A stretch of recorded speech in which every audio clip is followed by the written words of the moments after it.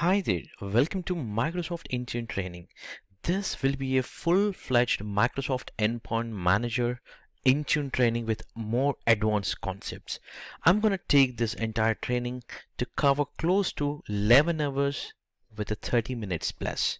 And this training is going to cover all the basic concepts as well as the advanced concepts. When I say basic, it's going to talk about what exactly Microsoft Endpoint Manager and also Microsoft Endpoint Manager products and the features, how they are going to utilize and what their relationship and how it's gonna looks like, and also the Intune license, how you can take the trial license and you can set up your Intune lab for free. And also it's going to talk about your customizing your Azure Active Directory and the company portal, which is the enrollment point of view. The company portal is a key. How can you customize even the Azure Active Directory customization and understanding of Azure Active Directory, the base for your Intune. We are going to talk on all of these concepts and also the basic understanding of Azure AD and the groups creation. That's a dynamic groups creation, which are very useful for your Windows Autopilot and application deployment, and also the user creation and assigning the licenses, and also the complete overview of Microsoft Endpoint Manager Admin Center, which is a new Admin Center console. And also you're going to learn about the device restrictions. Let's say you want to block maybe a personal devices only Android, and you want to allow them maybe just the iOS devices, or in a combination. You could do that with the enrollment restrictions. We are going to learn that, and also we are going to do the live demo on every point of every point that is mentioned within this. And also we will be covering Microsoft enrollment options for your Windows devices, corporate devices, bring your own devices for Windows, as well as the Android and Apple devices like iOS, iPad and Mac devices. We will be covering that in depth of enrollment and restricting and enrolling for bring your own device and corporate devices enrollment. All of that we will be doing it. And not just doing, when I say doing, we will be demonstrating, we will be experiencing from the end user point of view also. I will be shooting from a camera for the end user experience also, which is completely not possible, but we are gonna make it as a possible, trust me. And also the debug level logs and Intune enrollment logs, all of that stuff we will be looking into it. And also configuring compliance policies and automated configuration of profiles like your Wi-Fi, your VPN settings, or domain join specific settings. All of that configurations, including your group policies, automation, and configuring all of them, we would be talking within this bullet point. And also patch management with Microsoft Intune, including the feature updates like a servicing of your Windows 10 or Windows 11 devices. How would you do that? You could achieve this with the patch management with the help of Intune. And also it's not just the cloud only. We are gonna do the integration with the hybrid AD configuration, and then we will be enabling the co-management. That's the latest management technique from your SCCM and Intune. So you have a device of SCCM managed, and how could you manage that device also with the Intune? We will be discussing all of that points, and also more advanced topic like conditional access. So how could you stop on-premises machine which is not compliant, or which you want to block as an access level to not to allow for your email or maybe Outlook or maybe a cloud applications? You could achieve this. So with the help of conditional access, we will be working on them.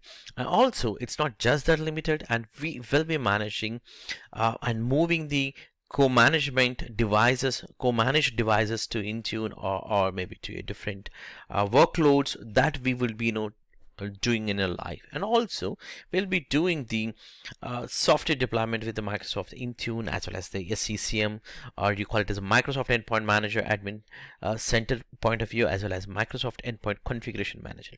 And also we will be deploying PowerShell scripts from Intune, and we will be deploying all type of applications. Whatever the type of applications are possible with Intune, we will be testing all that type of applications. And also we're not just limiting that, we will be packaging to make it as a compatible for Intune packaging tools. Let's say you have some SCCM packages, how do you package them to make it as a compatible for Intune? So how would you migrate your packages from your SCSIM to Intune. So we would be looking into that with the packaging tool, which is a free tool, and also the reports. We'll be looking the deeper level of reports. It's not just that we will be, I didn't include it here, but we actually working with Power BI for the reporting for the first time. We will be working with the Power BI integration, all of that stuff we will be doing, including the monitoring, and most importantly, I'm I'm proud of this entire 11 hours plus video about the troubleshooting for your applications and your deployment. It is going to be deeper dive, very deep level of logs analysis can be done. These are the logs at Microsoft what we actually look into when we get an escalation from a customer. As a Microsoft engineer, we look into these are the logs. So those logs we will be looking into it, and also we will be working with the Intune troubleshooting. That's a built-in tool, and also how to get a free support directly from a Microsoft. So we will be looking all these bullet points. These are just a few of them, just because of the limitation that I cannot proceed for recording more hours, because YouTube allows only close to 12 hours of each one video for any entire course. And just for your information, in case if you are looking for the designing level, please do check out. Once this is completed, this gives you a great knowledge at the intermediate level for your all the skills that are needed for the Intune specific or Intune engineer specific. And if you are looking for to become as an Intune architect, please check out my other playlist, which is mentioned within this video description, for becoming as an Intune architect. I have mentioned 5 different videos with the starting from the project requirements gathering and the Excel sheet, where you need to gather what kind of information, and the designing of each and every specific requirement, how to collect, what to ask to the customer. All of that was very detailedly explained, as well as it was demonstrated as a project execution also, from a phase wise. So that's a great videos that are bundled, I think, at this point of time 5, and it might add more of them, but that's the best videos I would say for designing purpose. And you could use that, all the material that I have actually created for you. So you can simply visit your customer and start working on the project. That's how I design that material also for you. Please do check out that. But first learn here the entire concepts and then move to the architect level. I request you to please subscribe and give it thumbs up. That will definitely boost my ideology to share more and more content for you or to the Intune community for free. And thank you, and I'll continue the course. Thank you for joining in this Microsoft Intune training. I'm going to cover in-depth Microsoft Intune training, and this is going to be 5 different series. So, and I will be adding this entire series to a Microsoft Intune playlist. That's going to be a bundle or Bible kind of thing for you to learn everything with respect to the Intune. Trust me, I'm gonna include everything here within this playlist, which is going to be called the Intune training definitely. And you could see the thumbnail of the training part 1, part 2, part 3, part 4, and finally part 5. So I'm gonna cover everything here. And that being said, first we will begin with what exactly Microsoft Endpoint Manager, and what are the products that are included. We will begin with there. I'm pretty sure that you all coming from SSM background already, but still, as my responsibility, I'll give you, some introduction, like, it has 5 different components or 5 different technologies within this family of a product, and what are those we will be, learning. Later point, we'll focus on Intune only. What are the capabilities of the Intune, and then we will move to how to create a lab and how to create the sign up process for trial, all of that stuff. Okay, and the expected within this today's session would be we would be completing the introduction, and also we will take the sign up for Intune so that we can go and build our lab. Okay, and also we might finish the Windows enrollment process. Okay, if time allows, we might go with the application deployment, Also, I think application deployment and the Windows enrollment, we would be working on it. Later point, in the tomorrow's session, we would be jumping into the complete Android and the iOS specific enrollment. That's the agenda. Okay, and coming back to the style of the teaching, as I said earlier, also we would actually learn purely cloud only first, meaning you don't have any footprint on your on-premises network with the Active Directory. So we just go with only Azure AD case. So in that case, how you can uh, enroll the devices and work on it. Okay, that would be the first step. And once we have done this, we will actually move to on premises where you might have your domain controller. I have a couple of machines also created with a domain controller and SCCM also in this lab. So we would actually work on the machines that are joining to the domain controller, how we can enroll these machines with the help of hybrid AD, and also how we can manage your on-premises environment without a CCM. The other part would be the with the same scenario, like you have your domain controllers and also you have your SCCM server, and these machines might be already reporting to SCCM server as a SCCM client got installed, and how you're going to manage these machines.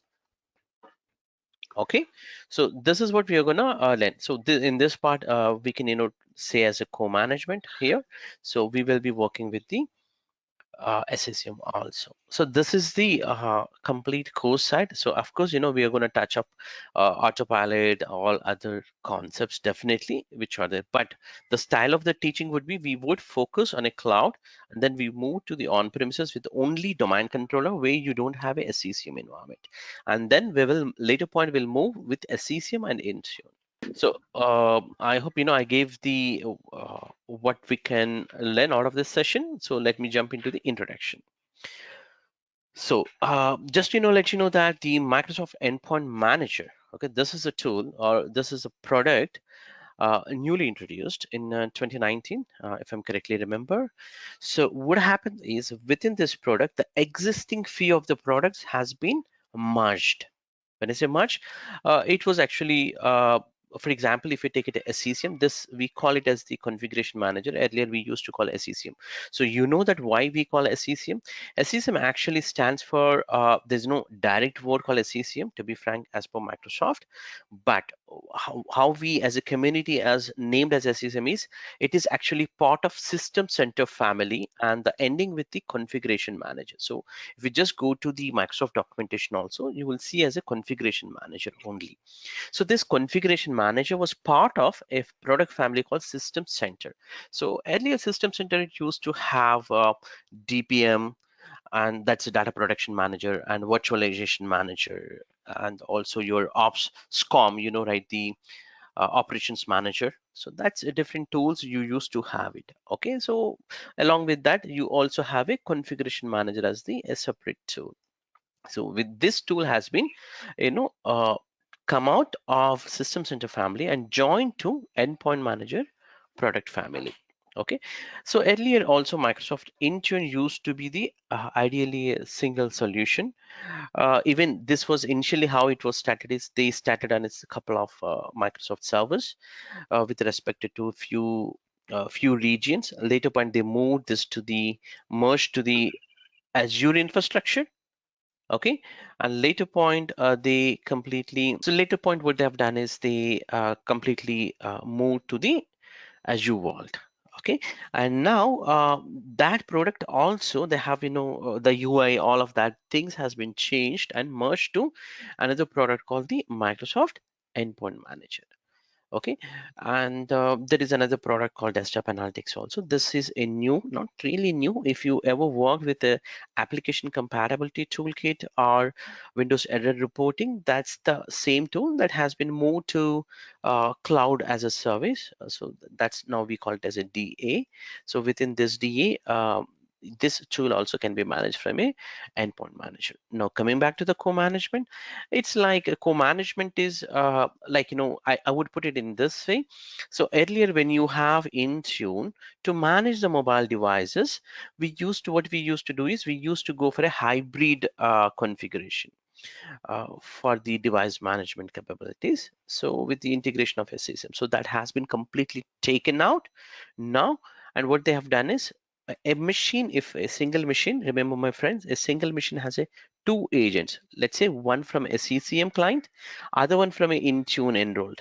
In that case, this machine can, work as a co-managed, meaning two places it can be managed. We are going to learn within this slide also, because I'm not given any of the introduction of these products. I'm just giving a high level overview, and later point we will jump into the in-depth of everything. Okay, every of these five products. Okay, so just the one line, I'm trying to explain what is a co-management. So a machine has a two agents, and this can be managed with the help of a co-management technology. Okay, and coming back to the autopilot is simple, like when you try to install the operating system, you normally get it like a region and the language and the keyboard options and all of this stuff, right? So this is called OOB actually, that is called out of box experience. Okay, so this OOB experience can be automated. At the same time, the machine also can join to either Azure AD or to your on-premises Active Directory. So these steps can be fully automated, meaning, let's say if you're getting a device or you purchased a device from on-premises, sorry, from Lenovo or Dell or any other hardware vendor, you would definitely, what happens, you would get the similar Uber experience, right? It's gonna ask you who's gonna use this computer, what's the username, what's the password, what's the region, time zone, all kind of normal things it's gonna ask you. So these things which are coming from hardware vendor also can be automated with the help of autopilot. We are going to learn in a minute on this also as an introduction. So there are five different products. Just let you know that what we have learned so far is Microsoft Endpoint Manager is a new product that has merged with five different either products. I'm going to use a different word called now technology. So as I said, some of them are products, some of them are technology. So if you ask me, can you refer, what is a technology? Yes, my friend, autopilot is a technology. It's not a product. Meaning, if you can, scripted this technology the way you wanted, it can work for you. Let's say you have a WMI, right? So the way you want it, you can query to the WMI and get the information. Similarly, the PowerShell, right? So one person might have a different method to query to get that. So some other person have some other way to write the script and get it. Similarly, that's called a kind of technology or your skill, right? Similarly, autopilot also provides a technology for you to utilize. Okay, so I use a word out of this slide. Some of them are products, some of them are technologies. Okay, now let's understand what we're going to learn within this course. We are going to learn uh, out of these five products, Microsoft Intune, we are going to learn in depth, and also part of configuration manager with respect to the co-management, we're going to learn. And we're not going to learn about the DA or desktop analytics. I can show you if you want some of the videos. Especially for the DA, it needs a lot of time and a lot of machines to process actual data to show you in a visualized way. So I'm going to talk on what is DA within this, initially about the way we are going to use it. So if you all are interested, we will give a try on that, but mostly with the recordings. Okay, because it takes a lot of time to get that. And coming back to the Windows Autopilot and co-management, we're also gonna learn these things. Okay, so if you ask me what we are not going to learn, I'm not going to teach you how to install the configuration manager, how to configure, how to install client, all of that stuff. But we're going to touch up the cloud attach or the concepts that are related to the co-management or concepts that are needed to integrate with Intune. We're going to learn on that. Okay, we're going to learn about the Microsoft Intune. What exactly Microsoft Intune? So Microsoft Intune is this product is part of Endpoint Manager, right? And this product is completely a cloud-based, which was built on a Microsoft Azure cloud. Okay, this is 100% a cloud-based software or service which gives you as the some of the capabilities. Let's see, you can manage the mobile devices.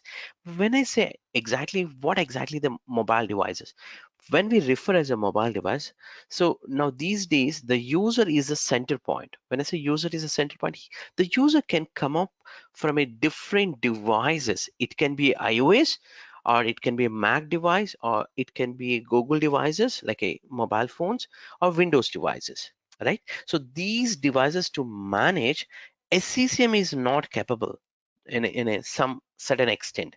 So that's where Microsoft Intune can come in, and it can address those issues. That's why what Microsoft has done is they released this product and they merged all of this. For your information, let's say you have a license with the configuration manager, meaning you can free to use Intune also. Okay, some of the users who have the Office 365 subscription, like E3 kind of different subscriptions, we will talk about the licensing later point. But if you talk about the Office 365 licensing, then you can also use the Intune as the built-in feature. Okay, now I referred as a MDM, or mobile device management, which refers to it can address uh, a lot of mobile management capabilities, like for managing the devices, different platforms. Okay, and also I'm also referring here mobile application management. So what exactly mobile application management? Let's say, my friends, you have any of the device, let's say Android or maybe iOS device.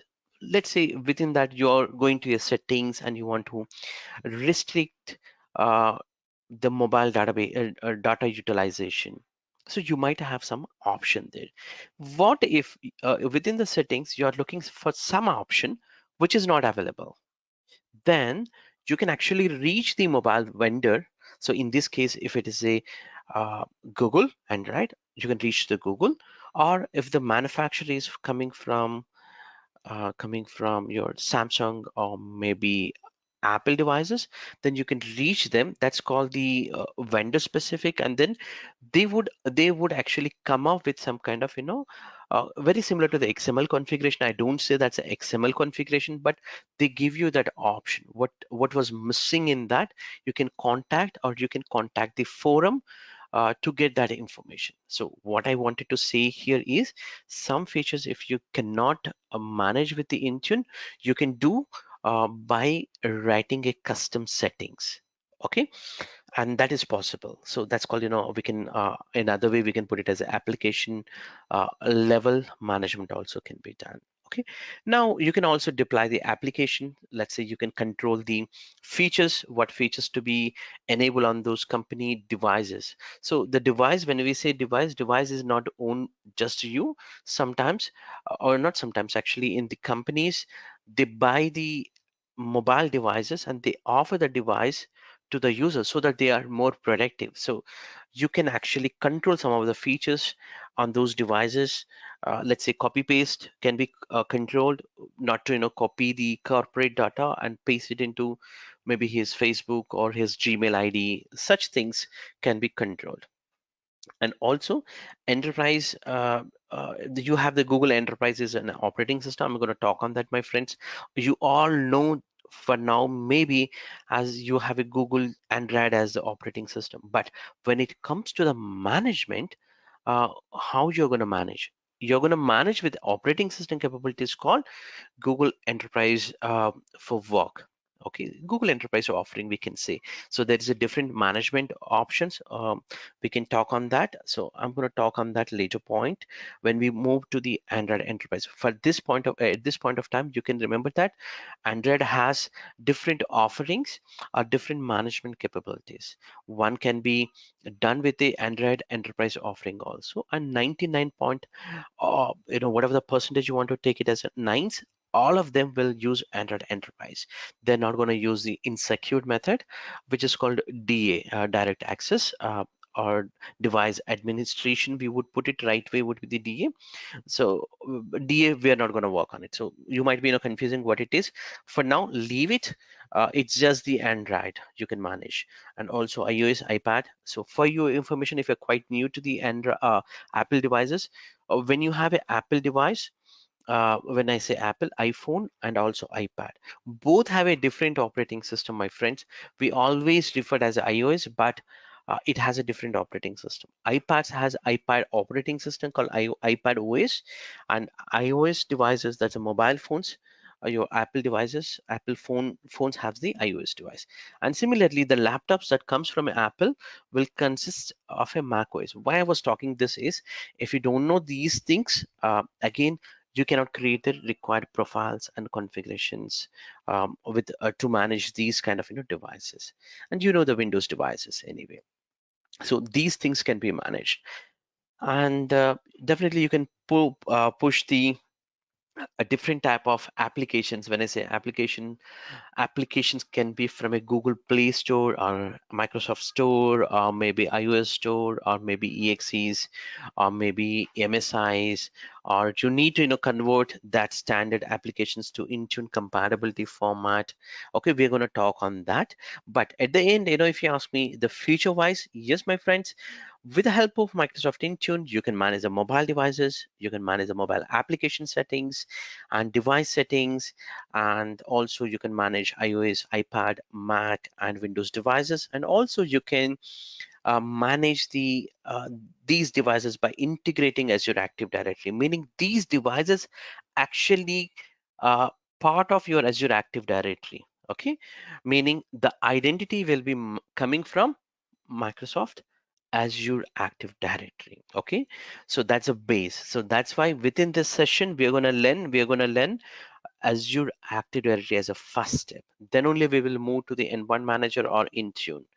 Okay, and coming back to the other options, you can also, if you are part of ATP subscriptions, you can also manage the ATP Defender configurations on the mobile to secure, and you have any of the group policies on your on-premises that can be configured on your devices and can be applied as a ADMX templates. And we also talked about the applications deployment for different configuration, different types. So I'm not going to talk what is Win32, what is line of business application at this point of time. This is not a right point, talk, but you have a multiple options to deploy, like EXEs, MSIs, and you might have to convert that EXEs or MSIs to a certain standard which can understand by Intune. Okay, yes, you can also push your scripts, and that can be also converted to Intune format. We're going to talk on that deep dive. Okay, and these things are specific to the by platform. When I say platform, like Windows different, iOS or Google, it would be different. Okay, and on top of all of these solutions, you can actually apply something called a complaints policies. So a complaints policy is a baseline, okay, which is very important for any of the company. You might think that your devices should have certain operating system build, and the version, uh, and also the antivirus, some of the firewall settings, some other settings that needs to be followed.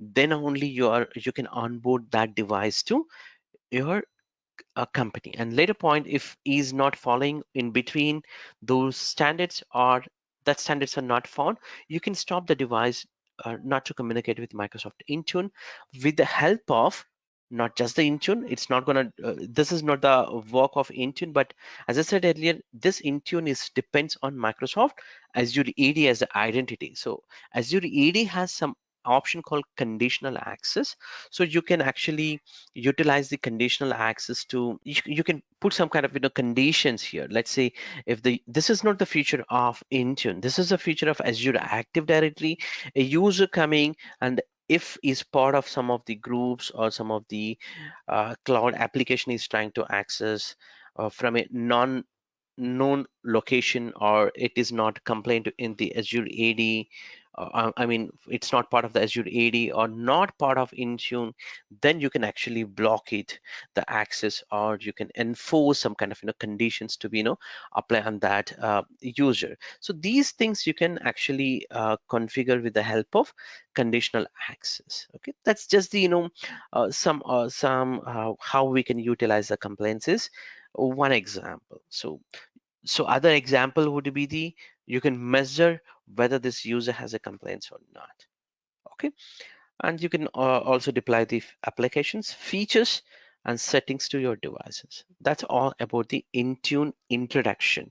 I'm not talking about the capabilities at this point of time. I'm just giving you the introduction to the Microsoft Intune. If somebody asks what is Microsoft Intune, yes, it's a cloud-based uh, MDM solution. Along with the applications can be managed, features, device controlling features are available.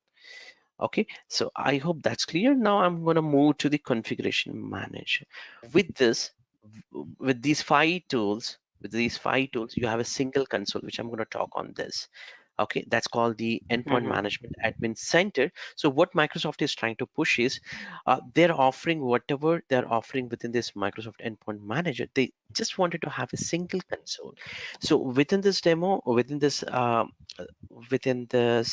course content, we also see the devices that are going to come up from SCCM. So when we attach the machines to endpoint manager, you're going to get the devices which are coming from SCCM, and that also can be viewed. You can run the some kind of configuration, you can deploy some applications, you can see the device is part of what collection. You can run the CM pivot, you can run some scripts on top of it. Like that, you can do it. So the statement partially is correct earlier. Now, now these the mobile device management capabilities completely taken out from configuration manager, and it's just moved to the Intune. And they offered a new Okay. technology within this co-management. Microsoft for the configuration manager, we're talking about the SCCM. Okay, so this SCCM product is now part of Microsoft Endpoint Manager. So in case if you own the SCCM license, you can feel free to use the Intune license also from the licensing point of view. So the use cases for the SCCM in this case, just for the SCCM I'm talking about. So this is mostly focused on the on-premises solution where you can manage your uh, desktops and servers. Okay, whereas Intune cannot manage the servers for your information, and that's one of the drawback which is covered in the next few slides. Some of them which can't be done with the Intune. Okay, now for SCCM you can manage the desktops, servers, and the laptops, and also this within the SCCM you can actually manage the devices over the internet with the help of HTTPS communication, or you can go for the cloud distribution points or cloud management gateway options that you have. And also you can configure with the integration of the Intune.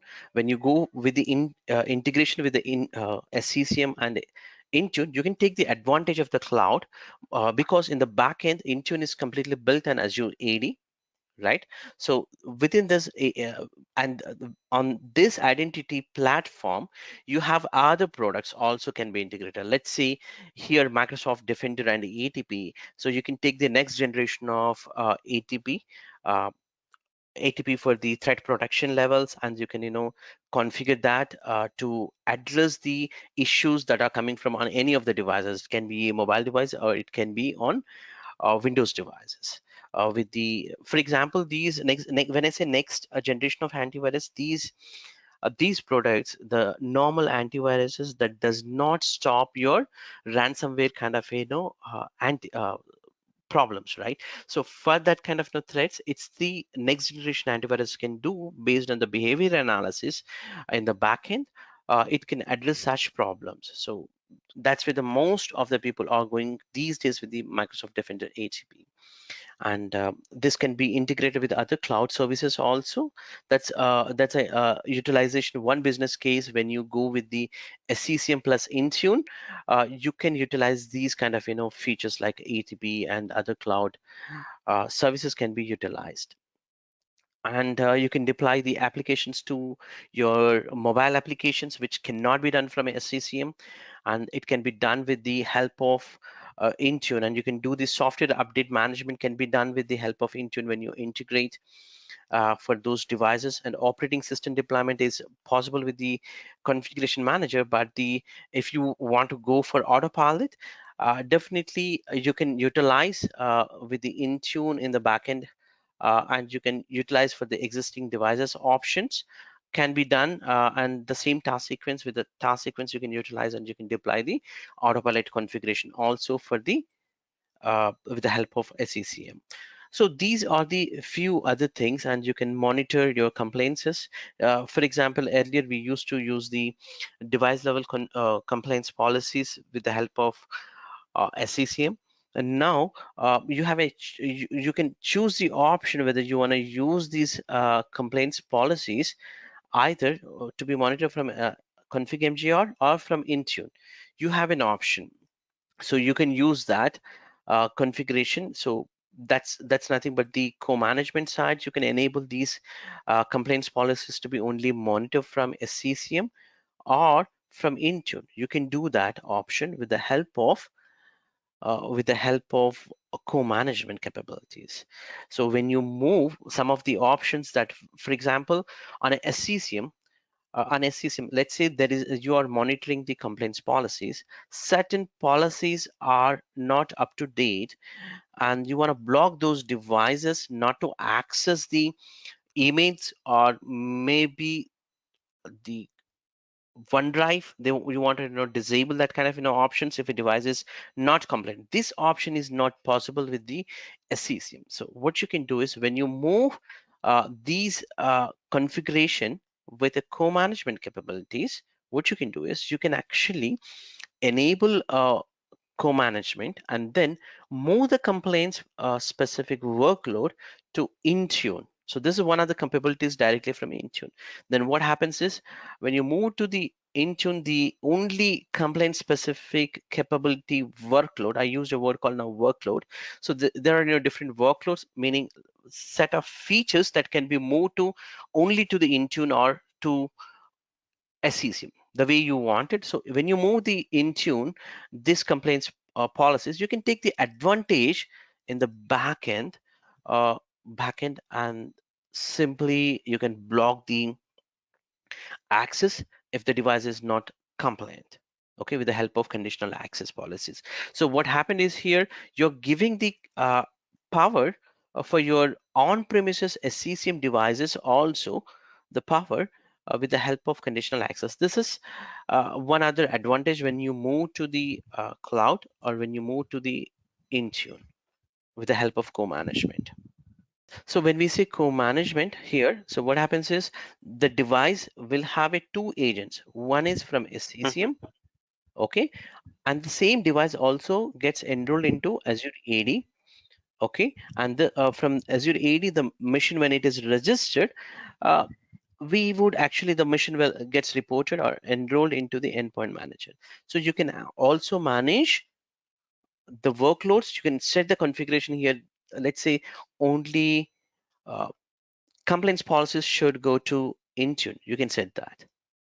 You can set that kind of configuration, or patching should move to the Intune. You can do that kind of configuration with the help of Okay. co-management. So in other way, co-management is a bridge. Actually, it's a bridge between your SCCM SCCM capabilities and also Intune capabilities. So you started asking some of the questions that some of the capabilities cannot be done from Intune.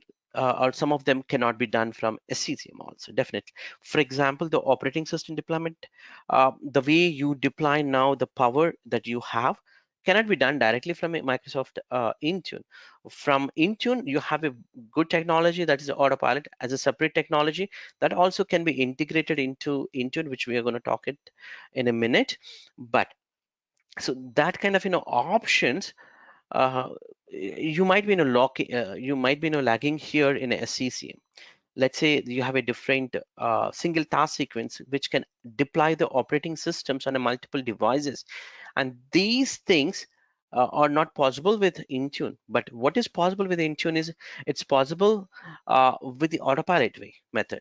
So in that situation, uh, if you want to take the advantage of the co-management and you just wanted to deploy this specific task sequence, example the operating system deployment, you can do that on this machine directly with the help of SCCM task sequence, the same task sequence, and you can take the power of cloud management gateway or your on-premises power, and you can build it, and the same machine also can be enrolled into Intune, and then the patching is done from here, and some of the applications comes from Microsoft Business for Store directly. So you have an options directly.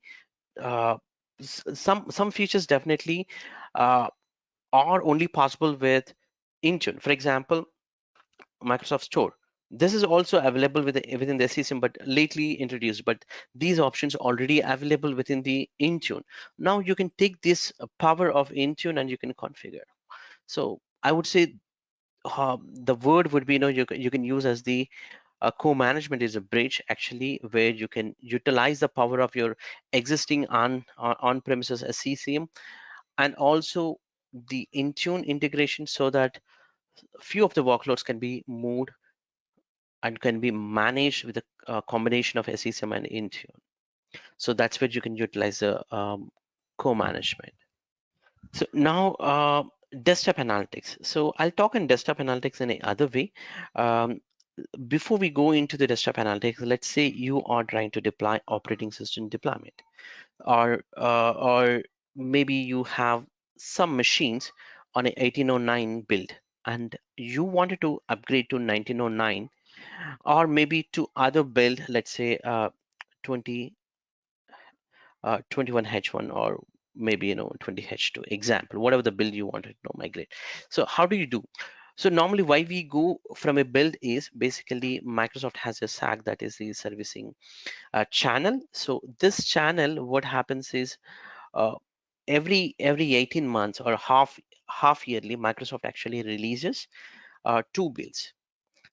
One could be, let's say now the current naming convention is H1 and H2, that's a half yearly. So first half and the second half, the current naming standards. When we move further, we can learn, but currently the naming format is H1 and H2, meaning it is year 21 is the year, H1 the first half. I think May 10th was released the latest build, 21 H1, and you can expect in the September somewhere in the H2 build example. So, oh, so these bills are valid close to 18 months. So within this 18 months, you must have to patch or upgrade to the next version of the build. So this is one bigger project which will run on your on-premises. Let's say you might have a device which is running on an older version of 1809, and this build is going to expire, example some XYZ date. So you must have to move to the next build, let's say 1909. What if you don't move? So you're not going to receive the patches, all of that stuff, and this becomes as unsupported by Microsoft, meaning the applications also not compatible, drivers also not compatible. So it's a vulnerable machine altogether. So you must have to upgrade to the latest build.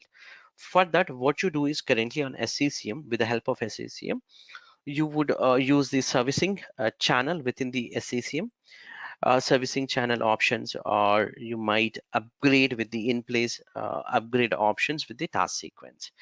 So what are the challenges with this is you never know what kind of applications are compatible or what kind of uh, drivers are compatible. Most of the cases drivers and the applications, we never know that when you move from 1809 to 1909 build, you never know that these applications or these drivers might not be compatible.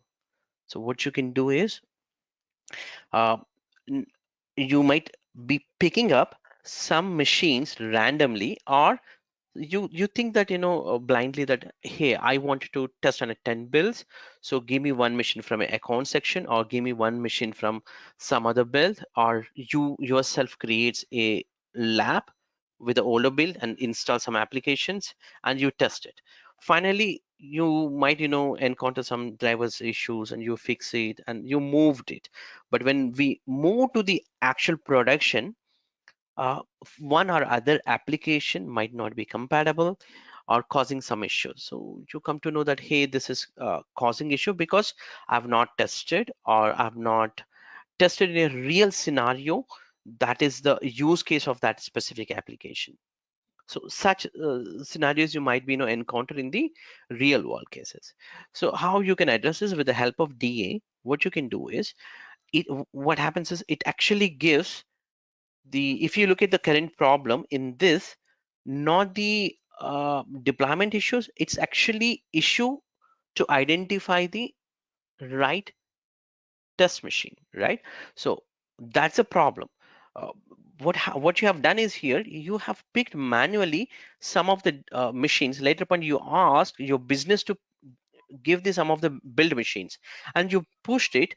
It might be working on your machines as well as on the business machines, but in a real world, when it actually reaches to some other test users, it might not be working fine, because we never analyzed this could be one of the real test case. So to address these problems, DA, which is a purely cloud-based service, very similar to Intune, it's a purely cloud-based solution, uh, meaning what how this works. Let's understand. So what they do is they actually have a error reporting capabilities. So you need to send all the required data to Microsoft Cloud Service, and then uh, similarly, this is your X company. Similarly, Y company also sends. Z company, A, B, C, different companies will send to, all of them will send to here.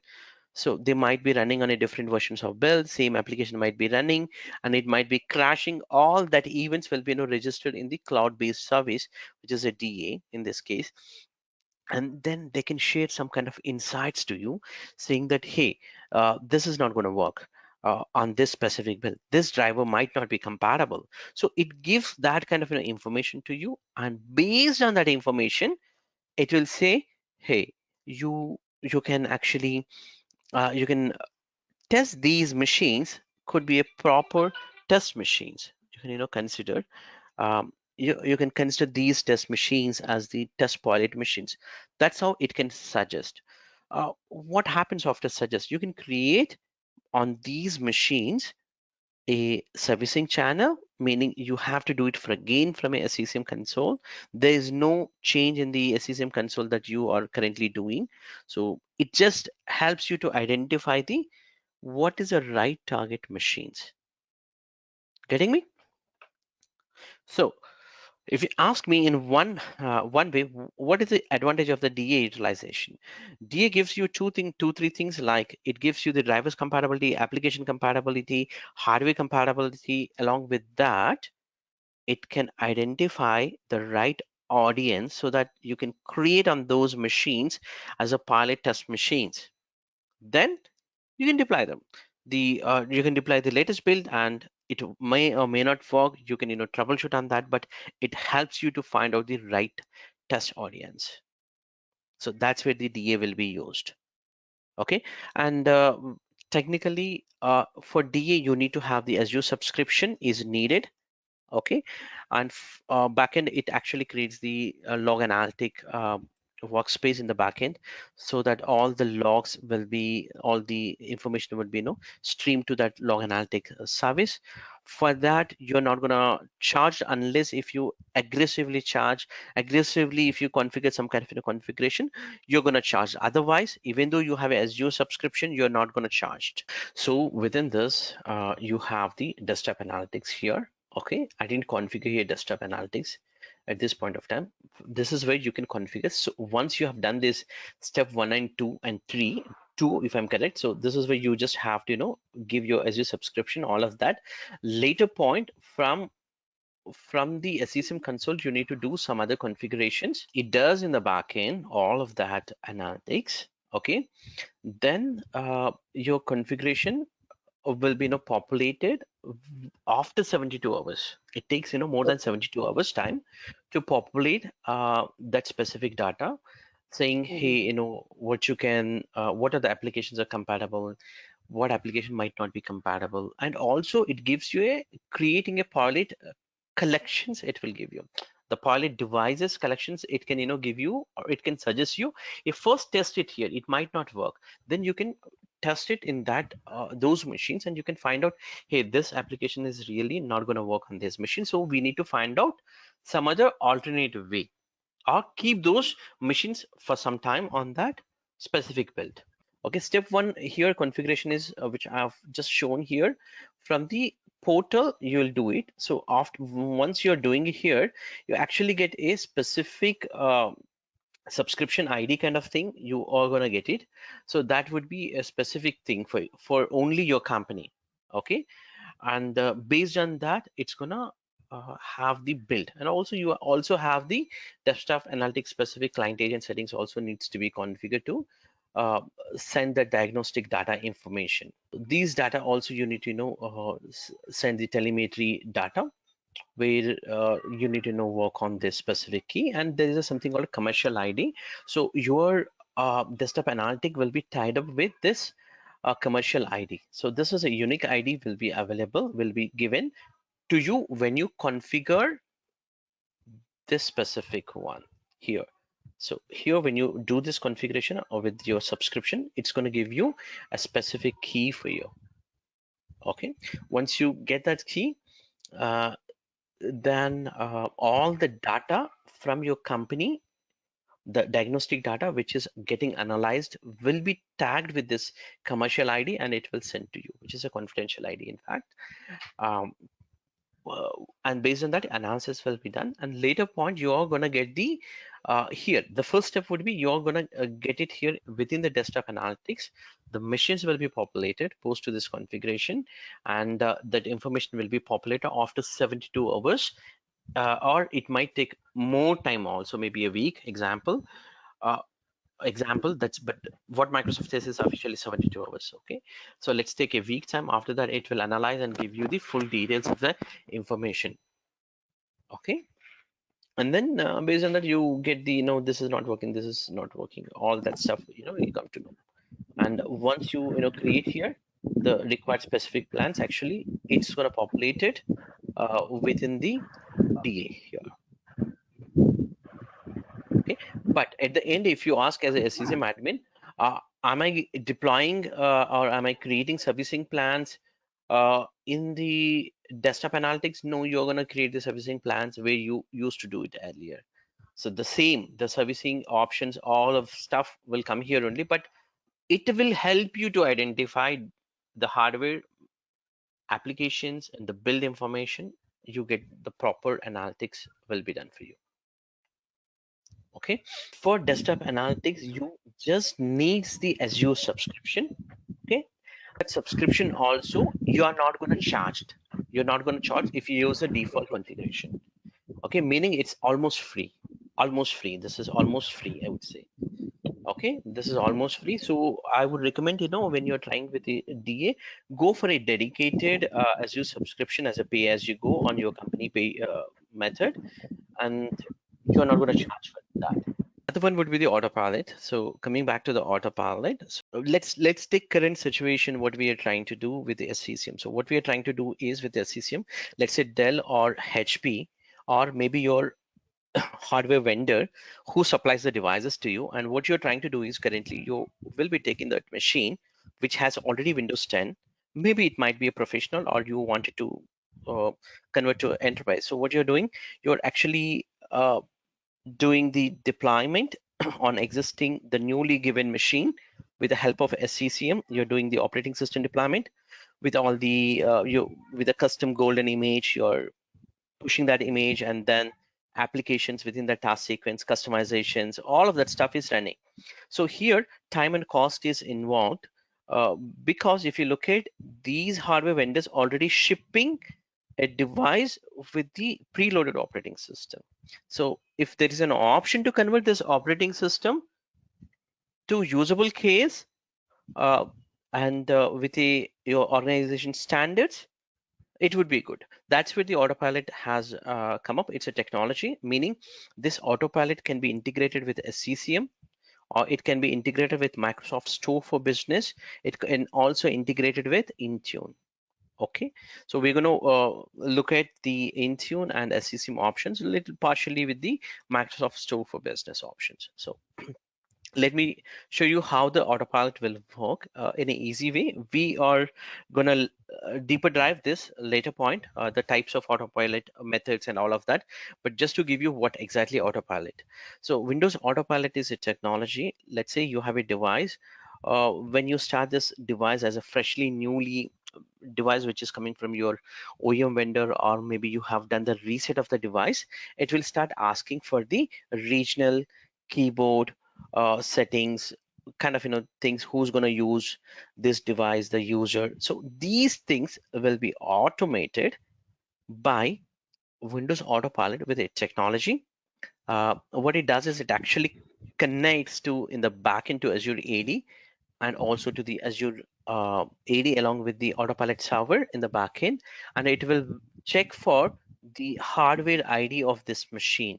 So there is a machine specific hardware ID will be there. So that ID, if it is matching, okay, within the Autopilot server, then it will look for a profile. There's something called a profile. I'm going to talk on that later point. So profile consists of what kind of applications to be deployed, what kind of policies to be deployed. All of that stuff will be there within that profile. So it just comes to this device uh, after downloading that profile, and then it will this machine gets joined to Azure AD as a first step to Azure AD, and then it gets also enrolled into your MDM, which is in this case your Intune, and then the required application will be pushed from your MDM.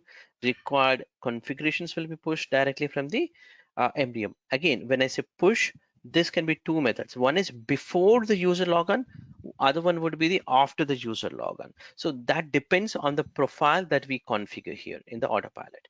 But what is happening on this machine?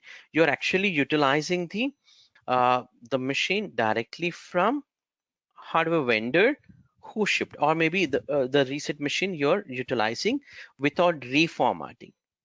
Okay, so this is the Autopilot in other way. So in this case, instead of you actually get the hardware ID, your reseller or your hardware vendor can upload the hardware IDs instead of you, or they can send the hardware IDs. Let's say you order 10,000 devices, the 10,000 devices information will be sent to you.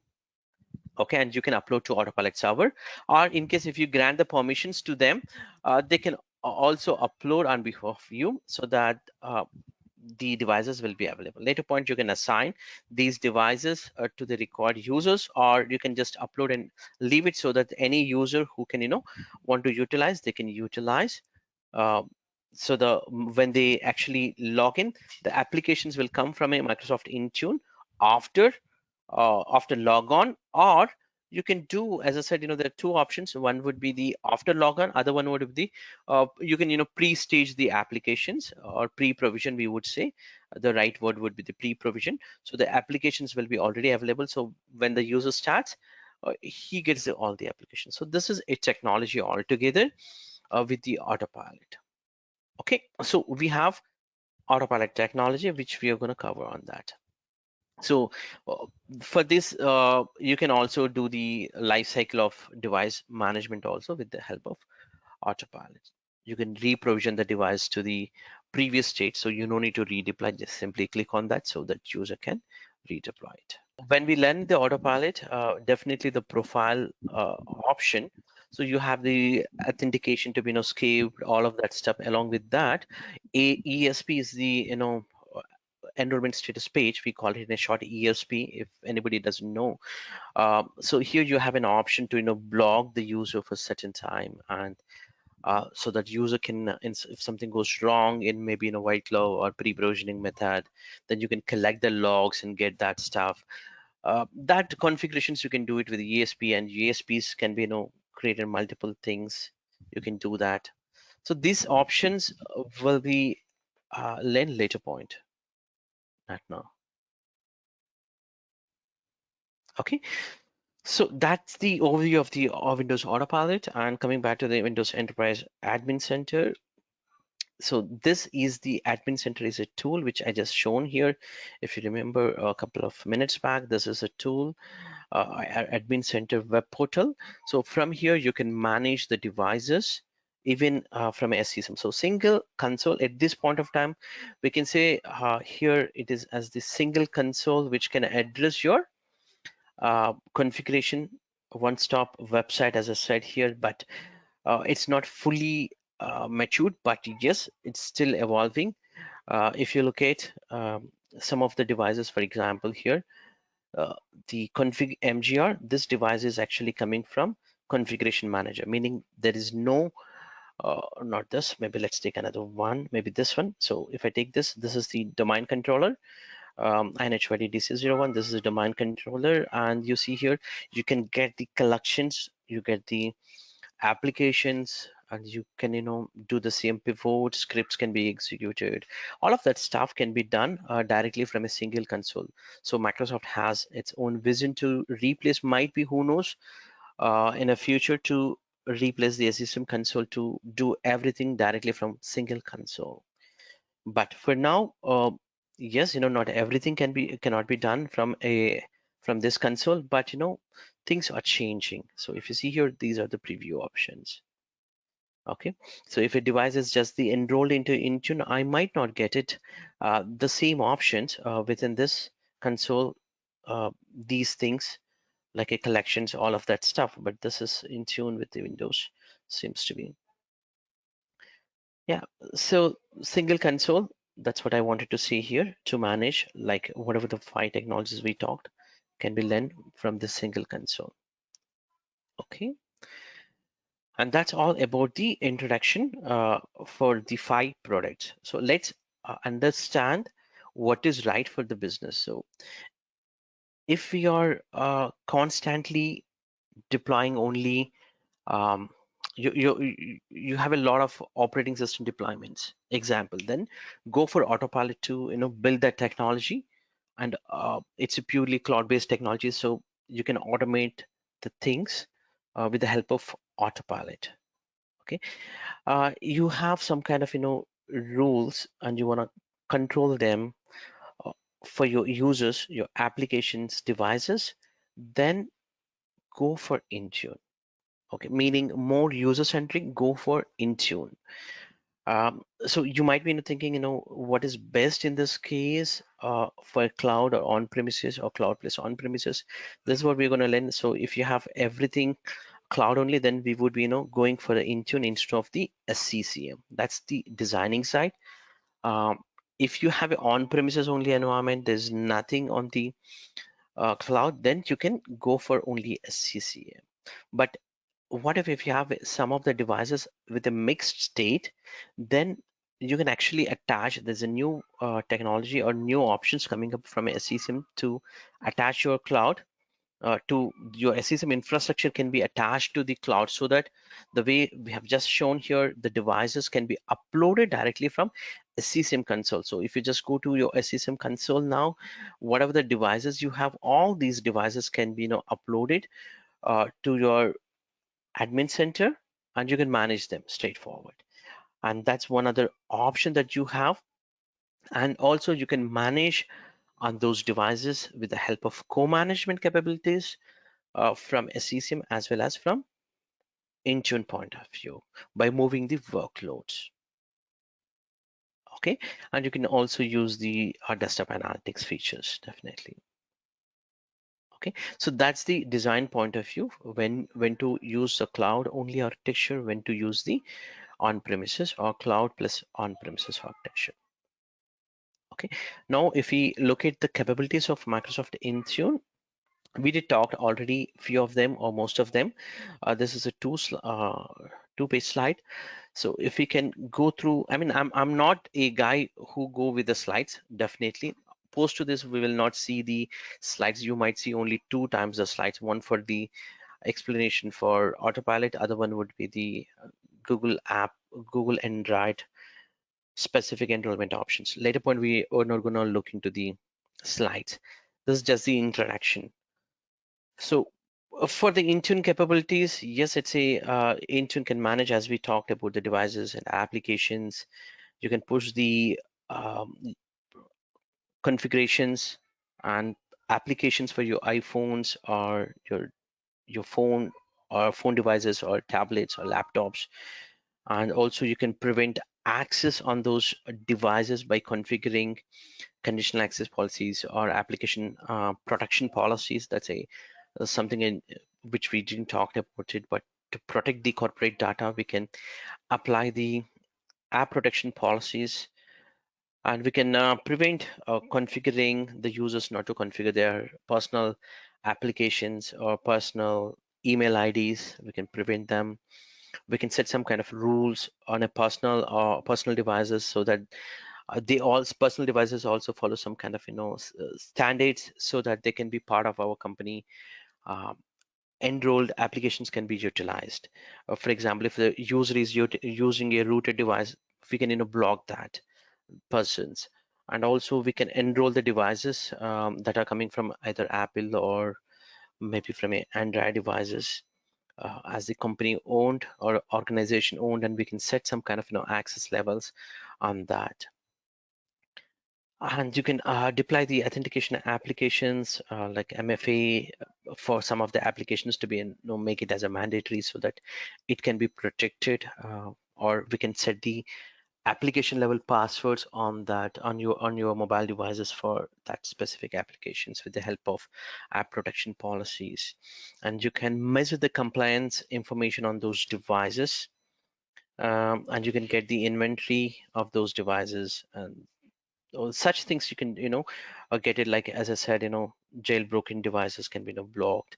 You can push the certificates, you can push the Wi-Fi VPN profile configurations, you can see the reports, what devices are compliant, what devices are not compliant. And in case if the device could be Windows or could be any by platform device, if it was lost or stolen, we can wipe the data. We can securely wipe only the corporate specific data also. These things can be do from Intune as a capabilities. And you can apply the applications from a different stores to different devices, and different device groups. You can do that. Users, you can apply it. And the configuration apps, you can set the applications for a specific configurations can be applied, configured on those applications. Reports can be pulled, and these are the copy paste can be saving can be blocked. For example, uh, maybe a device was personal owned device, maybe the data getting back to iCloud, meaning the entire application data also gets backed up to the iCloud, which that application is actually corporate application like Outlook. So if you have any kind of regional level settings, or you want to block that things not back up to iCloud, you can do that. Similarly, Google backup, you can do such things.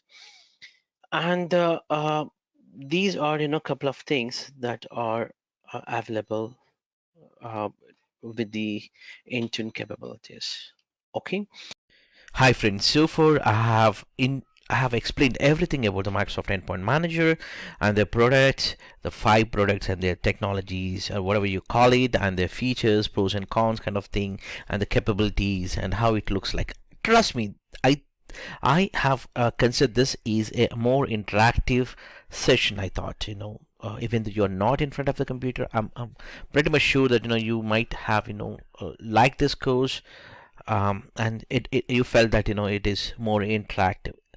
Please do comment if you have any further questions at this point of time. I'm happy to cover it up by taking in new videos on that specific topic. And also and also my only request to you, since you are getting benefit out of this video, I request you to please share in Facebook groups, wherever you have the Intune community, and share with your friends and your colleagues. That really helps them and also to me in other way. And thank you very much. I'm pretty much sure that you all will help me out to boost, because I have put a lot of efforts, my friend, to create this video. So it's not just like sitting and creating it, right? I have to plan the content creation, everything from a scratch, and I'm going to show you in depth the content, trust me. And this content is a completely premium content, and I'm pretty much sure that you may not get it anywhere in the internet. I'm going to share you all that content with my all efforts. I only request you to share and like. That really helps me. Thank you. And we will move to the Azure AD. So before we move to Azure AD, just wanted to tell you some secret, super secret. Everybody knows, but it's a kind of a known thing. But uh, you need to remember this in a different way altogether. Let's say I wanted to put it in this way. Intune is actually a let's say Intune, right? This Intune will fit on top of one identity solution. So in this case, Azure AD. So if there is no Azure AD, there's no Intune. Another way. Another way, let me put it in this way. You have a device. Actually, what happens is this device gets registered or enrolled. The right word would be the registered. Okay, the right word would be the registered or join. That's the right word, not the enrolled. Okay, so either you are registering or you are joining in Azure AD. This device. Okay, so this device is joining into Azure AD. So if a device was not joined to Azure AD, can I have Intune agent or Intune capabilities? Definitely no, because the backend is everything is Azure AD. Okay, so what happens within Azure AD? There is a MDM capabilities feature. Okay, so if a machine is joined or if a machine is registered, do you want to shift that capabilities to what MDM service provider? So in this case, maybe a third party also. Okay, that's called coexistence. So we talked about the co-management. Coexistence is another thing. If you're talking about non-Intune product, then coexistence we can call. Okay, that's another word we can use. So but the management of MDM can be set to either Intune or something else. Okay, so just wanted to tell you, even still the Microsoft documentation is refers to the older method. That's why when you actually configure in the olden days, I'm talking the olden days, the when the Microsoft Endpoint Manager product was not there, we used to actually configure, or we used to set the MDM authority. We used to call MDM authority to either Microsoft Intune or to the a season with the hybrid configuration, which was, if you remember, I used 2000, early 2008 or 2016 somewhere. They used to use these kind of MDM authorities. Now it still shows as the Microsoft Intune, but in the documentation you do this change, that change. But no, if you just go to the device management capabilities within the here, it actually configures sometimes. If you see here, I think you're not able to see this. Let me show you here this MDM capabilities. Sometimes it is shifting to Intune. Some of them are System Center Configuration Manager. Still, even though this is nothing but the config mgr or SCCM, right? So you have this this capability. So what happens is with this, this is authority to tell that, hey, you are gonna take the lead. That's what it is trying to say. Okay, or you are going to manage. Who's going to manage? Is managing by, in this case, Intune. So earlier it used to be hybrid, all of that stuff. It's just the now Intune. But what I was trying to explain is the first thing, uh, Azure AD, the device or whatever the device, it can be iOS device or iPad or iPhone, Google Android device or Windows device. First thing is it should come here to Azure AD, then the MDM part. So if it is not coming to Azure AD, there's nothing in the MDM. Okay, so I also talked about in the MDM. Sometimes we'll see here as an Intune, sometimes we see as a SCCM, sometimes some other vendors name also. That's called coexistence. So in this case, when you see as the Intune, meaning you can manage that specific device from the Endpoint Manager Admin Center. Okay, so this is the secret that I wanted to share, or keeping this in your views, so that when we are trying to compare any of the troubleshooting point of view, then it would be easy. Let's say if a device is not getting enrolled into Intune, if somebody says, first we need to look at whether this device is joined to Azure AD or not. If it is joined, there's no problem for you. Okay, so let's actually understand what is Azure AD and the tenant methods. Then we'll go for the sign up. See, what happens is in any company, if you have already Microsoft Office 365, meaning you have already Azure AD in other way.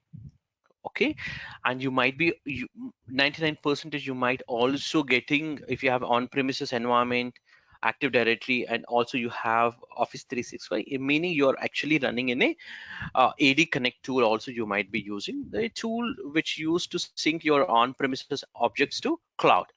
Okay, we are going to talk on that, all of that stuff. Let's focus on the first part with the tenant. So what is Azure AD? In this case, Azure AD is like, they first created a, I'm using, some rough examples. Sometimes I might be wrong, but just wanted to make the concept to be clear to you. That's it. Okay. Let's say Microsoft has made a first domain called onmicrosoft.com example. So this thing that this is could be an apartment. So this entire apartment name is onmicrosoft.com. Let's say you bought some tenant as a company, or some other company also bought some other flat. So within this flat, you can have your own family. Similarly, the identities, users, groups, and devices can be there. I'm just taking one different example. Let's say there is an apartment, and within that apartment you are trying to buy a flat. So that's called a tenant. I can call, in my view, I can call as its tenant. So what you can do within this tenant is you can have your own users, you can have user groups, you can have your uh, devices, you can have your own applications, licensing, you can have your custom name of your domain. Meaning, let's say let's take one example. Here I have a company called IBM example. So what IBM does is, example, within this on Microsoft.com, they can purchase a flat and they can rename as IBM example, IBM dot on Microsoft.com. That's what they got it. So this is an IBM, whatever they get it, it's a unique thing. Another person cannot get same as IBM. Okay, they might go and end up with IBM 1, okay, or IBM 2 in this case. So let's say in this IBM, okay, they can have the users, groups, and devices. That's good. But how the user looks like? The user one, for example, user one at the rate IBM, that's the IBM name, dot on Microsoft is the name will come on Microsoft.com.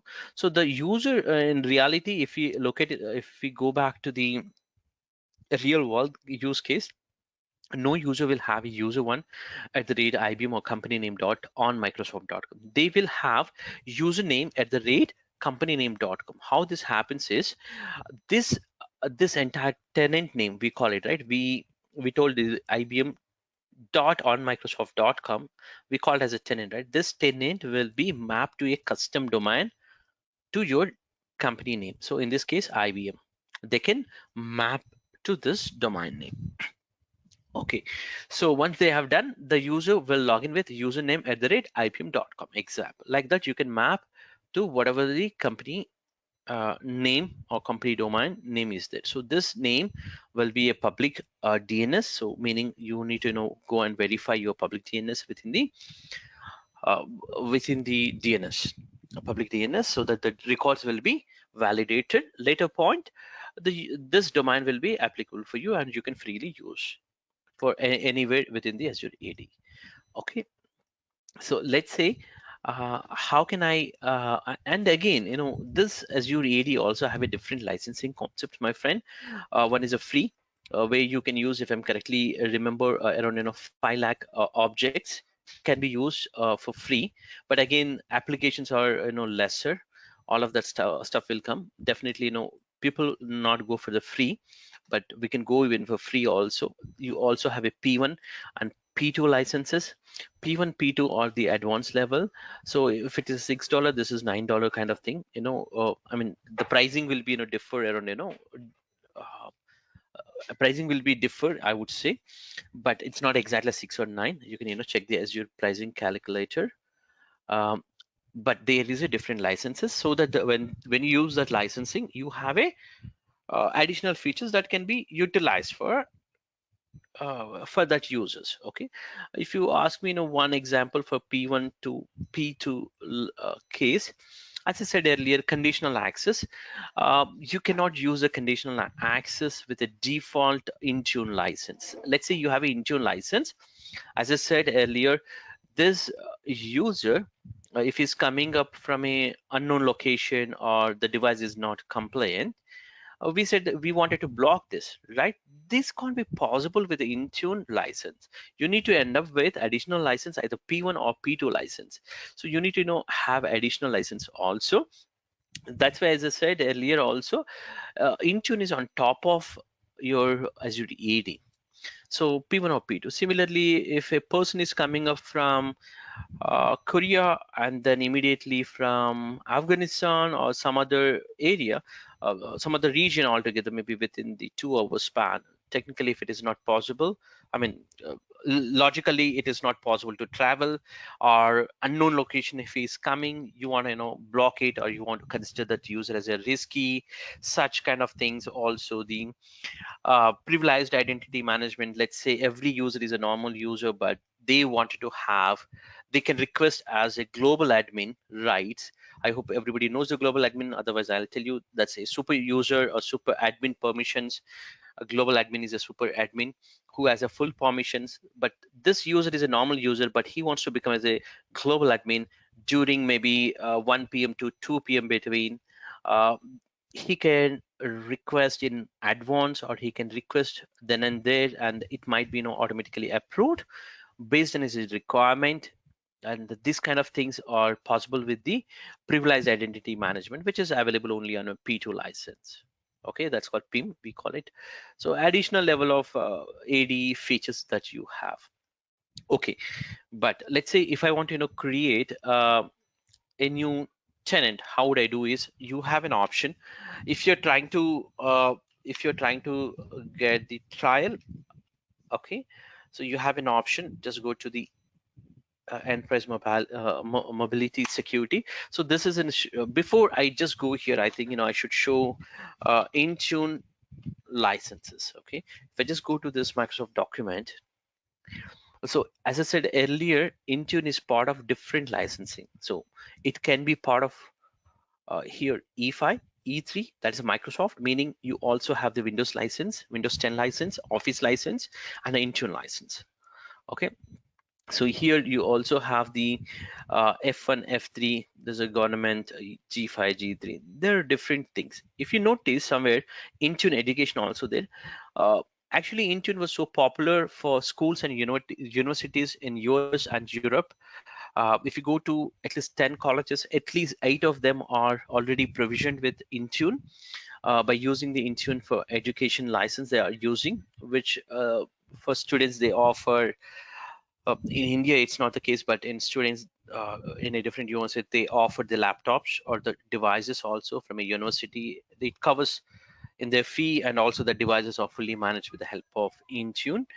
And it also covers that Microsoft Student license for education, and that can be fully managed with the Intune. So the console, all of that stuff remains the same almost. We are not going to talk on that, but you can find this information. If I just go to, if I correctly remember, somewhere here, you have the option, yeah, Intune for education. From the admin center, you can go here to manage that stuff. Okay, so coming back to the licensing, as I said earlier, the licenses are available on these licenses. So your company or your project includes any of these licenses, it covers. You should actually look at on a user based or on a tenant based. Let's say if you want to know more licensing, just go to Azure AD. This is the right place. If you're an AD guy, if you're an Office, a Microsoft Office guy, then it's not the right place. There is another place for Office 365 guys. But for AD guys, just go to the licenses here and see you have all the licenses, all products. So within this all products, you have whatever the licenses. Let's say if I'm talking about the license for EMS, E5, this tells about who has a license and what kind of licenses were assigned on that. So let's say if I pick up one user example, yeah, let's say, so you have here assignment options like P1, P2, and also Microsoft Intune. So I have actually prepared a small slide how the lab can be created in case if you want to practice. This is the lab setup. Like you can, first thing is you need to get the trial. So as I said earlier, the licensing is available in a multiple methods, right? Multiple options you have to get the license. So I would recommend you to go with the EMS license, because it also covers the P2 license and the P1 license.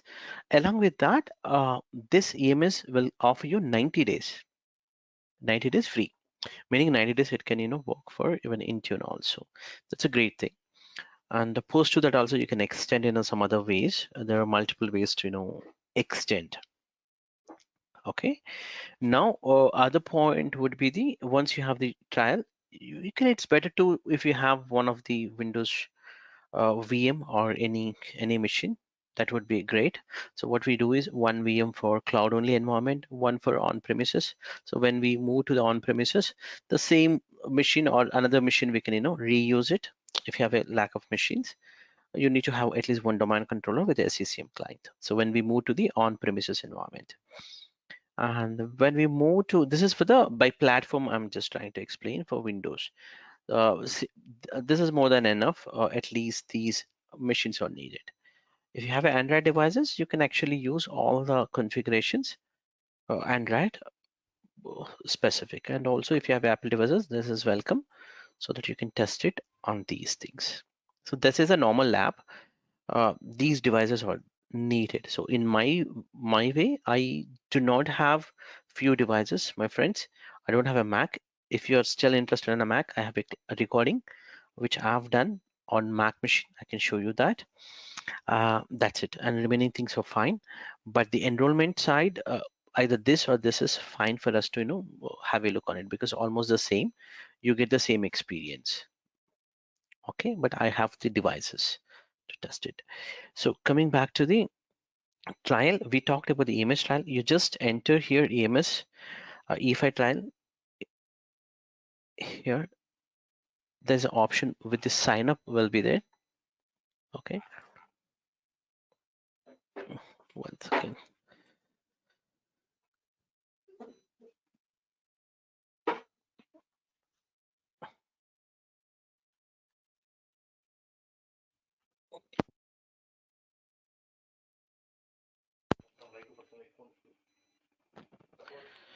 Yeah.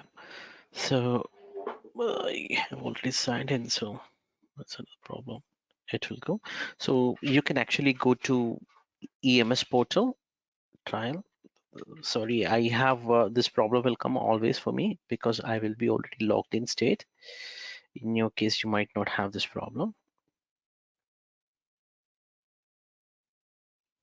So if you just go to the EMS page, you have an option to free trial.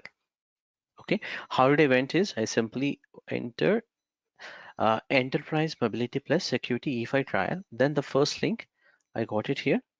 So I've taken out this. So this is where the free trial is available.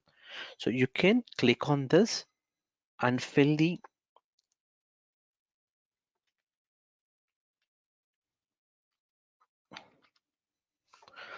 this information with your proper email ID. So you might ask me whether this is the, give me a second. Here you can give the personal email ID also. Give me a second. Here what happens is you just have to give any of the email ID. No need to go for your company email ID. You can give in a personal email ID and enter, for example, this is not my email ID. This is disposable email ID which I'm using. So set up an account. It's going to create the account for you, and later point it's going to validate the your phone number also. Let's say this is my test. I'm just wantedly entering here test. So you just wanted to. So if you see here first name and last name, I give you in a different way, and the +91 verification code. I'll just verify some code here.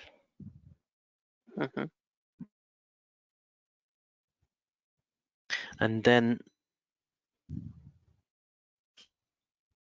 here it is asking for the tenant name. So if you notice why this is coming up here, let's say if your company, you in your case, if you have already a company, you might have already a tenant. So on that tenant, we will take the licenses and we will purchase. But in our case, if we are trying to do some kind of lab, we need to first start with the tenant, right? So here, whatever the name you're going to give, that becomes your tenant name. So in this case, let's say if I give here example, there's a company called Logitech example. So if I just Mhm. give here, by default, this company might be taken by the real company, maybe. Why? Okay.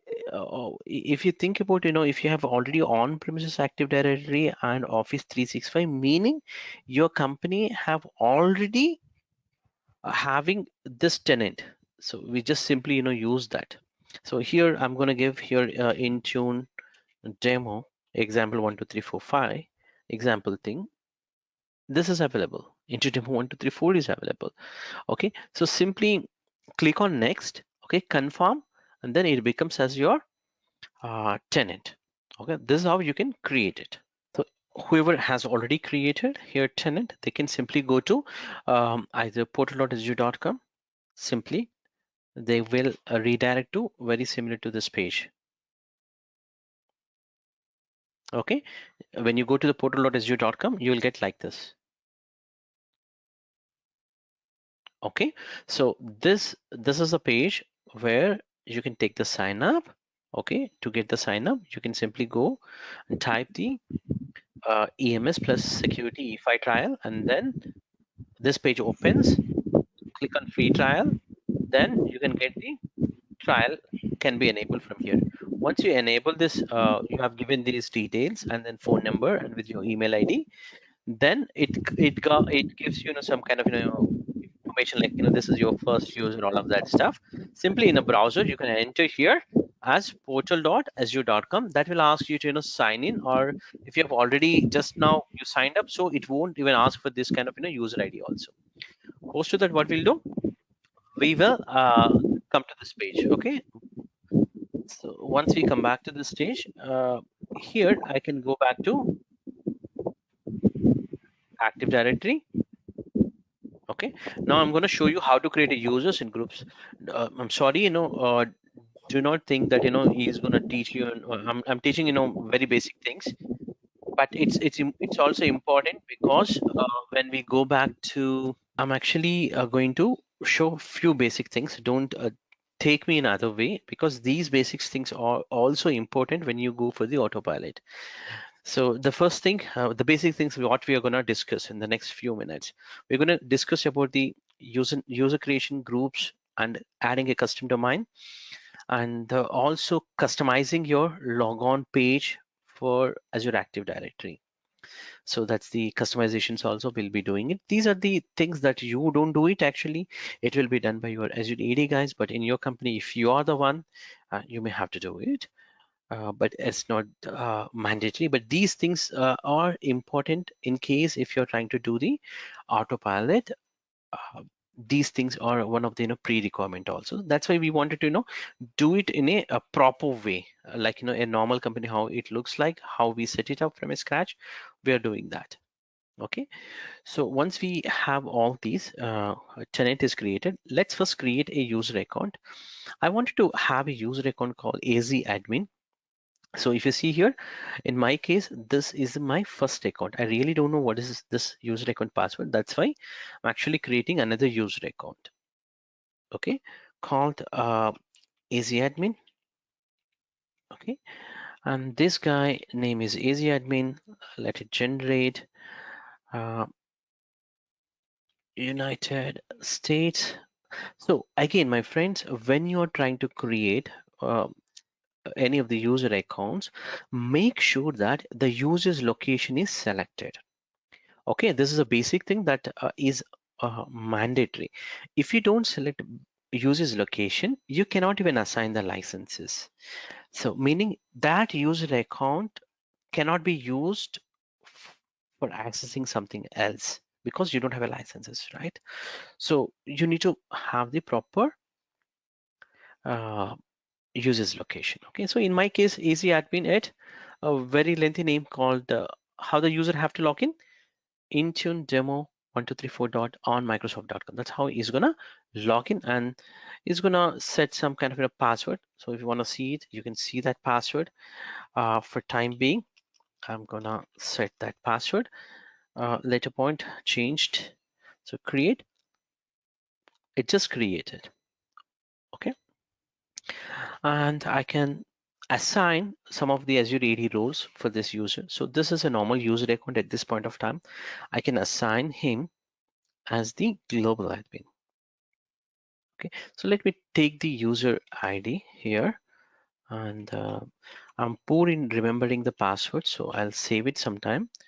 So if I just go to the assigned roles, this user is a normal user account.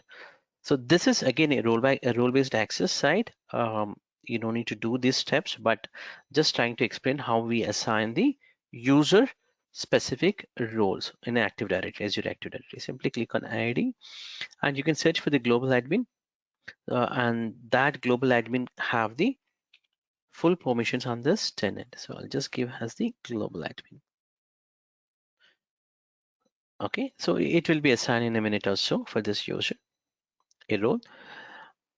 And also for the licensing, you can apply a licensing by going to the user properties, assign. There's no licenses if you see, because we have not taken any trial. But in your case, you can actually assign because you have already signed up here, right? So during the sign up process, it will assign this EMS license. But in my case, I don't have license. So how would I assign? I would actually go to the licenses and all products, and then here I get a try or buy. Right, so when I click on a try or buy, I get an option here for one would be the EMS file, other one would be the only P2 license. So in my case, I just wanted to include EMS, so I'll just click on activate. So this license gets activated on my tenant. It takes some time. Once it is done, I can go back to the user account that we have just created and assign that user a specific license. So this licensing assigning would take anywhere from 5 to 15 minutes time in the backend when you first time take the subscription. So let's try our luck. Assignments, so still it's not available, so that's fine. We'll ignore for now for a few more minutes, and let's try for roles.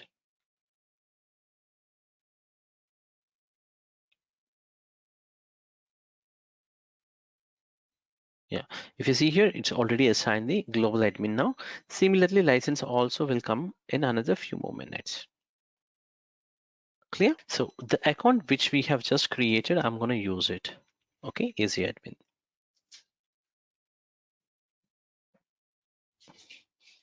And the password that was given for me. In fact, I have already changed this password also, just for your information.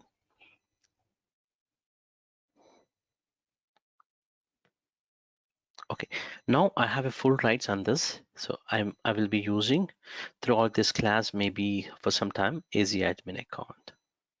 Okay, so we know how to create the user accounts, right? So it's very simple, and assigning the licensing can be done directly. Go to that specific user. In this case, for example, easy admin. I can go to the licenses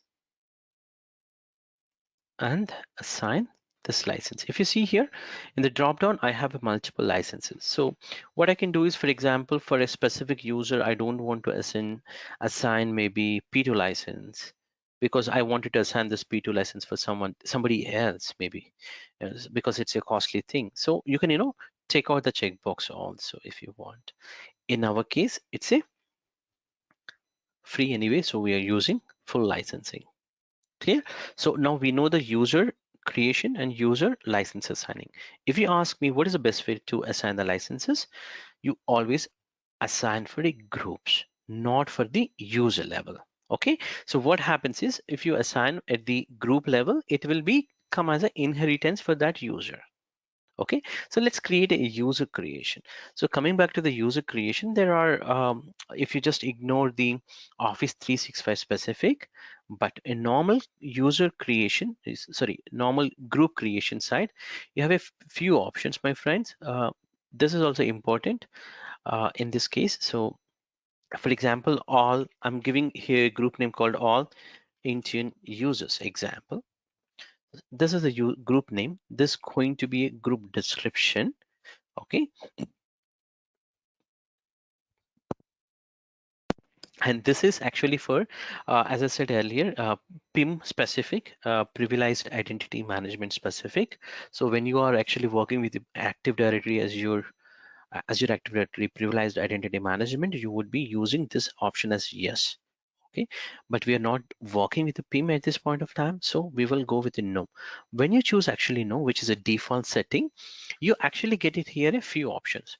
If anybody is a quite new, this is a tricky part. If you are a fan of SCCM collections, this this is what in Endpoint Manager you don't have a collections.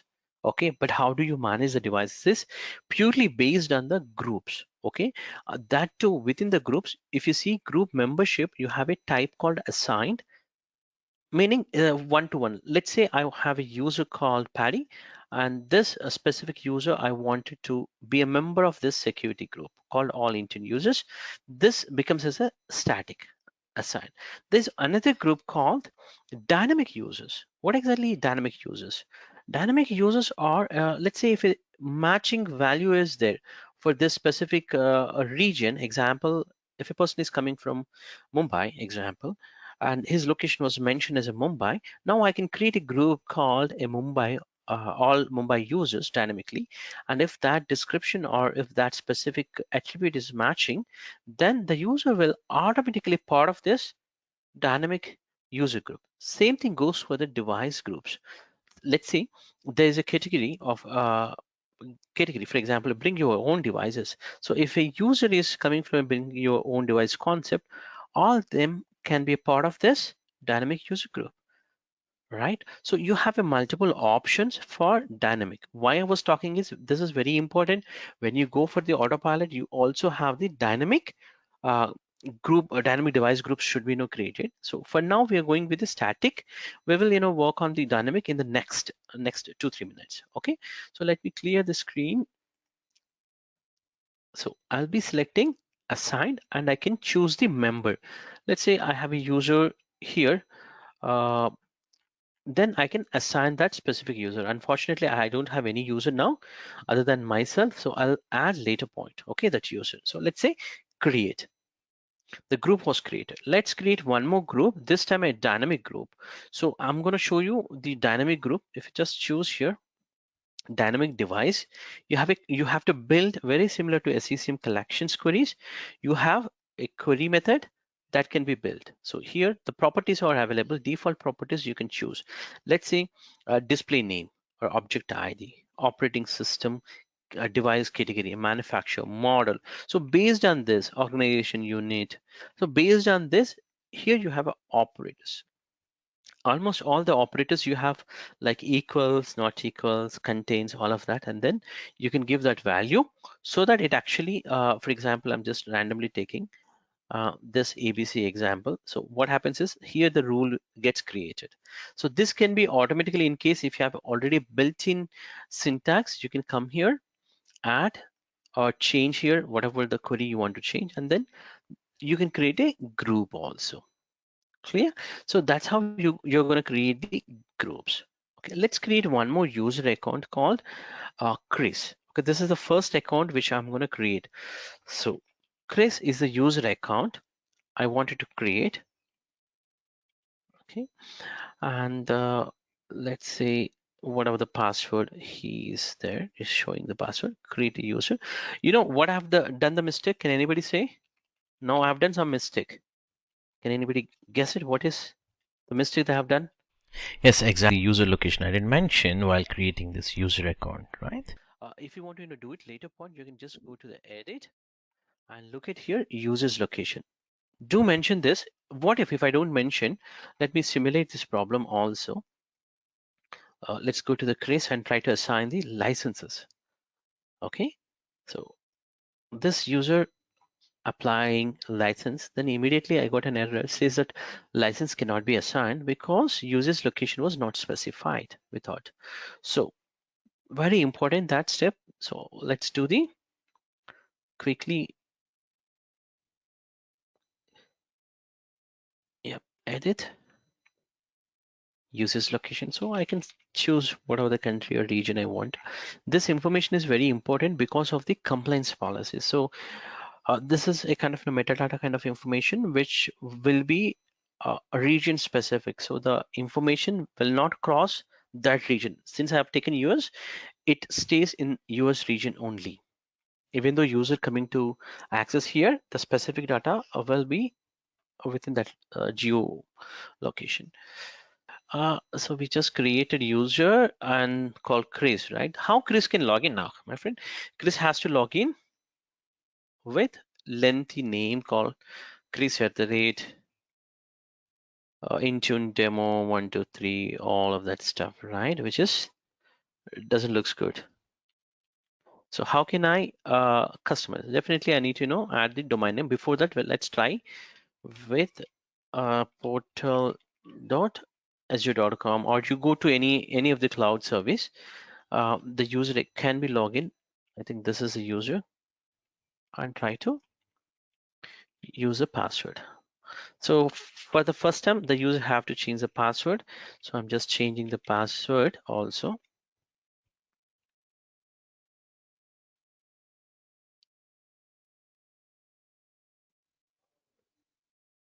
So the user able to log in if I give the username called fully lengthy one, right?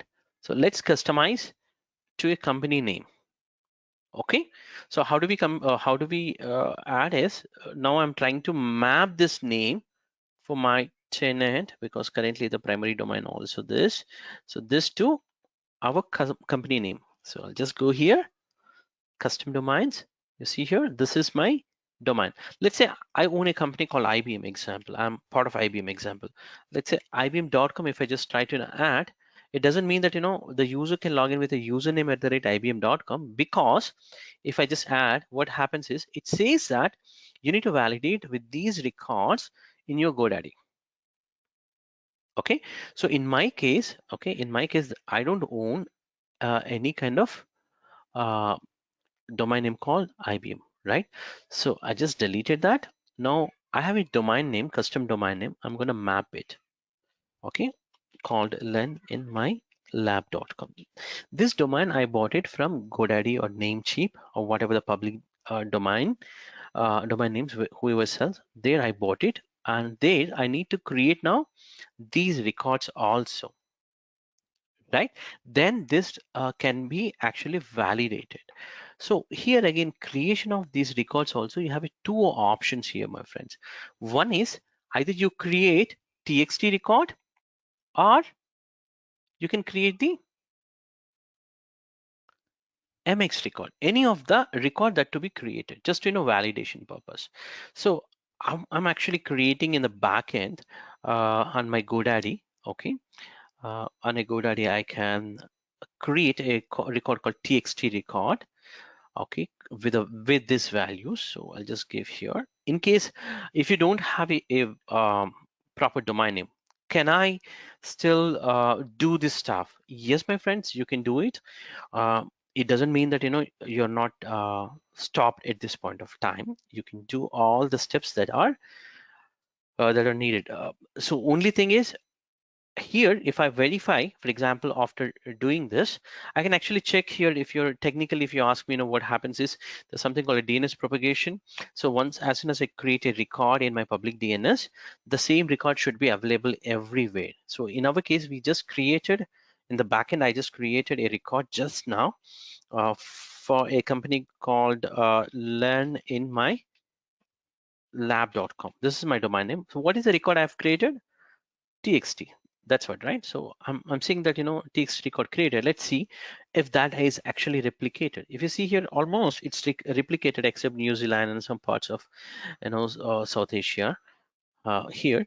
but it is almost replicated. This takes record. Let's see the value. What is the value? If you see here, it just now, Singapore also replicated, New Zealand got replicated as we talk here. So the value is MS57, whatever is 122. So this is the value, right? That's the value I just created in my public domain. And if I just click on verify, what should happen? At least the 99% it is already replicated here. DNS is propagated, meaning I should get verified. So click on verify. So now it says that this is verified, but my friends, here this is a domain name which was marked as a primary, meaning if I try to create a user account, the username, for example, Chris at the rate intunedemo1234.onmicrosoft.com, that's how it is coming. Now I don't want that, because now I have already verified my domain name publicly also within Microsoft Azure Cloud. So now I want this to happen. So for that, I need to take this checkbox to come as a primary here. To do that, post to this, you can have an option here, or you can do it later point also. Okay, it's up to you. So in my case, I'm just doing this. So what happens is this tick mark will change to up. It just changed it. That's it. Okay, you can close this wizard, whatever you're trying to do. Now, if I go back again to my users and try to create this time a user icon called Bob example, or if you see here, it has automatically changed to learninmylab.com. It doesn't mean that you don't have other one. You also have other one. Okay, but the primary one is become as this. Why? Because we set it there. Okay, let's say I can create another user here, Bob example.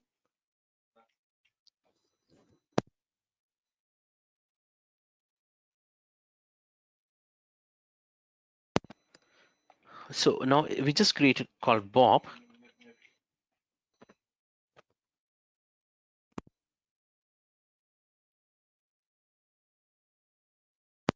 So now we are just creating a Bob account. So let's actually add this user's location properly. So create. So Bob got created, and we can assign the license also from here.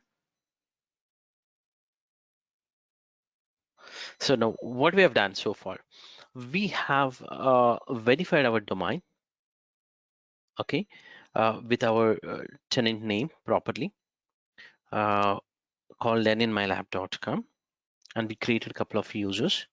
A group also we have created, and we can see that the license is P2. And now as a next step, we need to customize. Let's say if I try to log in, if you notice earlier, or maybe I can give it a try one more time.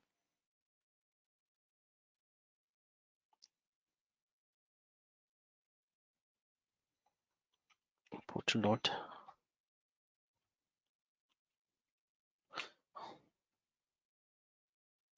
Here, if I put it like Chris at learninmylab.com, do you think it will work or not?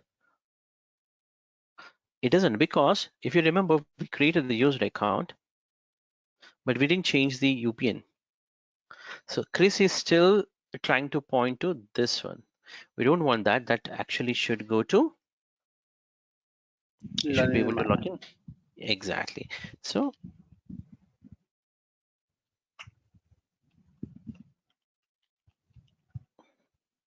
okay, it should be tick mark, click OK. Now, if I try to sign up here this time, okay, I'll just have to refresh the page. Just we have done right. So it is actually changing, but now what we're going to try to do is we are trying to customize this background. Okay, any kind of hint, all of that stuff we wanted to customize for our company specific. Okay, so let's do that as Azure AD guy, not your job, but it's good to have. So let's do that. So if I just go to Azure AD, I have a company branding. Okay, so I can configure here branding. If you see here, there's nothing was configured. Click on configure. Definitely, as your company, you need to go and check with the approved photographs, like JPG or PNG, whatever the format, all these logos, all of that stuff. But in my case, I have already have, but I'm going to explain where we are going to use and what we're going to use. So this is a background image. So and when I try to log in here, this is a blue color is there, right? The blue color I wanted to change to something else. For that, I need to have this resolution, and the file size should be this with a PNG format or JPG. So in my case, I'm just browsing. I have these files already. I will be using these, yeah, logos. So if I just go to the logos, this is my background page. If you see here, I just named as 1920 into 1080. So this is the one, the background, and this is a banner logo. Banner is my company logo again. So our company logo will come up here. Say company logo. In my case, this is the logo. And hint, you can choose if you want to know any kind of hint for the users. And these are other, what is this? This is square logo. Square logo is this. I can choose, and dark theme also. I'm going to use the same thing. So what all this is like, this is for the dark theme. If a user is using coming from a dark theme, this will be loaded, and this is for the logo that is going to appear. And this also show option in remain sign in. That's a KIMC is another protocol. Keep me sign in, that's called KIMC. In short, a keep me sign in option also you can choose this. By doing this, a cookie will be dropped so that the user gets a checkbox. So when he take that, it will be staying there. If you want to give some kind of, if you have a multiple companies within the parent company, you can give here some kind of user hint name, like Chris at your company name. Like you may have a company A and company B, so you can give some kind of hint kind of thing. For example, learn in my lab.com, like this. Instead of that, maybe user name, or maybe employee name, employee ID, whatever you want to give the hint. So sample text also will be given here, like example Patty at, like this. That's it. And then once you have this information, save it. So remember, my friends, if you see here at this point of time, there's nothing. Once you save this, this becomes as the first one. You can create like this for multiple logon background page informations for multiple regions. That's a tricky thing if a user coming from a Germany. So the German background, German language, the user hint, all of that stuff will come based on the region. That would be taken care by automatically as your AD. Okay, but this is a default. Now you can choose another language, drop down, and based on that, you can create it. But in our case, I'm not going to do that all. Okay, now the same user, this user, if I just close and come back to access the page. So now background is coming up. Okay, and here my text is coming, which I have given as a Patty, and the background with my company logo, all that is coming up. Looks good. Okay, let's move to this configuration is done. So meaning we have learned very little basics that are needed to the Azure Active Directory. I wanted to take this opportunity also tell about some super secret within Azure Active Directory. Okay, this might not be applicable, but just wanted to tell you, if you talk about Azure AD, maybe you're trying to use some kind of on-premises Active Directory, or somewhere some resources that needs to be integrated with Azure AD, or maybe to Azure Cloud. So in the backend, what happens is within the Azure AD, uh, this is Azure AD, right? So within this, there's something called applications. So you see here, enterprise applications. So within this enterprise application, one web application gets created in the backend. So how Microsoft is, I'm not saying Microsoft is making full, but the technology behind it is, it actually creates some application here, and on top of that application, they grant the permissions, they do the integration, and your clients will communicate with that application by using this user ID and the password that is there within this Azure AD. Why I'm talking all of this stuff is just wanted to tell you that in when you compare with your on-premises Active Directory, we never actually had any kind of applications which are there on which are purely on from a AD point of view. Let's say you might have a member server with IAS, and that might be a front end for your web application, but there is nowhere AD was involved other than the identity specific. Okay, but here the applications itself getting registered within the Azure AD, and the clients will have a mechanism to communicate with this application. So you will come to know, when we do the either if you do the cloud management gateway, how the client is communicating is, or maybe cloud DP, all these concepts actually involved with the application. So you see here a lot of applications are there within this. If I just go here, Office 365 works in the same way, uh, Dynamics, many things, whatnot. Most of the things will actually work based on that. Okay, some of application works with the application proxies, like connecting for from your on-premises to here also would happen from here. So either way, that's just just to let you know that within the Azure AD you have within Azure AD also have applications. So the client will get communicate, always try to with the enterprise applications. In the backend it will be used.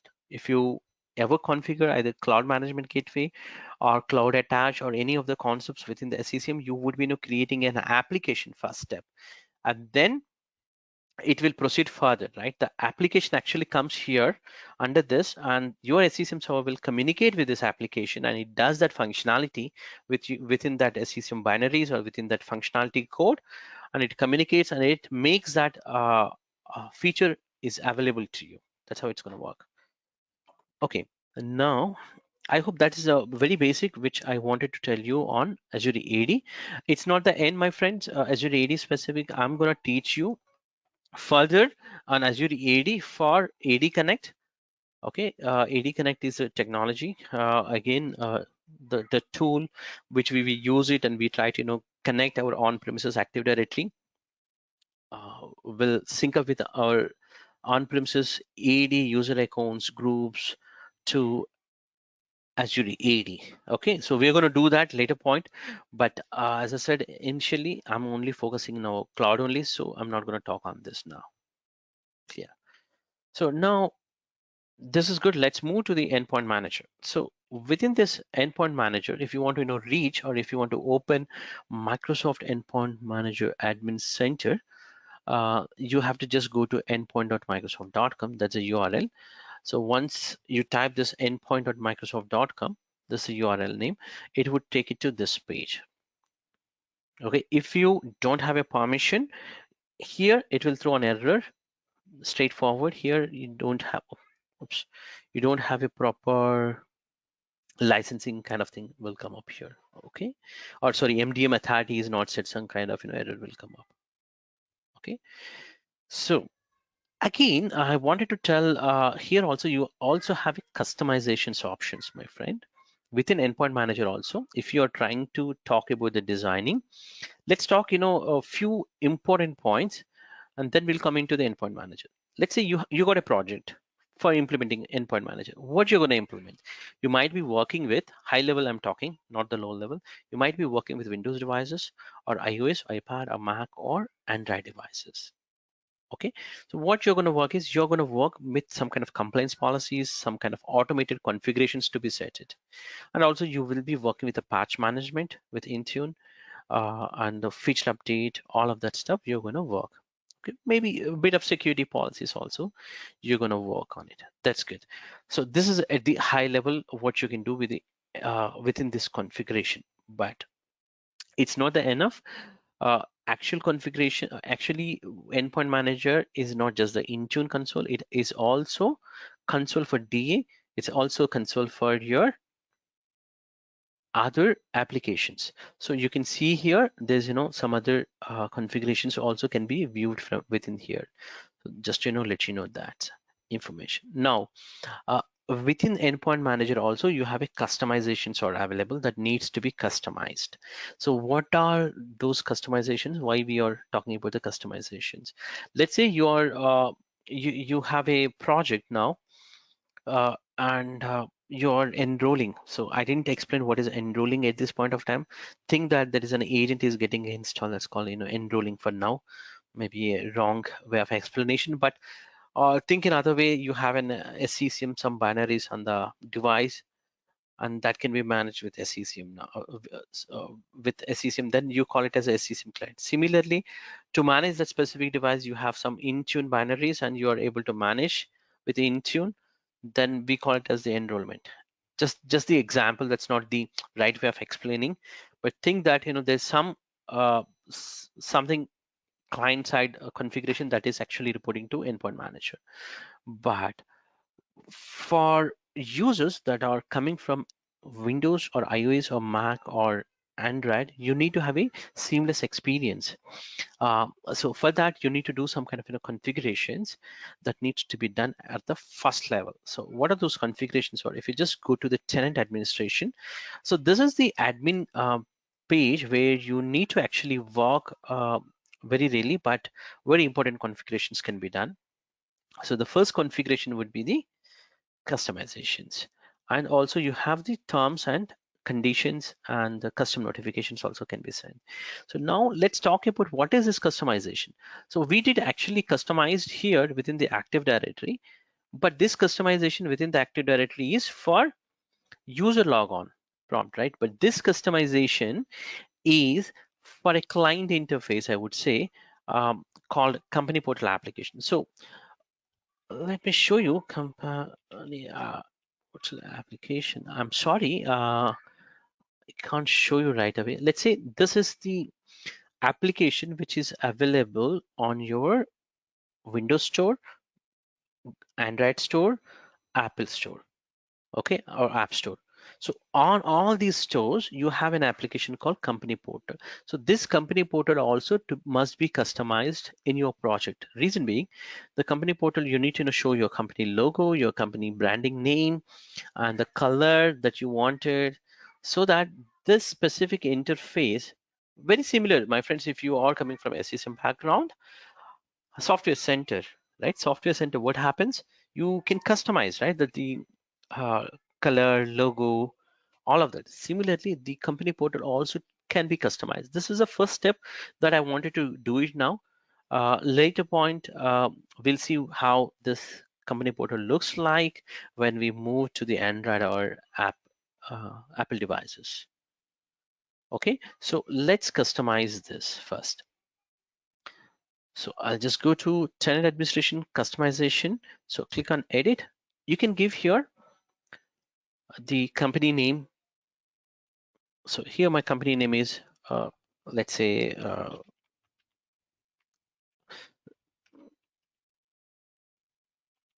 I'm just giving as Intune Party Lab. Okay, you can choose a color. So if you remember, the color was into the blue. That's a default one. You can change to the one which you want. For example, I want to do it purple, and my logo of company. So earlier I have already customized my logo. If you remember, the same logo I'm applying, so that this is how it looks on my company portal. My company portal. Okay. Now for the white background, also this is the one. This is how it looks like if it's coming from a white background. Brand image, again the same. This is my brand image. Now within this why need to configure this? Actually, within this portal you also have an option. If you just go to the support here, there is a support options will come. Let's say the user has some problem. Okay, how can we ensure that the user can reach to a specific team? Okay, so in this case, let's say IT help desk. Okay, they can reach. So I'm the end user. Think my point of view. I'm the end user. I wanted to install my whatever the agent or whatever you call it. Actually, basically enrollment we call it. So I want to enroll into Intune. then I have some problem, or maybe after I enrolled, I have some problem for installation of some application. How would I reach? What team I would reach? So that's where you need to give your contact name. So I'm just giving help desk team and their phone number. Let's say the global help desk number. So I'll just give whatever the phone number you have. Okay, and the email address. So for example, helpdesk at landinmylab.com.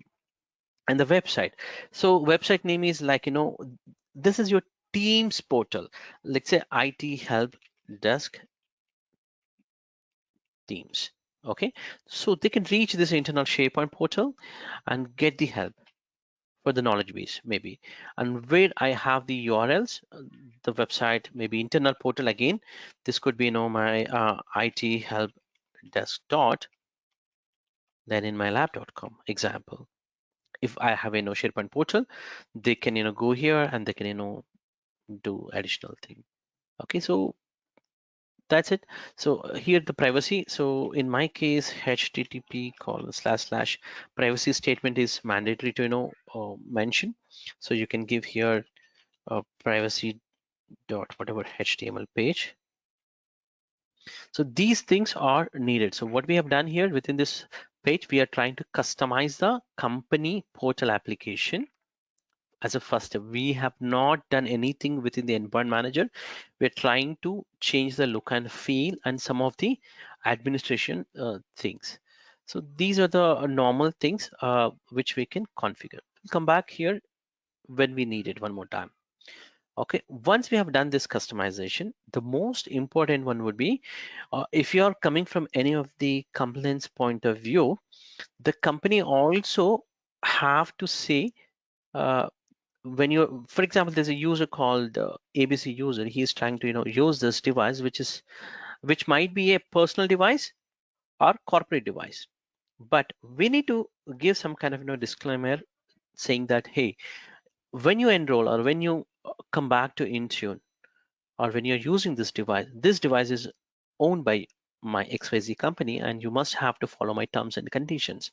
That we must have to say, and the user electronically, he must have to sign in that. And this information will be, given to all the given to some kind of an auditor will come up in when you go for some kind of compliance policies. User must have to accept the terms and conditions every 1 year, at least 365 days must be accepted, and that information we have to give it to maybe CB kind of an organization where they might put some kind of compliance rule. So that's very important. So how can we achieve this? We have to configure our terms and conditions in this case. Okay, so let's go to the terms and conditions. So here I can create, there's nothing terms and conditions, so I'm just going to create. So if your company coming up with a terms and conditions set, then all of that information have to be put it to here. So this is for all employees example. Now I'm putting here terms and con conditions. So I have already a document um, with me, so I can use that document, or maybe some part of that document I can show you, and some information I can put it. So basically the terms and conditions contains the two sections. If you say terms and conditions, summary of a terms, this can term summary of terms can contain larger number. Okay, but this can be very limited information will be there. So let's put here, these are my terms and conditions example. So cookies, how we are going to use licensing, you must be accepted, should not be no copy paste restricted, all of that personal information kind of thing, reservation. These your company will come up with a company policies, so that information we would be, oh, this is the very less, sorry, the below one summary terms are less and the above is higher. So whatever the data is there that you can copy and assign for the required users group. So I'm just assigning for everyone in this case. You can create. Now we have done few customizations within Endpoint Manager also. Okay, so let's see. let's see what we have done. We have done here customization for the look and feel of company portal and terms and conditions. These are the different notifications. If you want to send a separate notification, we can send it information, but not now. Nothing here. So far the customizations are ready. Let me now jump into a project phase. Let's come up with the complete a concept with a project point of view. Okay, now you got a new project. Okay, and your company says that you must have to implement Intune. Good. uh, Definitely, this concept, as I earlier also told, we are going with the cloud. Later point, we go with on-premises with the DC. And later point, we will go with the SCCM and DC. But now I'm only talking about only cloud-only environment. So I'll try to restrict here. Later point, we can, combine these topics. But configuration remains almost the same. And the requirement might change here and there. We will work accordingly. Okay, so let's say not every company will implementing Intune with all the devices. That is for sure. Okay, it's a 50-50, I would say at least. So every company, they may encourage or they may not encourage personal devices to onboard to your project. They wanted to stop at the first initial phase, or they wanted to stop complete Apple devices. They don't want users to use, or maybe they don't want to use any of the Android devices for security concerns. Okay, it depends on a company standards also, but in our case we're going to learn everything, but just wanted to talk on that point of view also. And let's say let's open up a small document.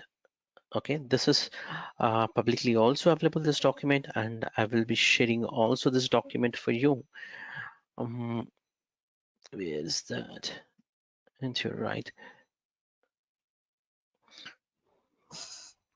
So how you're going to get it is, it's a project based, definitely. Okay, let's say I wanted to stop now enrollment restrictions to be applied.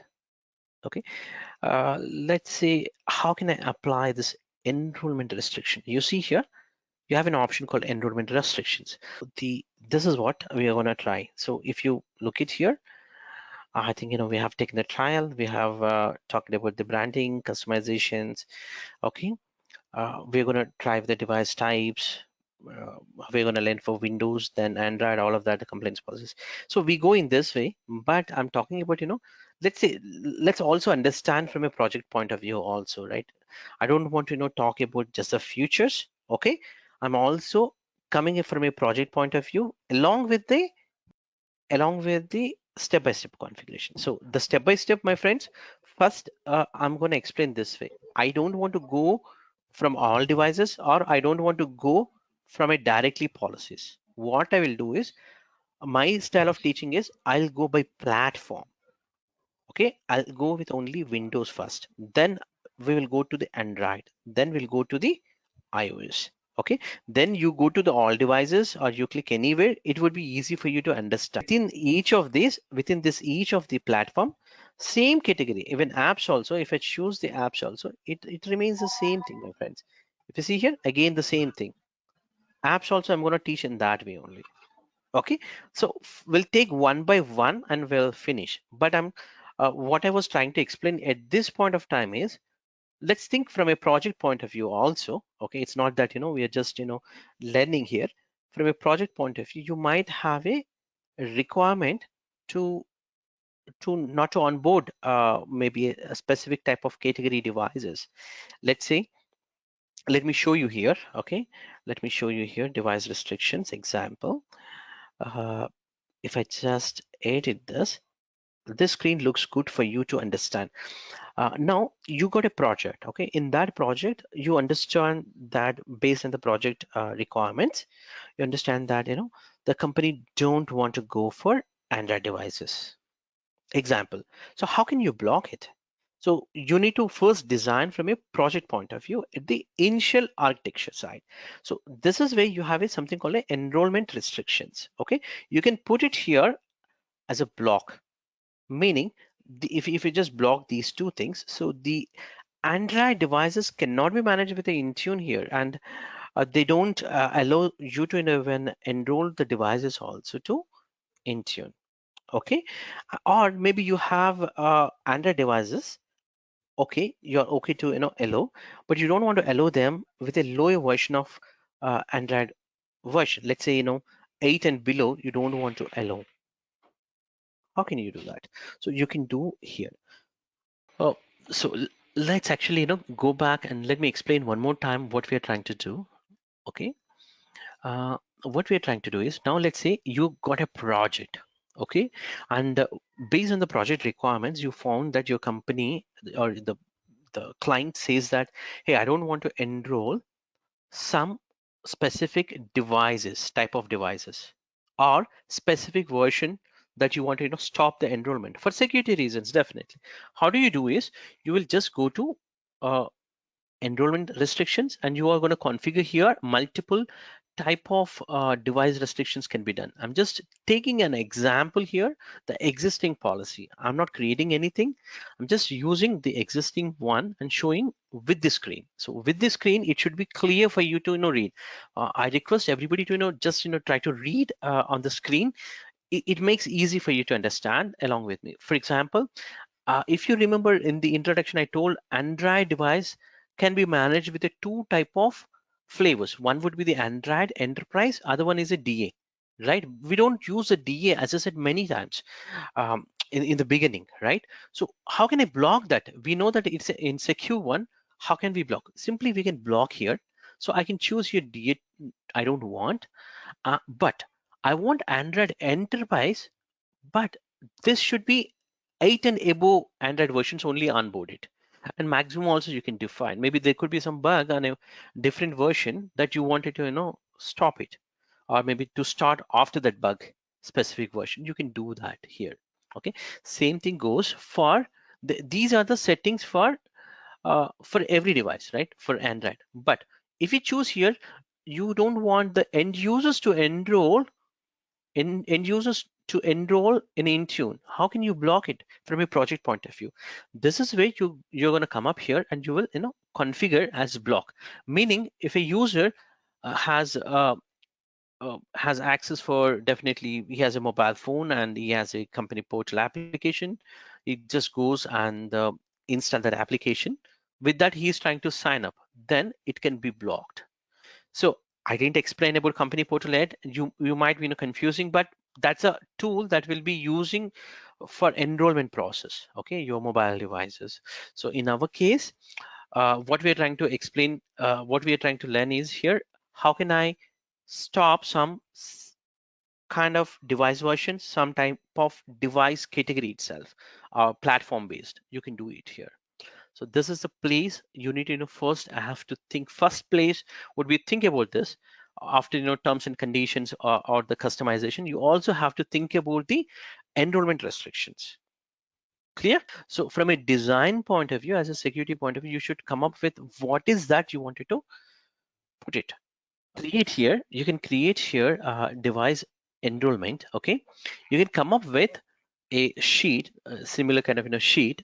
Here you can say that what type of configuration you want to configure. Let's say I wanted to say here,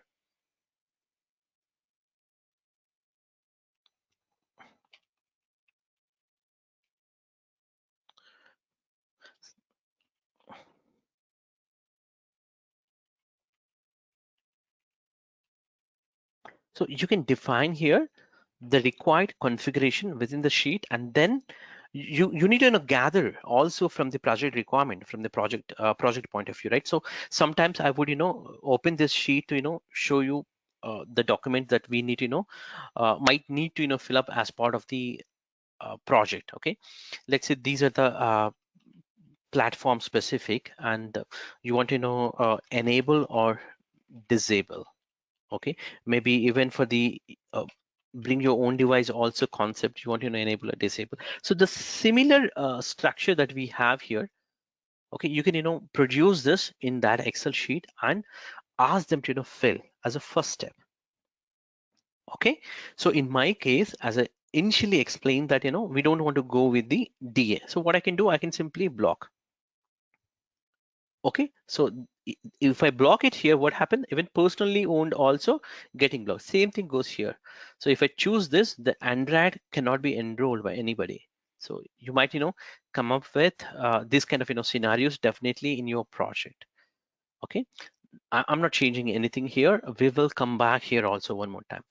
And also by default there are some kind of option, some kind of uh, limitations. Okay, I would say limitations for any user to enroll. So the limitations are, if you look at here, device limit.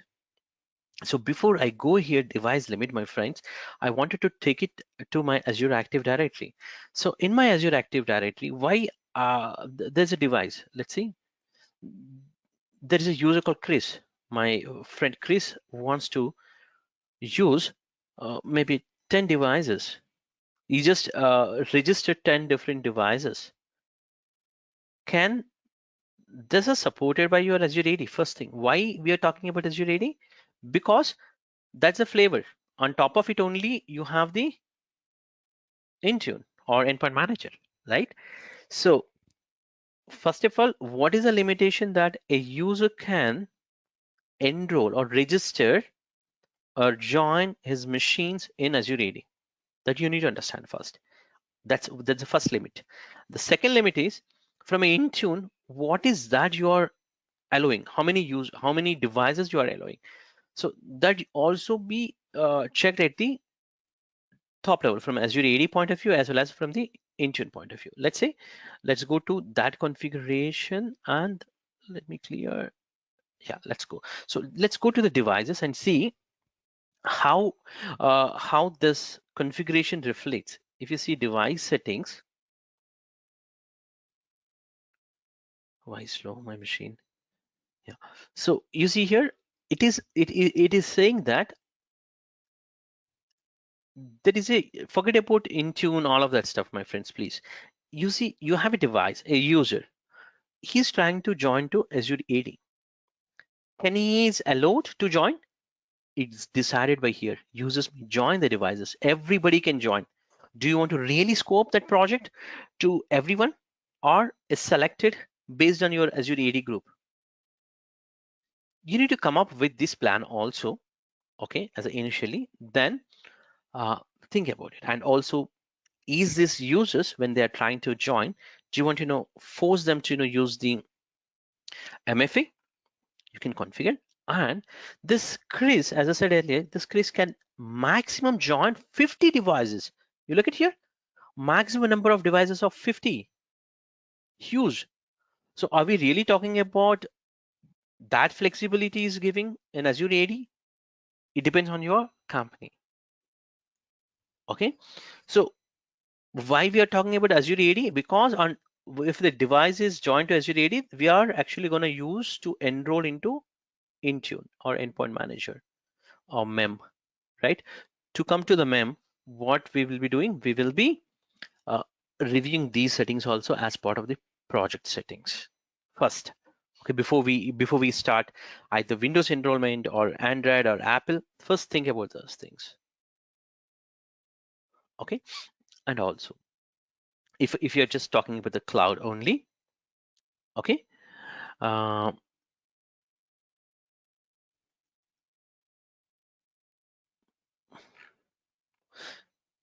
so if you're just talking about the cloud only, so I hope you guys knows that Microsoft always recommends these days not to have any user as a local admin. What they wanted is they wanted nobody should be a member, or maybe the local admin, even the default admin account also disables as per their security standards or their recommendations, right? But we normally we will enable, or we will have some other users to be a part of that on that machine as a local admin. But during this, let's say this machine is joined to Azure AD. Now this Chris he's going to get, when he try to log on, uh, he's going to get a user level permission or admin level permission. How can I manage this? So these things comes under local administrators, or maybe your help desk team is there. Maybe Chris says that I'm the normal user icon boss, so I need help in installing something, or I need to click on UAC prompt or some other thing. Then they might reach you, and you should be able to help from a help desk point of view. So for that, you can add whatever the groups here, whatever the users you're going to add, they will become as the local admin on that computers automatically. Okay, so why I was talking all this is also a little bit relevant. It's not directly from Intune, but it means a lot when you go and troubleshoot. Okay, let's say if a user coming up more than 5 devices, that's a limit. You see here, enrollment restrictions. It says that all users can only enroll up to 5 maximum. Let me edit and show you. Okay. Now we talked about enrollment registration. Now I wanted to also now talk about the device categories.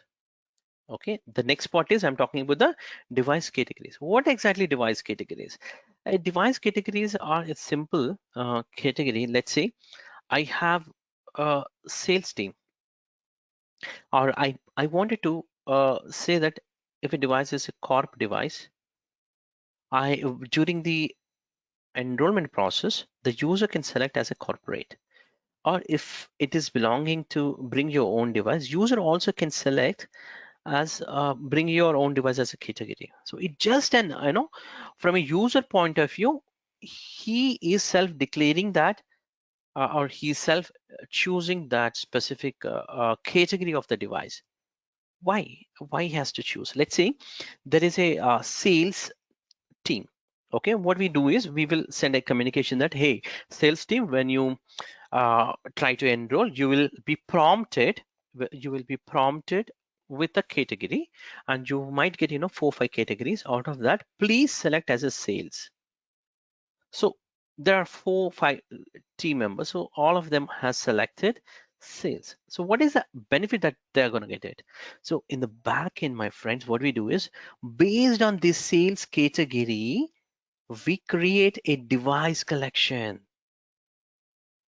Okay, a dynamic device collection. Whenever users try to enroll with a category called sales, that device or that user becomes part of this device collection. And then what is the advantage of having an AD group? You can target some applications, some configurations automatically to this group. So they get automatically everything that you push it. So that's where the groups are more powerfully used. I just gave example only. We're going to do it live, all these. So you might be somebody asked earlier, are we just talking about theory? Yes, at this point of time, just the theory now. So once I created the categories, you will be seeing the live Windows 10 machines.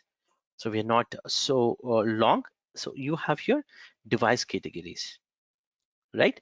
So this is a category that you can do it. So simple, as I said, sales, you have sales team example, you can create. There's no user account, nothing to assign, just a category type, just a name. So I can say that here, bring your own device.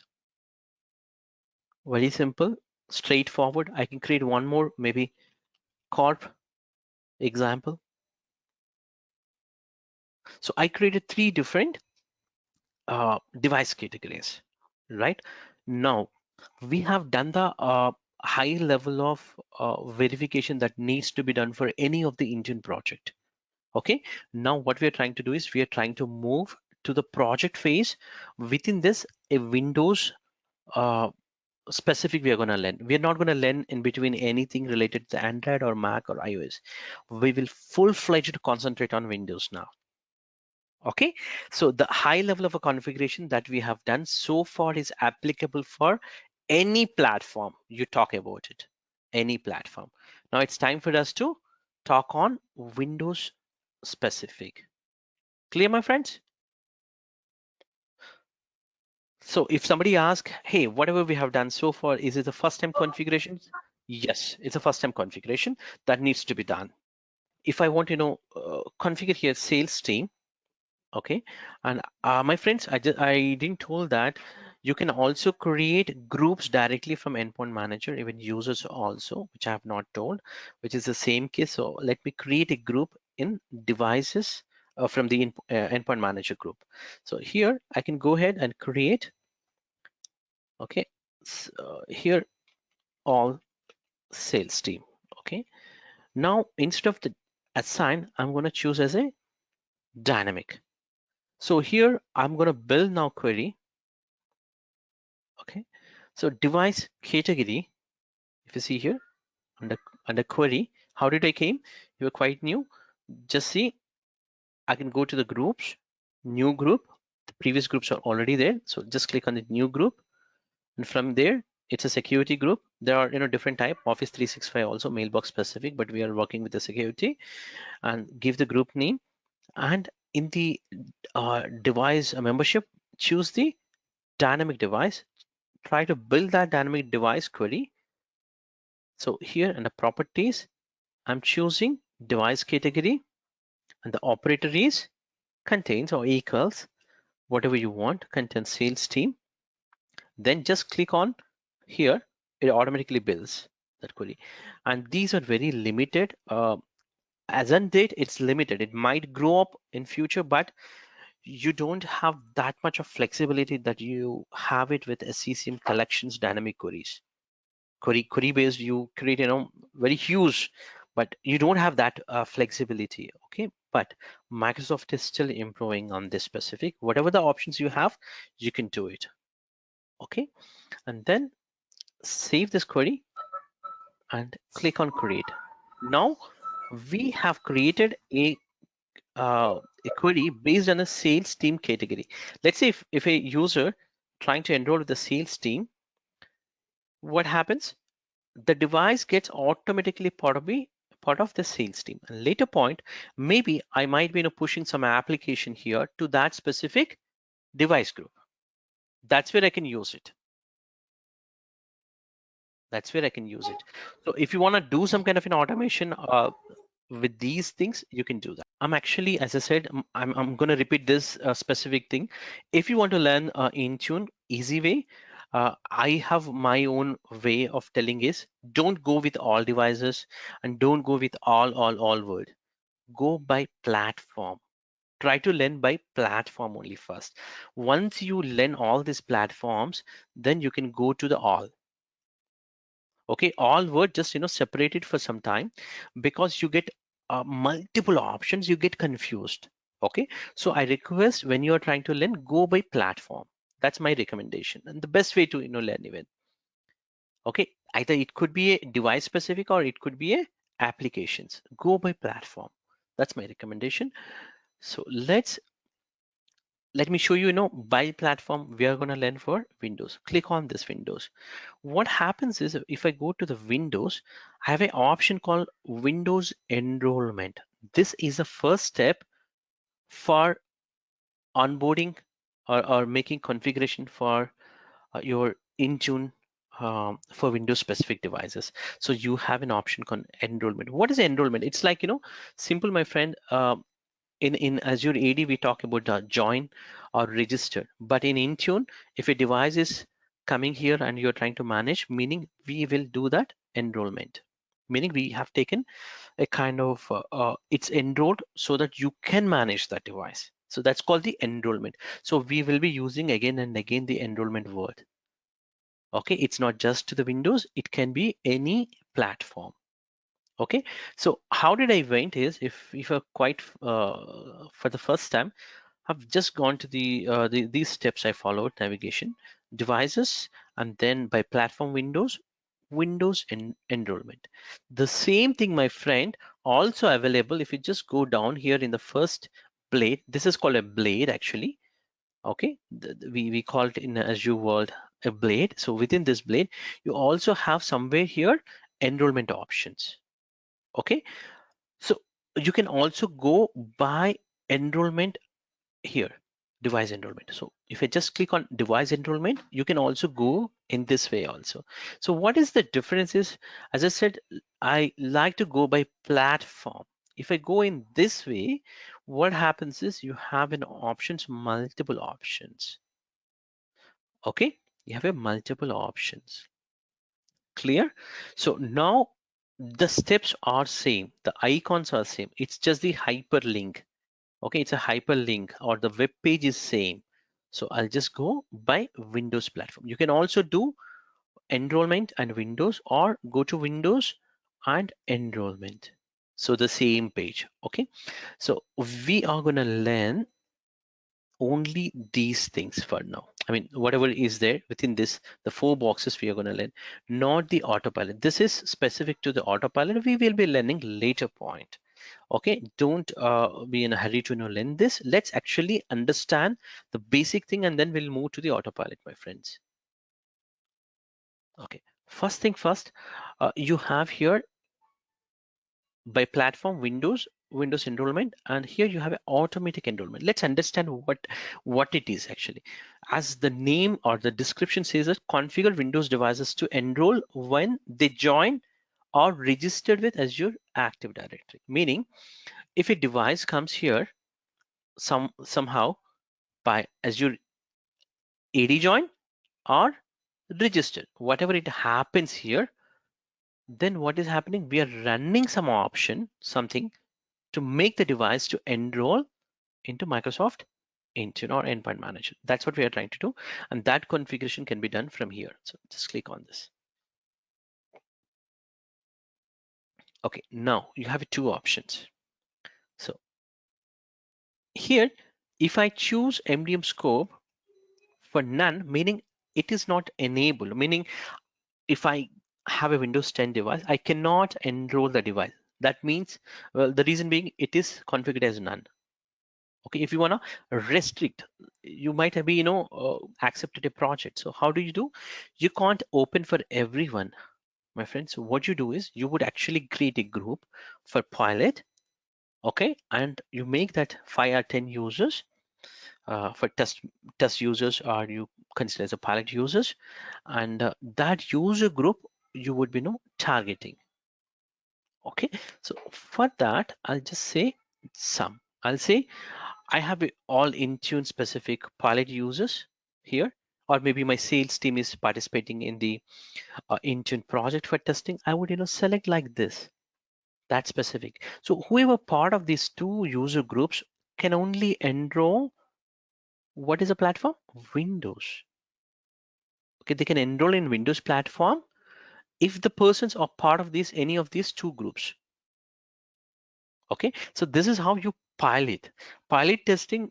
How do? You simply first scope this MDM user scope to limited groups initially. Later point, you can increase this.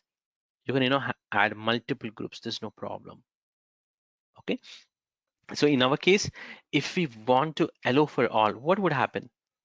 If I set it all, now any user can enroll to this Windows 10, but the user should also have the Intune license, right? If not, his device cannot enroll. That's a basic thing. So if you are looking from a troubleshooting point of view, till this point of time, you need to think in this way. The troubleshooting will be done from Azure AD point of view, not from Intune point of view. If you can understand, because everything we are depending on Azure AD, right? So the first device has to register in Azure AD, and later point the user should have a license from Azure AD again. The licensing also will be assigned, and then he can enroll. So for enrolling, these URLs should be allowed within your firewall. Mostly, it will be allowed in most of the companies because these are Microsoft specific. In case if you're coming from a pharmaceutical companies or different financial companies, you might gets blocked. In that situation, a few other URLs are there that also needs to be allowed as per the documentation in a firewall. Okay, so these things will come later point, and ma'am is we are not going to work on this a lot. If you configure both the things, it might get conflicted also. We are not going to work on this now. So simply we'll go in a easiest method first now with the all and say save. So now what we have done, we have enabled anybody can, anybody, when I say anybody, any Windows, any user who can enroll to Intune with all configuration if the provider, the user have a Intune license. Clear? Now let's so we enable the configuration. So the first thing, my friends, understand in this way, we actually configure the uh, restrictions, right? Enrollment restrictions we configured earlier. So here we said that as a project plan, we are enabling Windows devices. This set as first step, and second step is we are configuring Windows enrollment automatic. Okay, so let's say automatic is not going to work for every case. Actually, if you don't have a P1 kind of license, you might have to end up by creating some other DNS specific records. Okay, this is just resolve the specific Intune specific records. Like right, Office 365. In the past, what we used to do is we have to configure not the Office 365, but with if you ever work with the Exchange servers, you need to mention your MX record specific host name and the SNTP server, all of that stuff, right? But later point when Microsoft come up with the auto discovery technology, what happened is if you have a proper DNS record configured with the auto discovery, then it will automatically detect and it will configure the email account for you. You don't need to do any additional settings other than inputting the user ID, right? I've just taken Exchange as example. Same thing applies here also. For some licenses, you might have to end up with additional configuration also. You need to do it. Okay, so this is into the licensing side. Okay, but in general, with the automatic enrollment, uh, you have E3 E5, then it works. Now let's go to the next configuration within the Windows. Again, I'm trying to navigate from devices by platform, Windows. The first one would be we have configured enrollment already. Now if you see here, there's no devices, but there we need to configure a few things here. The first one is Windows policies. So within this Windows policies blade, you have an option for compliance policy and the profiles. So I'm going to talk on that too first. So my friend, you have a device. Let's say this device is trying to enroll into Intune. Okay, who knows? This device might not have antivirus. Firewall is turned off. It's not. It does not have a BitLocker. It does not have a password is set. So these are common vulnerable things. Because of this machine is compromised. Let's say this compromised machine, if this user is trying to access someone's secured machine, the hackers or maybe the vulnerability might use based on this machine token, or based on this it might affect other machines also, who knows, or this machine completely gets affected also. So what we need to do is, as a company point of view, we need to come up with a compliance policies. That's a first step. What is a compliance policy? So let's the compliance policy has maybe close to 50, 60 or 100 settings that needs to be configured. So I'm just going to talk about the compliance policy settings only quickly. I'm not going to show you now, or not showing now how to do that. Ignore these steps for now, my friends, please. You have some settings. So what are those settings? Let's say your device must be enabled with a BitLocker so that the machine is fully encrypted and must be a secure boot. So the device should have a code integrity. If you ask, some of them you maybe know code integrity, some of them may not know. So this is a kernel specific. So when it's booting the kernel, the code also will validate it during the booting phase. So that also should be one of the security check that needs to be done on those devices. So these things, they are going to measure under device health. Or you can say, hey, I don't want to allow Windows uh, maybe 1809 machines, example. I don't want to allow them because they might not be, I feel that because this is already support is ended, example, and you don't want to allow. So you can, say that minimum is 1909. You can set such configurations so that the devices, when they're trying to enroll or post to the enrollment also, these checks will be validated. So what happens after validation? Let's say we found that this device is not have a BitLocker, not have maybe a specific version which you define 1909, but it has only 1809. What happens? So my friends, Intune has Intune closely works with Azure AD also, right? So you can say that with Azure AD, you can block the access. What kind of blocking?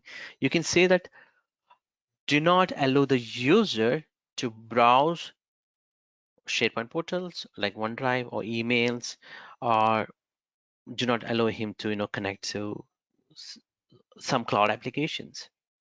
So you can enforce such kind of compliance policy can be configured. That's one example. What is other example?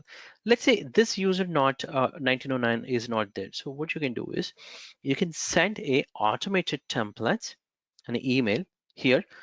If you see here actions for non-compliant users, you can send an automated email to help desk saying that this specific user does not have 1909. One email goes, or other email can go to end user saying that, hey, you must have to follow this knowledge KB article which I'm sending, or maybe steps that I'm sending in this email to turn on firewall or upgrade to latest build. Then only you can come, and we will be enabling the access to these services. You can do such kind of configuration. Okay, so I just talked about the two of them, but you have another options. Let's say if you're talking about the co-management, right? So you can say that, hey, the device also should have the SCCM client agent, and that must be a complaint, right? We talked about the complaints policies from only Intune, but what about from SCCM? SCCM also has, as I said earlier, that has its own baselines, right? So that baseline must be in a complaint that is needed. Example, you can configure based on your business cases. This all about the business cases. Now, similarly, and if somebody asks that it's a theory, right? Yes, it's a theory, my friend. Now I wanted to cover as a theory this, and then we will configure what we wanted to configure. Okay, so I just wanted to explain all the basic theory for complaints policies. Then we will go and configure the required policies.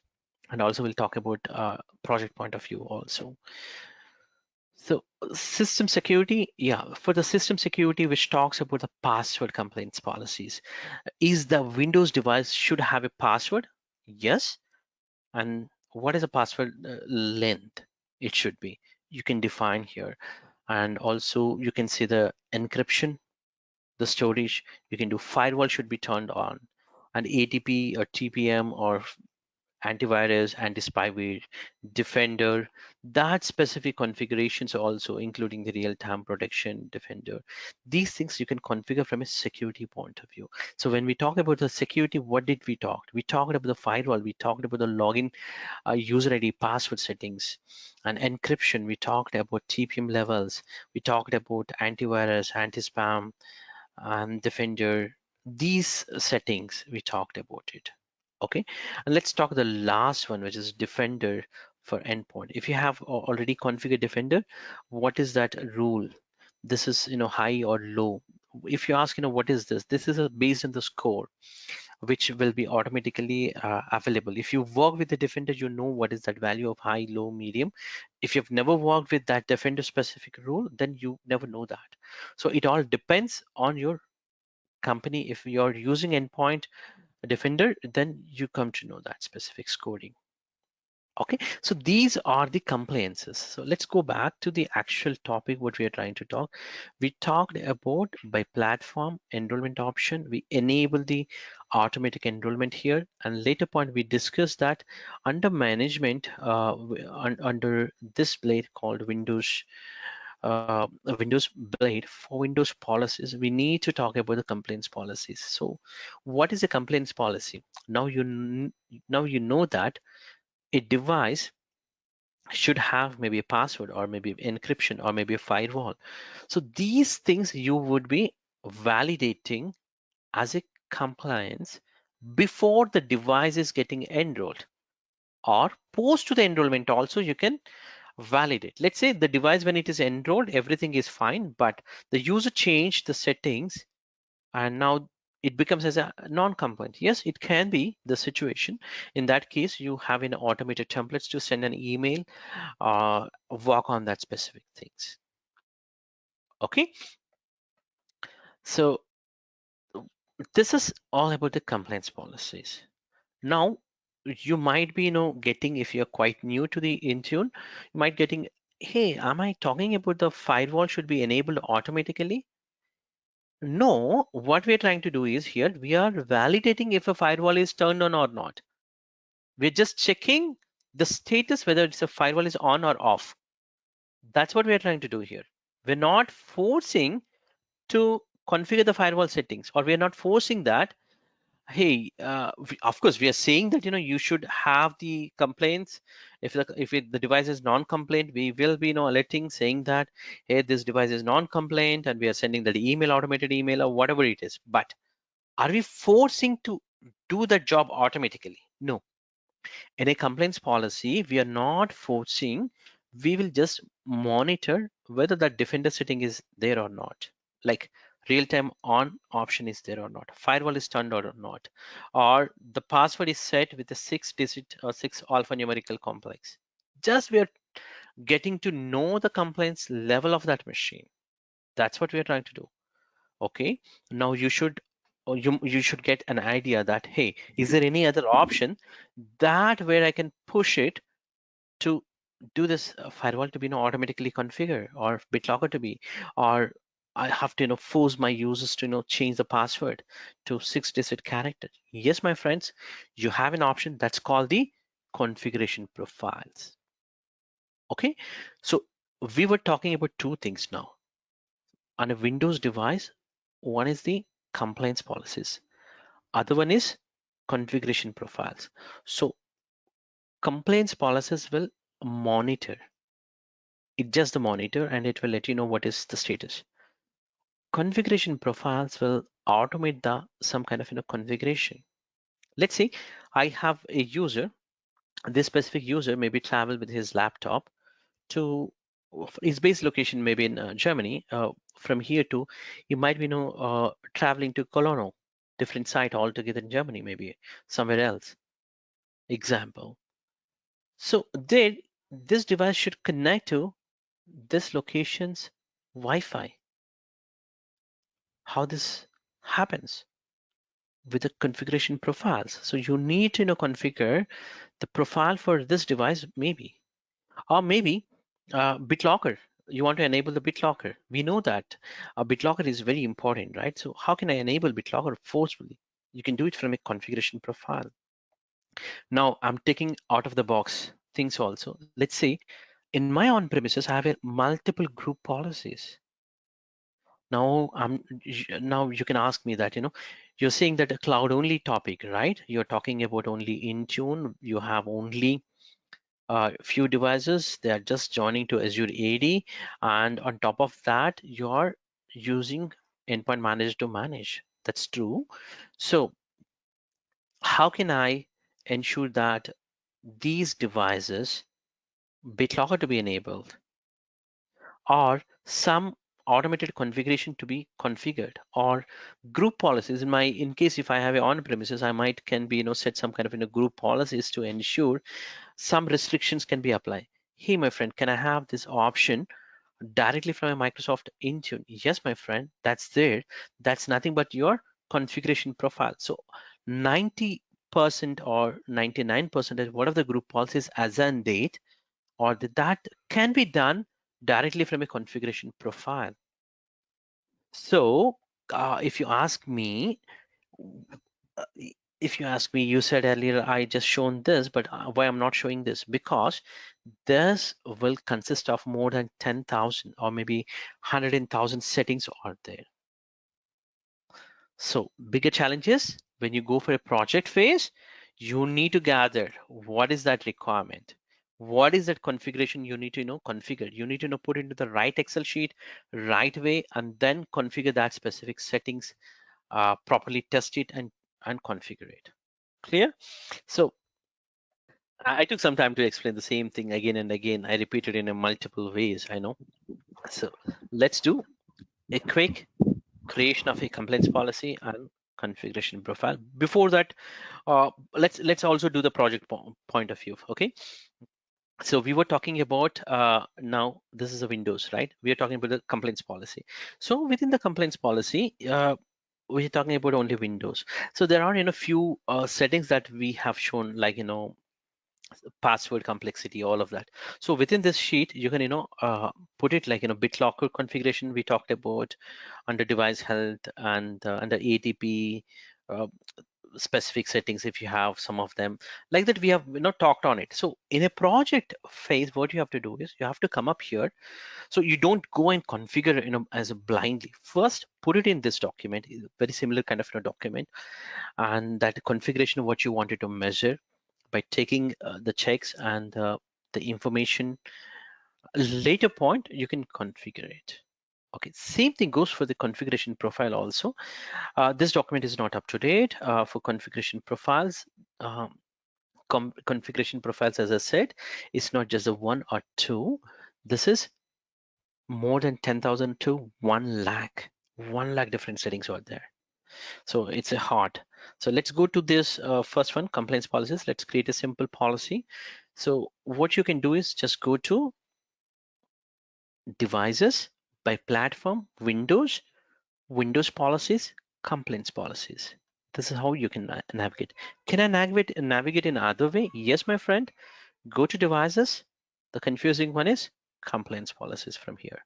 So when you go here, it can be for any of these platform.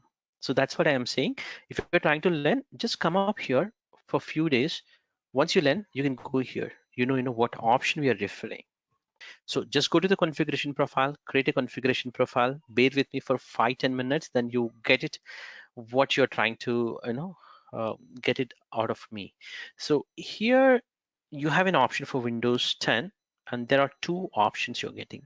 So this May 10th, you have this option called settings catalog. This is one of the breakthrough which was introduced in the recent time by Microsoft. Okay, why I'm calling this as a breakthrough is because with this you have all the group policies.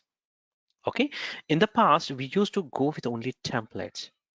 Okay, let me first go with this and show you the group policy settings, and then I'll come back to the templates. And within the templates also, some settings will not be there. Then how can we configure, like some configuration might not be there, what I can do. So I'm going to address that in this stage, but I'm at this stage now. Okay, so at this stage, uh, as I said, is one of the breakthrough, and with this configuration, it made our life so easy, really so easy in terms of the managing the group policies. Okay, let's check what it is. So let's click on settings and catalog, create. I'm not going to create anything, but I will be showing you what we have. So if I just click on add and look at my friends here, the way we see here is very similar to the group policies. If you just open up your group policy, you have this administrative templates, control panel, desktop, right? So whatever you have, the components, all of that group policy, same settings are there. If you ask me, all the group policy settings are there? No, but majority is there. Okay, when I say majority, what is that percentage? Anyway, from 98 to 99 percentage of the settings are available in this. Okay, now you should have a question. Hey, I've been running all these days in my on premises with 10 different group policies. Each one consists of maybe 10 different settings or 20 or 50 altogether. I might be ending up with maybe anywhere 100 to 500 different settings. Boss, I wanted to migrate because I don't want to apply the group policies anymore, or maybe my infrastructure is migrating to cloud. I wanted to manage everything from Microsoft Endpoint Manager. How can I do that? So yes, you can do that. The first thing is you have an option to analyze all the group policies. So you just have to save the group policies in a XML format, okay? And then you can import here. If I can go from here, let me show in another tab. Sorry.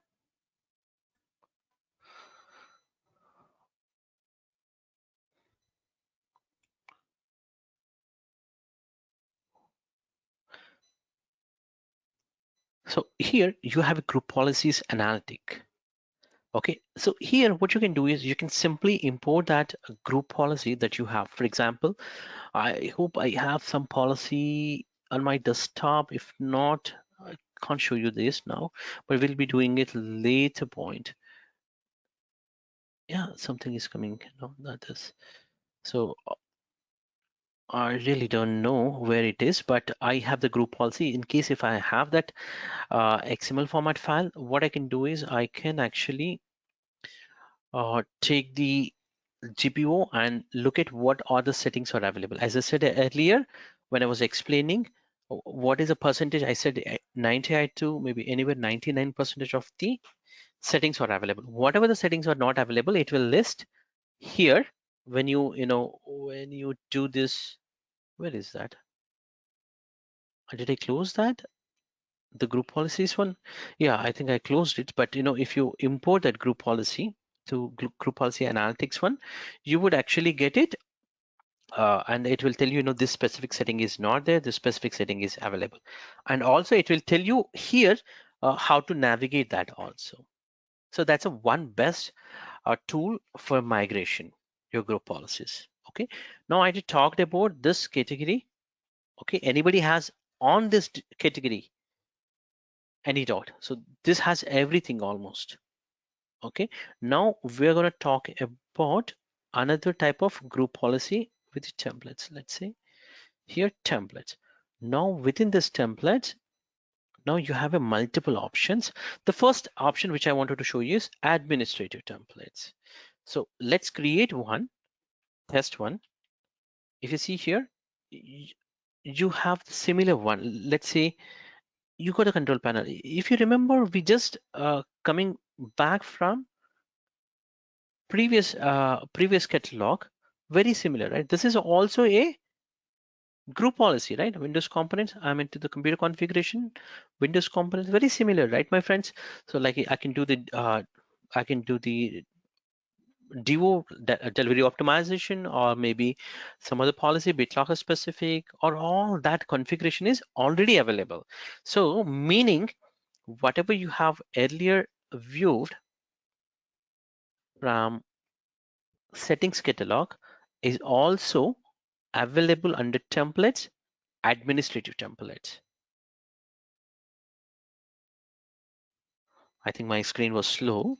So what I was trying to explain is whatever you have under settings catalogs also available under administrative templates. If you ask me what is the difference, and also I said it's a breakthrough because here you have a multiple options. You have more settings than administrative templates here. So sooner or later, this gets migrated to here. That's the ultimate thing. And that's why you have a preview. Okay, now, so we talked about the group policies, but what about other settings? So these are the VPN, Wi-Fi specific settings. Let's say some XYZ setting is not available, my friend. Can you tell me what kind of settings? Let's see. I wanted to disable insecure application, one of the application called Internet Explorer. I don't want to allow anybody to use the Internet Explorer.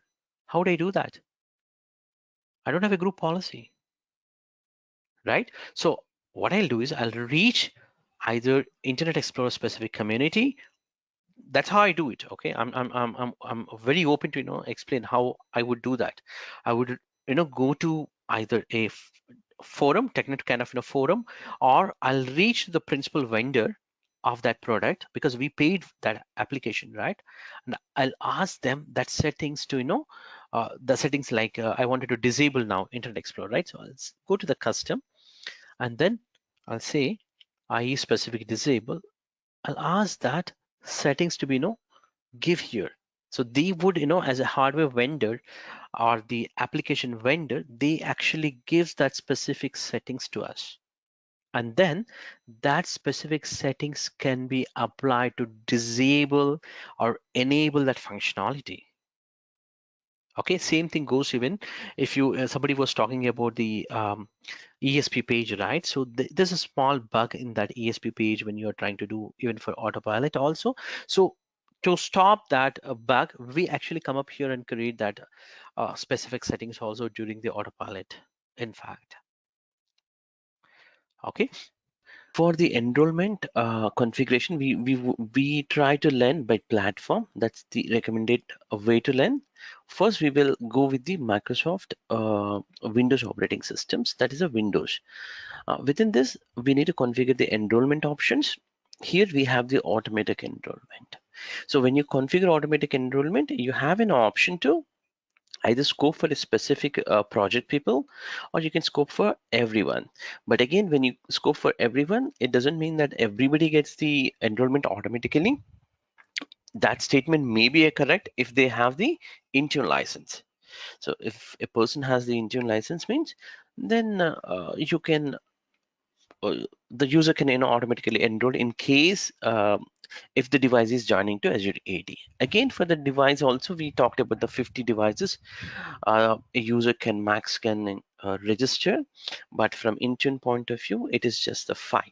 You may get some kind of doubt, like how can I manage, um, like I wanted to enroll the device myself and give it to as a help desk guy. Okay, think that from a help desk point of view, if a person has to enroll, the user is not available, but they could be enrollment would happen on his own credentials, and then he can hand it over the device to some other people, and then the file limit can easily reach, right? So for that, we have an option called within this, or that is basically for only people where we do the um, uh, build we call it as a build guys, right? So they can have actually a specific option called enrollment manager. So with we can create one user account, a common user account, and give it to the help desk team, and they can use that user ID and password, and then with that they can enroll any of the devices. It's not the limit is 5, it is the limit is 1000 devices. So post to that, they have to come up with another account. So that's a additional method that we have for the enrollment. From the enrollment, we have configured this, and later point we were able to do the enrollment options for the Windows device. So we also configure terms and conditions, and also here somewhere the device categories, right? The device categories also configure like sales, bring your own device, and corporate. And also we talked about the compliance policies and configuration profiles, but we didn't create it. Oh, okay.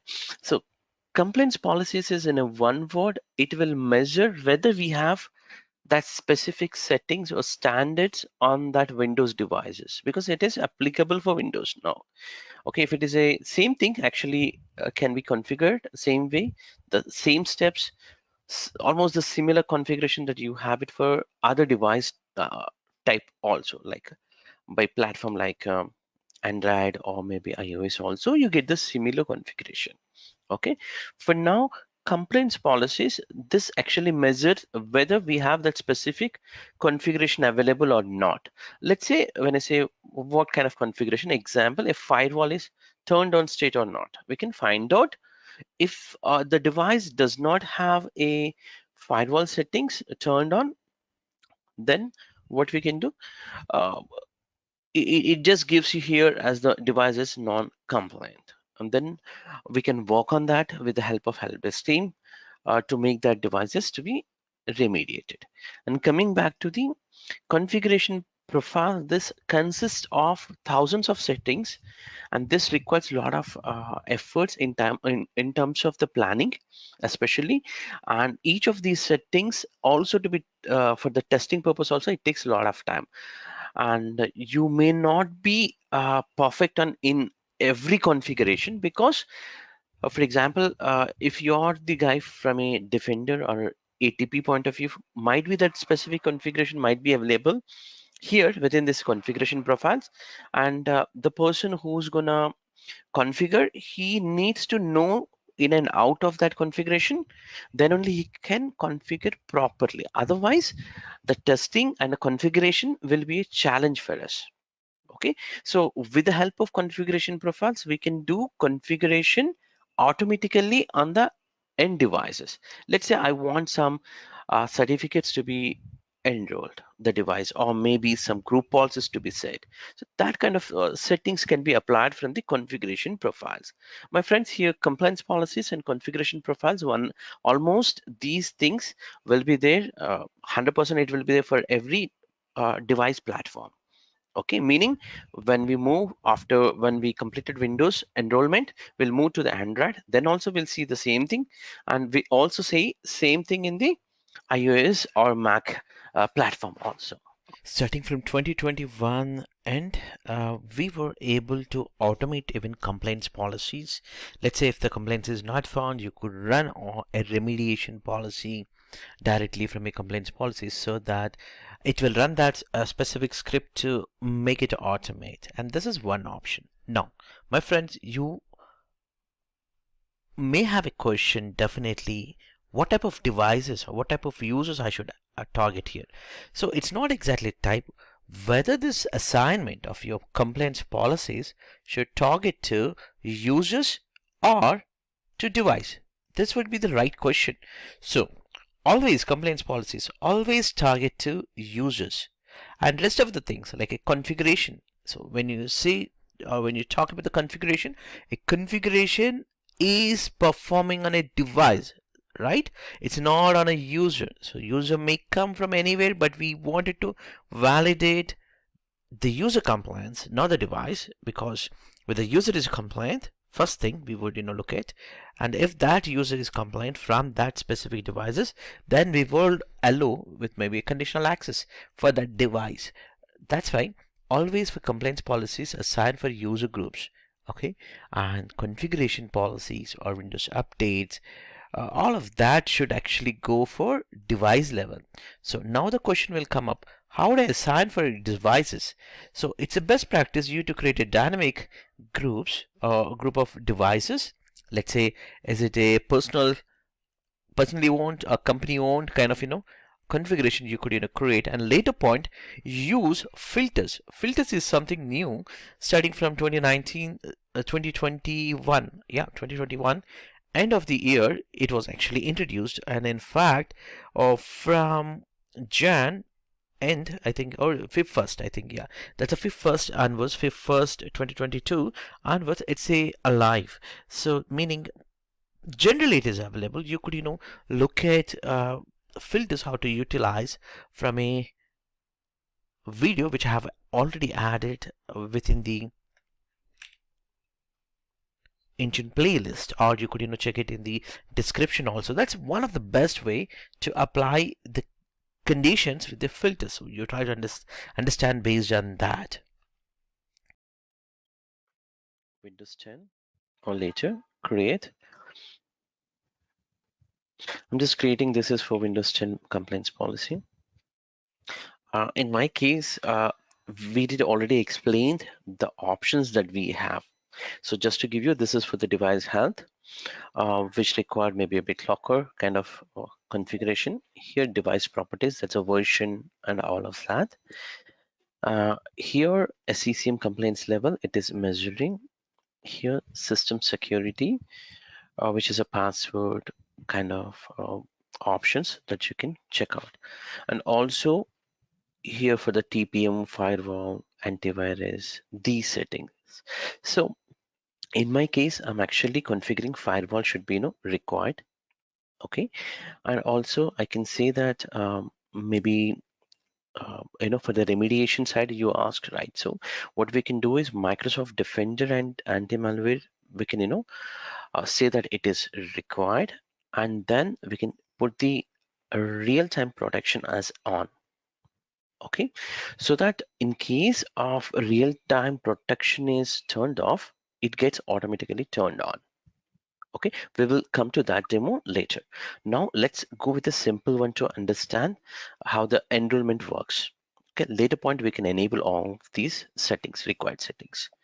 Okay, so I have taken very simple as a firewall at this point of time. For any setting that you wanted to enable, you need to have even tested these settings. It's not like you have an option here, you just enable the TPM is required. So what if your device does not have a TPM? Then it will show as a non-compliant, definitely, right? So it depends on what kind of configuration we wanted to test in the compliance policy. I'm taking very simple one here as a firewall at this point of time. Okay, and also you have the defender level security configuration, which I'm not taking anything. These policies can be designed basically for one for bring your own device complaints policy, other one for the corporate devices. So regarding this, actually I have made an excellent document which is available in the GitHub, and you could see on the screen that URL. And coming back to the designing, okay, how do you design these complaints policies? Not just the complaints policies, even configuration items, all of that stuff. Actually I have really explained every setting and the recommended settings, at least from the Microsoft point of view, as well as from the customer point of view, and even from your company point of view as a consultant, how and what are the best configuration you need to propose for your customer. All of that stuff has been very well documented and very well explained in this playlist, which is actually on your screen. So if you just go to that specific URL, which is tinyurl.com/ Intune design, which is going to talk about all that design specific things. You could learn from tinyurl.com/ Intune design. But my friends, first you need to have the basic things. If you don't have a basic things, again, that might be challenging for you to understand. That's why I created this playlist, which is gonna cover deep dive of the internal knowledge, and then you could actually utilize the Intune design specific playlist. That's where you could utilize it. Let's continue with this, Paul. Okay, now for the automation, you have the automation side. Here you can send an email with a template. You need to configure the notification message templates. If you have already configured those, you can utilize that. So we didn't actually configure any kind of notification templates. In case if we have, we can use it. We'll see later this. So let's click on next. Now I want this simple baseline policy to apply for all the users. Okay, not just the any user. Okay, everybody can go for the compliance policies. So let's next. So this can be applied, this simple policy. Now configuration profile also will try to create a simple policy for the defender specific, which we talked. Okay, we'll see Windows 10 or later with the admin with the templates. Within this you have an option for the lot of configuration options are there, so you need to check where that defender specific option is available. Under device restrictions, we'll give here device restrictions, defender antivirus. Within this we have an option for the real time.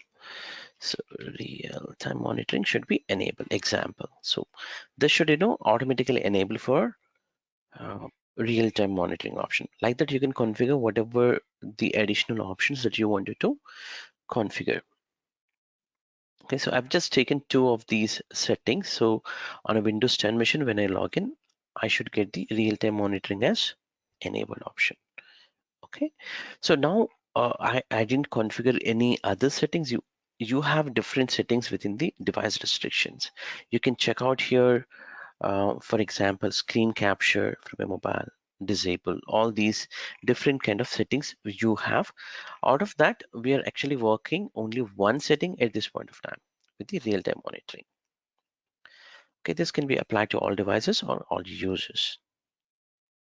Okay, let's again here also, if assign this profile, you can apply OS edition is this, then only this can be valid for, I mean, this specific device restriction is applicable for only a specific set of machines. As a condition also, you can apply these settings.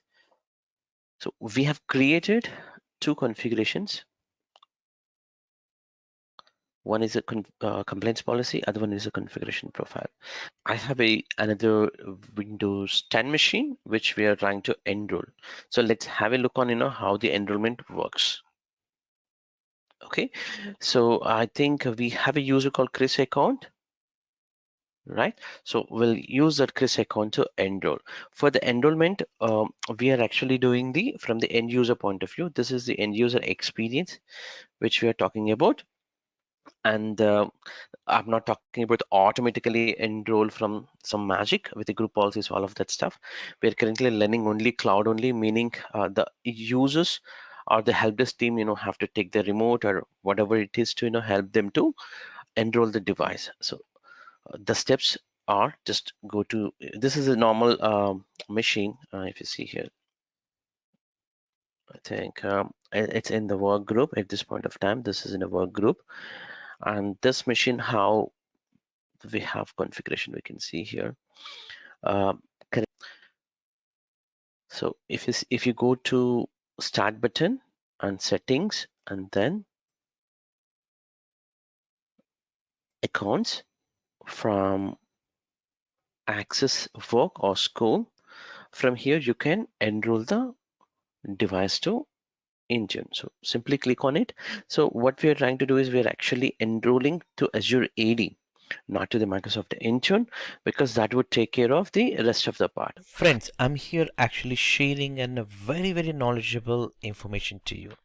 Let's say you have a device as a personal device and you would like to enroll the device. How do you do it for Windows 10 or Windows 11 device? All the thing is you simply enter your email ID and click on next button. This is how you will enroll for personally owned devices or BYOD. Okay, that's a step. Let's say you have the few devices that are corporate, meaning company owned devices, meaning company purchased the Windows devices. So how do you enroll? You must have to enroll by clicking here, join this device to Azure AD. Okay, so there are two types of enrollment. One would be the bring your own device, other one would be the personally owned devices, which is nothing but a bring your own device, and the second one would be the company owned. So this is also called corporate devices. So this second type of the devices always will be clicking on here to enroll.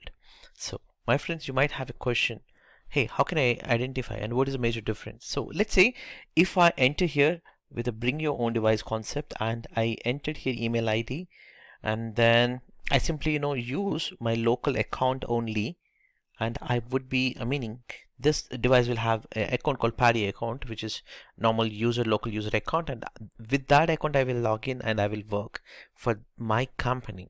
So if I want to access anything, I will open up my company portal application and I'll get everything. Okay, but remember my friends, by doing this it actually register in Azure AD.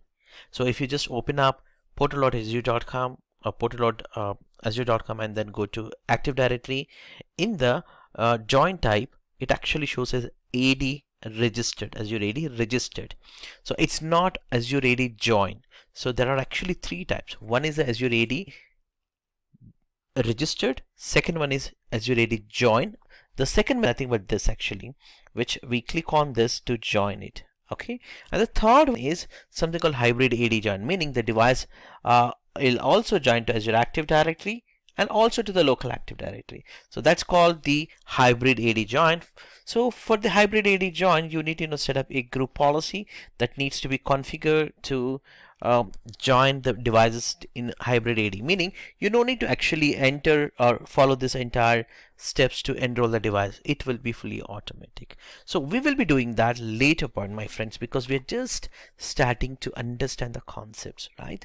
So we have a lot of time to go into the step 3, and step 1, I hope you're clear, which is nothing but to bring your own device. You simply have to enter email ID and click on next. That way this Windows device becomes as a bring your own device, and if you want to utilize this as a corporate device, you could do this. So the major difference is from a endpoint manager admin center, you could do the perform some kind of an actions. Let's say I want to wipe the device, or I want to set it to autopilot. I could do it on a corporate devices, but not on bring your own device, because the device is owned by somebody else. You cannot do it on a bring your own device concept. So you will have a very lesser options to perform on that device. And also in the step 2 or step 3, that's a type of enrollment 2 or 3, which is corporate enrollment or hybrid AD enrollment. So in these cases, the user have to log into this computer with the corporate account. But in the first type, which is a bring your own device or personally owned device concept, you no need to log in as a corporate, because it's just registers but not joining. You're not joining. So that's a major difference. So even as part of this demo, you could see later point when I click on this join, and it actually shows as you must have to sign out from this computer and sign in with the corporate account. That's what it's going to come up, and these things very detailedly explained. Again, I'm enforcing this Intune Architect, which is a complete Intune Architect level of skills I've shared within the YouTube. You could visit https colon slash slash that's / tinyurl.com / Intune design. So if you just go to tinyurl.com / Intune design, you have all that material that is available for you to make or to become as an Intune architect, so that you could take any of the project from Intune, and you could become as the Intune architect. That's a level I have provided all the step-by-step information for the community. Just give me a like and thank you in the comments, and share it in the Intune community. Thank you for listening these things. Let me continue further. So I'll just click on join the device to the Azure AD.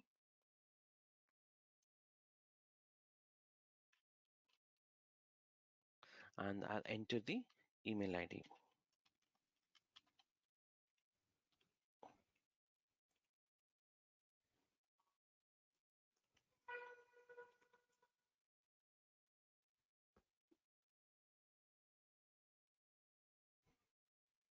Okay, now it should actually ask us the terms and conditions should come up for us, and also the device category that we have created should come up. And post to this, you see here, this is the terms and conditions that we have created already with the privacy statement, link, all of that stuff, which we enter into the Intune customization, right? So we can accept or decline. So as soon as I accept it, it will be recorded on my name digitally um, in the administration wherever we have configured, so that that information can be exported and sent to the auditing team. Okay, now we have a best category that fits for this device. I can choose it here. If I correctly remember, I have configured as a sales team in the group type. If that's the case, we can use the sales team, so that this device dynamically should be part of that group. So I'll just click on next. Okay, so make sure this organization you're gonna join is the correct information. Definitely, we are trying to join this device to the learninmylab.com domain with this user. So let's say arise, say join.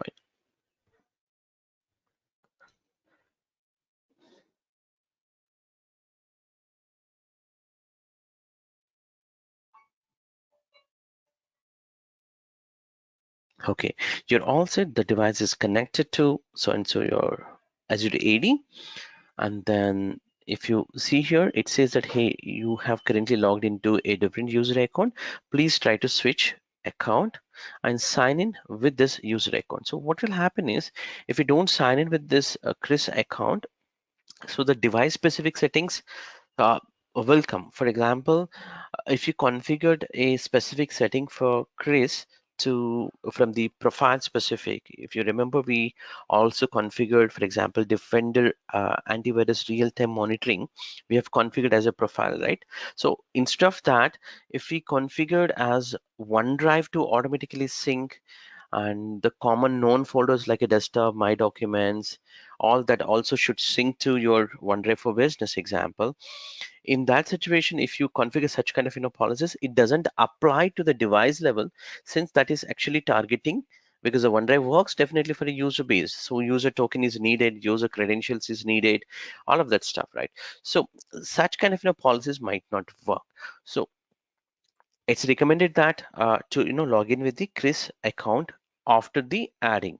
So let's actually log on with the Chris account. Before that, just wanted to tell you, in case if you see here as a more information, meaning this device is joined to Intune. If the machine is not joined to Intune, you don't get this button. You will be only getting as a disconnect option, which is disjoining from your Azure AD or from your on-premises network option. Okay, so now let's click on info and see what we have configured. So we can see here some of the settings that are coming up from here, information. So these are the some information, and you can click on sync to get the policy. And in case if you have a problem, your Intune admin might ask you to get this information by creating the diagnostic logs information, which will generate a lot of set of different files, including the enrollment tool, troubleshooting purpose. And these logs also now also can be collected directly from the Intune portal or MEM portal. So if you just click on create, it's going to create under C colon users public documents under MDM diagnostics. And the same thing, these files also can be created with the some kind of commands can be used to get it these things. Okay, and these are this consists of different logs, like diagnostic logs, your event viewer information, licensing information, and device management specific. Lot of useful information will be there. These are the debugging information. And in case if you want to run it manually, you can run as the MDM diagnostics tool.exe. That's one other tool, which that with that you can also do it. Let's actually first log off and log in with the Chris account. So let me sign out. If you see here, I'm actually connected as an enhanced mode. I might have to switch this to uh, because uh, because I have done the RDP. Actually, this is almost the RDP, so I have to just switch to basic mode, which will make me to get the console of the machine, and there I can get the other user account. This is where I need to enter Chris.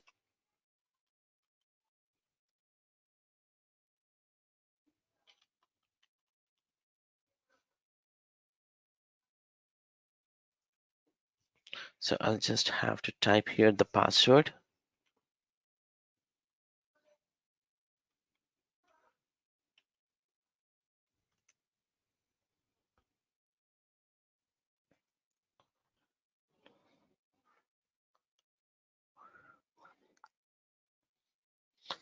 And in case if we have configured Windows Hello, it will be prompted by default. Windows Hello is configured from the Intune point of view. That also might prevent you to enter that complex pin kind of settings to replace your normal passwords.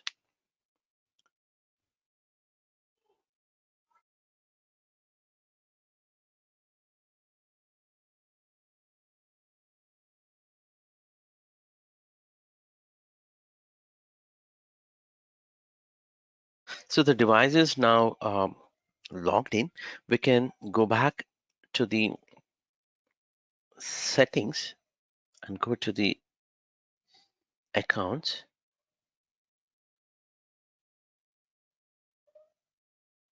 So we can see here the info button is still there. Definitely it will be there. It won't go anywhere. You can sync the policies.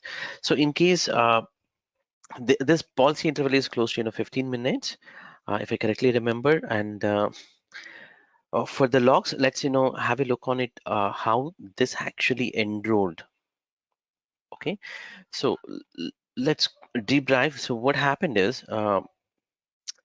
so there are a couple of steps, couple of things that needs to be checked. The enrollment process side, in case if you're getting any kind of a few events that gets actually created. So this is where actually you will be getting some of the events will be registered, a registration specific. You will getting it, some events, and also we will look into it later point also, more when we go in additional level of the troubleshooting. Okay, this is just the first mission that I'm trying to show way to look at this point of time.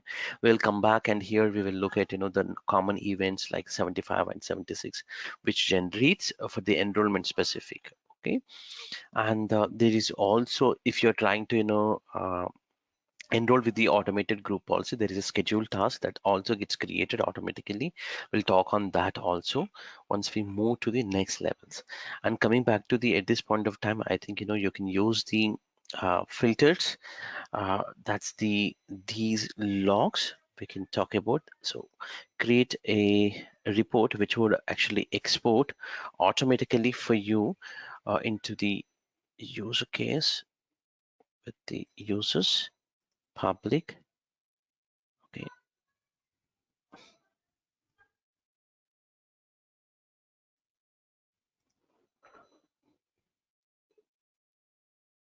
here you have this cap file. Sorry, this is a normal file. So if you just open up this gives the full information of that specific device information you will be getting, and where it is connecting, and the device account management information, also enrolled configuration information, whatever it is actually configured, you would be getting, along with the what kind of policies has been applied on this machine. Okay, and let's minimize this. Any of the group policies blocked? If so, it will be telling here unmanaged policies information also you're getting. So this information is a high level information that you can utilize to go through what kind of problems you might be getting here. And other tools, if I'm correctly remembered, you also have MDM diagnostic diagnostics, I think so, tool. Yeah, so this is the one you have. So here you have in different areas where you can mention, if you if you can actually go for a debug level, where you get the more detailed information uh, with respect to what area you are trying to troubleshoot. Let's say that you are trying to, maybe I shouldn't talk now at this point of time, but if you're talking about the autopilot example and you got stuck with the autopilot, you can actually during that autopilot phase you can export with respect to the autopilot area. Okay, like that, you can go for the device enrollment area or device provisioning area. So there are autopilot, these are the common three things that you can use the three different use cases. Okay, let's say if I want to generate example here, one second, let me actually go in enhanced mode. Yeah, so in case if we are going for a specific in depth of the logs information, what we can do is we can actually go and talk about the log with respect to the device enrollment and device provisioning state, and also autopilot. These are the common three things that we can have a look on it, and then it can actually generate into a zip format, as a cap format we call it. So you can extract that and then you get the more information out of it. So this is going to be debug level. So uh, which consists of different logs, like event logs. It will be there. Some of the HTML reports will be there. If you just go to the same path, uh,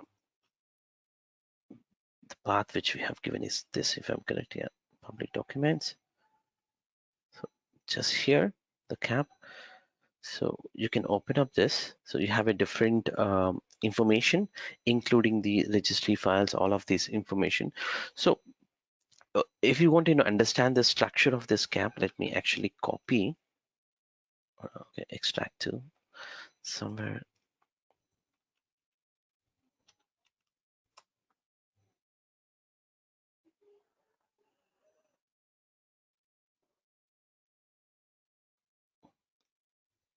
This is basically for the all the events. It will be available within this, meaning you have to attach to your event viewer, okay, that specific one, like you can open save log, and then you can attach that specific path, so that it gives that path. Events will be viewed from here, let's say. So this can be you can get this information directly just under saved. So with respect to the diagnostics related to the autopilot, information will be available here. Okay, like that you can have a look on each of these events that are relevant to us.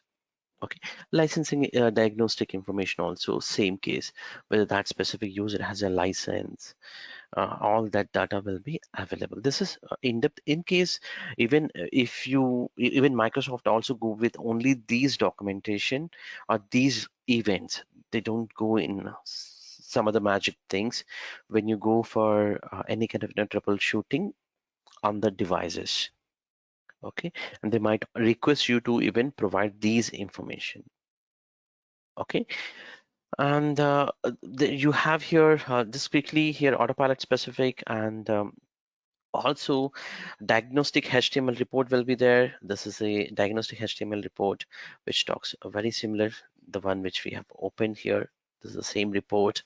This talks about complete summary of your MDM configuration, all of that policies information you can find out within this. So whatever you have currently configured, all that they can understand, or you can understand what is configured here. Okay, and let's go other one. You have the registry settings that talks about the configuration of let's say edit. So the enrollment policy settings or enrollment specific information is already can be gathered here. And that's all of that stuff. It's a detailed again registry, so that you can simulate in case if something goes wrong. And these are other Azure AD operational specific logs. This is TPM information. Okay, so these are the debug logs that are available. You can any point of time you can go and you can have a look on it. Now the Windows devices on a portal, I can see here this device is now configured with the user called who's that user? It should be Chris, right? So this is a computer name that we have enrolled, and you can also collect the logs, the same logs, debug logs also will be collected in case if you want to collect it remotely. Okay, so you can simply collect diagnostic logs. So if I just click on yes, you can view this information from a monitoring section later point. And these information can be collected 10 times, meaning the 11th time it gets archived, or it will be overwritten that file. And I think the limitation is close to 25 MB if I'm correctly remember the size of the logs. And so I've just collected this information. You can get the more information on that device which we have just enrolled. You can get it here. This device is currently complaint. How this becomes a complaint? It based on this device complaints information, it becomes a complaint. Let's go ahead and see what is that device complaints. making as that device is compliant. So the first thing here, there's a built-in device compliance policy, meaning if you don't apply any kind of policy, like we talked about within this device here, compliance policies, right? We talked about the simple policy created as a firewall. In case if you don't create it and try to enroll, the default policy makes that machine as non-compliant. That's how it is configured. And if I just go to this machine again and see other configurations which are coming up. Here, one compliance policy is applied called Windows 10 compliance policy, a simple policy which we created for firewall specific as well as the real-time protection. You see here, the firewall settings are compliant and real-time protection also compliant on that device. So let's go to that device and uh, see that device is whether it's getting complaint from a firewall. So before we go into that, no,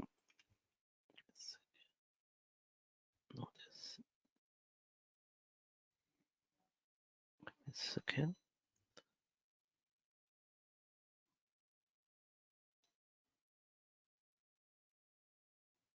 Oh, give me a minute.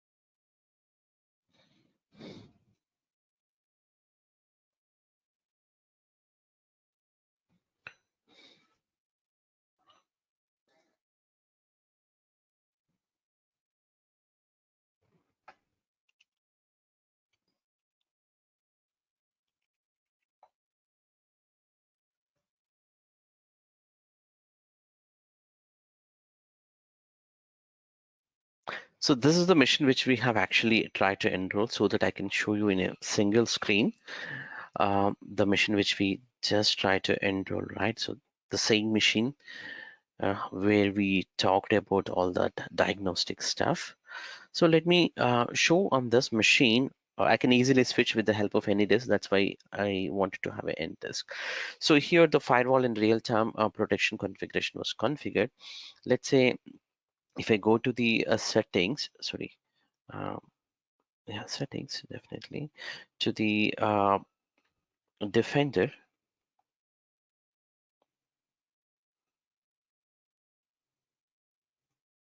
So now what if I actually turn off the firewall, what would happen? So currently the firewall is turned on state. So if I turn off, this specific configuration becomes as the non-compliant. The reason is we are actually validating here firewall configuration is available or not. So if I just click on here, currently it is this policy is applied and the state is compliant. But in case if I do any changes here, it will show with an error code. It's non-compliant. So let's actually quickly do that small test. So I will do here turn off. Let's see. So I turned off. Oh, that's for domain specific. So let's also do. Okay, now on this machine, I can re-pull the policy. So for doing that, you can go to the accounts, info, and sync. So in another 10 to 15 minutes or 30 minutes max, the machine should become as a non-compliant. Okay, and also we were talking about the Defender specific. Let's have a look on that Defender also.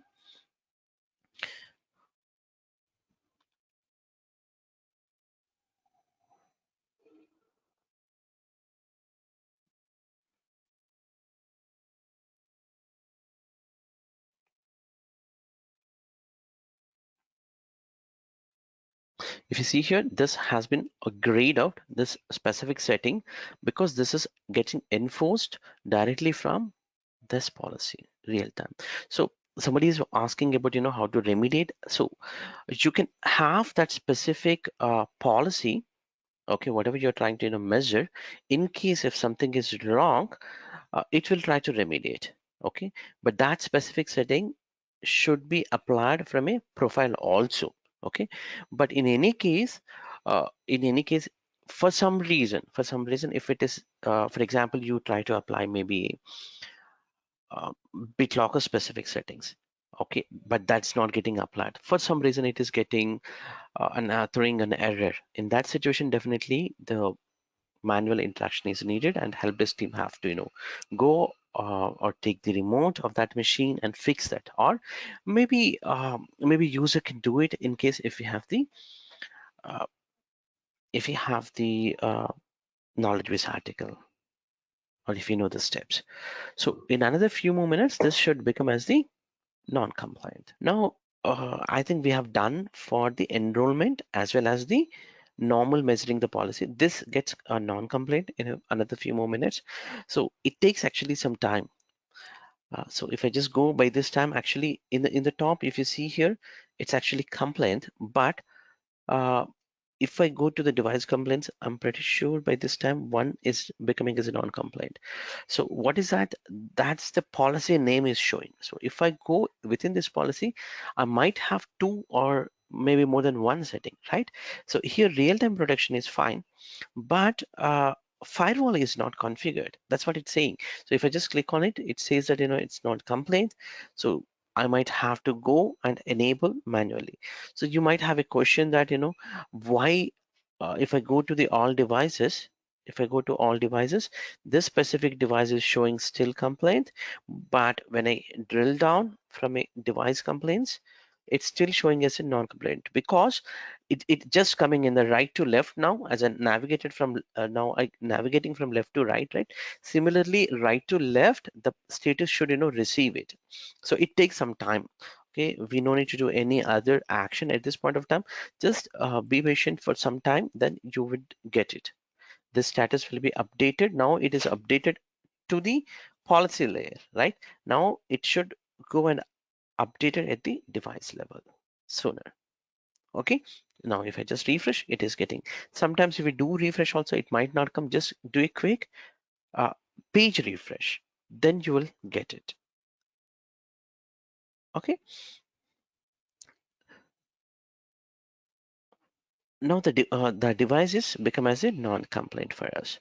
So if you are specific to how to block this device to not to use any of the cloud applications kind of thing, then you would be applying the conditional access policy, which we will apply for on-premises and CCM clients also, as well as to this concept.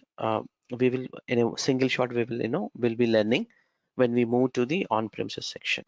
If you want to push some kind of PowerShell scripts, okay, this is where you can actually do the PowerShell scripts also can be published or pushed.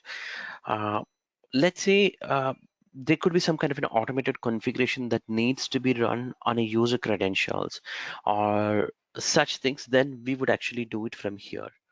With if you have any kind of a script that can be pushed, let's try a simple script from here. I have a script, very simple PowerShell script. Yeah, this is not a bigger script. It's just the WSH W shell with a pop-up, which will say that hey, the script is arrived from the Intune. Okay, so this is a simple script that I have. Whatever the script you have for automation purpose, you can use that script to automate such few certain things that are not possible with a package, or instead of you do as a package as a software deployment. Instead of that, you can also do such kind of configurations with the PowerShell script. So here it comes the challenge, or maybe debate, when I should use the application deployments or when I should use the script. So simple, most of the time we use the PowerShell scripts to automate some kind of settings on the user level or the device level configurations. But the applications also, it's not exactly the .exe or .msi. Even in the applications also with SCCM, we used to deploy some kind of batch files or maybe PowerShell scripts as the applications. You also still have an option here to deploy it, but the right way of doing would be here also.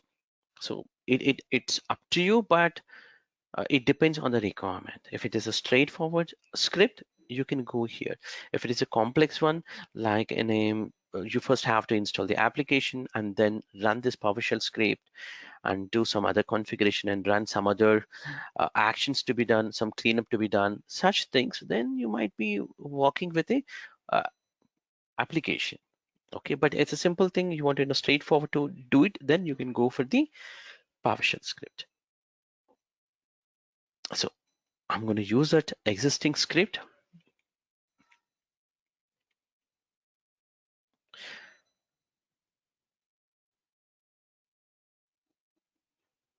So there's a script from Intune arrived. So this script will be uploaded and I'm going to run on a logged on user credentials, this script.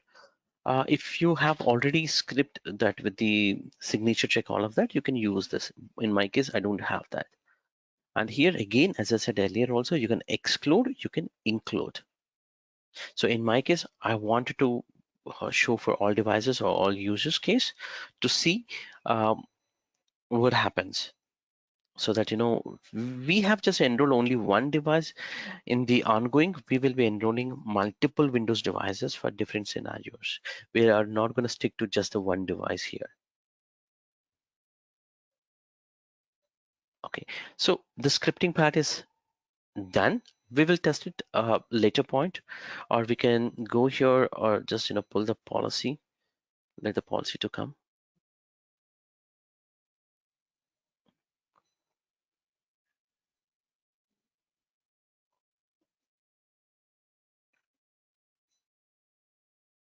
Okay, now you see here the script is already coming up here. The meantime, now let's actually talk about the maybe I'll enable the firewall also on this machine in case if something goes wrong. That's not good. Yeah. Now let's also talk about the Windows update links. So before I go to the Windows update link, you have an option to actually restrict to stay on a specific build. Let's explain in this way. With your organization, you might be running different builds, but at the end, the goal would be to stay on a simple, uh, stabilized build. Maybe, for example, in this case, 20H1 example, or maybe 20H2 or 21H1 example, whatever it is, the build name. Okay, you just wanted all the devices to be stay here. Okay, you would be actually creating and restricting at the scope level all these devices. Even though you push it, somebody push it, it will be stay on that specific build version because you are restricting here. How would you do this? I'm not talking about the patching, I'm talking about only the feature update. So here you can stay the builds. So I can say that feature updates, this is going to be scope for your feature updates deployment. So you can see here the supported builds currently, the 1809 or whatever the older versions are already expired. So you don't see them, but the new releases you would see here. In this case, the 21H1, if you think that this is just released, in fact, in the May 10th or 12th. So if you think that you don't want to go here, you just want to stick to 20H2, you simply choose this build, and that's it. You can apply this to the group that you wanted to apply. For example, for all Intune users or whatever that, you can simply create that group and apply. So these devices will stay on that build. So it's a simple configuration you're restricting. So if you know a group policy which is already available for this specific setting, there's a group policies available within the group policies. The same group policy, it is coming up. Okay, as a dedicated setting. Now I'll talk on the update rings. So this update rings consists of two things. One is deploying the patches, also the feature updates. So two things. So let's focus one by one. You might get a lot of questions within this. It all depends on the scenario and the testing case that you wanted to use. Okay, let's do. Okay, so you can create a multiple update rings and apply to a different set of devices also. And let's say I have targeted maybe XYZ uh, things to XYZ devices, maybe called as set one here, and also set two example. And now you wanted this entire set specific things to be uh, to maybe here within this policy. I've not shown here anything, but because you will be getting a lot of other questions, so I just wanted to uh, explain here, and then I will move to other topic within this. Okay, if you are trying to deploying patches, okay, uh, you're deploying your patches, but that needs to be some kind of speedily tested. Mhm. I didn't explained, to be frank, how to deploy the patches, which I'm going to do it later. Okay, I'm going to do it later, because if I open up that, you will have hundreds of questions. Definitely. Out of that, one common question would be, how can I expedite, how can I speed up these process? You have an option here. Now, if you can allow me, I'll show up this specific patching. So this is also newly released in the month of May 10th or 12th. Along with that, servicing s- uh, latest feature update. Okay, so let me actually show this here. Creating an update. So Windows Update Ring, I'm just creating. Within this Windows Update Ring, you have an option to deploy patches. Along with that, feature updates. Okay, so let's click on next. Now you have a lot of options. We'll go section by section. The first section here, updates. We're just talking about the updates. Okay, so within this updates, there's a servicing channel. What is a servicing channel? This servicing channel applies to the Windows builds. Let's say when you are trying to deploy on a Windows 10 machine, every Windows 10 machine will follow some servicing channel. Okay, currently most of the companies will go with a uh, SCC, that is the semi-annual channel. This is the channel. But let's say, uh, other than this channel, do we have other channels? Yes, you also have LTSC kind of thing, which is a long-term servicing channel. Apart from this, you also have faster servicing channel. Let's actually talk what is servicing channel. Let's say this Windows will internally they test the Windows builds will be tested in a different flow. So let me take that opportunity to draw here. You see here, the first internally Microsoft will develop the Windows build, and they test it, and they after thoroughly tested they say that, hey, I want to release this for insider release. If you are a member currently for Windows 10, you would be getting even the Windows 11 um, builds, right? So that's where you can sign up for this specific one. So few users will be signed up. In other way, actually these three cases are not for production users, but just trying to explain. This is faster build, meaning maybe very quickly, maybe 10 days, whenever they think that that should be publicly available for insider testers, it will be available. And similarly, the slow and the fast method also they get a relay. So it depends on the builds that you opted. But in a production, you would go for servicing channel for annual. So which is this?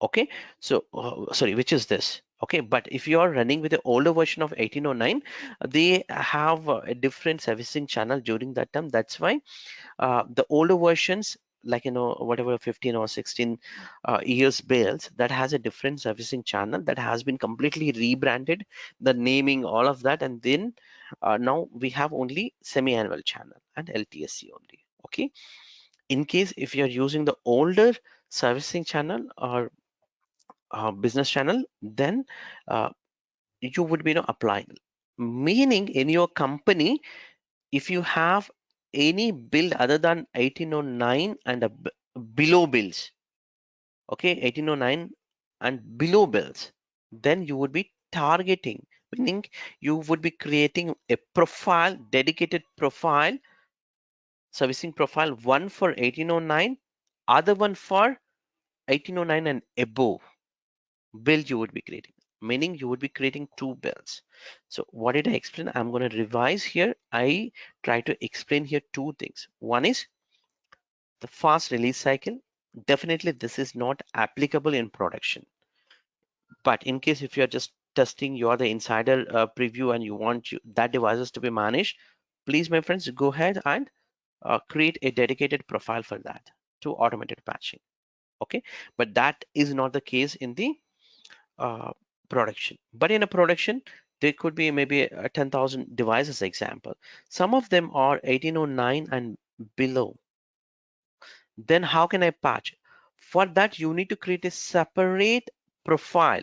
When I say profile, the update ring, which we are trying to create, should be a separate one.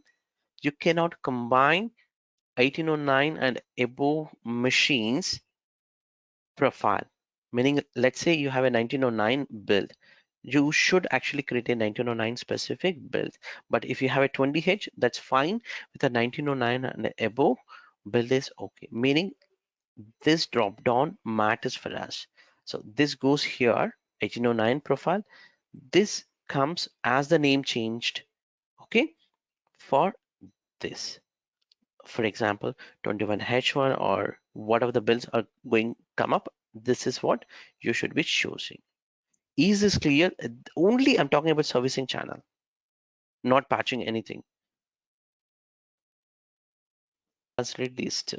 So definitely in my lab, I have some of the devices 1809 and some of them are on annual channel. Okay, so normally you would be going in case if you have a devices 1809, you would be creating this and dedicated. And if you as soon as you select it, this talks about the naming changes, all of that uh, things. Okay, in the documentation. Okay, so we'll be choosing semi-annual. This is a current production thing.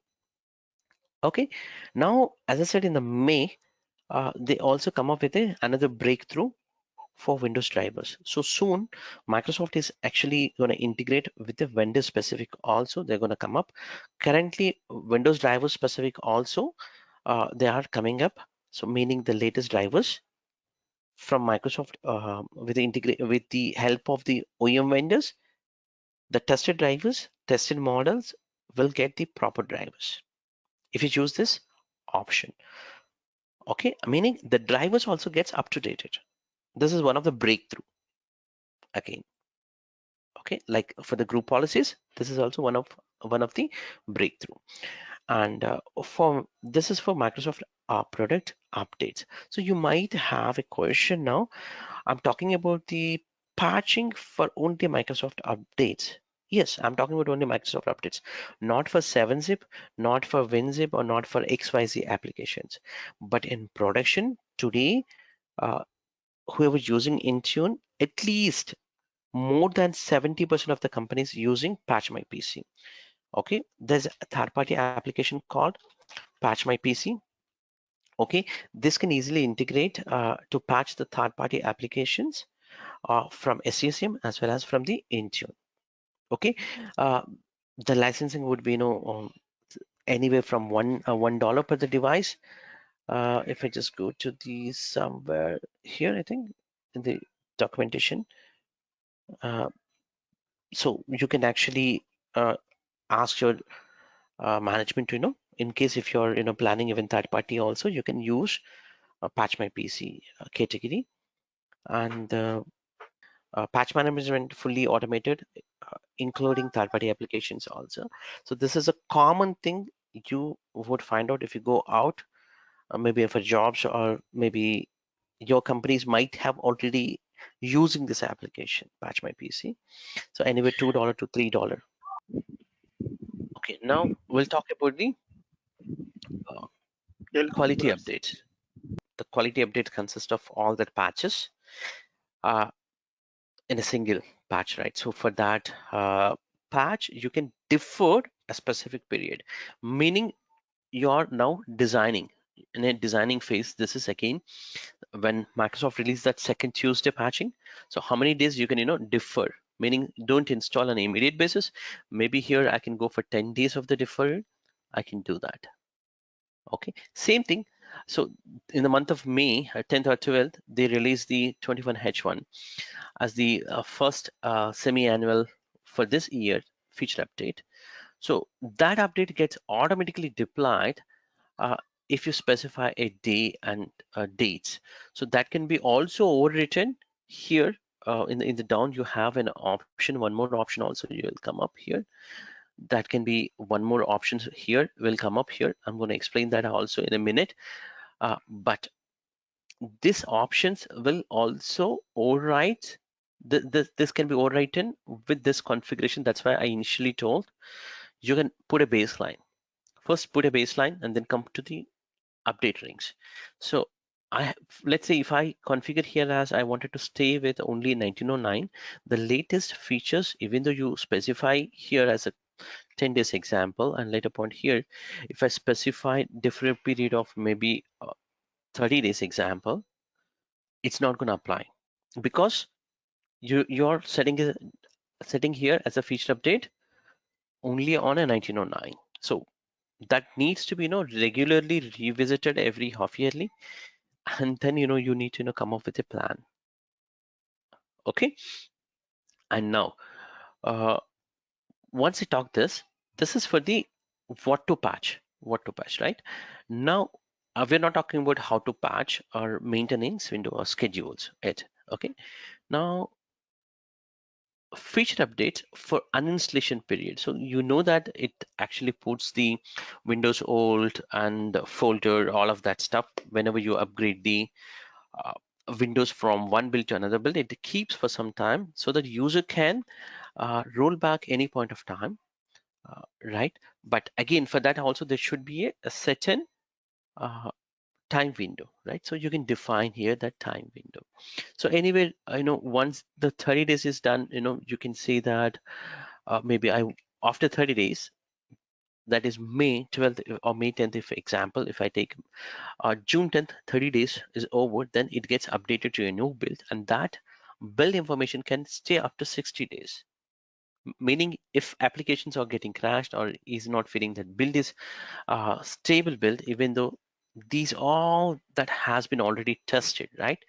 The the SAC is the semi-annual channel is a GA, generally available build. But still, if you want to know users are facing in your environment issues, they can roll back from here. How can they roll back? Here you get an option to roll back directly. You can do that option. So you can choose this option. Okay. Now coming back to the user experience. User experience is a lot of complex things you have here within this. If you just see many things you can configure here. One would be the notify only download. One would be for auto install at maintenance window or restart at the maintenance window after installation or reset to the default. Okay, so you have a different options here. So it all depends on your requirement, um, how to patch it, how to control on end users. Okay, let's say if I choose here this option, I'm getting here active hours time. Post to the active hours, these things, I mean the users gets option to allow to check, pause, they can do the Windows updates, check, they can do the checking, click on that button to check, and any user approvals for the restarts also can be done. So this is just a self-explanatory, but you should come up with an idea how to patch. Okay, the number of reminders that we do it on a client agent settings, right, on SCCM, that things, and prior to the auto reboot, the number of times it's gonna tell about it, notification information, and also the deadline settings in case if you want to put one more deadline. Let's say here, this is what I was talking about, the down. So you have here a different period of 30 days, and also you can put it after 30 days it actually gives the user to automatically update. It will try to update, but it doesn't becomes as a mandatory also sometimes. If you want to make that feature update or quality update to be mandatory, you can put it that time. Let's say here 10 days, after 10 days we are offering for the end users to install the patches, but we wanted that to be enforced after 10 days. So you would give here a deadline. So if I give here 2, what happens? 10 plus 2, it becomes. Okay, so this way you can configure here if you choose these auto install at a maintenance time. Similarly, which talks about the restart at a maintenance time. This actually talks about the when to restart.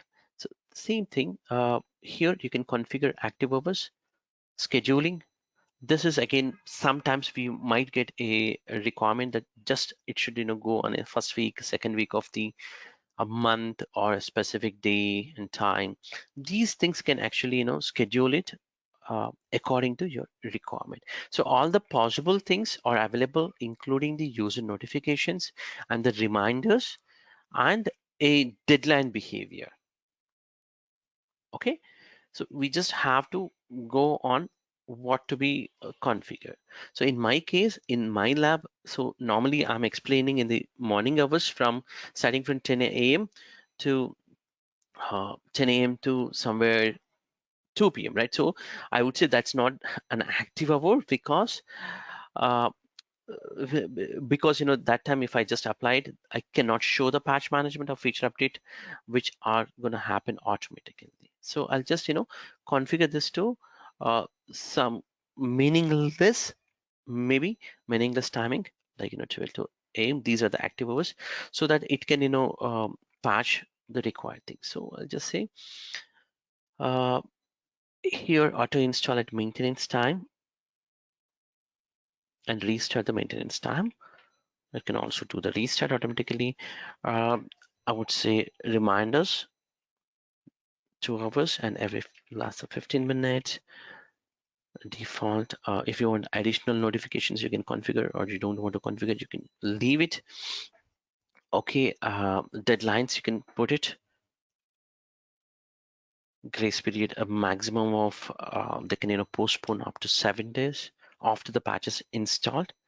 Auto reboot behavior also you can configure. So once you have configured this, you can apply for all devices or all users. So in my case, I'm applying to everyone, so that I can show you these information later point, not now, because it takes some time. We are going to work with, as I said earlier, also multiple Windows devices will work, and this patch management takes some time. As you know, it has to download and has to report back, check the policy. It takes some time. So the ribbon, whatever, we're going to get it later point. So let's create this. Okay. Once the patching is completed, you will be updated here with the graph with the success, failed machines, and conflicting, all of that. Remember, my friends, you will get a conflicting in this case because we applied for the devices as well as the users. I mean, it's not exactly the conflict, I would say. Let's say if you applied one policy somewhere from a user, another policy from a device, definitely it gets conflicted. So the best practice is always remember, except the compliance policy, everything should be a device based. This has been repeated almost 2 times within this course, or within this YouTube, or within this videos, right? So you must have to target for only device based. Use the filters option, and properly with the filter option you could apply just for the Windows devices, and you might be ending up with one update ring for bring your own device, other one for maybe corporate devices. That's how you're going to create it. Okay, you're not just ending up with one, you might be ending up with more than one for each of these settings. Okay, so that being said, let's jump into other topics. Now we have done the patching specific configuration, but we didn't, this, as I said, this month's release actually. Intune also gets released very frequently every month. So you can see here, if you just go to the tenant administration, you have the servicing release. Currently, this is the servicing release 2106. So if you just go through this documentation, there is a four different phase. If you see, as I talked just now, four. So first they release to the Asia, Europe, and then NA, and then for governments. So they release any, if they come up with a new changes or new UI changes or new features, they will introduce in this order. Okay, and the current version which we talked just now, this is 2106, and with this release, whatever they are coming up, you would be getting here every month the latest changes. So people in a here in the RSS feed, basically, they configure this. If you're the Intune admin and you just focus on this, they configure this RSS feed in your Outlook so that you get the latest update as soon as they release the monthly activity. So it's like just a monthly email you would be getting it. Okay. So this is also new change actually for the patch management specific. Within this, they introduced a new option very recently, this one. So if you just go here, quality updates profile. So this is a static, my friends, and you cannot customize much. Okay, but Microsoft is coming up with this idea. It should be appreciated. Like you can expedite the installation of your quality updates with these dates from current date. What is the current date? Based on that, these dates you can apply to get the patches to be automatically applied. Let's say I want this to be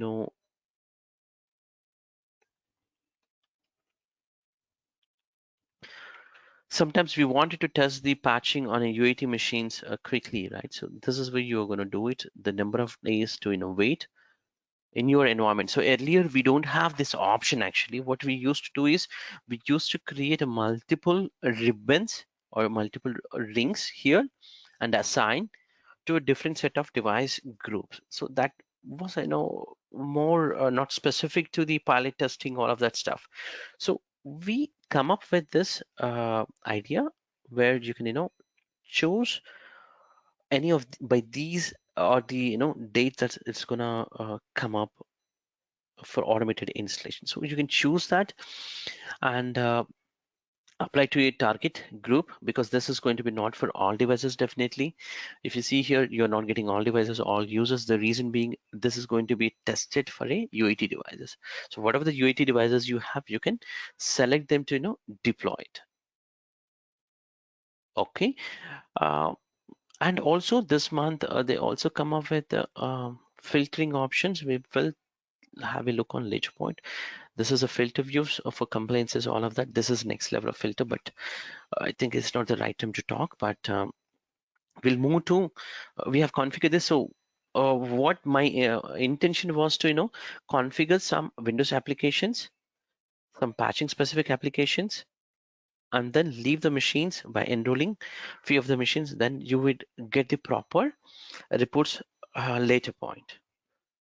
Okay, from Intune point of view, so that we can monitor, we can check the logs, all of that stuff. Okay, now I would like to go to the applications. As I said earlier, also for application deployments, always try to go by monitoring. Sorry, from the by platform you should go. Don't go from here. The reason is, I'll tell you, if you're quite new, if I go here, I get a lot of options. You see, lot of options. I get it. I may get confused which one to be taken for what. Okay, so that's why go with the by platform and work out this thing. So now the list is very limited and we'll finish this list. Okay. In case if you're talking about the Microsoft Store, uh, so if you might ask what are the frequently used things we would be using anywhere, these two as a frequently, sometimes this also, mostly this we will be using, and also very rarely we will be using these store applications. But in case if you have some of the applications that are uh, needs to be installed from a store point of view, like somebody said that earlier, 7-zip kind of applications, then we would use the store specific. But normally we would concentrate, or the workload wise, if you look at these two will be heavily used. Okay, or one is the LOB, that's a line of business application. Other one would be the Win32. So we will, look into all of these, but just wanted to tell you the priority things that you should, even focus. These two are the priority things. Let's do first the Microsoft Store. So it's simple as that. You need to know the Microsoft Store URL. So if you see here, uh, it says that some URL it is giving from directly from a Microsoft Store. So if you just go to the Microsoft Store, okay. So maybe let's store. So this is a URL which is talking about. So if you know this URL, we will just give as an input um, within our Intune console to deploy this application. Okay, and give the store specific application. These are like for example 7-zip plus. Okay, you can give the description. The description cannot be entered here. You need to click on edit description and give whatever the meaningful description that you have. And coming back to the publisher, yes, it's a 7-zip 7 plus zip. I don't know what is that vendor. Here the category. So categories in terms of just for the reporting purpose, later point it will be useful. So you can choose any of the category that is more relevant to this application. Could be a utility. It can be a utility, so could fall under here productivity example. What it means here is it means that let's say you deployed 50 applications. Out of 50 applications, 2 applications are mandatory, like MS Office example, 7-zip in this case. 2 applications should show on a search list on a top, regardless of the applications that are available in the search list. Okay, you go to Microsoft Store, or maybe to the Google Store, Google App Store. You might search for that specific application, but on a top few applications will be there that has the editor choice. Similar here, your company choice. So these things you can easily to understand about the feature application in the upcoming lectures for Android or iOS specific. I can easily show you that. Okay, we would be doing that in fact. Okay, and so the rest of the information like logo, all of that stuff, you can fill it if you have that information. um, Otherwise you can ignore it, but it's not mandatory to fill, but it looks good when you go to the corporate to fill all the required information. And this can be again to apply for a specific list of users. So because this is again, if you think about why it's not the users coming, because we're talking about the stores. Stores are signed up with the user, not with the computer. So that's why we're targeting with the all users. So let's create this. One application got created as a 7-zip for application type store. So if everything goes well, we'll get the report here in this pie chart. And also if that application got under install for the users, it will show here. If it is installed for the devices, it will show the list. We'll see later. Now, the other one out of this, we tested this. Now the next thing is Windows 10 with Office 365 applications. So Microsoft has given this option so that you can directly ready-madely use the Office 365 applications deployment. You also have option here to customize a little bit, some extent. Okay, so just click on that so that it's going to deploy on my endpoint machines. For example, this kind of machines with the uh, with what this Office 365. Okay, so if you see here, all the information is already coming up here automatically, like a logo, all of that stuff. So we can ready-madely use this suite of application. But here under configuration app suite, you have a little bit of customization options are available, which you can use. So if you see here, there's an XML format. So if you have the packager, and they can come up with a customization tool to customize that XML format, and then that specific XML information can be pasted here and then validated here. Oh, if you're a packager, you know that how you can customize some of the features. But in case if you don't want to customize with XML, like as an Intune admin style, you have here options. You can choose the configuration app suite with all of these products. Let's say within Microsoft 365 apps, I don't want to deploy maybe Access. You can take out the checkbox. Similarly, you can choose what you don't want or what you wanted. Okay, and I have chosen only 6 different things like Excel, OneNote, Outlook, PowerPoint, Teams, and Word. Okay, and if you have other licensed application like a Visio and Project, you can also consider these things. It doesn't mean that it installed with the CDK, because these are subscription based. So the user account should have the license so that he can use those application. Even though it get installed, you need to have the license for that. Okay, so in my case, I'm not choosing this so that it will not consume much bandwidth for me, because on the same bandwidth I'm going to show you. Here you can customize the app suite information like 32-bit or 64-bit. And again, for Office 365 also you have a servicing channels, so you can choose that channel. So in this case, semi enterprise channel, which we use normally, we can use during this time. Always use a latest build or maybe older build. You can choose the latest and remove if found any of the older version, it can be uninstalled. So these are the shared computer. If it's a shared computer, as somebody asked earlier, you can choose this option so that it gets activated on the primary account or one account which has a permission, so that others can uh, oh, okay, we have On those stated shared when you're devices, others could easily use that. That's how it's going to work for that simple toggling option. and that's it. In the background, install in the background. If you consider the search as a Bing, you can choose. If you're talking about the other languages within the Office 365, like a Dutch or some other languages, you can choose it so that it also gets deployed with the language packs. Now, what if you want to uninstall, you can choose that specific group so that the group can be on those devices or the users, the applications also can be uninstalled. So in my case, I'm gonna again deploy for the users or the group so that I can test it, I can show for all users. Okay. And that is for the mandatory case. Let's say some applications I don't want that to be um, become as a mandatory, then what I'll do, I'll go as here in a available mode. If you see, this assignment is a required case. If I choose as available, the user have to go to the company portal application and request it to get it approved and get it installed automatically, of course. But user action is needed when you push as a available mode. So we tried 2 of them method. Now I'm not going to talk about the browser, but browser is the Edge browser specific. The latest things can be deployed same way. Anyway, on my Windows machines, I have the latest browser, so I'm not going to talk on that much.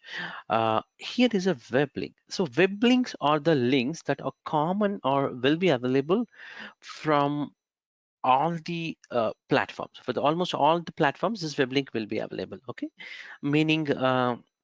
It means that it's like a shortcut.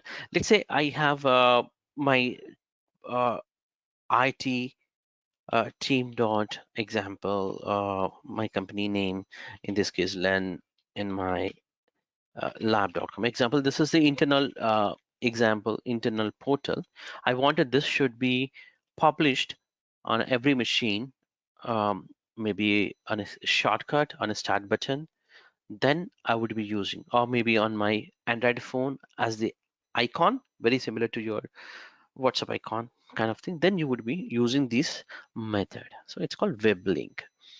So what is that web link name? For example, in my case, I'm just gonna use the YouTube specific, okay, web app exam web link. I don't have any SharePoint portal link, so I cannot demonstrate that.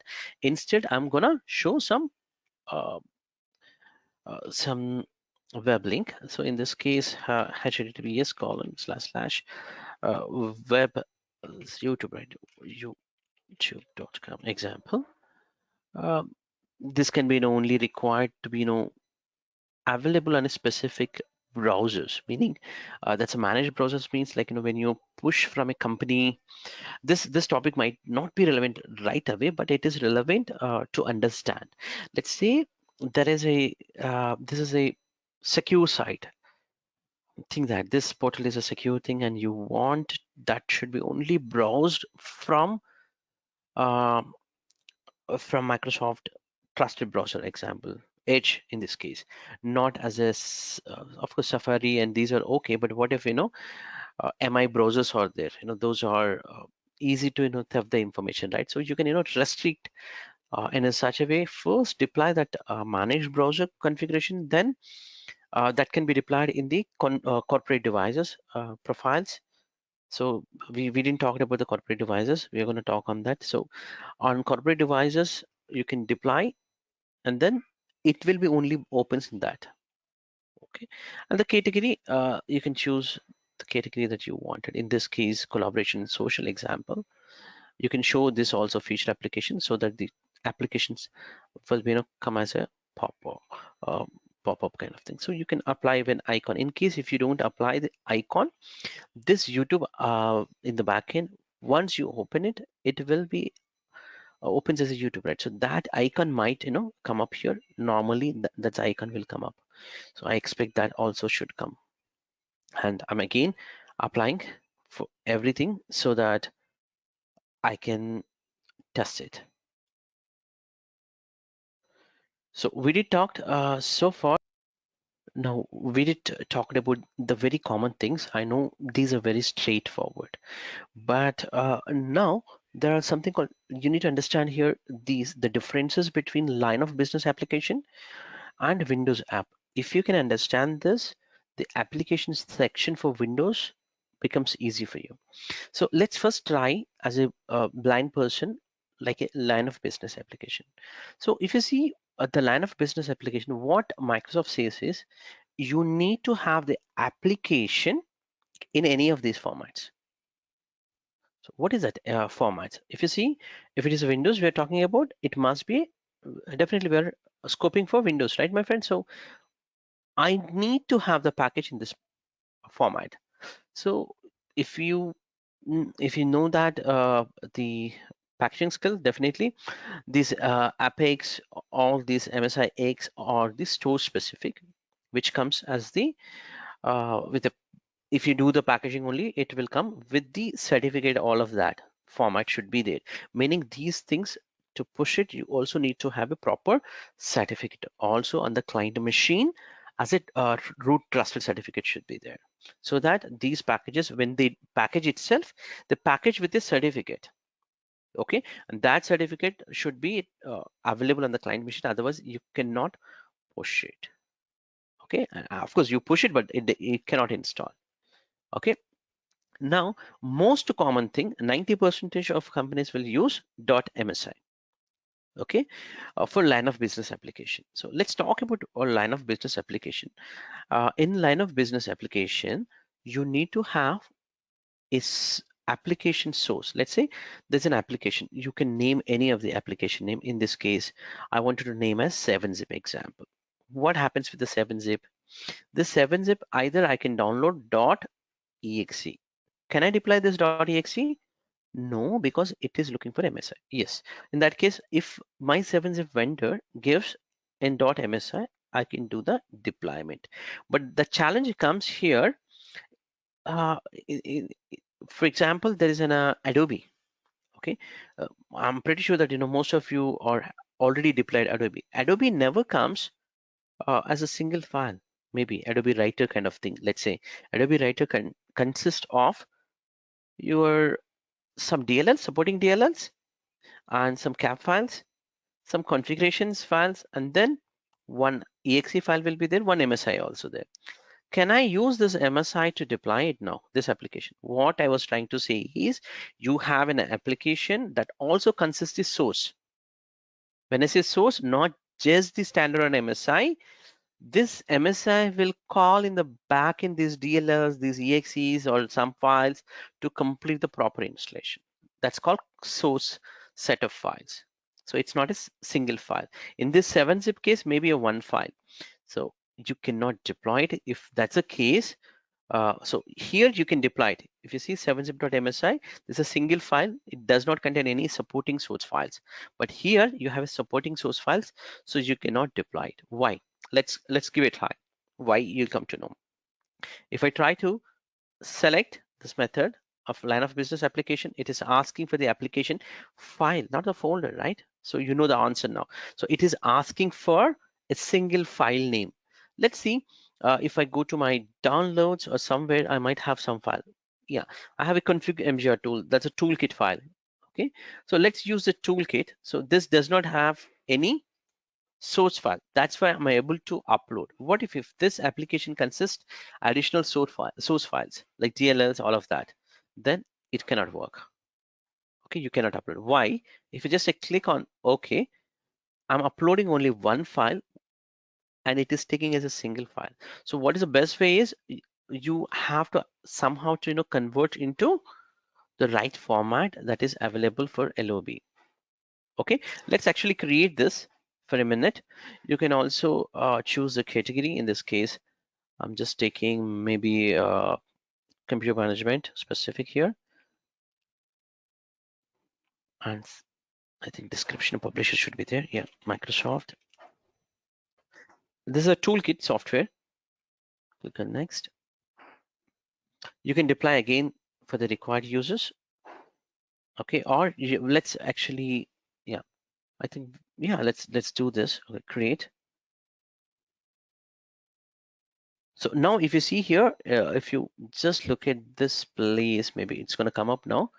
Here in a minute, a notification will come up, says that you're actually uploading. If you see here, it says that, yeah, it's just uploading. And here also it says that it's not yet uploaded. What is uploading is a one, meaning there should be a limit, right? If you have a more than, if I correctly remember, as an correctly recall, I think so 8 GB is the max limit of single file. If it is more than that, you have to split it, or you have to find other way to deploy it. Okay, so it just uploaded. Now the package is ready for the deployment. Okay, so what happened?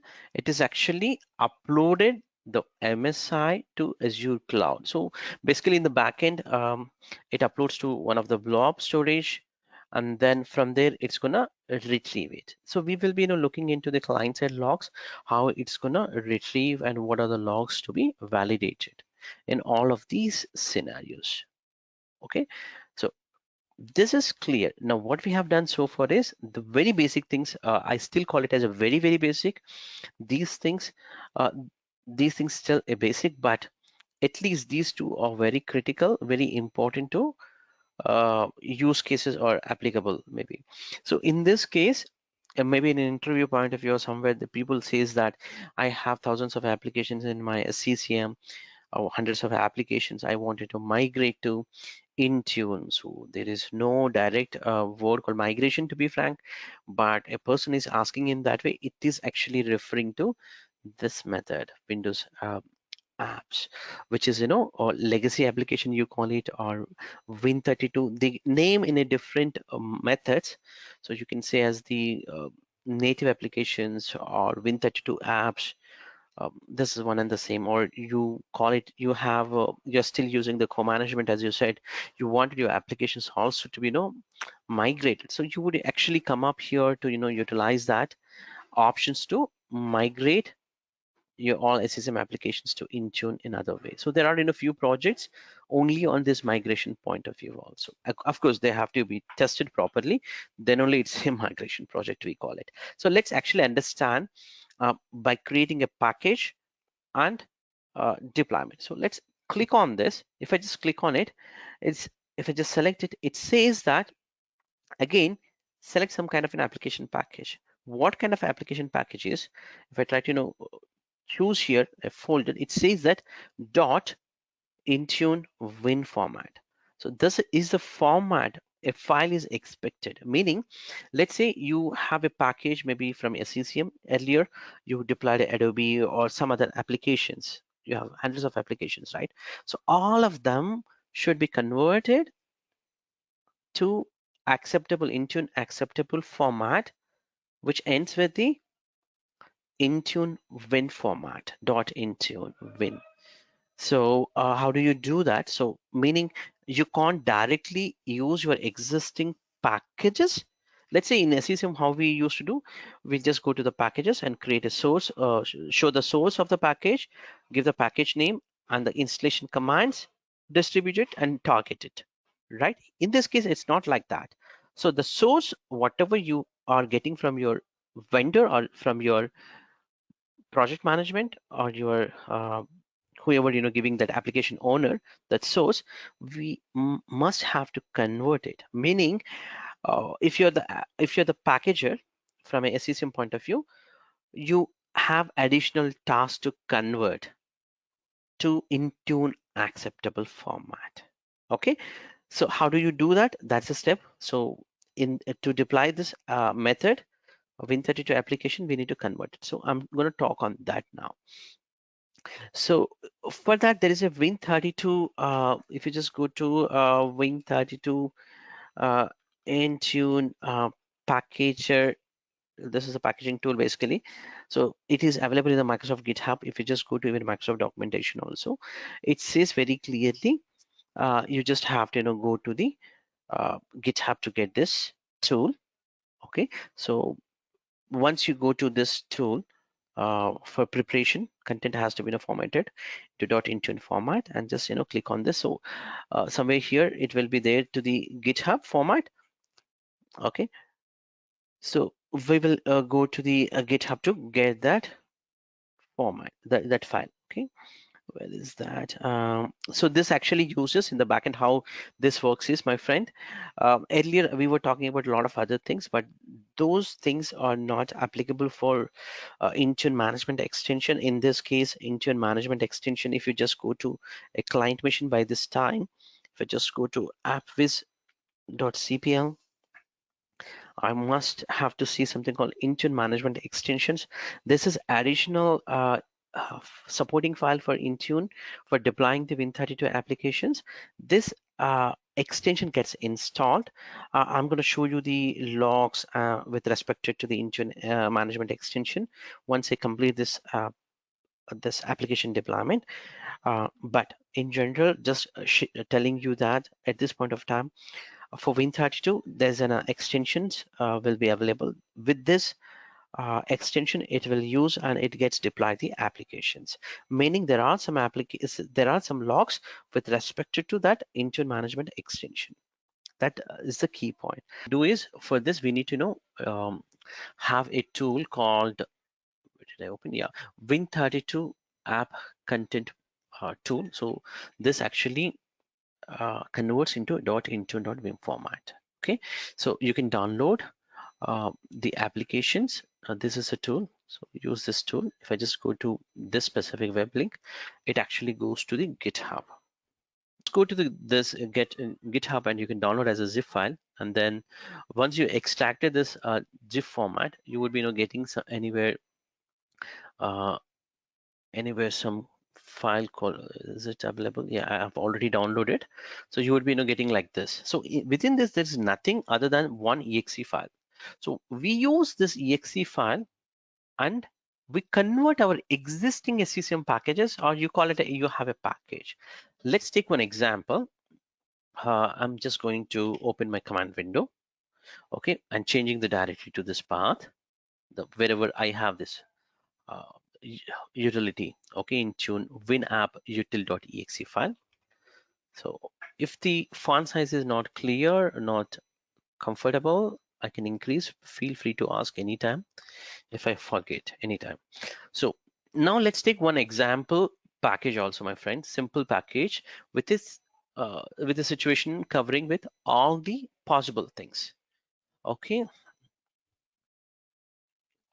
so I have an application called Adobe. So if you see this Adobe application, okay, how this looks like, it has a support, MSI is there, but I cannot use only MSI because it's just a 2 MB, right? Meaning it is actually supporting this data.cap or some other configuration setup file and these. So what I've done is, uh, this is a common scenario which you might have in your infrastructure also. You might have already a kind of similar source, and then you might be using either PowerShell, or you might be using some batch or a VB file as the installation. Similarly, within that, you also have within that source one for an installation also. So think that it might be a PowerShell or VB script, but at the end, what it does, it uses some kind of silent commands. Correct me if I'm wrong, right? So your script will consist of silent installation and some additional changes, like delete some shortcuts by using delete command, or whatever the custom settings to be done, that will be there.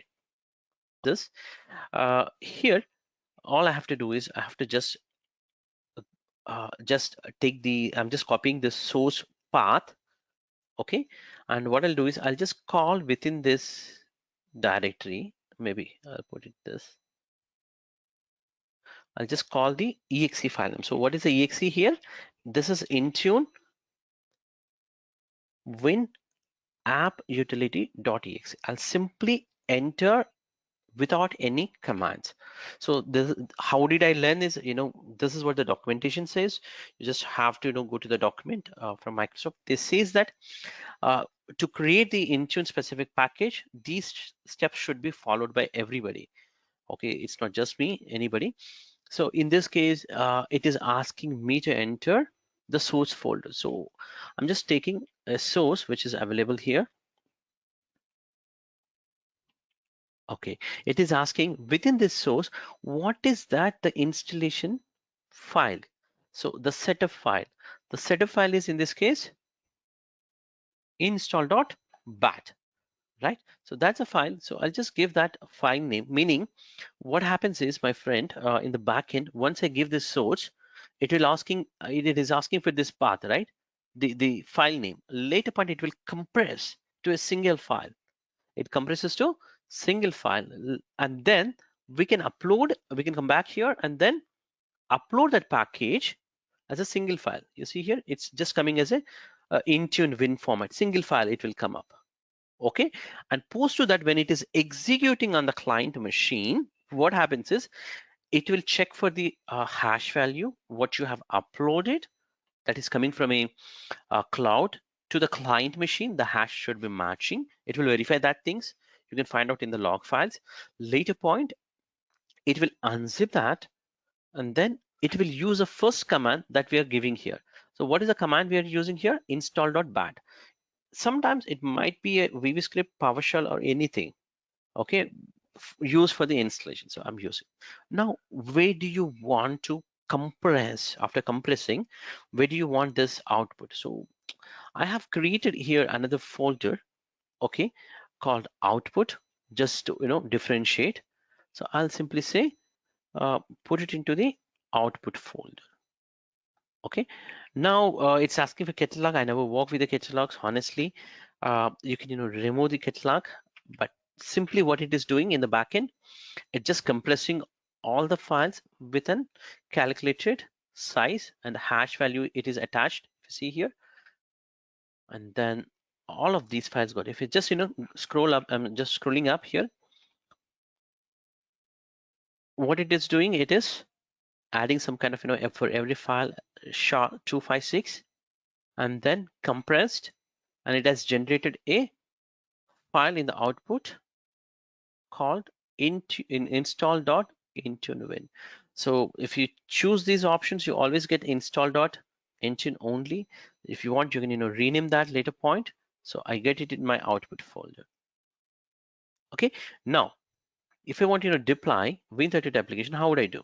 I'll just go to my admin center, go to my applications, Windows, application, here, Win32 app. So select that application, and this time it's going to ask us the .intune Vim format file. So in my case, I have downloaded, I think this is the output folder. So I'll just give this folder here. This is a file. Okay, now with that file name only, it's going to come up here. So you can edit that information. Let's say now this is for Adobe install. Okay, whatever the X version or whatever the version name. Okay, you need to know. Of course, my friends, you don't directly come up here and create this file. What you do is actually this batch file should be tested, right?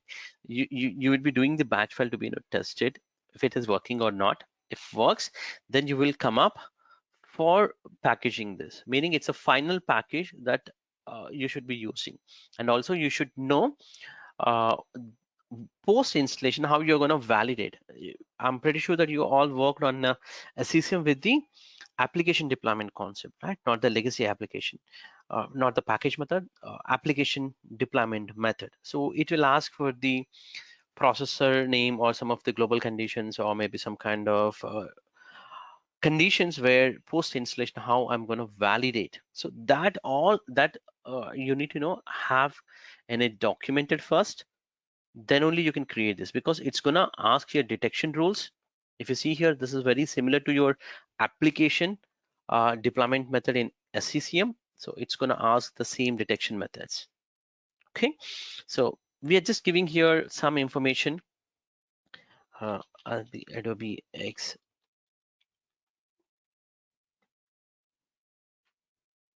filling up these values.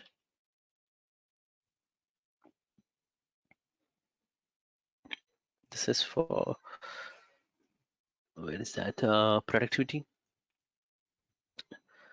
I can show this also, feature application and all of that remaining information I can fill up. Okay, now a program option. The program is like, if you're coming from the SCCM background, package and then program for installing, uninstalling, and the behavior of that program also.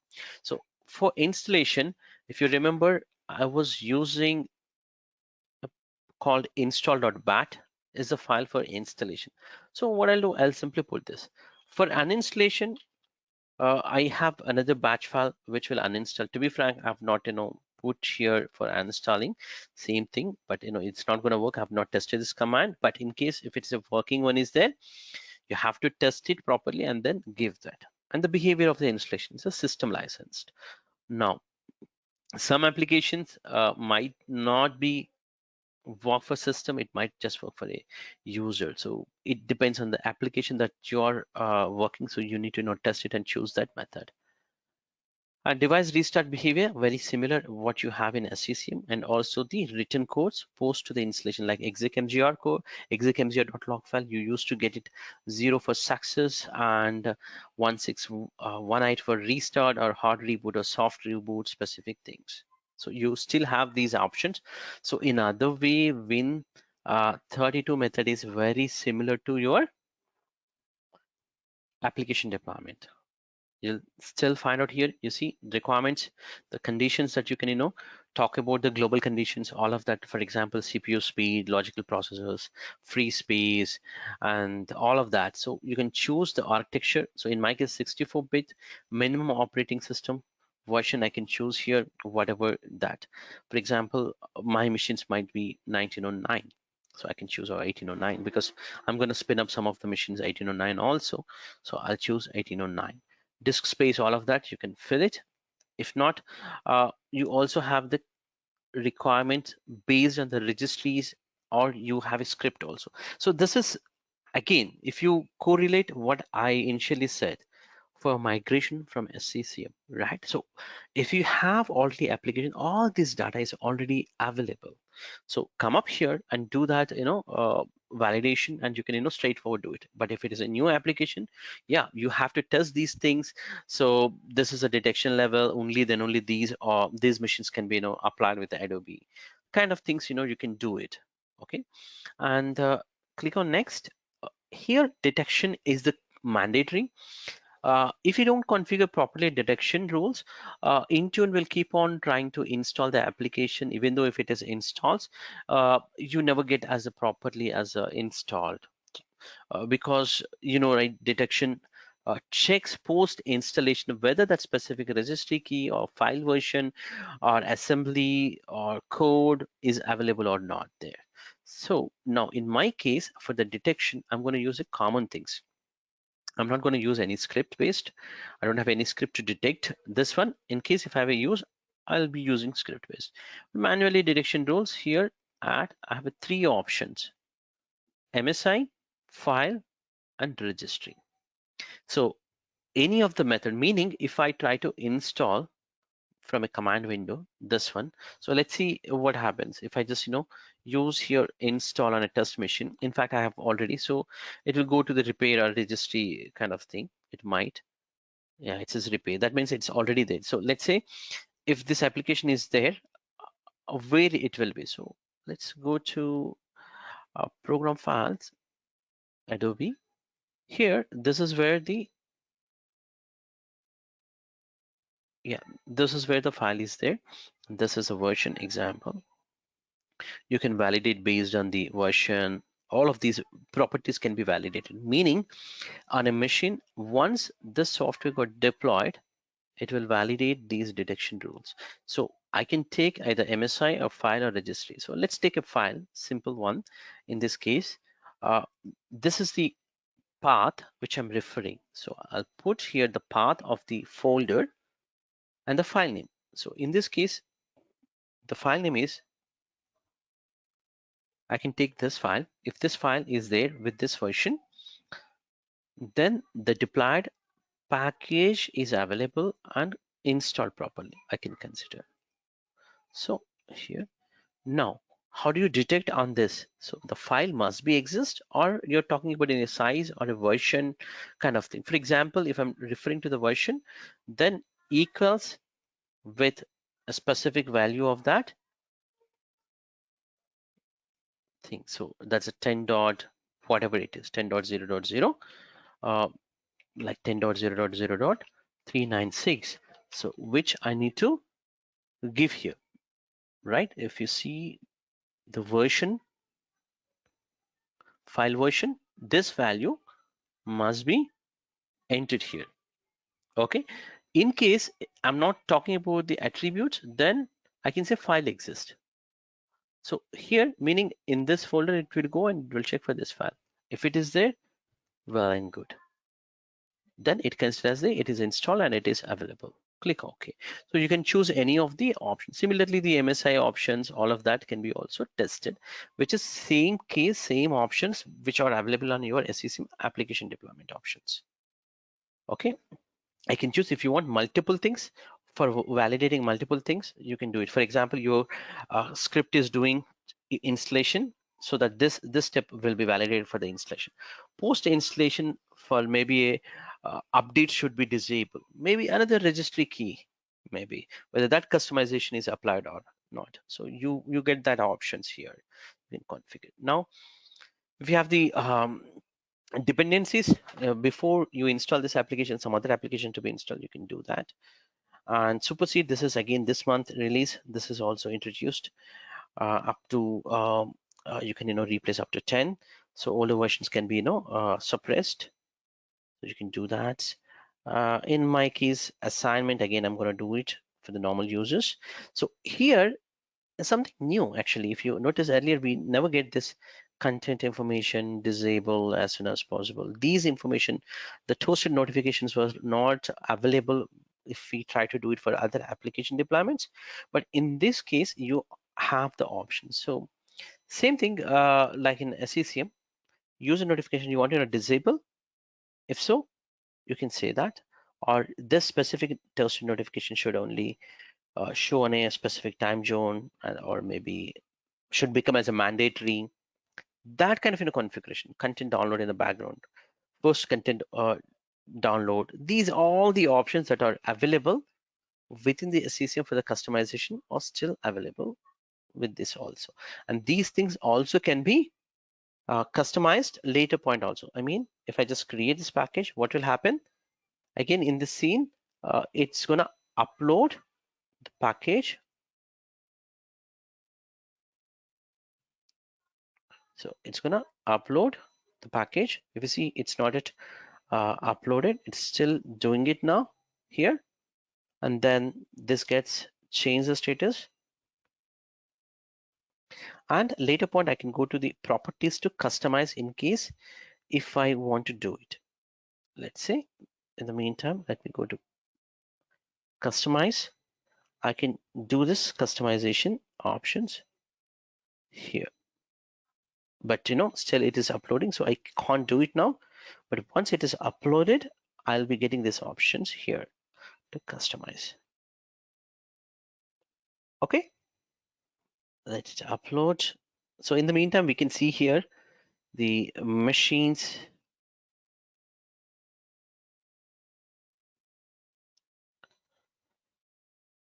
So in this machine, we have already Offices got installed, Toolkit got installed, right? So nice. So few things got already installed.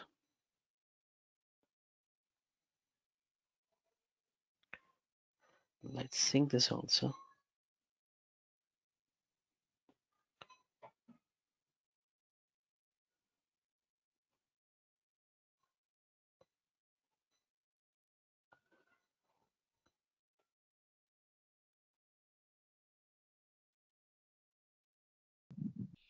And it's taking some time because I think my internet connection is slow this time, and it just got uploaded. And now let me sync up here on a client machine, and then we will jump into the log section to view more in detail logs. My sincere request to you, all of you, to like and comment, because these logging information, if you want to learn it takes a lot of time. By going through the documentation, I'm putting all of my efforts to you to in an easy way you can capture these things.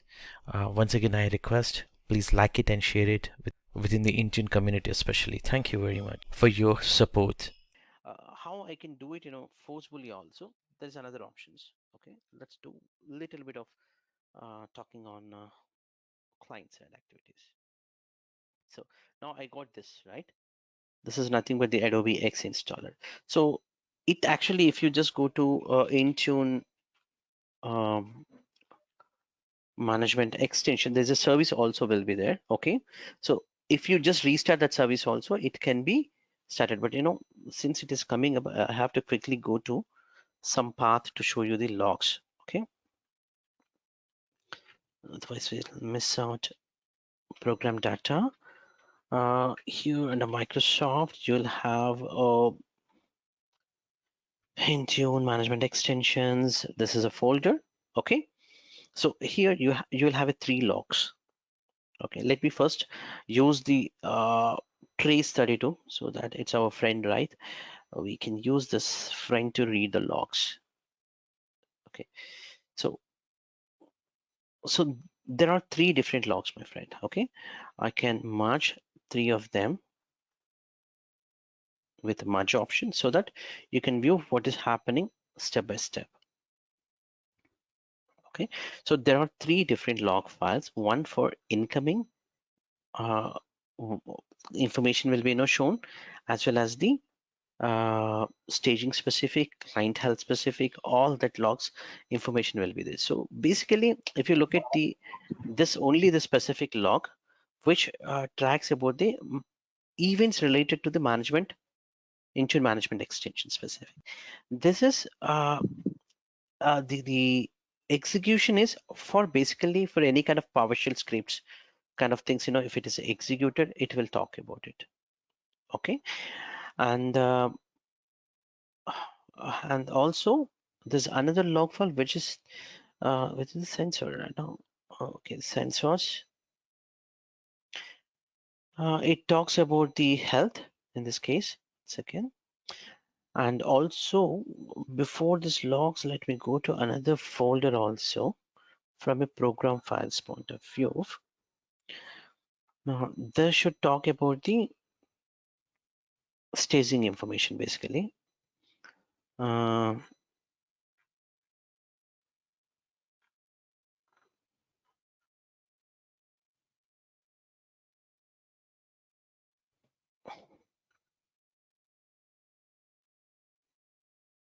So here content is there, right? So if you know in SCCM you have the CCM cache, right? So you could come up with a question, hey, where's the cache in CCM? Or those are the CCM cache. But in Intune, this is where actually what happens is it will actually place into the 3 different places. First, it will incoming. Okay, from here, it will go to the staging. Okay, this is nothing content now. Okay, and then any of the detection scripts will be available here. So basically, it will download here, and the later point, any activity that is doing against to the I'm talking about Win32 applications. That's only Win32 applications that will be logged under these three logs. Okay, so let's see.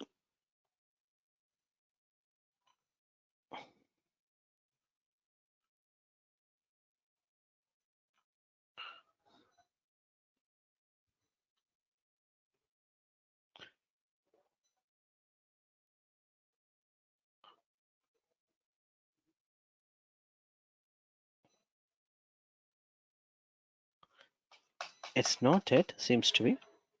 Okay, because we didn't target it, right, my friend? We just created the package. Okay, we didn't target it anything. So let's go to targeting. So as I said, you have a packages. We just created Win32.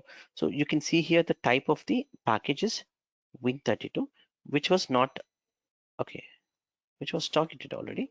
Okay, let's see. Did I?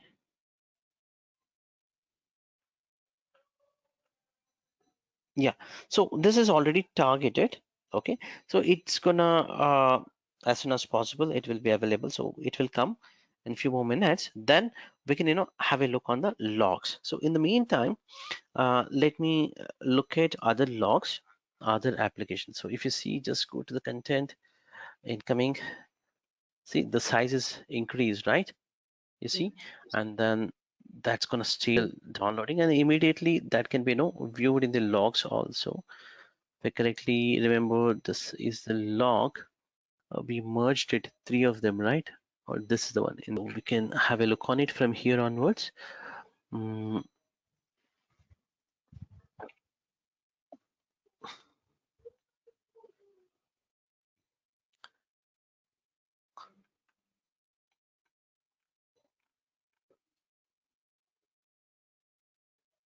this is authorization. It's just looking for that token.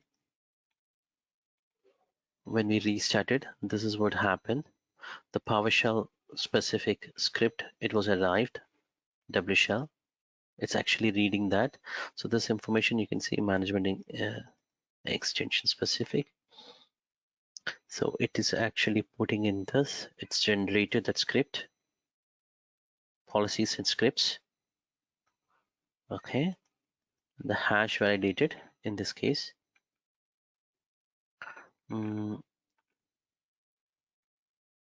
Okay, so let's go to the last of this so that we can quickly check the Adobe specific also.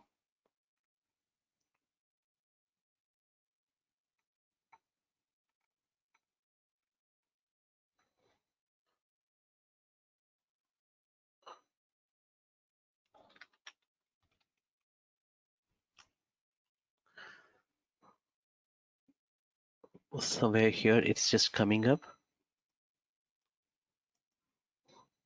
The policy, if you look at the policy, somewhere within this, the policy bundle, you will have the Adobe specific. Yeah, .exe, a reader 10.0. You see, these are the values that we have given. Okay, it got a policy. It's a Win32 specific. So this is how you look into the logs. So very similar, you can go through these logs when you get the error. So definitely this tool will show some kind of errors when you have the problem actually. Okay, so this is only applicable for the downloading status. Everything is available. So fully, once it is downloaded, let's go ahead and execute it. So 32 these are the applications, right? logs related to the Let's say Win32. That is for dependent on MSA also we complete Intune management extension. That's why we are gonna deep dive only for these logs, and these are not applicable for other type of deployments that we have done as of now. Okay, my friends. So far we looked at the Win32 app application deployment. Now let's have a look on MSI and rest of the uh, application types deployment status also from the client logs. Okay, my friends. On that also. Okay, C colon Windows System 32. Today my eyes are burning. I don't know. Config slash in the configuration, it's a admin profile. So I'm just going to the system profile, application data. Under local, you'll have a MDM. Okay. Any of the MSIs, if it is keeping some kind of the MSI version, like with based on the product key, it will keep it here. Okay. And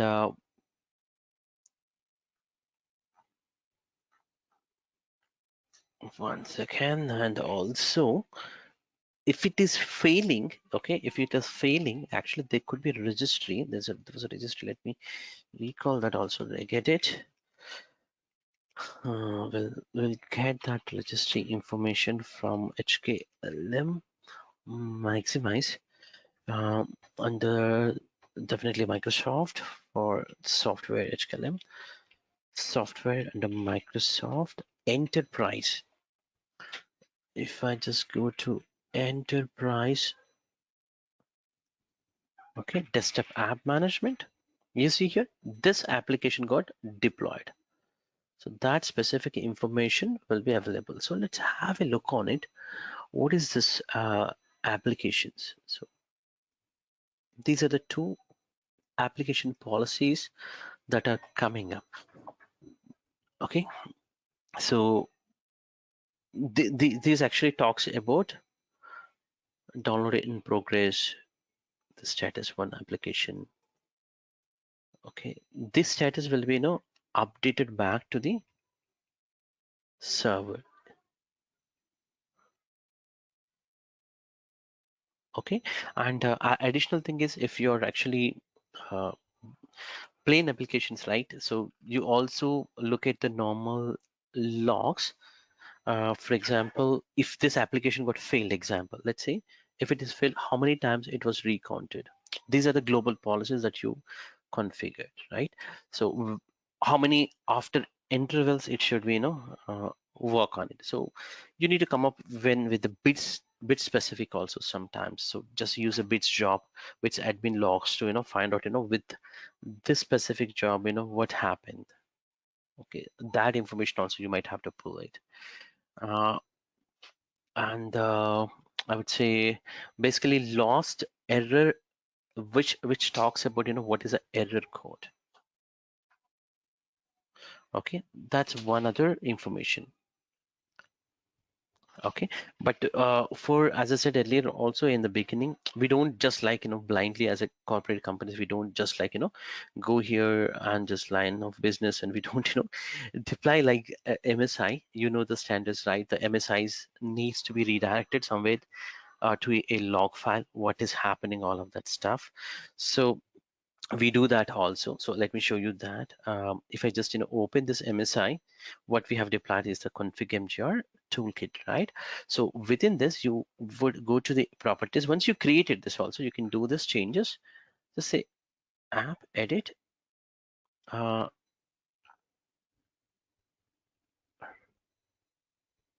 right. Here within the command line, it was taken as the default one. What is the default one? Default one will always try to install automatically silently. That's it. It doesn't redirect the logs. So if you're talking about the production, definitely we would give the slash logs, and then the log location is standard log location, maybe C colon temp or Windows directory under temp folder. Like that, we will completely give the full path. So we don't just use this, even though we just upload it as a single MSI, we would actually use the standard MSI log directories also. So that's how we use it. Okay, so two places to be checked for the MSIs. One for the Windows commands for redirecting the log, means let's say there is a fatal error when you're trying to install the MSI. it is a common thing that you get it right, and sometimes you push some application fatal 1603, it comes and it doesn't hit start. So the only option is you have to redirect the log to get the debug level of MSI, what DLL is corrupted, or maybe is the older version of application is there, it is not able to uninstall. Different criterias will come up when we look at the log. So that is at the application installation level logs. Other one would be the what happened actually.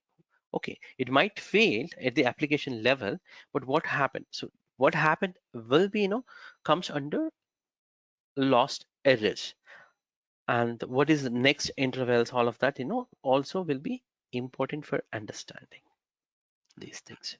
Okay, so that's a first thing policy. Then it will look for, and also for your information, it will look for management engine. Okay, so Intune management extensions by default, it might not come, but when you deploy the Win32 app, it will come. Okay, because that's where it is needed. So if you just deployed only normal applications, it might not come also. It takes some time, but for sure it will come. So that's the next thing it will verify. Engine management, engine extensions are available or not there on this machine. So if you see here also, if you have a time stamp or something like that, uh, it's the same date, but this gets the later point. Okay, sometimes these things will come fast, later point this may come. So if you have a problem on a machine, Win32 applications are not installing, first have a look on engine management extension. If this component is not there, then you have to unenroll and re-enroll. That's Microsoft common statement. Okay, like you used to do the reboot, similarly here, unenroll and re-enroll. That do the fix after waiting some time and deleting the record also from Azure AD, and wait for here.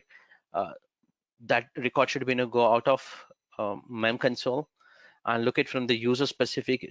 Does that user has any uh, additional devices or register for that user? If so, uh, any problematic device that was reporting here also, we would remove it, and then it continue further. For patch management, my friends, in SCCM you have single patch also can be selected. You don't have, I didn't show the patch where it is I from SCC, from Intune.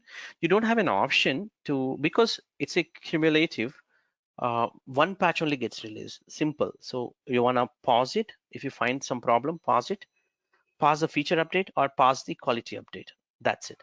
Or you can roll back either quality or feature update. This is what you have.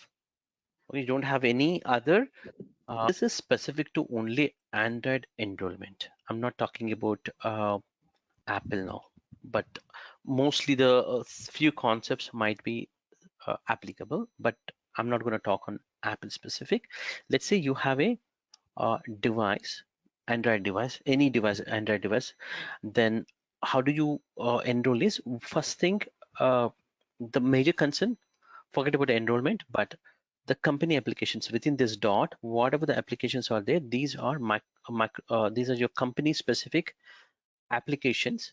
Let's say Word or Excel or your Teams, this could be, or your PowerPoint or your Outlook. These are called the managed applications, which you push it from Microsoft, sorry, from the Intune console to your devices. When you say devices, a device can be your personal or your company.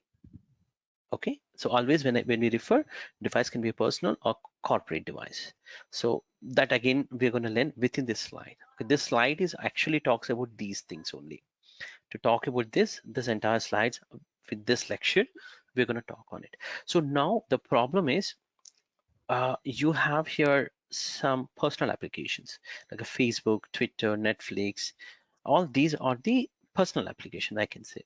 So how you're gonna install here the applications and balance your security for data theft, or or, or maybe data transfer, uh, compliance policies. So that's where the different type of enrollment options that we have, we are going to talk within this session. I'm just trying to, again, I'm trying to explain only what we are going to learn, but we didn't started anything learning. So I'm just trying to put here objectives. Okay, what we are going to learn. Okay, so let's say if this is a personal device, that is a fine, because I can put my personal application like a Facebook, Twitter, Netflix, whatever it is, and managed applications here. And normally what we do is with the Intune, we will encrypt these data, the applications which are coming from a company, we will encrypt normal uh, normal security considerations I'm talking about. So if somebody is connected with a USB also, the data cannot copy paste because it's encrypted this data.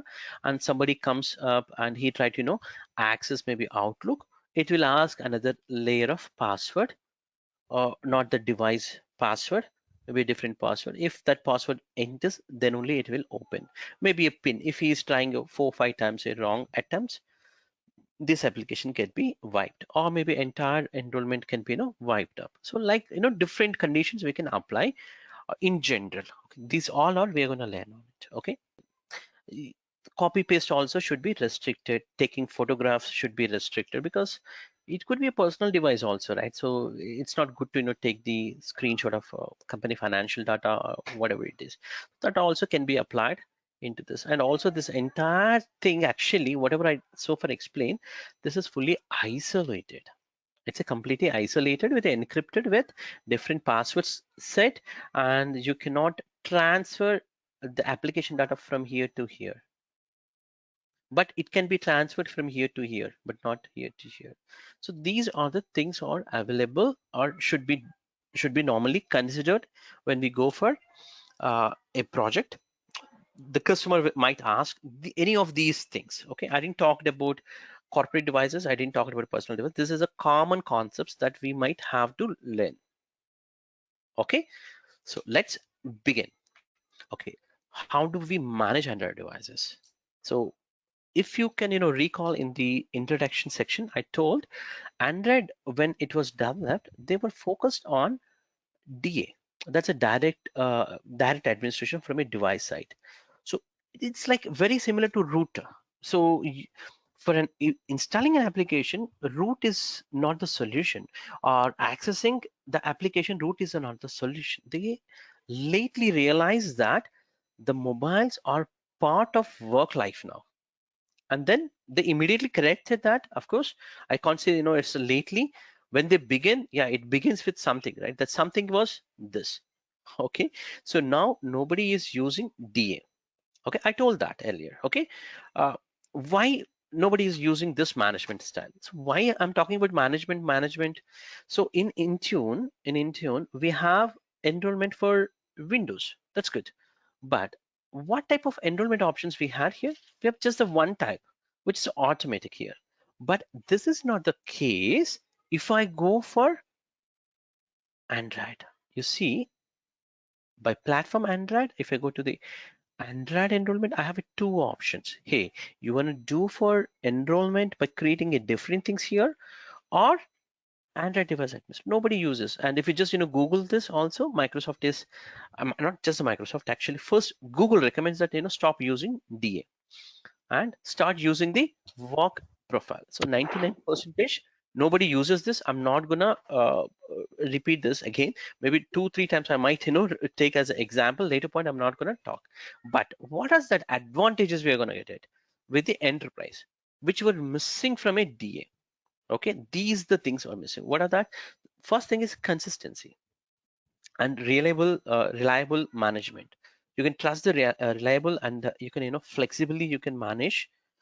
Applications can be managed safely, and in case of any zero threat kind of 0 day vulnerability things comes, you can patch it, that specific thing, or new features can be introduced. But that's not the case with this. Okay, and it's by default it was considered in a secure by default. I would say let's think in this way. You all know that Windows operating system. So this Windows initially also released for Windows 95 and Windows NT for workstations, right? NT for workstation used to be used in the office environment, right? But later point, Microsoft is coming up, in a different way, the same operating system, but they're just making edition different, right? Similar thing here also. They initially started with the DA, but now enterprise offering. This is also sometimes called work. Okay, Android Enterprise for work also we call it. Android Enterprise also we'll call it. Okay, solid foundation and a which to be built. That's it. Okay, these are the things if you just Google it, and we are going to use only Android Enterprise offering. Now, my friends, before I jump into any of this explanation, I'm expecting you to get only 2 points out of this slide. If you get more than that, I'm happy, because the remaining points you're gonna learn in the next slide. In that also, if you're gonna learn the 2 points, at least if you capture one, you're gonna learn in the next slide that remaining point one. So the style of this PPT I created, you cannot learn on a single shot. If you're able to learn, that's good. If you cannot learn, you will learn end of the slide. Okay, this is the expectation from my end also. Okay, and any audience. So let me explain. So this Android Enterprise offering has 4 different types. Okay, how many? 4. This is the first point that you need to take it out. So this offering is available in a 4 different ways. That's it. That's what I was expecting you to understand at this point of time. This is so complicated to go through the document to understand all these things, and it's a single attempt, trust me. So the first option is bring your own device, meaning the device purchased, the Android device, maybe a tab or whatever the mobile device, is purchased by end users money. Okay, not given by company. Okay, that's a if you have a situation where a user have his own device and he wants to onboard to Intune so that he can utilize our company applications, how you're going to manage is you need to go for bring your own device concept. That is called in Microsoft point of view, the right word is not to bring your own device. The right word is personally owned with work profile. So it's called personally owned with a work profile, meaning it can personal device. This is a personal device. It can also have some work profile also, like Outlook. Okay, these things can be installed. Okay, so how do you do this? Is my friend, this is very simple. As most of you know already, on a device we will be installing a company portal application. We sign into the company portal application, and then the required applications will come from a Intune. Well, that's fine. Okay, now the next 3 options I'm going to talk.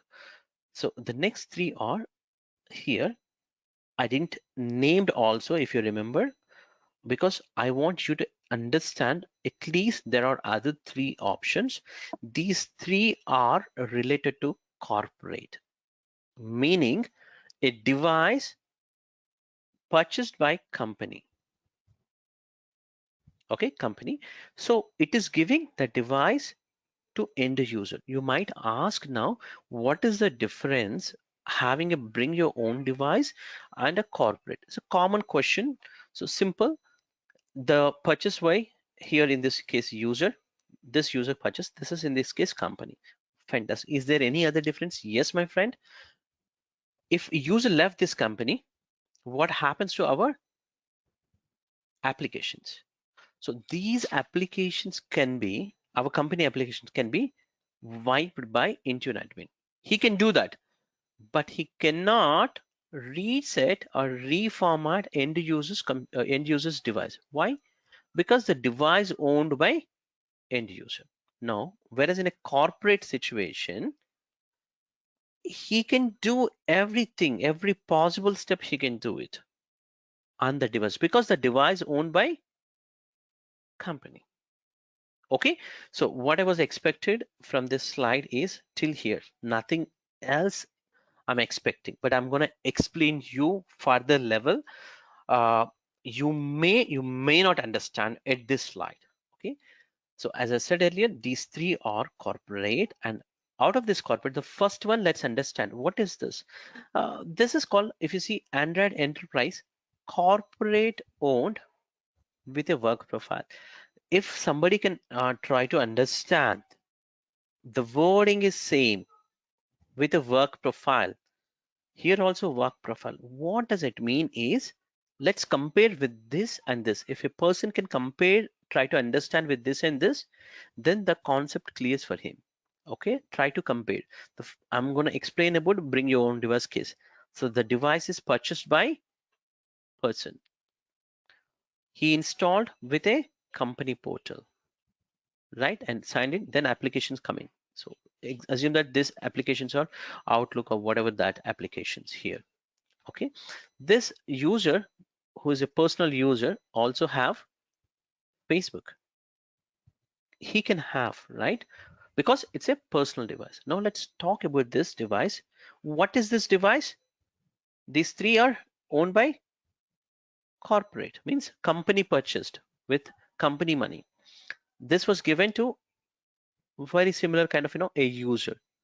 Okay, what is the difference now? You see here, the device owned by company, in this case, it's a personal. Is there any other difference? Literally, no. The enrollment process differs. Enrollment process differs. This is a different method we need to use to enroll the device because it's a company owned, right?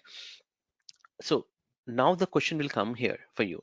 Hey, you said earlier some applications are available here, my company specific applications and also my personal applications like a Facebook is available.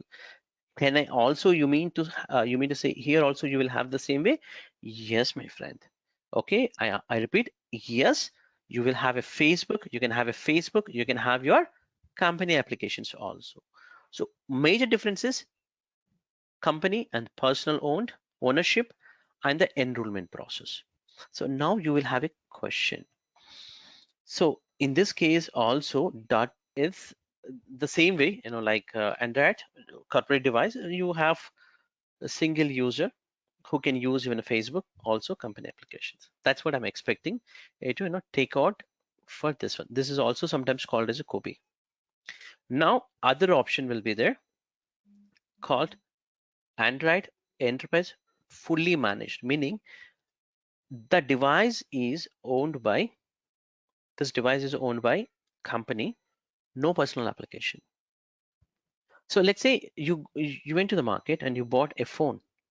For sure, you will have a YouTube on that application on that phone, and also you might have some other. If you bought MI phone, their own applications will be there as a MUI installed, and Google specific applications also will come up. So there are two on your phone. Two persons will be there. One would be the your manufacturer, that is your, in this case, MI or Samsung, in this case Google Android. So these applications also will come up as a preloaded for you when you purchase a phone, right? When it comes to the Android Enterprise fully managed, we have to take out all these applications, just make it as a clean. Whatever the applications you approved, like Outlook or maybe some other applications, only will be available. There's no other applications gets installed. So this is called Android Enterprise fully managed.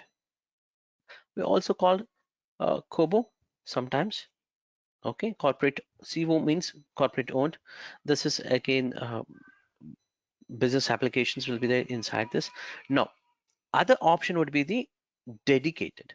Okay, for dedicated, we put it in this way. Same. Now, for the dedicated, you need to compare with 3 and 4. The first one we try to compare with the first and 2. Okay, fourth one should compare with always with the third one, meaning you'll have the dedicated, sorry,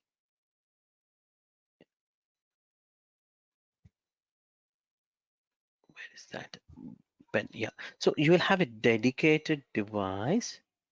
Okay, you have a dedicated device which is a corporate device, and just the purpose of this device is for meant for a single purpose, not for a user basically. In this case, normally a user will use it, but in this case, it meant for a purpose. Example, if you look at here, there's a visitor room, or when a visitor comes, he can tap the device and opens automatically an application, and he can uh, he'll enter contact details, all of that, and immediately it will print with the gate pass. Or maybe in a supermarkets for inventory information, or maybe in airports for a simple purpose it might be used.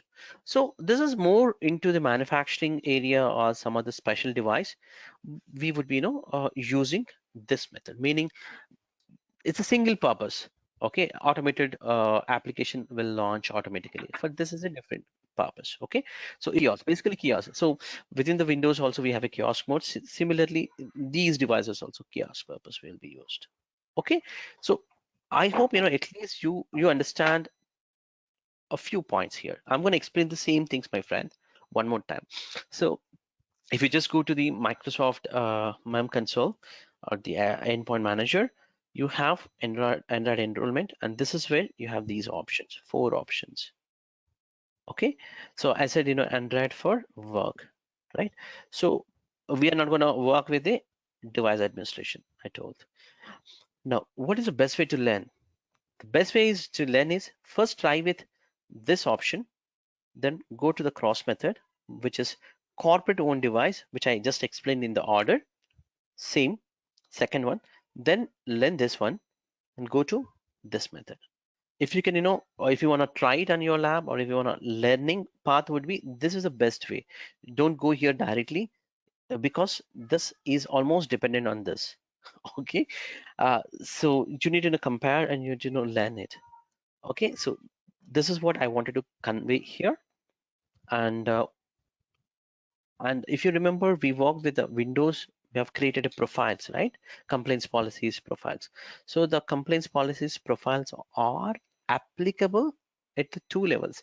One for corporate. So if I create a complaints policy example, or maybe some configuration profile that is based on a corporate devices, or maybe let's take another color, maybe on bring your own device concept.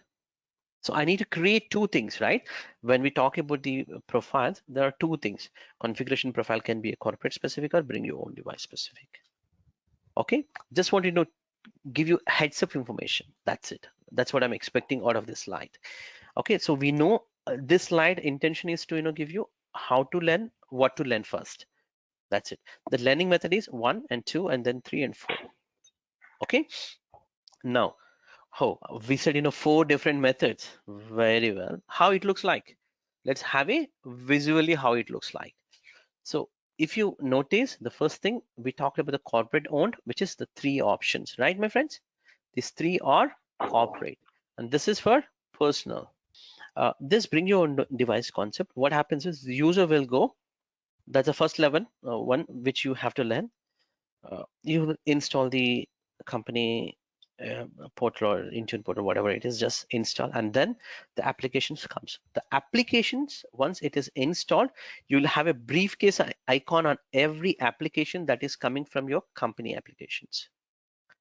Okay, so these are the things, and it might show in this view. So if you see here, this is a plain Google MUI, uh, not Vivo or not MI view.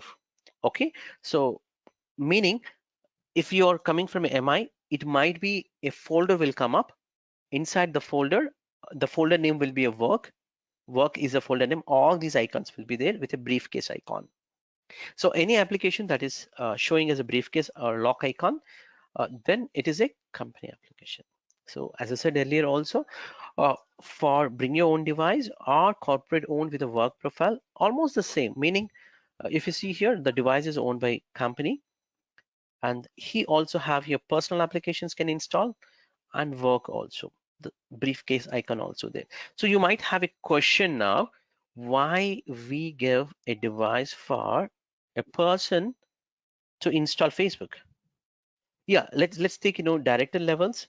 And so management guys who are public relationship, or maybe they're using Twitter kind of things to do it, or maybe we trust them but we are not compromised on a device level security, then you can offer it. That's called copy. Okay, now other concept, which is fully managed, meaning you have a multiple applications here and there's no Google, YouTube, or maybe some other application. It's a plain applications that whatever you approved are there. This is called fully managed. Okay, this is dedicated a specific purpose. Maybe you open Chrome or Edge, uh, just do that, maybe ticketing, ticket booking, or maybe visitor management or digital uh, signing. These things can be done with these. Okay, so I hope everybody understand at least a little bit on the profiles that we have. Last 30 more seconds for this one. Company portal should be used. For these things, we will be using some kind of barcode or some kind of scanner or some magical tricks, like you tap 3 times, 4 times, it goes to the corporate enrollment process. So this is a different altogether enrollment steps. It's not like a normal company portal because these are devices owned by your company.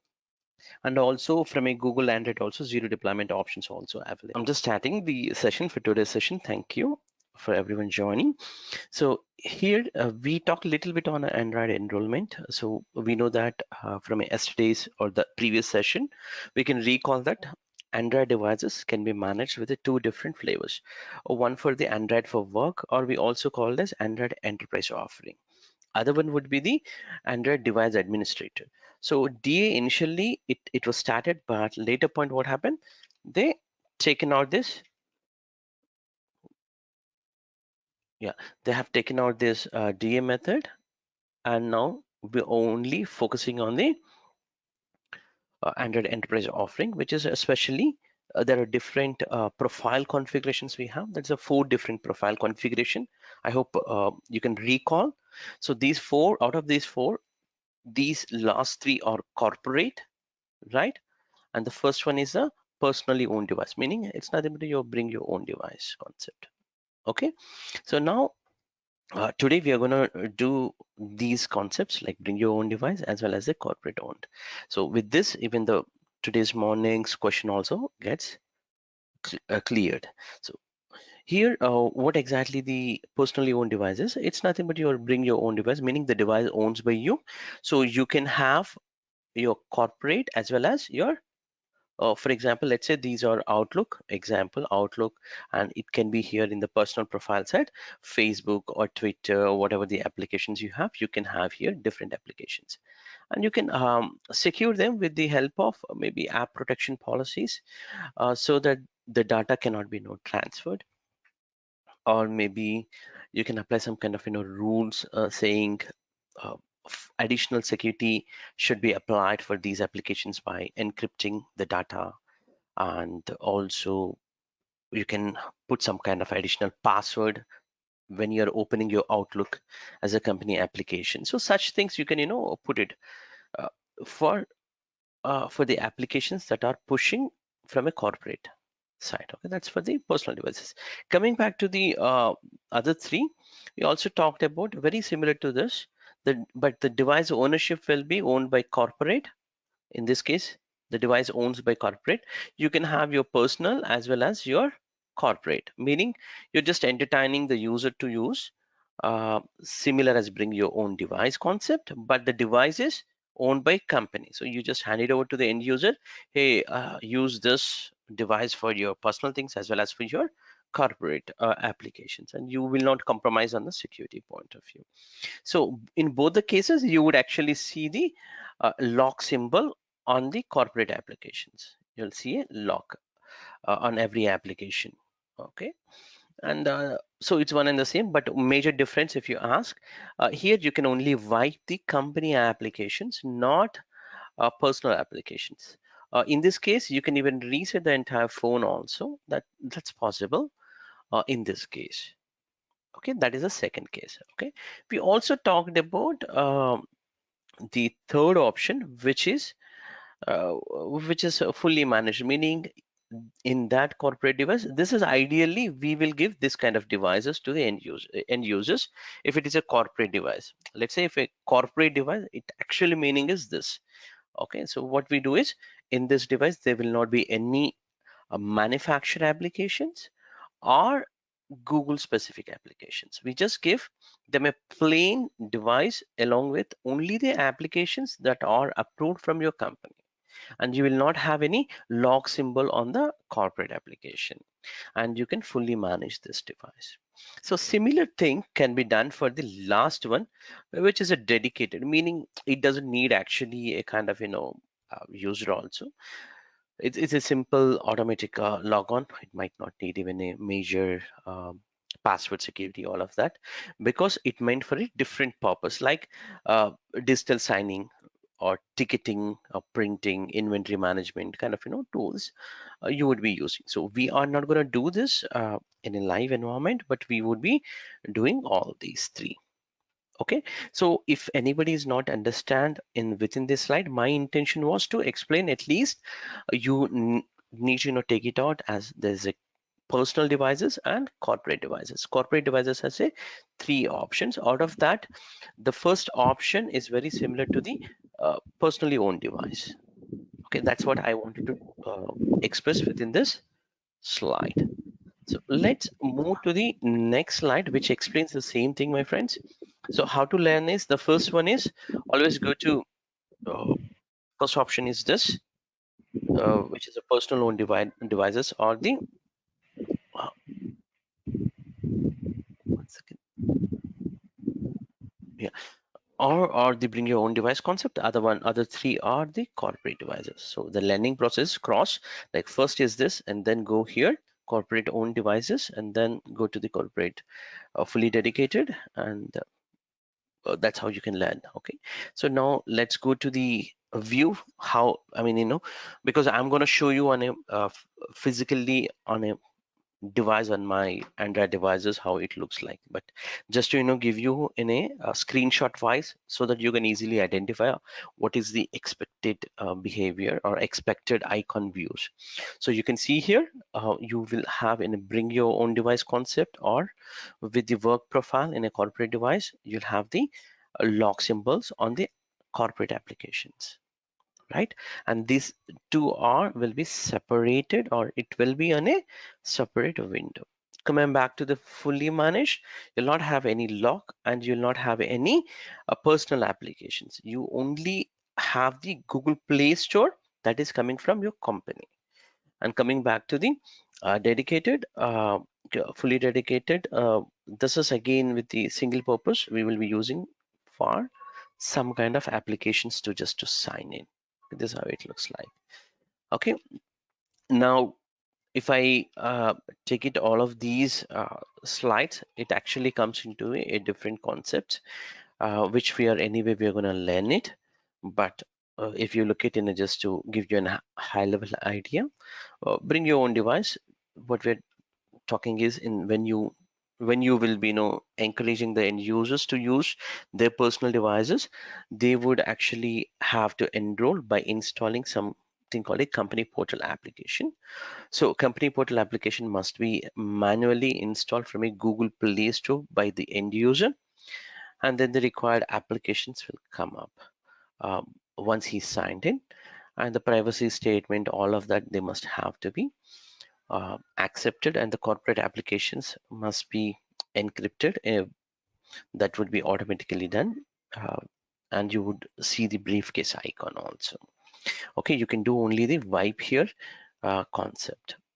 Okay, so let's actually try first with the uh, bring your own device concept, then we would move to the other. Okay, but for other these three of the cases, you would actually using a scanning method to enroll to a corporate device. Okay, that being said, let's also do some configuration from the enrollment point of view. So you need to go to the Google Android, and then from the enrollment, that is Android enrollment section, you can click on it. So you guys also know that This is one other option. You also have enroll devices here. You can also go from here also. One and the same. It's just the hyperlink. But we are trying to learn by platform for Android now. So here is the enrollment option. So Apart from these enrollment options from Android, Microsoft recently introduced in 21 December or November between two other options which are called corporate owned user associated devices, or this is basically open source based project based enrollment profiles, one with the user based, other one with the userless. So the major difference is these are the open source specific OS, and this comes on those devices. So it gives, it's another type of, just consider for now as the type of OS and where we wanted to manage them. So that's where, because these type of devices are increasing in the market, so Microsoft come up with this enrollment options also. So there are two types. One would be the with a user, and other one would be the userless. It's nothing but the kiosk specific, you could use it. So these two things I have actually explained very well in the other video, because during this creation of video it was not there, and these are in a preview state also at this point of time. And my friends, for your information, these are not very much used at this point of time, and it may take maybe 2-3 years, let's say, maybe 2025 or maybe 2024 onwards, you might see an increase in these kind of devices utilizing. But till that time you might not see more devices, but that's okay. I have already made a video. You could check on that, which is in this description of this video. So let's discuss the topic for enrollment profiles that we have been learning. for the enrollment, I just have to explain here few things to you technically. So as we talked earlier, Android device enrollment, if somebody was looking into that, it can be here, but it is closely nobody is using in any of the company, as Google also recommends to use the Android for work or the enterprise method. Okay, so we are not going to discuss this now. Again, the rest of the things we talked about how to learn, and these are currently grayed out because we need to configure this only works when you actually link up one account of which is Google account or maybe a Gmail kind of account.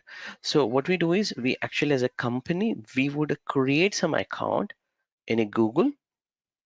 Okay, so with that account, what we do, we will link up that account here. So let's say I wanted to purchase maybe Adobe application, or which may work on a corporate devices, or maybe a Slack kind of application or some other application. So what we do is the purchasing program will happen from here, and that applications will be pushed to based on the profiles that we have. So these are the corporate, and here if you see here, this is the bring your own device or personal devices. So we would push it once we purchase the applications here to these devices. Now let's try to configure Google Managed Play. So when you click on that Google Play or Manage Google Play, it actually opens a new window. So within this window, we would be actually configuring the our Google account. So as we just talked about it, so we would be entering the Google account details. So this could be your company based account. So I'll just simply click on agree and then launch my account. So in my case, I've already logged in with a Google account within the same browser. That's why it's gonna automatically log in. Otherwise it will ask you to sign in. So in my case, it's just automatically logged in, and then it is gonna actually prompt for the business name. So you can give your business name, for example, your company name called maybe back whatever the company name. And also there are two things that needs to be given here. One would be the data protection officer and EU protective or EU specific representative in case of the data complaint specific. So those things must have to be given by you so that they can reach out in case of any complaints issues. But honestly, they are not going to reach you. But it's just uh, records purpose or auditing purpose or compliance purpose, they must have to maintain the data. So in this case, you're gonna prompt it to enter all these details, and you must have to enter all these details mostly these details will be given in my based on previous experience, and the complaints manager details and their phone number, proper working phone number, so in case something goes wrong they might reach them. So once you enter all of this stuff, simply agree and then complete that registration. That's gonna come up here, and simply this is gonna set it up the account for you. That's how it's gonna work for you. If I have already done some kind of applications for these profiles, okay, then the applications will, we need to configure our policies for Android devices, one for configuration as well as the compliance policies, right? So these things, so what we have done is we are trying to we just scoped for the Android enrollment profiles for these things, okay, corporate as well as the personal devices. And now let's configure the required profiles. So in my case, complaints profiles is the first thing that we normally do it, right? This is how we have done for Windows devices also. Same thing, we are going to do it here. Corporate, or are you doing for Android enterprise or DA? So in our case, it's just for enterprise, right? You remember, right? Why? What is the difference between these two and where it is coming? These two are coming from here, my friend. If you remember, we were talking about one is this, other one is this. So that's a profile. This compliance policy that you're trying to create is for these things or these things. Again, when you try to create within this compliance profile, if I select as an enterprise, again two things will should come up, because if you remember, we were talking about one for the bring your own device, other one is a corporate, right? So two option I should be able to get it.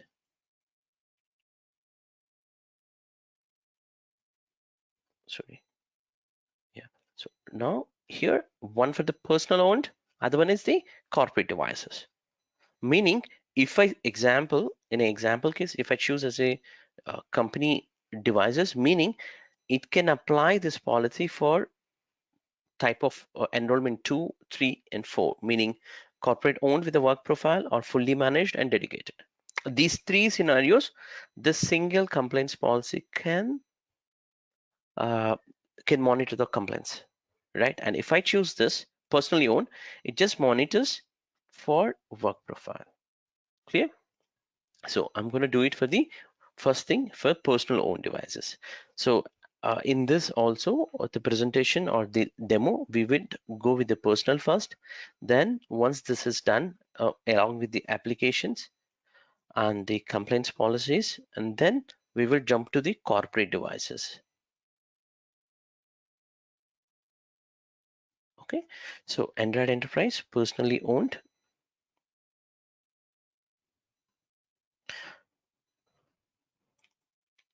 I'll just give here personally owned. So again, these are the same, almost the similar complaint settings that we have. So let's go few of them. So this is the Defender configuration settings, which is a high-low configuration, and device health. If the device is rooted, you can block it. Okay, Google Play Protect is definitely required. Any application that should be Google Play protected. Example, for the security purpose, they would monitor all the applications that are coming from a Google Play that can be configured. Um, and also you have the device properties, the minimum and the maximum version. Let's say your devices are, maybe you can configure here minimum as 8.0 example, meaning Google Android Enterprise, Google Android versions has a versions. Google Android OS has a version like 6, 7, 8. Now current version is, if I correctly remember, it's 11. So anywhere from 8 to 11, you can minimum and maximum you can put it. So 8 is an older version, but I have one device with the 8 and other one with the 9 or 10, and other one is with the 11. So we can configure based on the required configuration. And coming back to the security, you can come up here saying that, hey, I need the device must have a password, and the password complexity can be configured here. So you can say that it can be alphanumerical or just the numerical number. So at least numerical I'm configuring with the passcode as the 6 characters. So these are the common things that you have even with the Windows devices also, right? Similarly, here also you have some options. And these things are self-explanatory here. So if you want to block some of the applications from unknown sources, you can block it. So you can manage these. You can also check the integrity of your company portal application. You can block the US debugging options. I'm sorry, I can't do that because I also have to show the screen mirror during the time this is needed for me. Okay, so security patches, all that configurations can be configured. So here few settings we have configured to consider as the compliance settings. These settings can be applied for your devices. So in my case, I'm actually applying for all the users who are using any of the devices coming up as a bring your own device, it will be applicable. So one profile we have created. Okay, similarly, you can also create even for the corporate profile also. Same options will be available for your corporate. So let's have it do. Let's have it quickly. One configuration profile, very similar settings you have here. So I'm just giving here minimum 8.0. Security is required a passcode. I'm also giving here 6 characters, minimum length. So these things are just trying to create for my corporate devices also if a user is enrolling as a corporate user. So two profiles have created. I didn't demote how this is going to apply, but when we jump into the demo purpose, these if the user coming from personal device, it would be applying this enrollment profile or the profile that measures the compliance. For corporate devices, this. Similarly, you can also do the profile configuration, like setting the compliance again, DA or enterprise. In this case, enterprise only we will be. So you have very similar to the, if you remember, the screen is almost similar that you have with the Windows, Windows configuration profile. Right? Similar configurations, you can do it. But if you can, closely locate here, we have taken as Android Enterprise, and later point here it is for corporate, and this profile for personal. Meaning under corporate you have these settings like a certificates or trusted certificate, VPN, all these. And similarly, if I just remove this, yeah, so similar settings you also have here. Okay, so these are the additional settings that can be applied automatically on the devices. So let's go to the corporate device restrictions. You can put some kind of device restriction settings.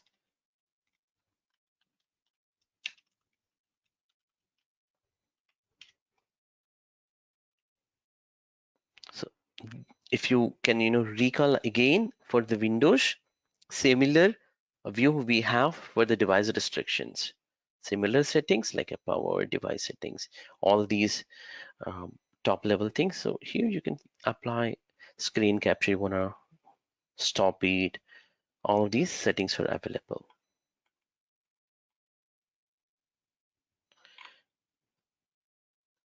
Device password, you can see the required password type is, I'm setting a normal thing here, again as a 6 characters.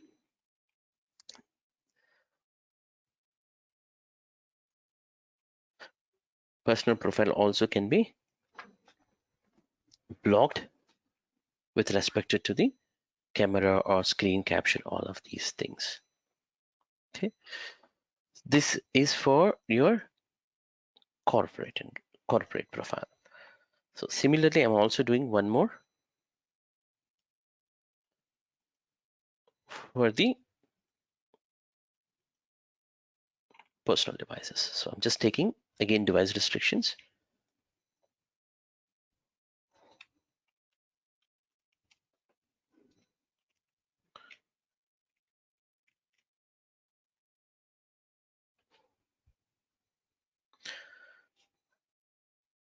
I can apply here. Minimum passcode is 6. I'm not blocking any other settings, just going with the default things. Okay, now what we have done so far is we have almost configured personal device specific as well as the corporate device specific profile, as well as the compliance policies, and especially the configuration profiles and compliance policies is configured for these two things, uh, two categories. Now uh, let's also have a look on the applications.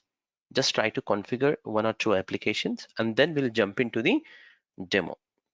So for the application side, click on add. So these are the applications. If you just here type, if you can little bit more, these all are managed Google Play Store applications. Right now you can actually click on add button to get the some other applications. So here in the app type is we are trying to get the applications that are we are purchasing from managed Google Play Store. When you say managed Google Play Store, meaning you have already linked up an account from a company point of view, which we have done already, and there you're actually purchasing or you're approving the free applications or corporate paid applications from a managed Google Play Store, and that applications will be uh, can be pushed to our end users. Okay, that's the goal. So for the Android store, it's just the direct URL. If you remember, we also have done for the Microsoft Store application, some application we have demoed. Similarly, the URL needs to be pasted. So for now, let's go to the manage Google Play Store. Just click on that manage Google Play. Yeah, click on that. Now select it. Now what happens is, as soon as you do this, it actually opens your Google Play Store uh, in within this window. You see, this is a Google Play Store, so you can search the applications that you want to approve. So in this case, I wanted to approve for my MS Office example. I can do that, MS Office, right? So you can search for Outlook, Word, all of that applications, whatever you want. Okay, take any of the application. This is a complete suite, actually, that is. Yeah, so it consists of Word, Excel, PowerPoint. Click on approve. So you are approving this application. So wait a second here. If you just scroll down, what it says is, uh, as you know, any application before we install on your device, it also needs some access like contacts or microphone or maybe your storage. So these are the privacy consent things. So if you're sure that this application you're allowing to access the media, photos, or contacts, meaning in case if this application has a bug, they can theft this information also, definitely, right? So you should be careful. The application, definitely your whatever you're approving is the business case applications. So you can simply approve it. Once you click on approve, it will ask, hey, let's say you have an application as this Microsoft Office application. Tomorrow, uh, today this version is 1. Tomorrow, if the version 1.1 comes, do you want to reapprove or revoke all the permissions that you just granted? Yeah, so it's gonna come up and say, hey, you approved on version 1. Now do you want to know when the application is, wait a second, it will come up automatically. So it says that uh, you approved it, but let's say tomorrow the application has been updated within version 2 example or version 1.1. So do you want to revoke all the permissions that you have granted, or do you want to keep it? Meaning the you end user no need to worry about it. So normally we would choose as a keep approved. Uh, that's a default radio button what we will be taking. So click on done. So now this application is approved. Okay, if you see the tick mark here, it's showing as the approved. So if you just go again search some other applications, you can go ahead and search it. So like that, you can put some other applications also, 2-3 applications rather, please.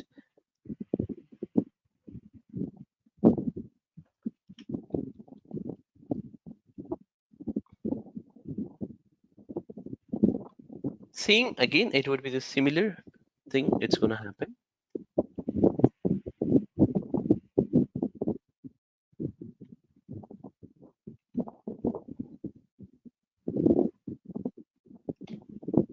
Once we have approved few of the application, just click on sync. So what would happen is if you just scroll down completely, what happens Okay, is okay. as soon as you click on sync, it will start importing. Another way, it just goes to the store and it will import Okay. which are coming default as a managed Google Play Store.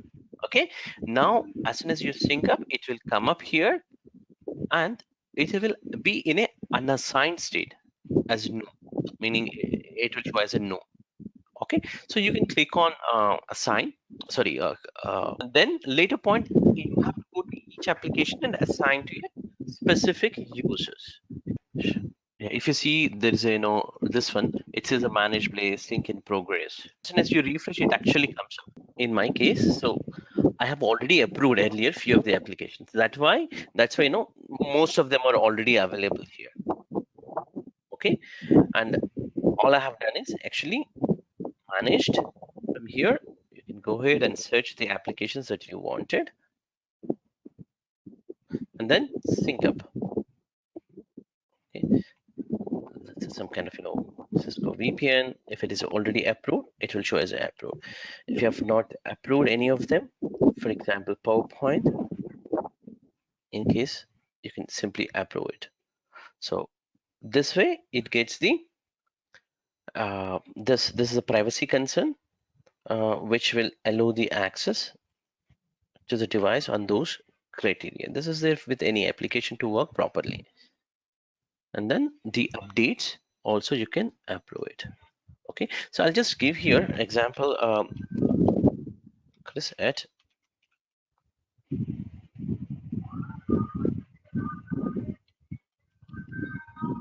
okay, give me a second.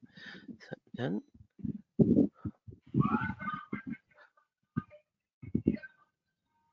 so now you can sync up and then that applications will come up here. It's still in a progress. Yeah, it's done. So here you can assign the required applications. So let's actually apply some of the applications like Microsoft Outlook.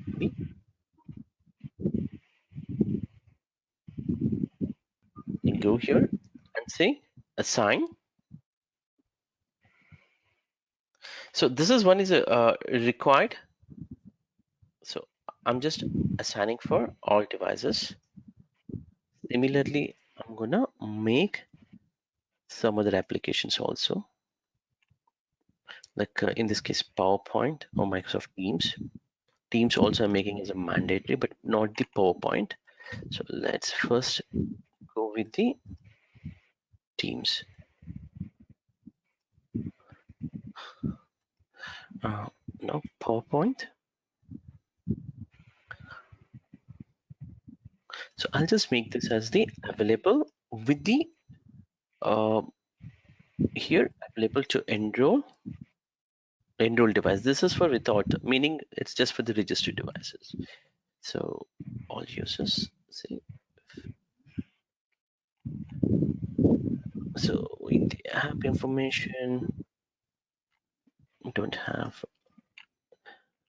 any other information. Okay, that's fine. So this has been assigned. Okay, in my hand I have a phone, Android phone. Okay, I'm just trying to move left and right, the same thing is coming on my screen. There's no magic that I have done. Okay, so it's just a screen mirror application.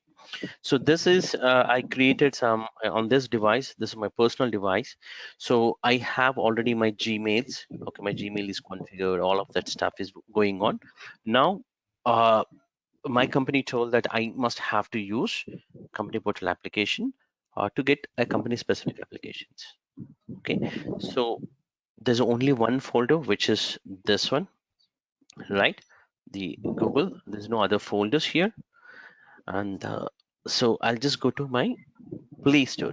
Where is this Play Store? This Play Store is from your personal device, right? Personal device using some account, right? So you need to have here an account also.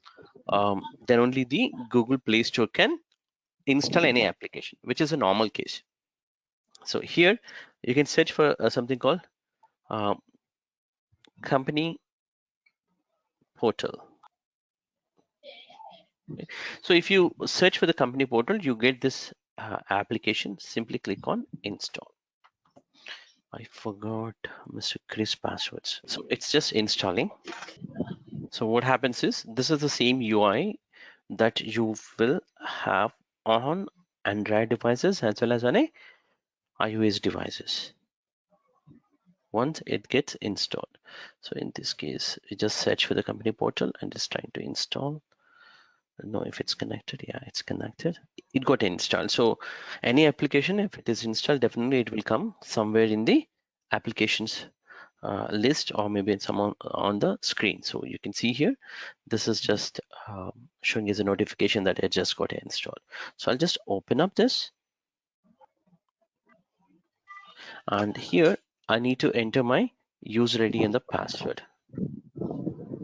Okay, so this time also I'm going to use Chris only account. So let's type as Chris at the rate. So I'm just clicking on sign in button. Now this is a normal process within the company portals. The same steps you will be seeing on any end users uh, enrollment process. So there are three steps, right? The first thing is, if you see here, what we are trying to do is a company name. This has been customized. If you remember the day one or day two, we tried our logo as with the logo and the name and the color purple, what we have chosen. Now it is trying to enroll with the three different steps. So now within this, you have three steps. The first step is creating your work profile, activating the same work profile, and updating the device settings. So this is where the third step, it actually measures the complaints issues. In case if this device is not falling uh, up to the standards, it will enforce by giving here a notification, and also within the company portal as a red color. Okay, so I'm just gonna begin. So here it says that from an endpoint point of view, end user point of view, the privacy statement, what your company can see, what your company cannot see. So your company cannot see the calls that you make from an end user point of view, web history, location, email, text, contacts, passwords, calendar, camera roll, all these things you cannot see. I mean, company cannot see on a personal device. But what company can see is, company can see your mobile model, serial number, operating system, work applications that you pushed from managed applications or from your Intune console, and the owner of the device, device name, manufacturer, and the phone number only for the corporate devices. Okay, click on next to continue. So this is a statement that just shows. Okay, if it is a corporate enrollment, the same things will be shown in a different way, like a slide bar view, it would be shown. I'll be showing that when we do that. So just continuing. So it is setting up your work profile. So this is the way it says that, hey, this is a work profile. So you are gonna get is a isolation. You see this what the bar which is coming. It's kind of separation between your work and personal things. Okay, are you ready to accept that personal? Yes, then continue. So the icon, whenever you get it, this icon is reserved for Google Android Enterprise for Work. This is basically icon. So this is trying to set up. So when I click on continue, it's going to take it to the second step for the registering your device. And this might take some time, and this time I'm actually sharing my full screen so that you could see how I'm doing it with the help of a tool called App Power Mirror. It is going for the registering into the company portal. Yeah, you see your device, update device setting, because this device does not have a password. So it's just coming update. You need to update your device passcode because this device I set it without the passcode. Okay, so that's why it's saying that you need to set the policies, and also it is coming up automatically. Some of the applications are coming up, all of that. Okay, anyway, now it is asking for us the are we going this for the bring your own device or sales team or corporate. These are the categories that we have done. Okay, and if you remember the terms and condition, it was not asking even because we have already acknowledged on one of the device. It's still loading. You can see the second step is done. Now update device settings. So I'll just click on continue here. Okay, now it says that hey, you don't have a password, which is you need to set it this. If you don't know how to resolve, click on here. So this is again coming back from a complaints point of view. It is immediately showing the complaints prompt. So resolve. If I just click on resolve this button, resolve, then it will take it to this page where I need to set the passcode. So I'll just set some passcode here, like let's say ABC. Set the password and click on continue button, and this takes some time. So I'm just fast forwarding this. It's just checking for all the complaints policies in the backend, and we could see. So if I just scroll down, and just minimize that in the backend, it will go on. But if you see here, within this, there's a folder got created called work with a notification just now, and you see here everything got locked.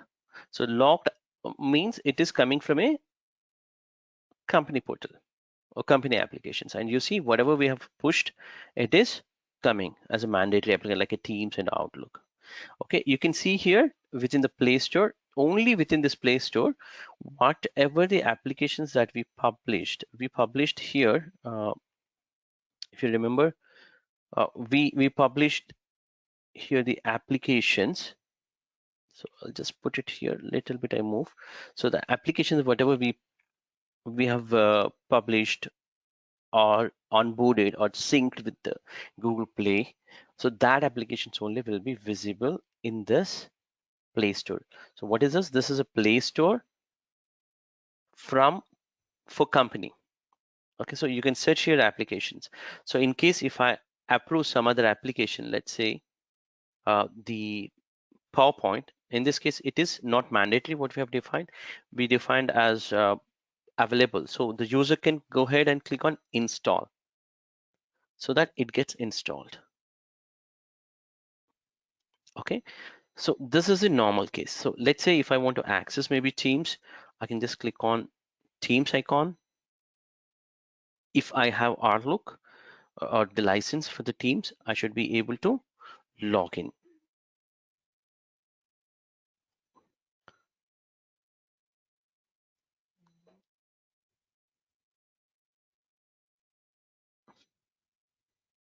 Yeah, so I have a license Teams, so I'm able to log in with a Chris account.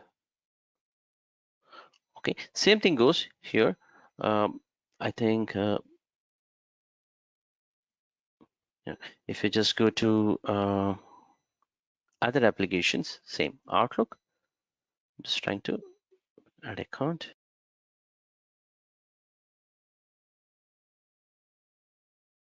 Here, the Chris specific email, app confirmations, confirm your email. So this is the normal behavior. Let's go back to the console and see how this looks. So I'll just minimize this. Any doubts in the enrollment process for now? Only for the enrollment. Let me explain here few things. Here, a device got Chris account, device, personally owned work profile. What it is nothing but the personal device, right? So from the Android enterprise enrollment, the device type, somebody was asking how to identify. I'm just trying to show you here. You see here, this is a profile name it is showing, okay, in this tab. If I go to all devices, I can see that the OS is personally owned work profile. This is the first thing. Second thing, if I just go to the Android specific device registrations,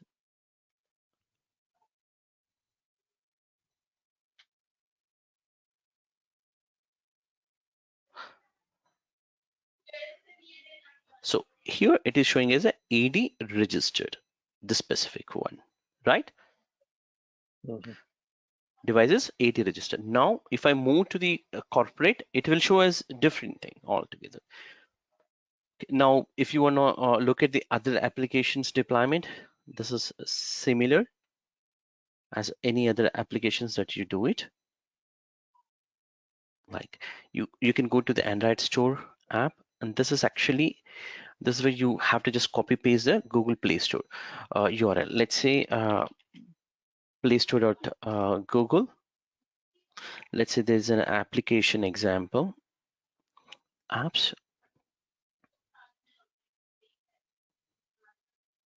I wanted to deploy example, some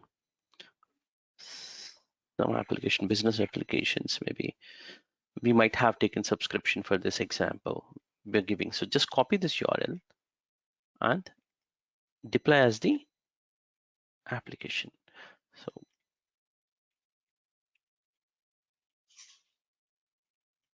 you can give, and you can show this as the feature application, so that in company portal application it will come up there. So I'll just say this can be, this is another type of application, but in the real world you would be using only one method, not like this, because you don't have a proper control, right? You should actually use a method called Android devices for work. That's a managed applications we would be using normally. Okay, let me also show other applications that you have. These are actually coming from a store. This is a completely uncontrolled, but this is a controlled, because all the applications that you are showing will be linked from your Google managed application. And also here built-in applications, which are nothing but these applications which Microsoft has already predefined. And this says that, I have some of the applications, this frequently used application kind of thing. You can check it. These applications are mostly coming from Microsoft and their partners. Okay, for example, Zoom application can be taken here, and this will be available, and then you can assign it. This is another way. And coming back to the web link, we have done for the YouTube, that also will come up. I should show that to you. Even line of business applications, if you package in this method, you can deploy it. Mostly what we'll be doing is we would be actually using manage Google Play. Okay, now I'll take it to the next section, which is my corporate device enrollment options. Okay, so for that, so I have actually trying to show you in a different way. So I have a device. Okay, this is my a device. Okay, which has an Android. So I just already did the reset of this device. So I'm just starting this device. So let me put it here in an easy way so that you can see. So what I've done is I've taken the phone, Android phone. I did the reset the phone. Okay. So once you do the reset, what will happen? Come up with the screen right here. It should also ask for the what we do normally, we just continue further and then we give our Google account. Normal cases in a normal personal device, right? Is this the same case, right? So let me actually go to this one second. Where is this? This one. Let me present my screen. We have actually created this thing automatically. Okay, nothing to do here for the personal devices. But when it comes to the second one, which one we have to learn? The easiest one would be the second, the one, right? The cross, like a corporate owned device with a work profile. This is what we are gonna learn now. So for this, we need to create here a profile to be created, right? Let me create a profile here. What is a profile? This is corporate owned devices with work profile, right, my friend? So I'm actually gonna talk about these three. Okay, out of that, the first one, I'm gonna do the enrollment process for corporate owned devices with work profile. Just click on that. So it will start asking you to create a profile. I'll just enter as this. That's it. As soon as I just click on create, the profile gets created. If I just click on this profile, it actually gives me a token. You see, I have a barcode, right? Now let me actually come back to my phone. Okay, so the same phone. Okay, so now at this screen, right? Let me minimize the screen. So in the backend, if you see here, you also have the barcode and my phone. You have two options, my friend. Okay, one is touch here 3 times. Okay, when you tap here 3 times, I didn't tap. Okay, there's a gap between my finger and the phone, but if I tap 3 times, it actually recognizes you're trying to do corporate enrollment. Okay, there's a first option. Clear? So let me do that. But before that also, yeah, let me actually do 3 times tap. 1, 2, 3. So you see here, if anybody can quickly read here, it says that here it will come as a notification. One more time, I'm just tapping 2 times only, but it says that, since I tapped 3 times, it says, hey, you're trying to enroll into a corporate, please install the QR code. If the QR code application is not available in this machine, without your Google Play account, it can install automatically an application called QR code application. Post to that, what will happen? It will open my camera. Okay, it's just searching for my Wi-Fi. So in case if I have a Wi-Fi, it will come up. Okay, I have multiple Wi-Fi's. Let me enter the passcode. I'm sorry. This is my Wi-Fi passcode. If I correctly remember, this is a lab one, not my production, but it should connect to this. Yeah, it's connected to that Wi-Fi. It is trying to get the QR code application. As simple as that. Let me also do one more. So the earlier phone is there now, that the bring your own device concept phone.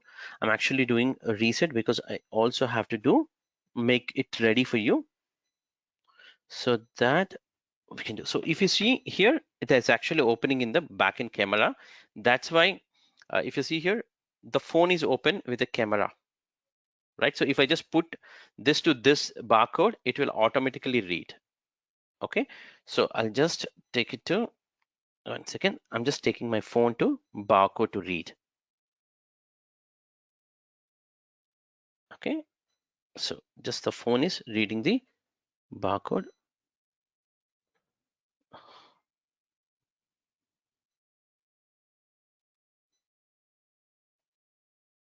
No, it's not coming proper.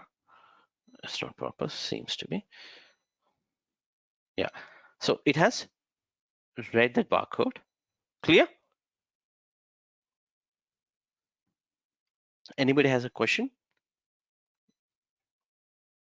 Just click on accept and continue. There's a second method also. If you don't perform cure based, you could actually enter some keywords instead of your Gmail ID, and then it takes to the corporate enrollment process. But we would look into that later. If you don't tap it, other one, you need to enter a specific keyword instead of the user ID. That is the Gmail account. Instead of the Gmail account, you can enter something called Android. A stands for Android for work, and with the hash setup. Then it would take it to the same setup, the same screen. Okay, uh, this is one way, other way of doing. Okay, so let's do that in another device, that method. There could be a question in general normally like is this all the process is going to done by end user or to the IT help desk team? So both the people can do it. See, at the end, what they need is they need the QR code, right? If you gave that QR code to your company people, they can simply enroll it on their own. So meaning other way, what would happen is you actually purchase the mobile devices and you directly ship it to them, or you will simply ship them, and then they could simply scan the QR code which you sent over the email, and simply they can enroll this process. I mean, they can follow all this process to enroll. So it all depends on how you set it up, the process. But in general, you could do this and you could when ship them. But uh, most of the companies, they actually ask the end user to do it because it's more interactive and they're going to do it on their own. So that's the easiest way, in fact. And there's another option also, like you have a Apple Business Manager. Similarly, Google Business deploy management also option also available. So if you have a Samsung kind of thing, you could buy there, and you could configure all that configuration profile things and simply send them, so that from a factory itself it will go for the end user, a corporate device. Uh, Users also can do this, but what we do is we actually ship it. The process is the token we would be sending to the end users. This is another phone which is doing the reset. This is from Huawei, so it's a factory reset. But in ideal case, if you are getting a new phone, it will be in a normal condition. So it's done. If you see here, the button is done coming. I'll just say click on done. Because here it's going to ask for the sign up things also. That's why this is the first thing, which is it is opening the Chrome as an application. So this is where I need to enter my account details. Okay, so let me enter here my account details, my friends. Okay, I'm going to enter the passcode. Hey, you don't have a passcode. Please first set the screen passcode, right? So I need to set the these things. I thought this is the best way to manage.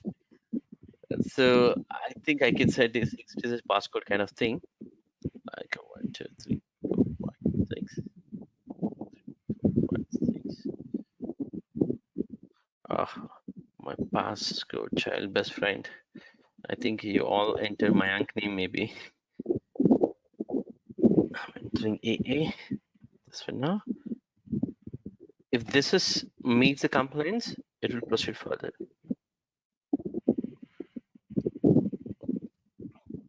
Okay, now it's done. Now it is asking for the some of the applications it's going to install, the minimum applications, like a company application. If you see here, authenticator, company portal, these are the additional applications which may or may not be a mandatory now. But if it is a mandatory application, it will show here. So click on next. So in the backend, other applications gets installed. The final step is to set up to register this device. So final ask to sign into this device.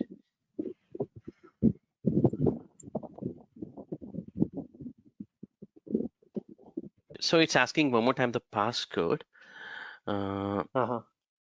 So I have to go back and find out the passcode. Yes, that's a passcode. Let me enter. Open.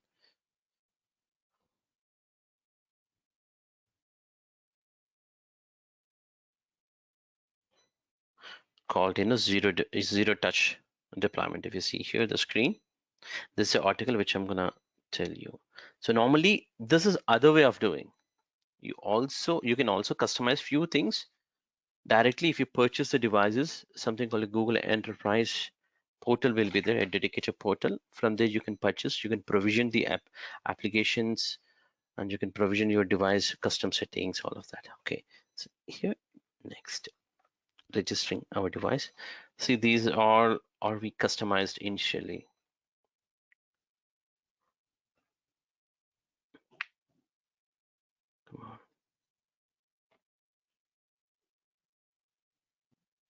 So next, choose a device category. Again, I'm saying here corporate in this case. Click OK. Okay, done. This configuration is now almost everything is done. Now it's back, but it is asking now me to enter the personal account. You know why it is asking a personal account on my corporate device? Because we have chosen this one, right? You remember? We also chosen this method, corporate owned device with a work profile, meaning he also Okay. have the personal profile, right? That's why it is asking. So it's up to me to enter my Gmail ID or not. So in my case, I'm not going to enter. But if you enter, what will happen? You can go and access your Google Play Store and install Facebook, Twitter, or whatever it is, the applications, the way you want it, like WhatsApp, all of that can be accessed. Okay, I'm just going to the home page. Okay, now if you see the applications here, the things which are coming under a briefcase or lock. So these are coming from your company, right? Your Outlook, your Play Store. Okay, these all are coming from there. So some of them, if you just scroll down, also it will start showing. Sorry, something open. If I just go to the Play Store, I should see my PowerPoint application, right? Because we pushed as a PowerPoint. So I can see here as the available application, but some of them are installing state. If you see Teams is getting installed, Outlook got already That's true. installed. Okay, so if I want, maybe, I need to just go here and search it. Let's say in a real world, you might have maybe 20 to 30 applications. Okay, this is something related to the phone. So I'll just, okay, phone specific, this Vivo specific. You can search here. If you have in 20-30 applications, you can search it properly and find what is that application you want to install. Let's say whatever you search it, like, in this case, PowerPoint example, you just search with that keys, it will come up with the best matching. So in our case, PowerPoint, if you want, we can say install. It's going to install for us the application. Okay. Yeah. So this is a normal enrollment for the corporate devices with work profile. So if I want my personal applications, what I'll do, I'll just go to my Play Store. In this case, this is a personal application store, right? Google Play Store. In case if I have a Google account, then I can go ahead and install whatever the applications I wanted. There's no restrictions on this. And one more major thing you need to remember here, you see here, this is phone is from Chinese phone, the Vivo. So their Vivo store is there, which we don't want actually. Themes are coming from there, and some of the Vivo specific applications, Amazon, WhatsApp, they have pre-provisioned everything here. Okay, so which we don't want. For example, you see Chrome browser, which is data thefting. They theft all the passwords, all of your key inputs, all of these. So this is like a spyware kind of thing. So these things we definitely don't encourage to install on corporate devices. So in that situation, this is a not a good use case or good option to give it to the end users. But there's a use case that we must have to secure, and also we must have to secure at the same time. We must have to give the user has a flexibility to install their own applications. This is the only way when you have a Mm. corporate device. Okay, now let's go back to my other screen. Okay, where I'm going to share. Where is this? Yeah, go to meeting. Yeah, here. I'll share my screen. This. So if you want to do it for corporate devices, fully managed, here just click on this. We will move this slider to yes to no, no to yes. So in this case, yes. Then, so if I go to the devices, now I have another device type.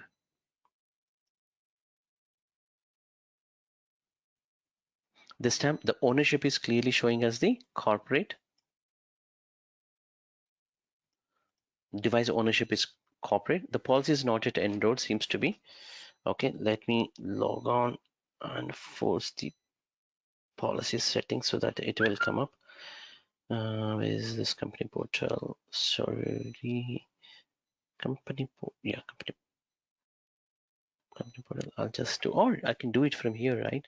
So I can go click here, select that. Okay, you have here wipe option also.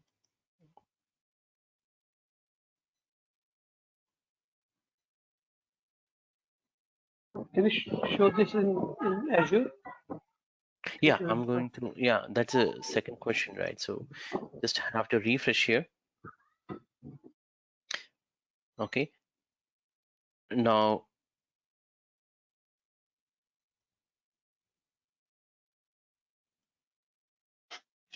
both were Azure AD registered in this case, the devices.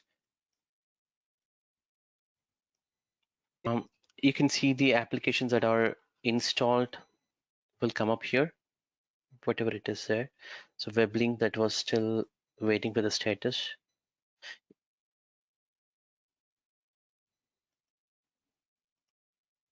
Okay, so from all devices, now this user has 3 devices as of now.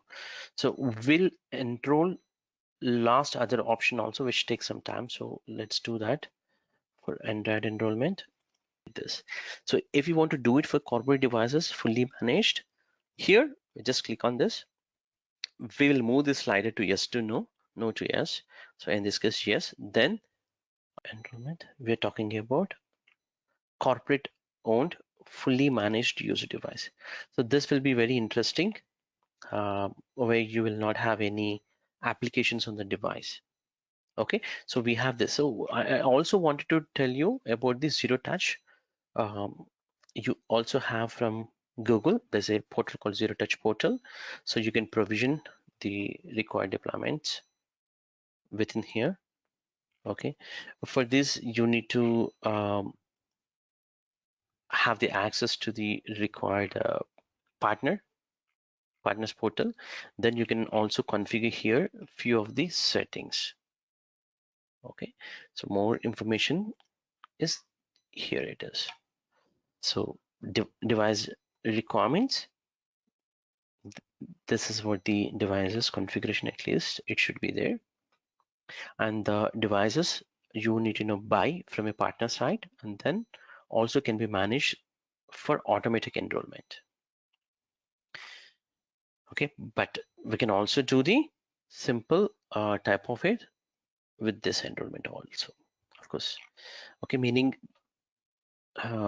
if you have the token and the remaining settings are already can also be configured in the zero touch portal if you have the access. So that's a different, but why he's coming is this zero touch portal for Google, sorry, for the for the iOS devices, you have an option called zero touch portal, Apple apple.com. So there you are actually configuring everything there as a corporate devices. So that's why you also have a mechanism to configure from here. Okay, you can learn more information in this case. So once you configure this,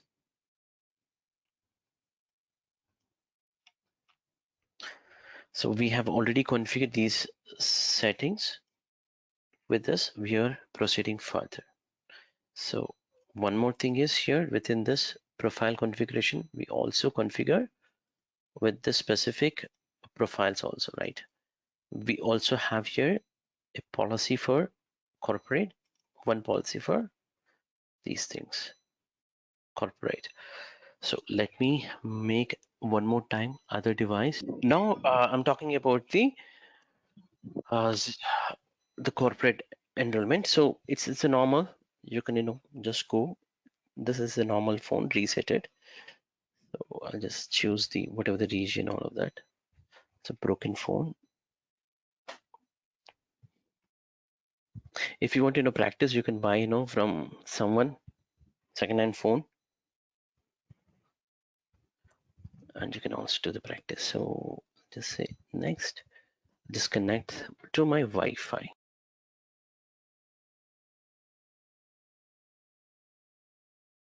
So now if you see here, what we do normally, we will enter here our password or email ID, right? Everybody is attentive right here. So Yes. instead of that, what we do is we will enter a word called also explaining why we call this shortcut. E stands here for Android, okay? F stands for fur, okay? W stands for work, that is AFW stands for Android for work, okay? So that you can easily remember. I'm just trying to explain, okay? And then you can put it as the setup, okay? So here SETUP. So what we are trying to do, we are trying to enroll this device into Android for work with a setup. So simply, if you just click on next this time, this will recognize, hey, this is for Android for work. If you could notice here somewhere earlier, it was coming as Android for work, right? In light green with a white color. So from here on, if you notice, the previous steps, whatever we have done, is the same. Now, this also asks for the barcode, which I need to give here. Actually, what we do is we would send the device along with the barcode. Okay, barcode will be in an email. Device is a physically shipped. Just power. So it says that it's opening the enroll this device with a code provided by your IT admin. I hope everybody is able to read. If not clear, the text, right? Device policy to take a picture or video. Hello. Then in the backend, it is actually my screen. If you see here, it is actually reading, the camera is open here, my phone's camera with this. So I have here the barcode. Okay, so I'm just taking my phone to this place. Immediately, it has read that barcode and it is trying to enroll. This is a corporate owned. Okay, next. Yeah, it is trying. Okay, and it is asking. So it has already enrolled with that, seems to be. It is asking for the what is the user who's going to use. So I'm just entering here the user ID. Hope you're able to see. And then click on next. Okay. It's the same steps, right? If you remember with the previous one, enrollment, it's a one and the same. The difference is the device. Inside the device, the applications will go off. Personal applications, right? So with this is a Huawei, right? Personal So or Huawei specific it application, will you cannot have a personal. it You cannot have a personal. Okay. So Yeah. so set up your registration. maybe pre-installed apps will also removed, right? Exactly. Is it Sridhar? Yeah. Right? Yeah, good. You're on top of it. So I need to enter here the user account. In this case, I would like to try with a different user account, and post to this, I have to enter the password, and then the device gets registered and installed automatically. And you could see all these steps automatically. I have actually captured on a different video, and then I'm trying to show you, but in general all these steps gets done. And later point, uh, you would notice here there's no app. The phone. So all of the things was gone. Now if you see here, this is the same phone, right? The Vivo specific applications were there. So everything is gone here. Okay, there's nothing available except what we have approved. Okay, see, you can see here it will show as a deleted by your admin. Your YouTube also will go off. PTM, all these were there. Even UC browser I was talking about, news, all of them were taken out by this profile. Okay, all these has been gone, and you have only the applications that you upload. Slack or whatever the application you upload only will be there on the user.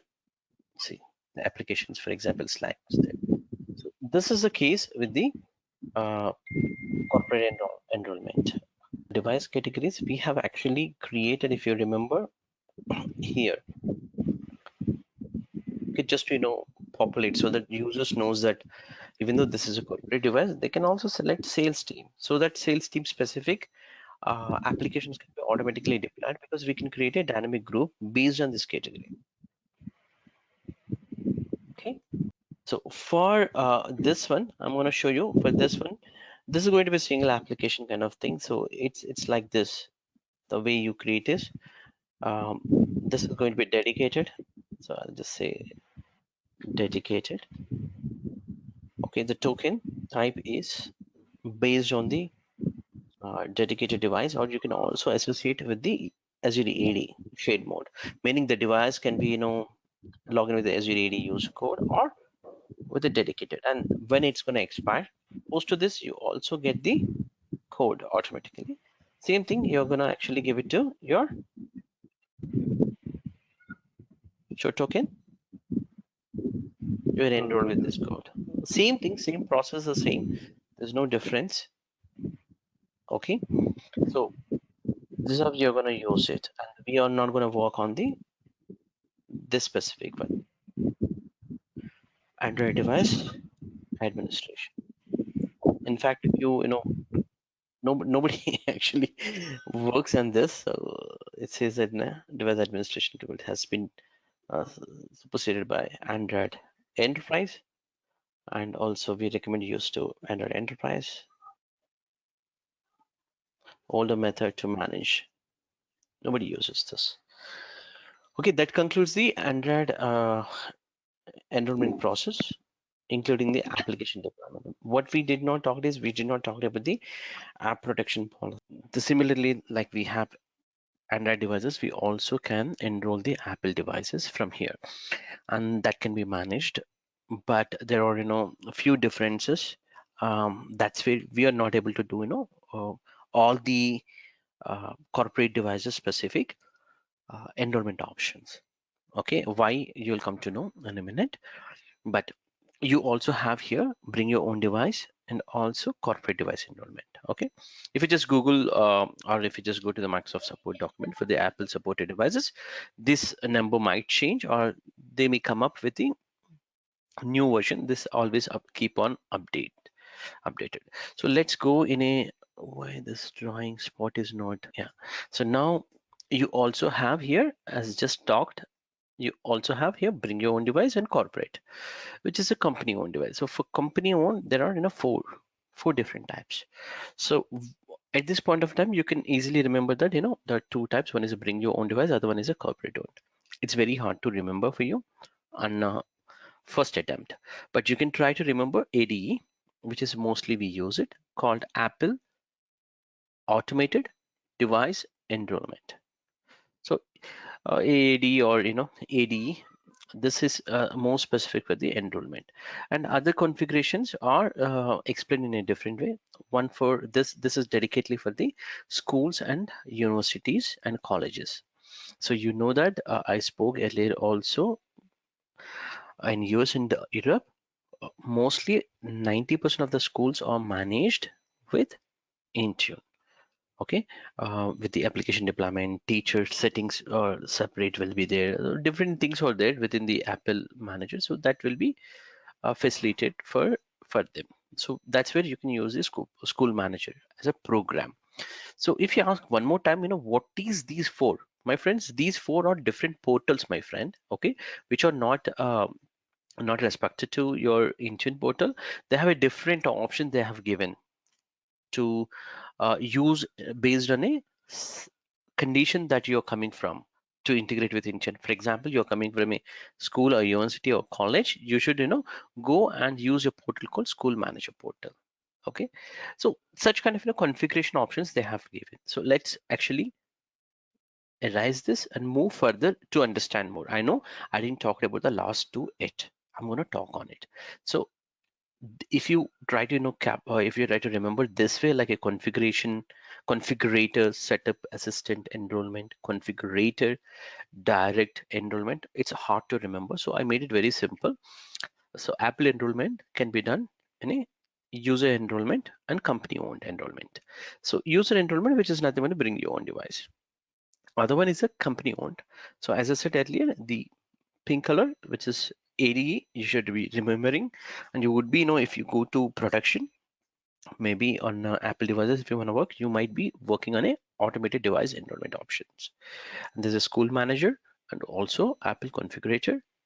And within the Apple configuration, two types of options you have: direct enrollment and setup assistant enrollment, meaning during the setup you have a few other options that can be clicked on next. So if you ever reset or if you got a new device with the iOS, it start asking who's going to use all that. Normal out of box experience fully can be automated. To automate that out of box experience, they have a different portals. Within those portals we have to configure. Okay, so I said there's a portal for out of box experience can be customized, but what is there that in our Intune portal we have to create with respect to the some kind of tokens kind of information, and then we also have to tie it and we have to sync up, do some kind of configuration with the Apple. In this case, if you look at automated device enrollment, for that there is a portal called Apple Business Manager portal.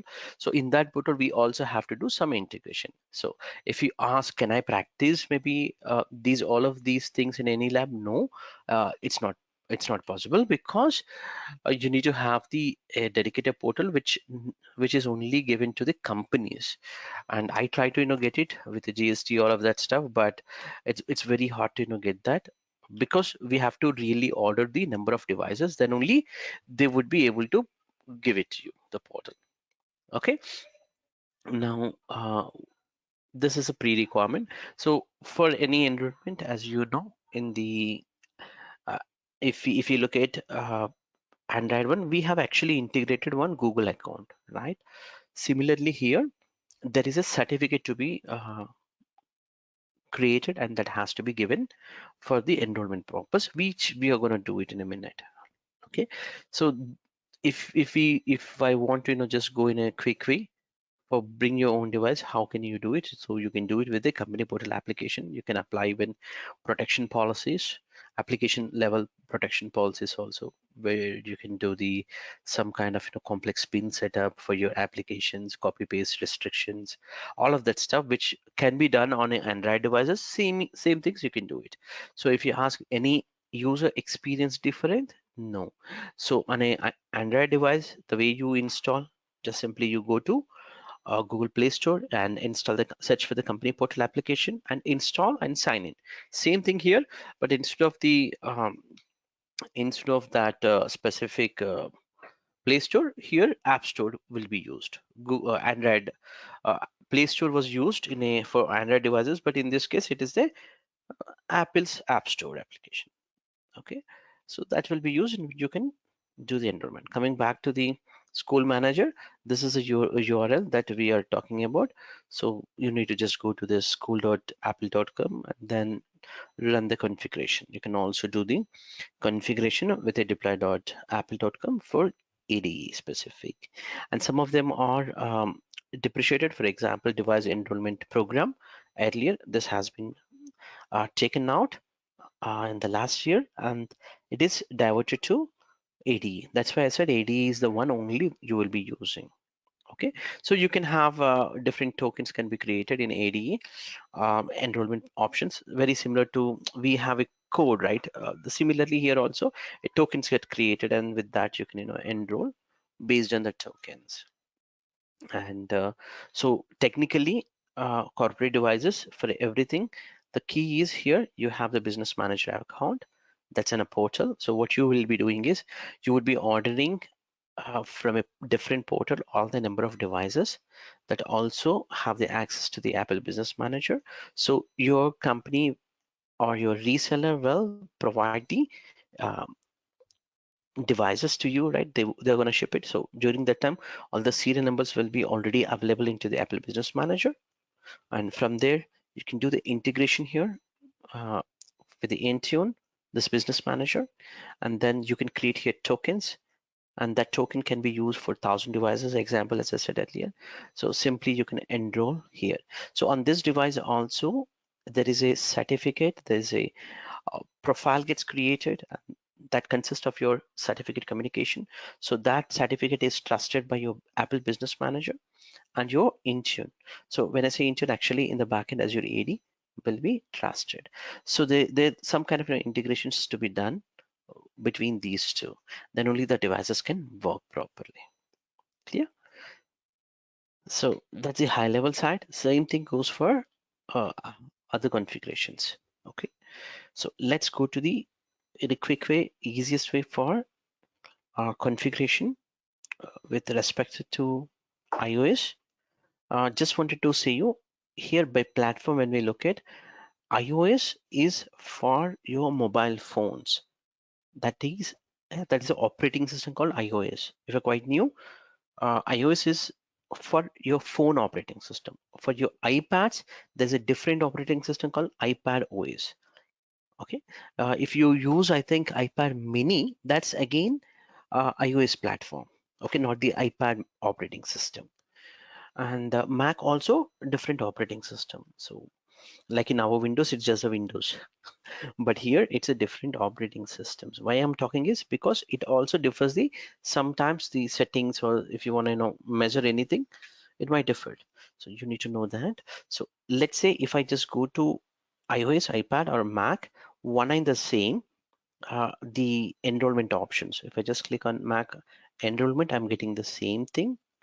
And if I go to devices, iOS or iPad, I'm getting the same, right? The options are same. So these are the things which you can use it. For example, in this case, we just talked about the ADE and the configurator specific. You can actually do from here, but these are grayed out. The reason being, we didn't configure here any certificate. Let's say I want to configure Apple MDM push certificate. Okay, how do I do? I have to actually configure few things within this. I'll just talk about high level steps. Later point, I have to create an account, all of that stuff, which I'm going to do it live. Okay. The first thing is in the high level, it needs an account. Okay. This is something called Apple MDM push certificate. So what is a push certificate is? It's actually a certificate which was trusted by your Apple as a company, and also your identity service provider, in this case Azure AD. So these both the guys should have a trust. So it's not the domain level trust. So we always talk with the certificates level of trust to manage the device, because this hardware is trusted by or provided by Apple. The configuration we are trying to control from Intune, right? So you need to have some kind of integration between this. That's where you need to have a certificate. So the certificate is needed is push certificate. How do you get it is you can simply accept the terms and conditions. Then it is actually asking you to download the CS or certificate sign-in request. So meaning what happens is signed, like you signed it on some paper, right? Similarly, Azure AD will sign and it gives some a file called CSR. So this is a unique file generated on your tenant. Okay, I repeat. So there is a you have Azure AD as an identity provider, right? So that will have a uniqueness or unique thing, right? So and based on that, a CSR file gets created, my friend. Okay, once the CSR file is created, okay, what you will be doing is this CSR file you would be uploading to your Apple site. Okay, with the help of, so there needs to be some kind of a person or a user who's responsible, right? So from an Apple side, they always talk with a Apple ID. We call it as Apple ID. You see here, this is Apple ID. So with the Apple ID, you would log into with your Apple ID or with your company's Apple ID. The right word would be your company's Apple ID. You would be logging in and you would be uploading this CSR file to Apple server. Then what we do is they will read the CSR and they generate a certificate file, a profile file, okay, PFM file. So that file we need to again upload to our server. What is our server? This is Azure AD server, right? So here we need to upload it. Once we upload it, what would happen? So during the upload, you would be entering here the Apple ID that you used to generate with a certificate file. Then the trust is coming up here. So if you look at, I would like to draw here with a different color. I would like to, let's say, pink color. So what we have done, we are actually talking with the certificates between these and these different providers on a single device, right? So because this device owns by Apple and the configuration is getting configured from Azure AD. So for that, we need to have a certificate. So what we have done, first step, hey, I wanted to configure here some configuration. Can you please help me out? Then these guys, what they are saying, hey, you first generate a CSR and upload to me, okay, with an Apple ID and show the same Apple ID here in your configuration portal, and then you can actually use the things, right? So that's how this entire steps are there, and these steps are quite common for your iOS or Mac or iPad OSs. Simple. Okay, let's actually go ahead and try to configure. But for this, I need to have, this is where the certificate will be, final certificate will be uploaded.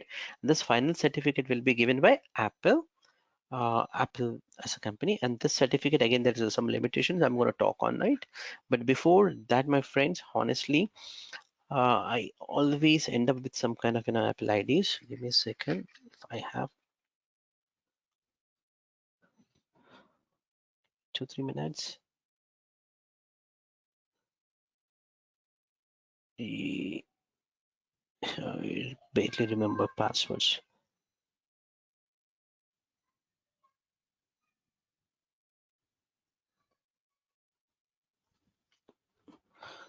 I'm trying to use my existing one in case if that works. We'll proceed. Otherwise,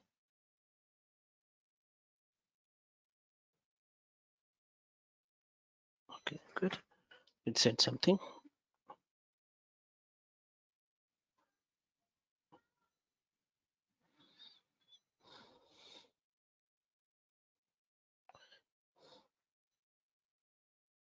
Anybody doesn't know what is Apple ID?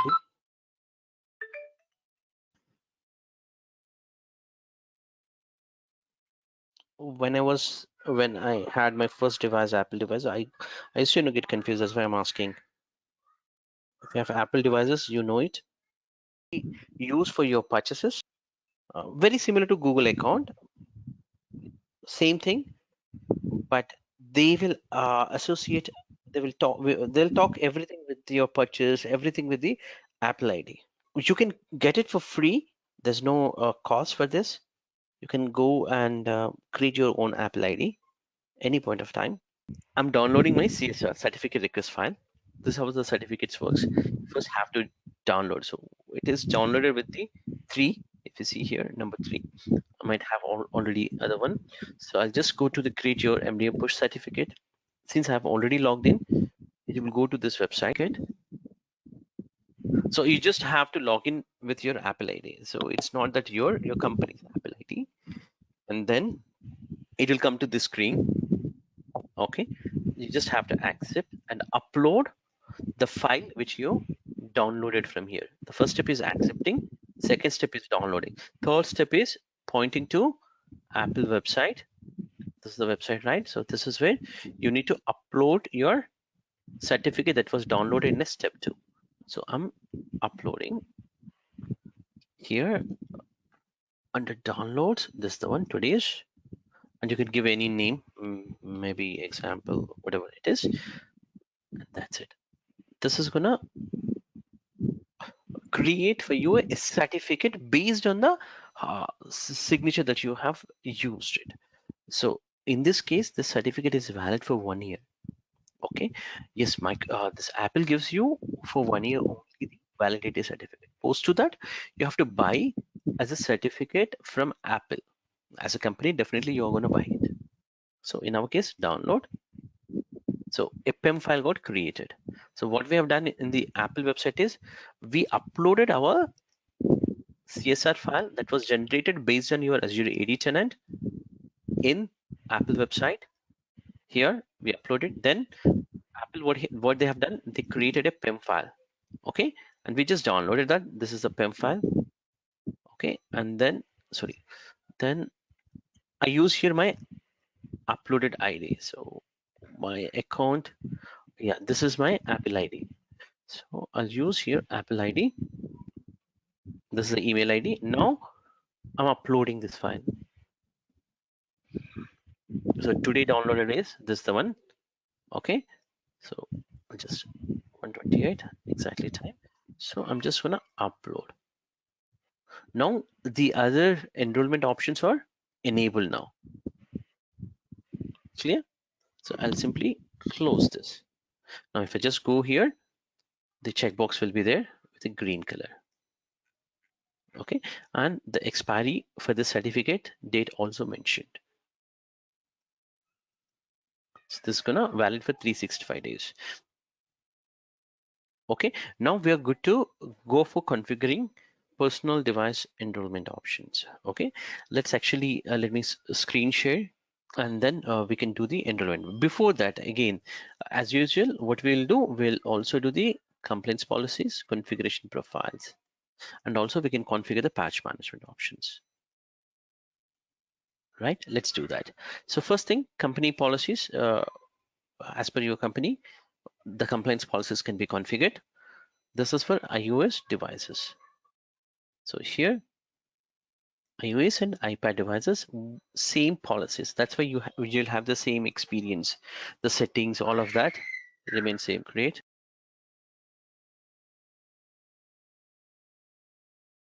Click on next.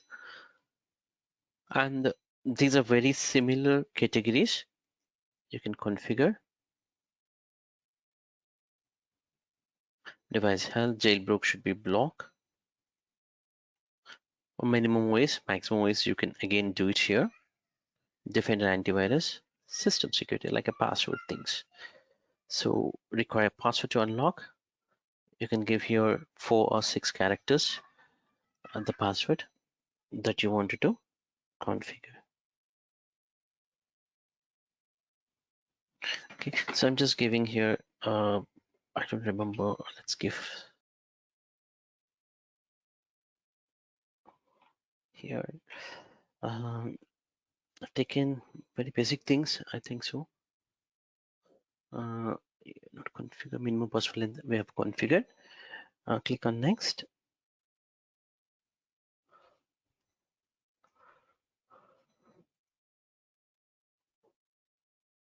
Okay, now we have created the specific thing.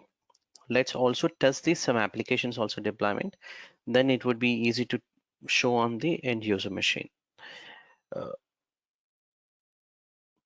Again, go to apps for iOS and iPad.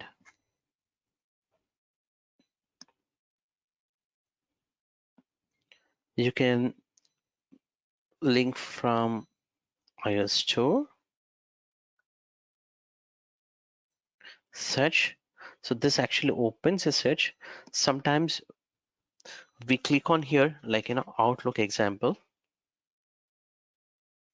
then it might not show because in between we might backspace, something like that. In that case, it might not show. So search clearly, thoroughly, then you get it. It's not until unless you hit it properly here, you don't get it.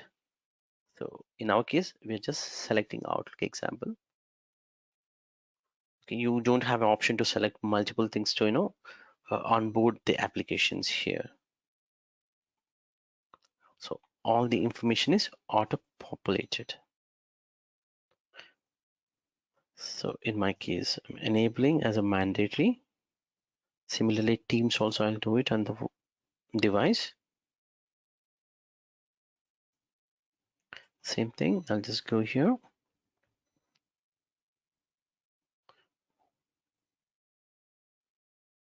So I have to search here properly. So now I searched it, it's not showing. Okay, so I have to wait. Now it will go and pull up that. So here I can say this is a featured app.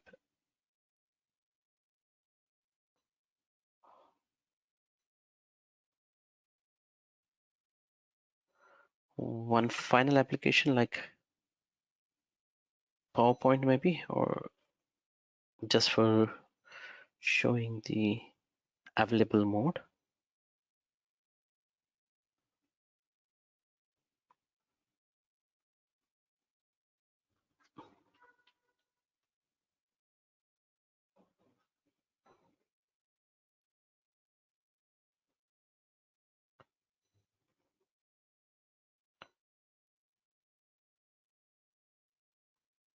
Okay,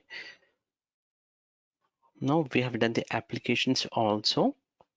Let me go back to, I think if you want, we can do the configuration settings also, but you know what are those configuration settings. You can again create the configuration profile settings.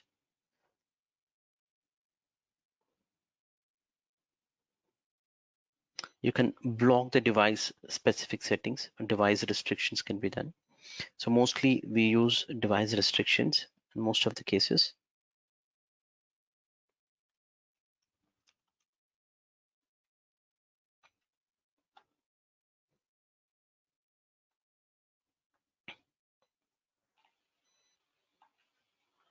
You can configure the settings like I want to block data while roaming.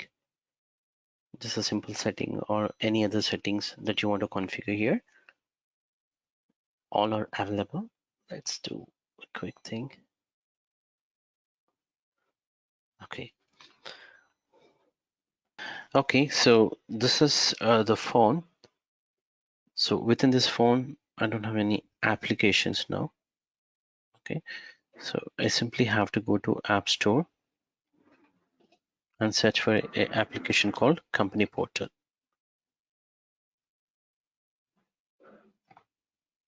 So simply search for Company Portal.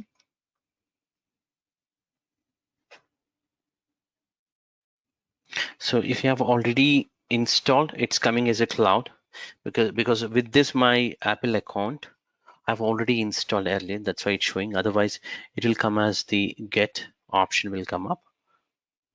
So in my case, I'm just installing the Company Portal application. So it's going to ask me a normal password, which normally asks. So in my case, I've already given the password, seems to be. So it's just going. Now open button is there. So let's open. We have created account called Logan. Okay, let's use Logan account. Okay, let me type lab.com. Okay, entered the user ID Logan at leninmylab.com.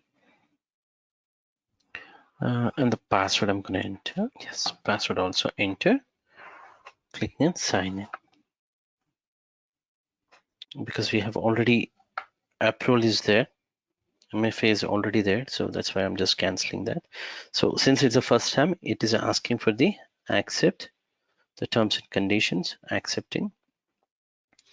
Get notifications done, so that's fine. Hello. Now it's going to begin to do all these steps. The first thing, so what cannot see by your company, what can see by your company, that information. Then when we click on a download, it is actually downloading in a profile. See, it just opens this browser automatically, and it will ask you to download one file. That's a certificate file. So you just have to allow that certificate file. The profile is downloaded. Okay, now all we have to do is we have to go to our settings and then install that certificate. Okay, so I'll just close. Then post installation, we have to come back here and continue the setup. So I'll press the home button to go home page, and you see here a profile is downloaded. Earlier this specific one is not there, right? So I'll just simply click on this, and you see here you are getting this profile information with the install button. Okay, if you want more information, what it is going to do, it says that these all are the certificates that are given by whom, and all of that information is there here. So let's say install. Now it's asking for my device passcode. I think simple passcode I put it for this test device, and install. The certificate gets installed. Then we'll get it here a proper status. You guys are able to understand, right? This all will be done by end user. So if it is a proper, then it comes like this. Okay, so you're going to install trust. That's it. Now the profile is installed. So now we have everything is ready. I'll just go to the company portal, setup, and we'll say continue. Now the second step is done. Okay, third step is choosing the category. So I would definitely choose as a bring your own device category and say continue. So it's going to validate my all the application. So in this case, my friends, like you get like this pop-up. Actually, if you make it as mandatory also, you get it like this as a pop-up. This was not the case with Android. So I'll say install. That's for Teams. This is for Outlook 2 applications. Going to install in the backend for me. Now this is done. You can also see here the recently published applications, all of that. So if any devices are there, any apps are there, you can check out. Just say minimize. Now if you see here, this is getting these applications are coming Teams and Outlook, and this is my web link which we published for Windows. When we are doing the Windows concept, we published same thing. So it's just getting installed. So the applications also coming up here. There's no lock icon, all of that. So you can log in with login.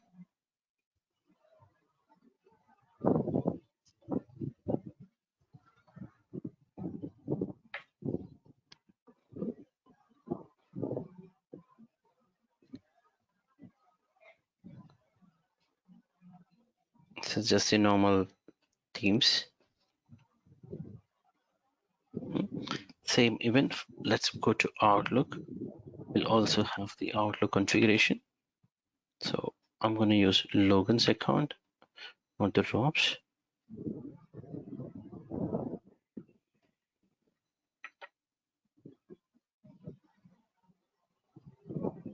Email notification turn on.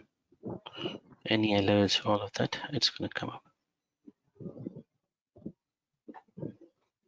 Okay, great. So this is the web link which we published in the past. Okay, so this concludes the user experience for bring your own devices. Let's go to the portal and have a look on it, what we have learned so far. And you can find out the inventory information from your hardware, what's the version, all of that stuff.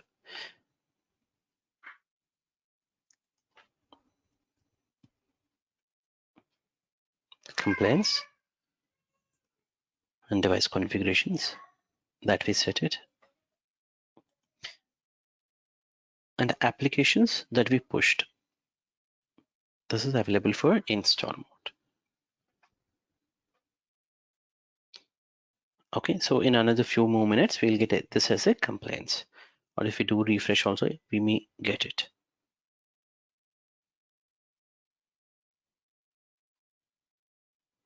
Okay, so it takes some time, it will come up.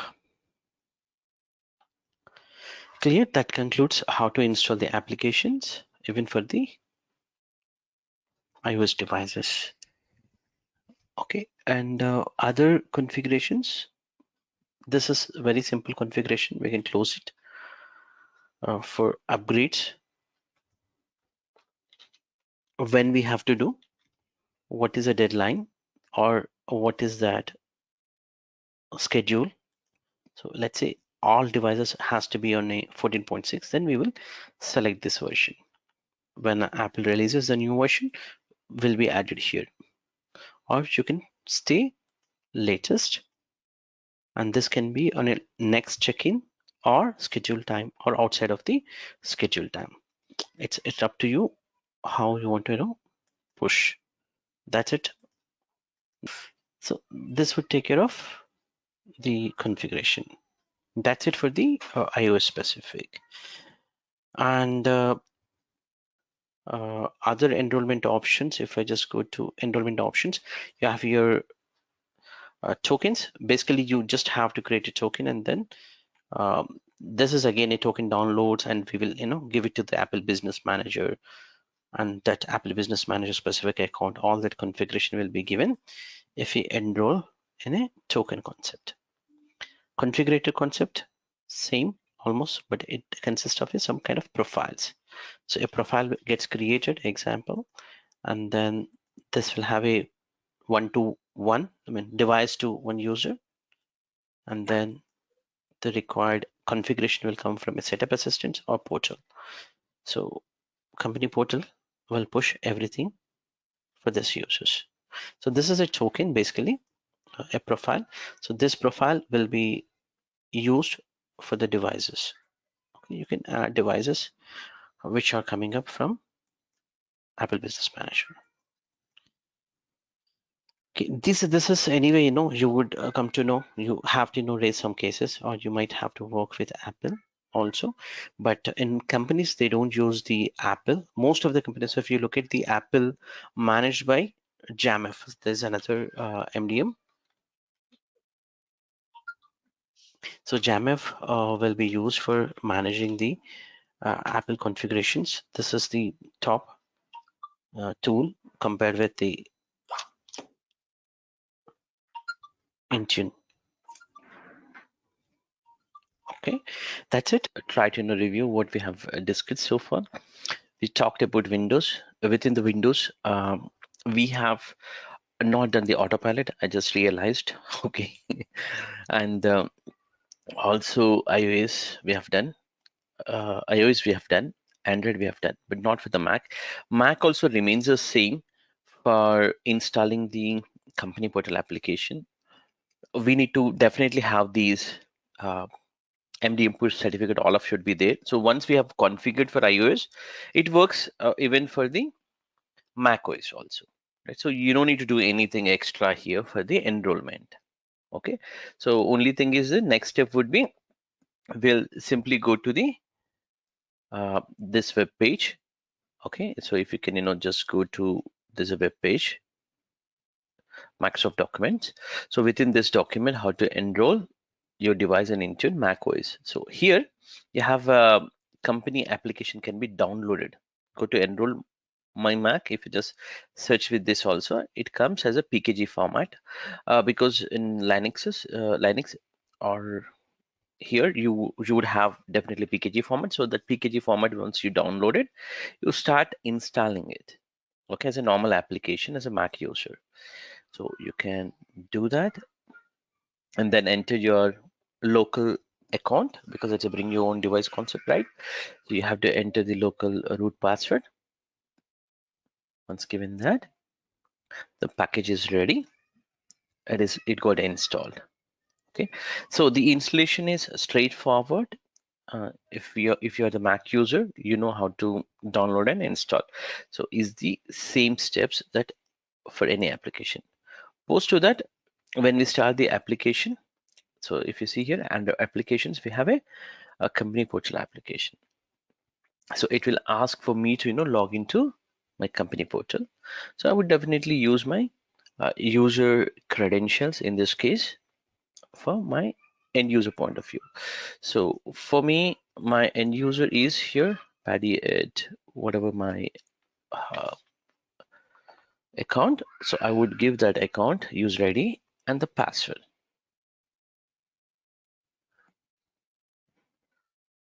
And you can accept the terms and conditions if you are the first time, and then just say begin. So it's going to do this step. So if you can recall, this is the same case for our iOS or Google devices, right? Same thing here also. You're going to get it, what your company as an Intune admin can view, what cannot. This is a very clear statement. Post to that, it's going to actually install the management profile, very similar to what we have done in the iOS iPhone devices, same thing. So let me go to this page. So it's gonna register this profile. So now again, it's downloading a PIM format kind of format file. So basically, it's like a file that consists of some of the security, like the certificates, all of that. So we would be installing. If you remember, we also have done the same thing for iOS device, right? Uh, on iPhone, same thing here also. It comes that, so we just have to download and then install this certificate and enter your root credentials. Once you have done that, so once we have done that, it actually goes to the third step, which is the device policy settings. Okay, so this is how you can actually install on your device. You can do the rename, whatever you wanted to do it here. All that is possible. Okay, so so the by platform we are good actually. So you can either now go and work direct by platform or directly also. Now you should be good. Here few components will be there. So let's say this is a device, could be any device as a Windows or Android or iOS device. We'll take one scenario and we'll try to do. The settings remain same, my friends. Settings remain same. Okay, configuration also remains same almost. Okay, we can test on one of the platform. So let's say you have a device, and within this device, some of the applications we are pushing from Intune. That application we call it as a managed application. Maybe some applications installed by end user, we always call it as a personal application, like a Facebook or Netflix in this case. So now what you can do is this app protection actually concerns about data security. So when you're talking about the data security between your managed applications to personal applications, you should be actually using the app protection policies. So within this, what happens is uh, you can say this data shouldn't go to maybe the device, not to take a backup kind of thing. So we can say there are DLP. So there's some conditions like you all know, I think data loss prevention, right? DLP. So DLP settings can be applied here. Part of a few settings that are coming from DLP can be applied. Apart from that, security point of view, also you can do. So one thing is the data security we talked about, and also application layer specific settings also we can do. Let's say this application, if somebody is trying to open or somebody is trying to crack it with a wrong pins or wrong passcodes, we can act, we can do some kind of actions on that. Like you try to explain as a conditional, right? So one other condition could be like if a user is trying to enter 5 times wrong password, void the application. Okay, you can do that kind of conditions can be applied. So these things, and there are some other conditions also there. We're gonna have a look on it. But just to give you that, there is something called a DLP. There's some kind of security is there. The other part would be the setting up additional layer of passcode. Let's say a additional pin is needed. Than the we all know that app locker, right, on our phones, Android phones, we use some for confidential things. We try to put some extra passcode, not your logon passcode, right? Similar thing can be applied for your uh, applications. So, and also you have an ability to wipe up the only applications during the time. Everything can be removed from the DLP. Other thing is, like, as you said, copy paste can be blocked. So copy paste again here, between you're talking about all the conditions. One side is managed, other side is personal, right? You want to block from here to here or here to here or both the ways. You can do all these conditions also can be copy paste can be blocked. So this is the a kind of settings can be applied. So for this, you can't directly go and hit the ball. You have to come on. I have erased it. It's not going. Once again. Oh, okay. So you have to actually configure these policies, my friends, and then test it.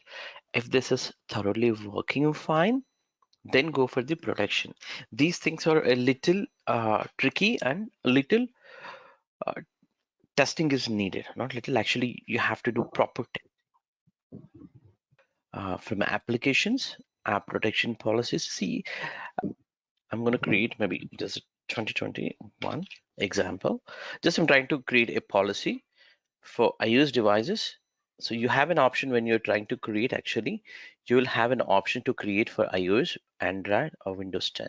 So in our case, we will be just checking for iOS specific. Okay, and then there are three things, three or four things you can see. This is actually talking about what are the applications we are talking about, and then DLP settings comes here, and how you're accessing. Let's say if you're trying to access, you must have to meet to set a pin or passcode kind of things can be configured here.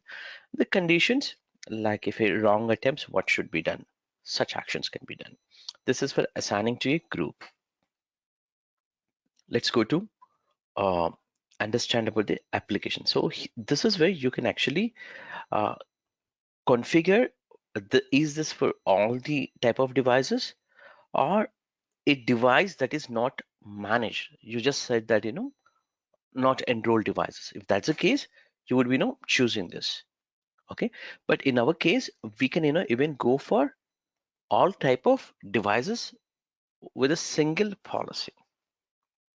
Okay, so here you also have the public apps and custom apps. So the difference between these two are uh, public apps are already available within the inventory or within the Microsoft site. Okay, here you need to just specify those applications, the exact name of those application. So in our case, we have tested within our lab Outlook and Teams, right? So we can just press type here Microsoft.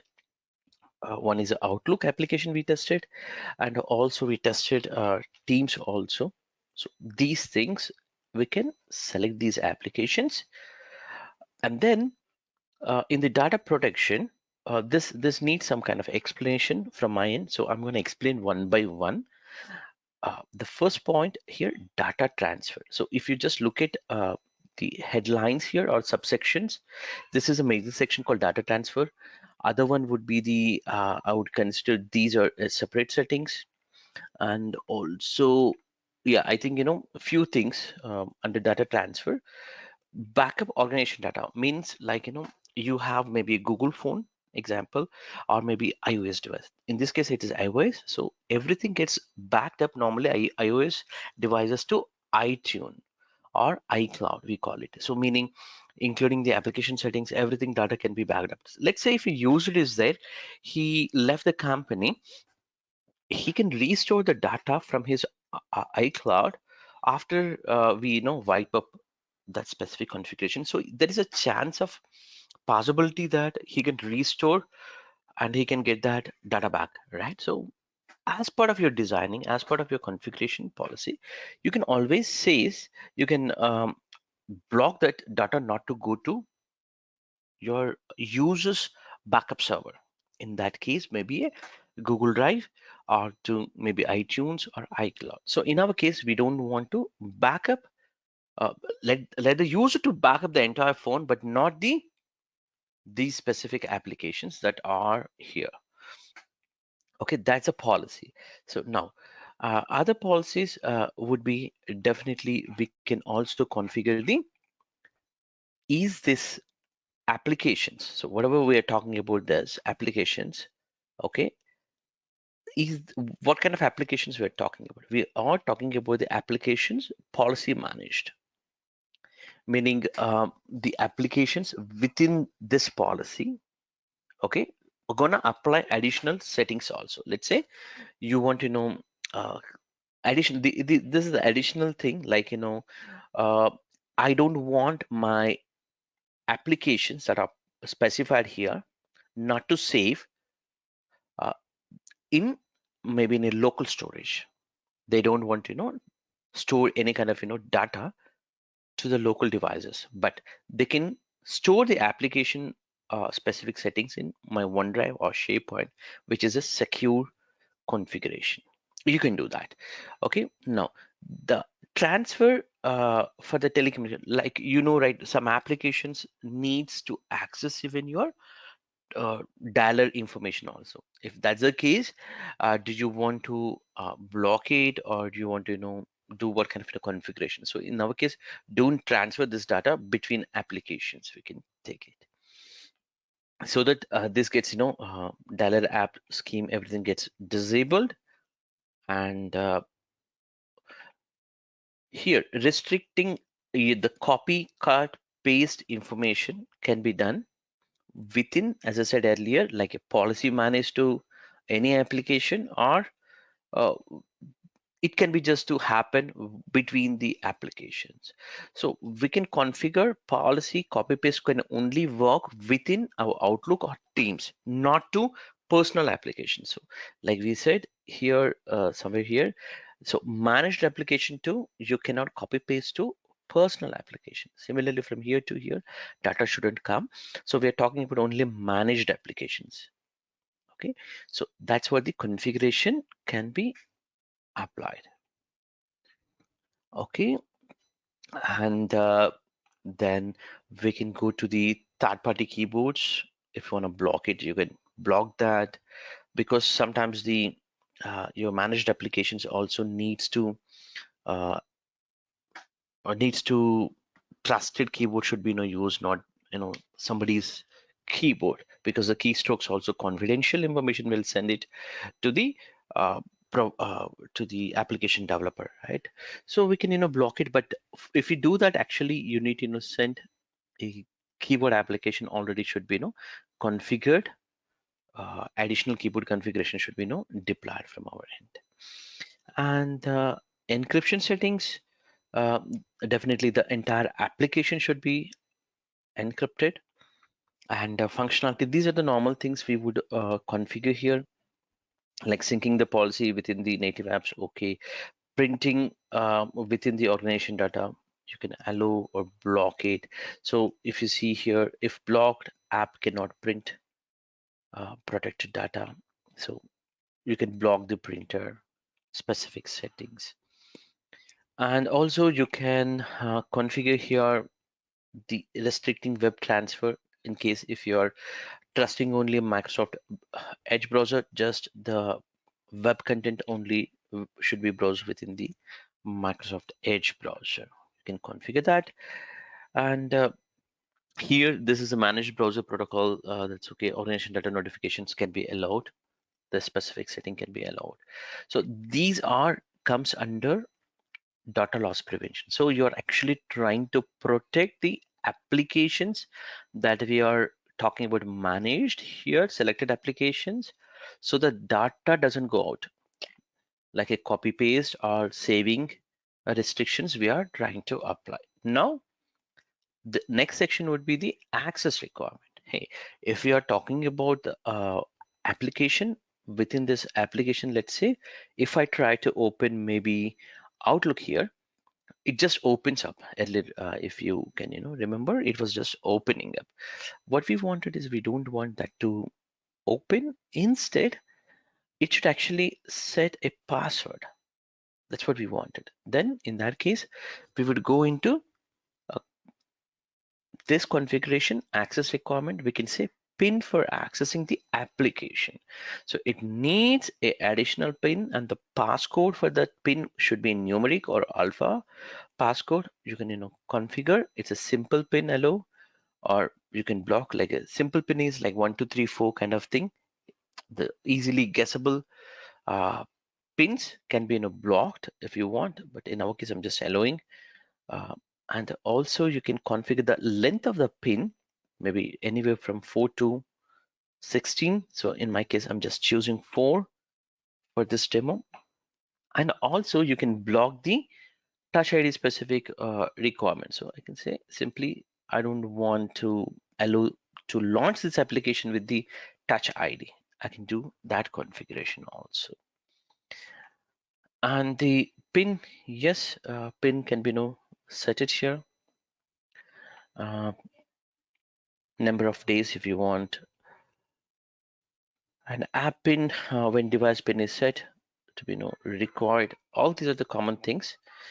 These are the related to the access requirement. Now launching is like if maximum pin items 5 times, what should we do? He has to reset the pin, or grace period of maybe 72 minutes.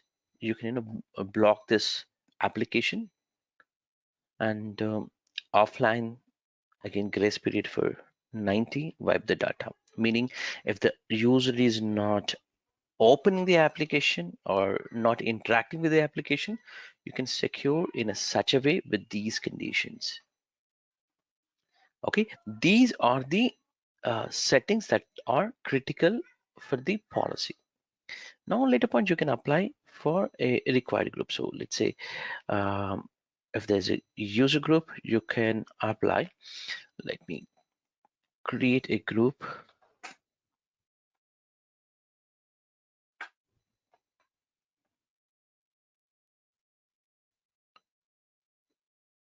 Okay.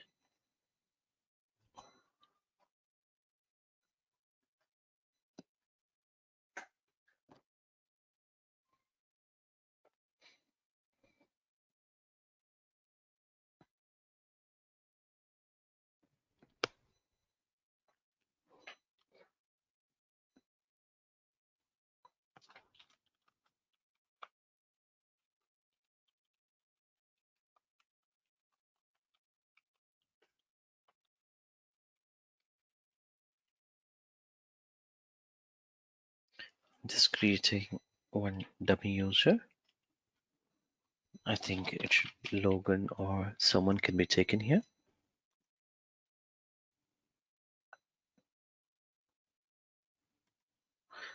I can select that just created group.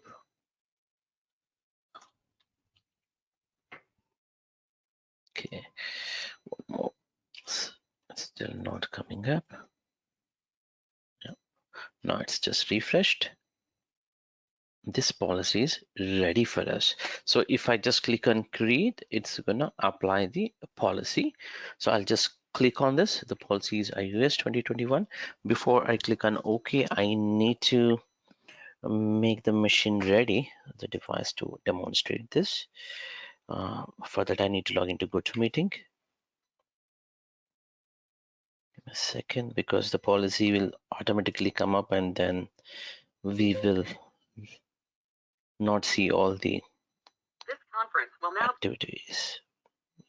This is done. Now, okay, I'm just clicking on create button before I think, yeah, create. So this is the user. Okay, this is the user, right? So I'll just say, I'll try to show you here, user account. This is the device. I'll say click on. I think there is a delay. So let me refreshing the here the device. Okay, settings. So now if you see here, we have here Teams and Outlook. So now after a few more minutes, we will be getting the policy, and then it will start asking to set the passcode as a first step, and then once the policies arrived, we cannot copy paste data from our emails to maybe, for example, to the notes or maybe other browser or somewhere. We cannot copy paste the data, but however we can copy paste the data between Outlook to Teams. This can be done. Okay, so this might take some time. Okay, if you're okay, we can wait. Otherwise, maybe no, we can continue with other topic and we can come back here when it is ready. Okay, my friends. So let me explain here. I have my on-premises environment and I have a domain name called mylab.local. Okay, it seems to be I have one client machine and one SCCM server, but it is in, I think it is in online mode, but ignore that system for now. So I also have another machine called NHYD 2K9. It's a member server, which we can see here. This is a machine. So let me type here hostname also. So this is a plain Windows server, which is a part of your domain. So it is logged into your domain controller. So there's a domain controller called NHYD-DC01. And within this domain, the domain name is mylab.local. So I'll show you the domain structure, OU structure. So I have here my domain controller, which has this normal OU structure. Clear? Now, think that I have a couple of users. So let's create one user. Maybe if you see here, I have a SCCM admin also. This user also there. So he can log in with the SCCM admin at mylab.local.com. It's a normal user. He has a full permissions on the SCCM server also. Now the thing is like we wanted our Active Directory to take it to the hybrid AD. So what exactly hybrid AD? Hybrid AD stands here uh, within your Active Directory, which is portal.sg.com.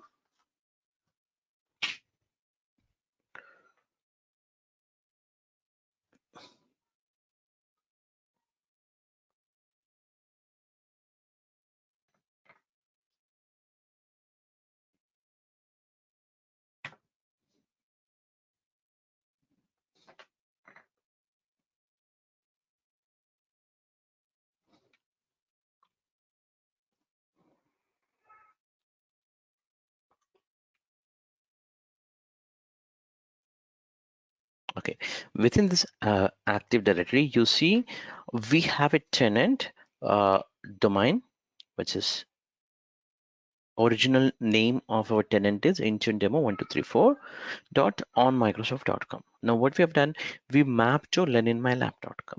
Let's say whatever we are trying to learn now, or the concepts not related to or not performed by Intune admin or SCCM admin, it will be done by your Active Directory admins. Okay, I'm already putting my expectations that this is not, may not be your part of job, but good to know, right? So that you can practice in your lab environment. Is that okay?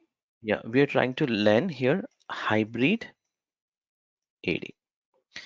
So what is hybrid AD? Let's say you have your on-premises domain controller called mylab.local. What you'll do, you would actually configure here some users or some machines. So these machines are joined to this domain and the users are able to log into this domain. Working good. But let's say you wanted the users to get the power of the cloud.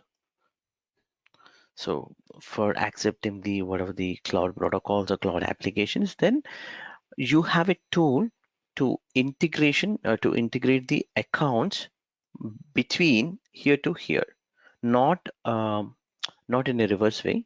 Okay, not this to here, not like that actually. Okay, the right way would be from the blue color, from the my lab to here. So let's say if you have here 100 users, this 100 users will be using the same user ID and the password to access anything, and the user accounts also you would see under devices or users you would actually see the users computers. Okay, users you would be able to see. So what happens is with that you can grant the permissions within your environment. So it's like one identity. How to do that is you need to use a tool called AD Connect. Okay, AD Connect. So what it does, this tool is it actually makes the whatever the configuration to be done from here to here in the backend, it will do that configuration. It's very simple. Actually, it will ask for the user ID password of here and here. So from here, it is needed the enterprise admin credentials.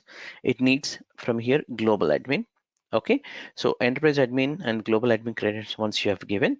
So this tool will import this entire information will be set as an export, and it will send it to this server with the connection tool. AD Connect, we call it, that's a tool name. So for that we can configure the configuration. So within this tool also it does the some additional configurations also you can do, like single sign-on you can configure. So these things can be done. Also you can I mean, this is one option I told. Other option can be done the hybrid AD.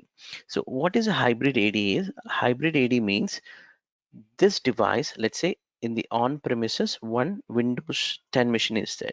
This machine was joined to this domain currently, to this mylab.local domain. The same device also can join to Azure AD to here also. So what happens by joining this device to Azure AD, what will happen? Ideally, if you want from an Intune point of view, yeah, if the device is joined, you can actually enroll automatically the device, and then you can manage the things, right? Definitely. On the device, like you can push the softwares, all of that stuff can be done. Okay, so now what is there in our lab? In our lab, we have this tenant and we have a verified domain name.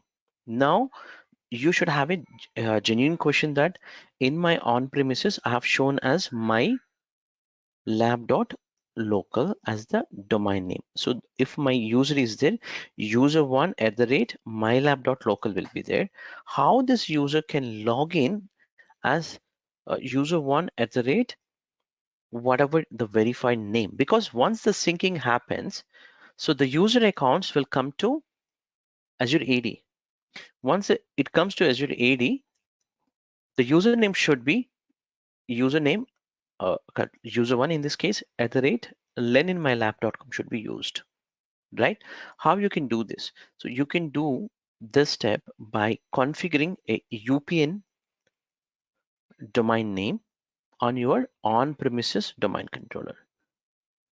Meaning you can give this name on your domain controller. There's an option called UPN, user principal name. So you can give that UPN name of the domain so that the user can log in within your on-premises with mylab.local, or he can log in with given UPN name. Then the users can log in with a normal way. From a user point of view, there's no major change because the username and password, whatever he's using from on premises, is valid even in cloud also, in Azure AD identity also. So for a user point of view, we are not actually making any changes. We are not forcing any user to use a different username or different password. So we are making user happy another way. Okay, so now for that, what I've done is I have already created domain controller here. and I have couple of users. Okay, let's say there's a user called SCSM admin in this case, and also I have a computer called member server. Okay, now how can I configure this steps as the AD guy? Okay, I'm talking about from a completely Azure AD guy point of view. So a few things here, high level. So if you want to do this configuration, you can do it directly um, from the AD Connect. This is the Azure AD Connect window. So within this blade, you have the configuration is available. It will clearly show that whether the sync is happening. Sync has never done. So whatever the uh, you know uh, authentication or password synchronization or pass-through authentication methods that you have, we call PTA or PHS. So these things are disabled state now. Okay, so to begin with this, first thing, the AD Connect tool to be installed, and that should be configured with your on-premises Active Directory credentials as well as with the global admin credentials, and then start the syncing process. But that also has some pre-requirements. So if you look at hybrid AD, okay, uh, requirements, yeah.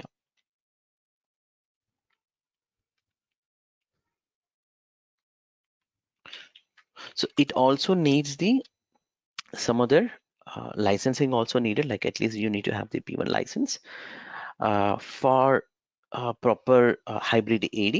Okay, but for AD Connect, in your case, you can do in a normal way. But let's say you said that you don't have the domain name, right? So still you can sync the objects from your on-premises to cloud in your lab. There's no problem. But what I'm trying to show you is here real use cases. Okay, the first thing we would go with the configuration. So you need to have any of these server level. Okay, and AD Connect can be installed on any of the member servers. So few people also install a domain controller, but since we in a lab we have some bandwidth, that's why we're going to install on a member server. So let me actually start the configuration. For that, there are a few requirements. As I said earlier, we need to we need to add the UPN name, right? So let's add that in our domain. So let's do it on this machine, and we'll just take out this machine. No worries. So let's do it in a domain control. You can do that. Just go to trust. Okay. So open up your Active Directory domains in trust.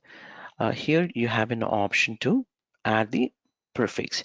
Let's say my prefix is len in my. So if I give capital, it will come as it is.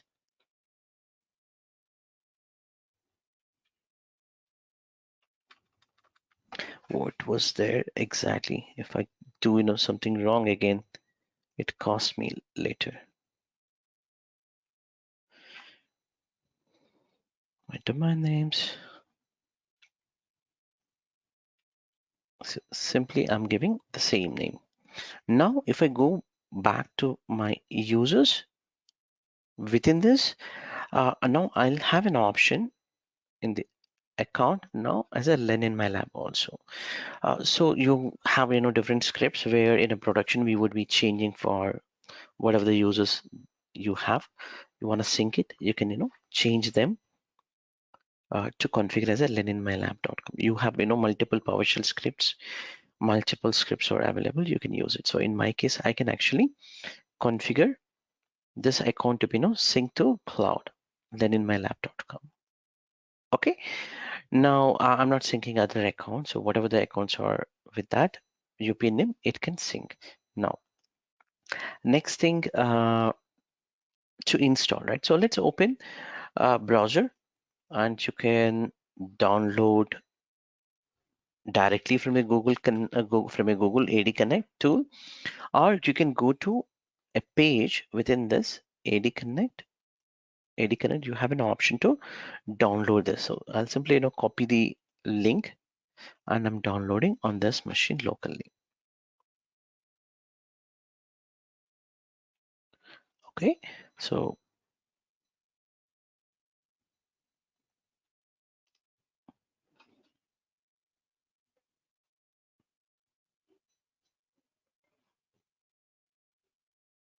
it's close to 100 MB, I think so, this file. Yeah, it's downloaded. It's a straightforward installation. So the installation is, it does automatic installation. You don't need to do anything, but post installation, it will come up with a wizard. So this wizard is actually coming from here. So if you see here, what got installed is, it got installed AD Connect tool, right? So you simply have to click on this or the shortcut that is available on the desktop. So you can accept the terms and conditions. And now you need to select either custom or express. So if you choose this express, what happens is this tools also require the database, which is going to install as the express edition. In fact, in production also, people are okay to use the express edition. The reason is this tool is highly up to, if I correctly remember, up to 5 lakh user objects. With the normal SQL also it can work. Okay, but if at all if you want to customize it, you can always go to the customization, but I'm not going to do any additional customization. It is going to do the normal configuration with the pass through authentication, I think. Yeah, just say configure. Now it is asking two things. As I said earlier, first it is asking for your Azure AD and then local AD. So now I need to give here the credentials that I need to integrate to what tenant. So give me a second, my friends. Okay, so I'll try to give here as the AC admin password. If this password correct, it will accept. Otherwise, I have to enter one more time. The password should be different password, simple password I'm putting, and it will verify the credentials that are coming from global admin.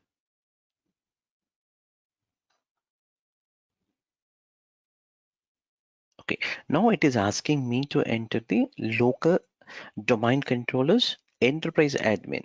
So in my case, my domain is mylab.local. Okay, I'm just giving as it is. So this is the account who is the part of your enterprise admin. Okay, so simply click on next. Now it will check for the configuration in both the end. Now it says that, hey, in your on-premises Active Directory, you have a verified domain, which is this leninmylab.com with your Azure Active Directory, which is almost UPN is matching. So are you okay to continue? Yes. So continue. Or the other one can be ignored, but whatever the identities are there, that can be taken up. Now it's gonna do all of these things like installing the engine for synchronization and configuring with your current configuration, default configuration, or with the AD Connect tool, and it's going to connect. Even it's going to enable password hash synchronization, auto upgrade. All these configurations will be installed automatically. So install. So this takes, if you can see here, this doesn't take more than 5 minutes max. So you can see that SQL Express Edition got installed. So a few things going to happen automatically.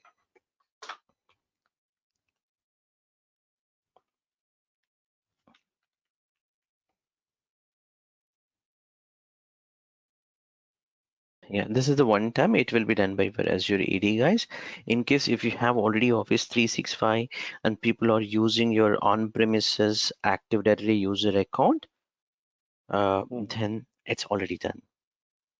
Azure AD, right? That's what I said. Now, whatever you create a new account based on the sync interval, it's gonna automatically update it to Azure AD also with this single tool. Meaning, let's say you have like a company called Satyam, or maybe a company called maybe Tech Mahindra, example, multiple forest with the child domains, all of that can be completely synced to single tenant with a single AD Connect tool also you can do. The only problem is you don't have the like a high availability kind of thing. You don't have, but you have something called staging configuration within this.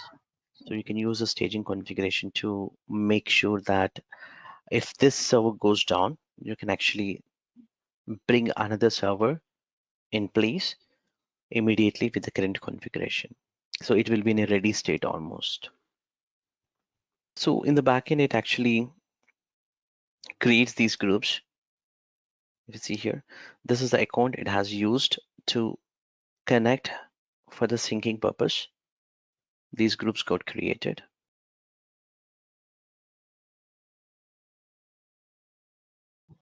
It just giving me some information like, I need to enable recycle and all of that. That's okay.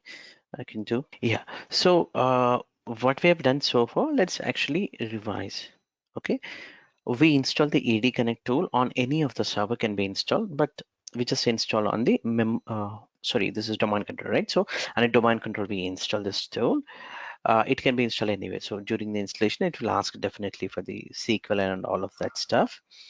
And for AD Connect, so in the for the users, we would actually configure learninmylab.com should be given, meaning the actual Azure AD verified domain name should be given. How can you give? You can give with the by opening the Active Directory domains in trust. Just go here, from here, go here, and then add. Okay, so by doing this, what happened? The user properties you're getting UPN name. So any user that you create here will automatically sync with the help of AD Connect tool to Azure Cloud. Let's go back here. I think this is the one, right? We just used demo Logitech one. So I'll just, refresh this.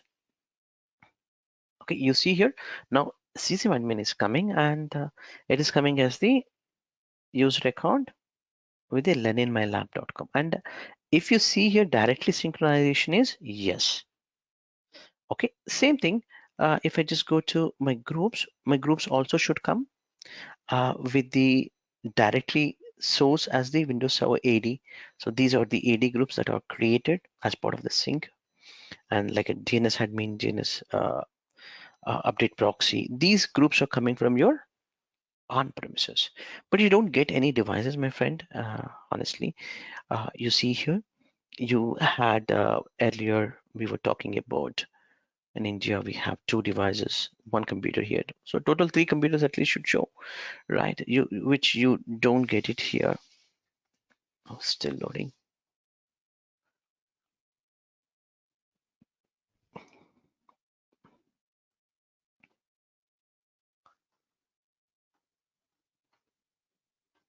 You see here, oh, there's an applications we were into the Active Directory devices.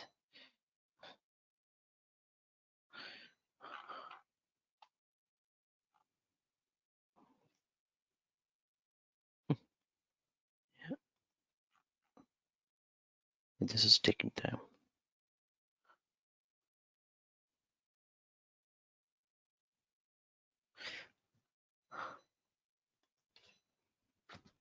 It's taking some time, web page, but we'll come back and see. It won't come up any devices here.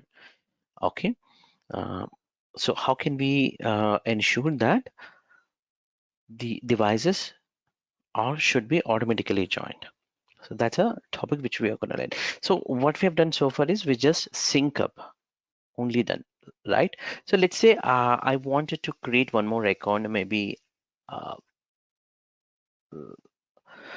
of course, if you take it the custom settings, you can explicitly point to sync only this India OU instead of all of them. And also during this, within the nested OU structure, you also have a additional layer of filtering options also will be there. Okay, in fact you can configure now also if you just go with this configuration, which we will be doing it anyway, but just wanted to show here some other things also within this. Let's create a user account first. Okay, count user one. So from here on we would be using only learninmylab.com. Even for the sign in also we'll tell end users to use this way so that the required configuration can be applied.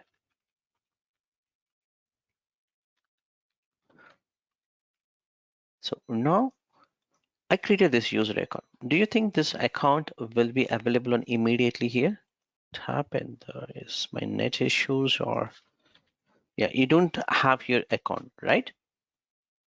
You see here, the user one is not there. How? Because it has its own interval time. I think it's somewhere 20 minutes or something like that. So it does within that period, within that time window. If you want to force it, you have an option with the PowerShell commands. You can use the PowerShell, switch to PowerShell window, and then I think you can use the start command with the AD sync, one more time sync cycle. There's a two syncs in between, and then the policy type is delta, not the full. So it actually, oh, what happened? Yeah, because this is not yet imported, so you need to actually do the import also first, AD connect specific, then it would do, but ideally it should come automatically. If it is not coming, meaning might have to use the proper PowerShell. That's it. Okay, so here I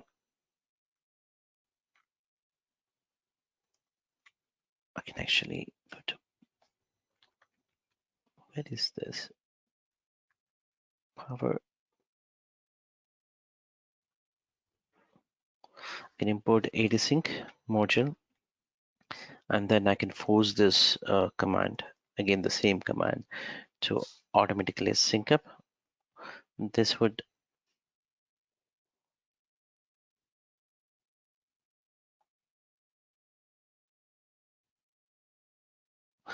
start syncing. You can see. So how do you locate from the window? This is not the part of the course, but just show these are the synchronization rules will be there. This is a synchronization service. So just open up this. You'll come to know. First, come back to the connectors. This makes easy for you. I cannot maximize other than this size. So you can see here a connector was configured for your on-premises as well as for cloud, right? These are the connectors one by one, right? If you want to do any kind of modifications, you can always do from the properties. Okay, and what is the account which was used and the password it's showing here. Okay, so once this is done, come back to the operations. So operations will be always showing. If you just go to your production also, you'll always see here with the time it was started. Based on that, you can filter and see that this is 1044, 1052 we wanted. So here we just started one sync, delta sync, and you see here one attribute is SCCM admin, which was synced up, right? There's only one account it was found. Like this, you can see the status, and you have something called meta serve search, so you can search why it is happening, what is inside component, all of that, but nothing to do here. So we'll just go to this main tool. Okay, you can again click on this to reconfigure any additional settings. Okay, so now what is that we are going to configure? Let's say I wanted to view what is my current configuration. I can always go back and look at here the current configuration. Okay, you can also export the settings. So if you can look at here the device write back, which is a password reset, if I set it here the password, or on a cloud it will be one and the same password, so you don't need to change. So that option is not coming up here, and the password hash is enabled. like this, all the configuration which is showing here. Can anybody point out here hybrid AD specific? Where is that? The configurations. Yeah, okay, this is the current configuration. Let's go back and configure the additional configuration. Now we are in a phase 2, I would say, within the AD Connect. The first phase, what we have done is, color please, the first phase we installed AD Connect.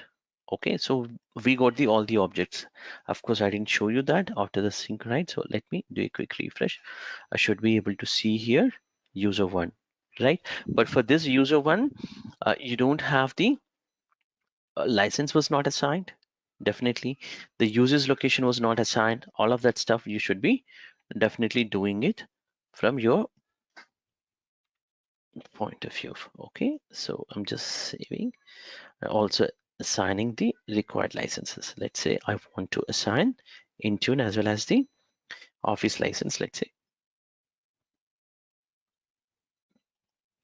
I can assign the same thing for my SCSM admin also. Let me assign one time.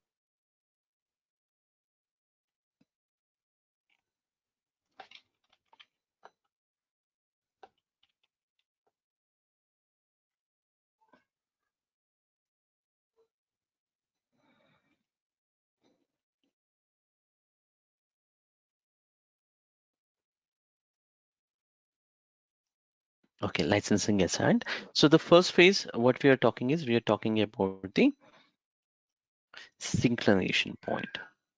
Okay, now why we are talking about the second phase as a different, or step 2, you call it whatever it is.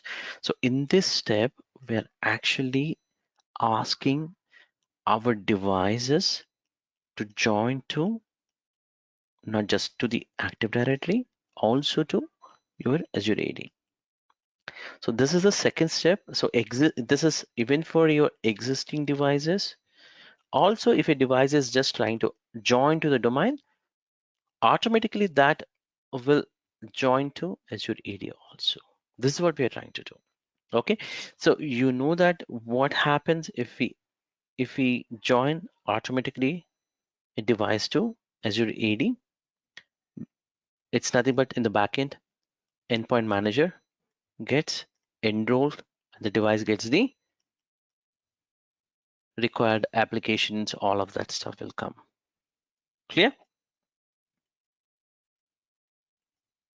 Okay, so now I'll be going back to my domain controller and opening the AD Connect tool.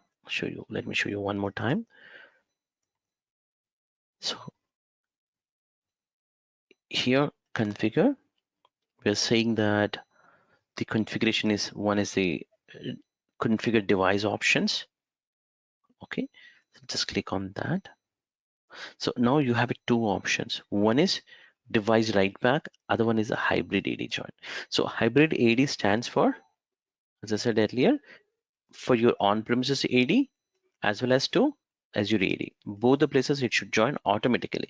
So if you recall the Windows enrollment, how we have done, we went to the every user machine, we manually added the user account and password, which we don't want to do it now, because in your on-premises you might have thousands of machines which should automatically add to Azure AD, Azure AD to join, and also that should be automatically managed with the endpoint manager. Okay, that's what we wanted to do it. So for that, this is a step which we have to do. Okay, you also have within this option, you also have the write back. So if you can, read, um, this is for the using the ADFS for hello for Windows, the device write back English. All the device register in your Azure AD back to on premises.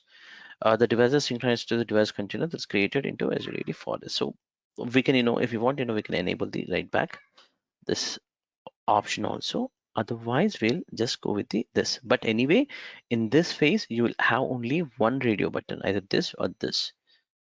Okay, so I will be using the hybrid. Definitely, we will be just asking for our admin to configure hybrid. Give me a second. Password. I really forgot the password. This is easy admin. Yeah. Now this is the password which I'm again giving. So whenever you go with again AD Connect, it always asks for the passwords in the both the side almost. If you're something to do with the on-premises, it will ask. Otherwise, that the password should be the enterprise admin again. Otherwise, the global admin. So you have here option configure hybrid AD join. So if I just click on next, and I have an option to configure Windows 10 devices. And now it's going to ask for me, what is that domain that you have on premises? I found mylab.local, which is going to sync for Azure AD. Now I need to give it to enterprise admin credentials. So if I give here my credentials, what is happening is this could be even an interview question also for AD guys. This is there is a service connection point. In short, the people will call as SCP. SCP gets created basically to basically it will discover your Azure AD tenant information. For that purpose, you're going to create this. So let's actually continue further so that it will configure hybrid AD for you. Okay, so one step is the step one. What we have done is AD install. Okay, configure. Step one is AD connect tool. Okay, second step is we configured hybrid AD. Okay, let's say in your company you also want to use SSO single sign-on for your on-premises users. Let's say if my on-premises users opens maybe portaloffice.com, it shouldn't ask any password. Maybe any application, cloud application, it shouldn't ask again one more time the password. That's where this single sign-on will come up. So if you're interested, I can also run with that. Okay, so let me, I think once we have done, it is actually starts the sync in the backend. So if I try to, do the AD connect, it will say it's already in the synchronization phase. So in this case, it's just completed the synchronization. So during this wizard, it will stop the synchronization. Okay, so configure. SSO, I'm trying to configure third step.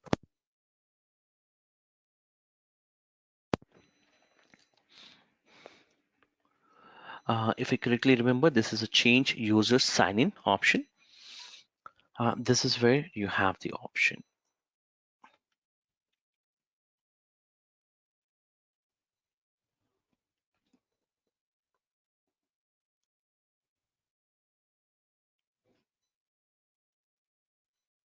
You have an option here. If you want to change to uh, password authentication or PTH, you can do this configuration. Okay, I'm also enabling the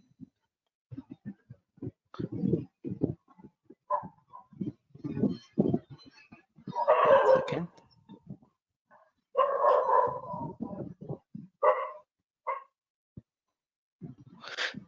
So you can use any of these authentication methods.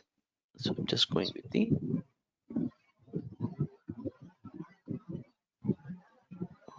one second in the Azure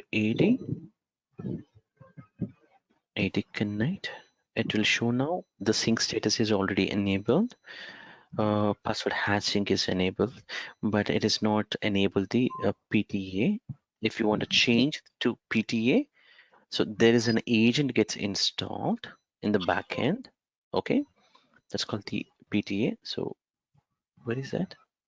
Yeah, you can go to the PTA authentication and then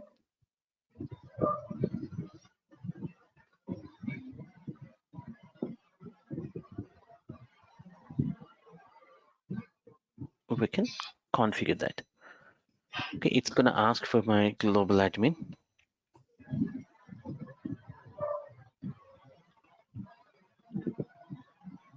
Okay, this is a very complex one.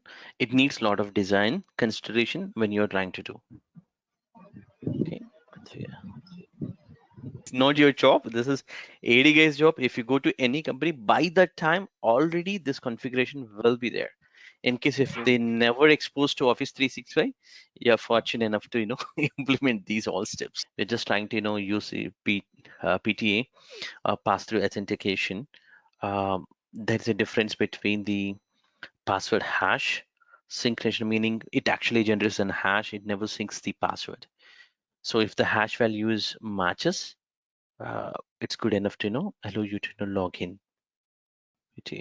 So let's exit this on a domain controller. This is not just a configuration. You also needs to create some of the group policies for allowing the SSO. For that, you can just create specific group policy.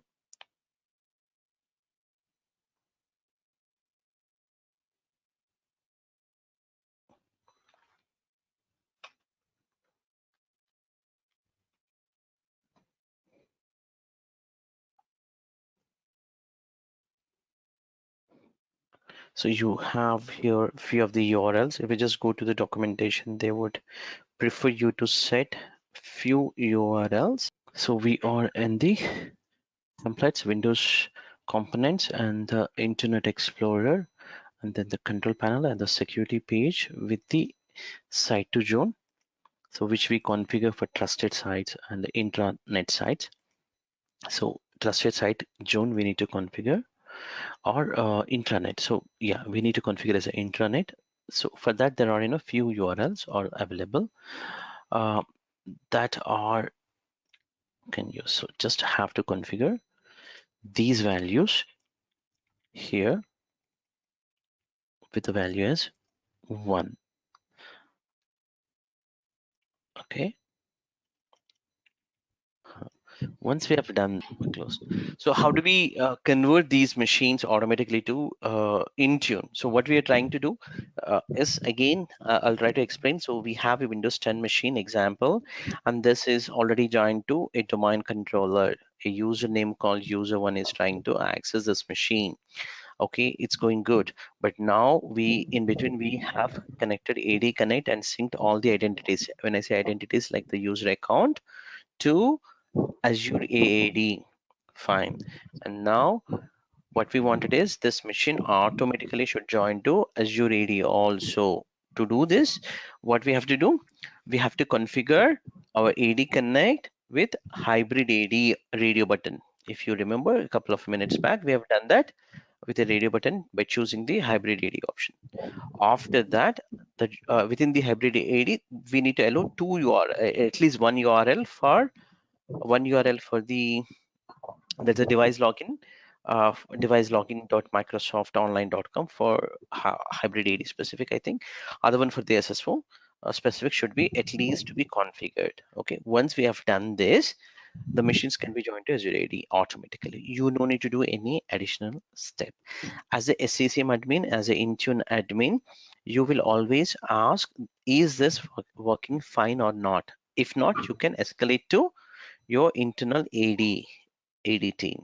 Okay, if this is not working, their headache, not our headache, but this is their headache. But again, we need to know what to be done. So we have shown how to do this. So this is how the AD guys will be performing. Now from a SCCM point of view, what is the next action? That is, the machine, if it is joined to here automatically to Azure AD, we have to join this machine to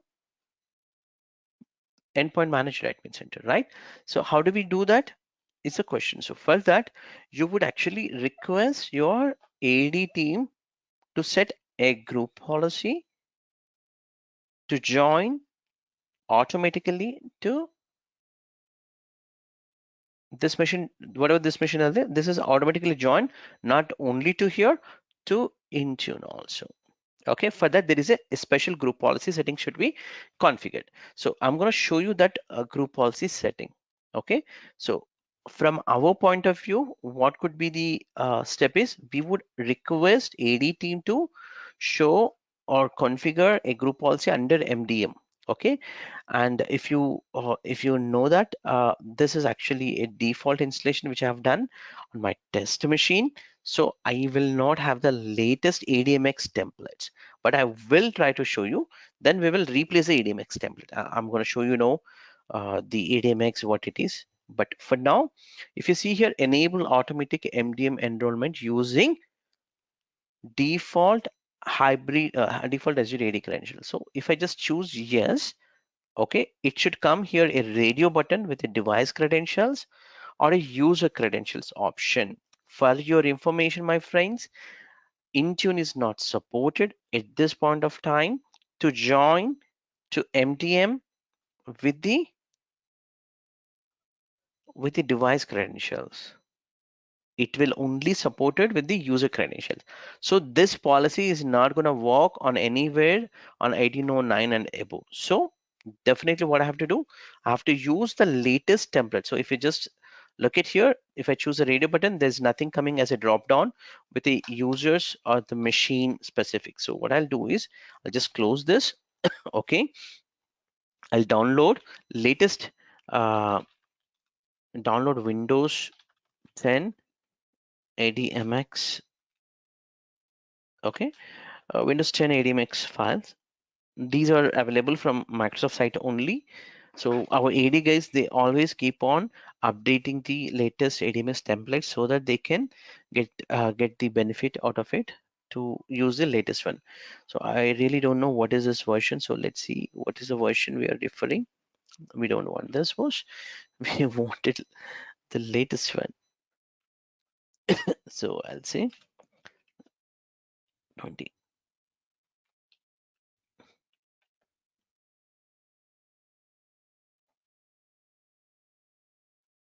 Yeah. So this is the latest one. I'll be downloading. So this is a straightforward file, which is MSI file. So what our AD guys does is basically they would go to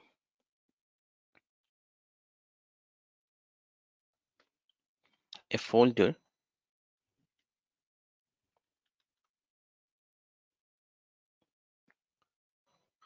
under policies we will actually create a folder called policy definitions, and then we would keep the latest definition file.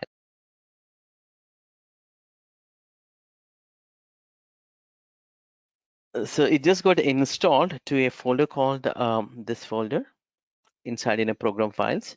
So what I'll be doing is I'll just copy this file. You don't need to actually copy the entire thing. The MDM specific with only English language can be copied, but I'm just trying to take it as it is. Since it is a test, okay, so I'll just go to this folder and replace it. So if I just open up again this one, once this copying is done, yeah, it's over copying. If I just open up and go to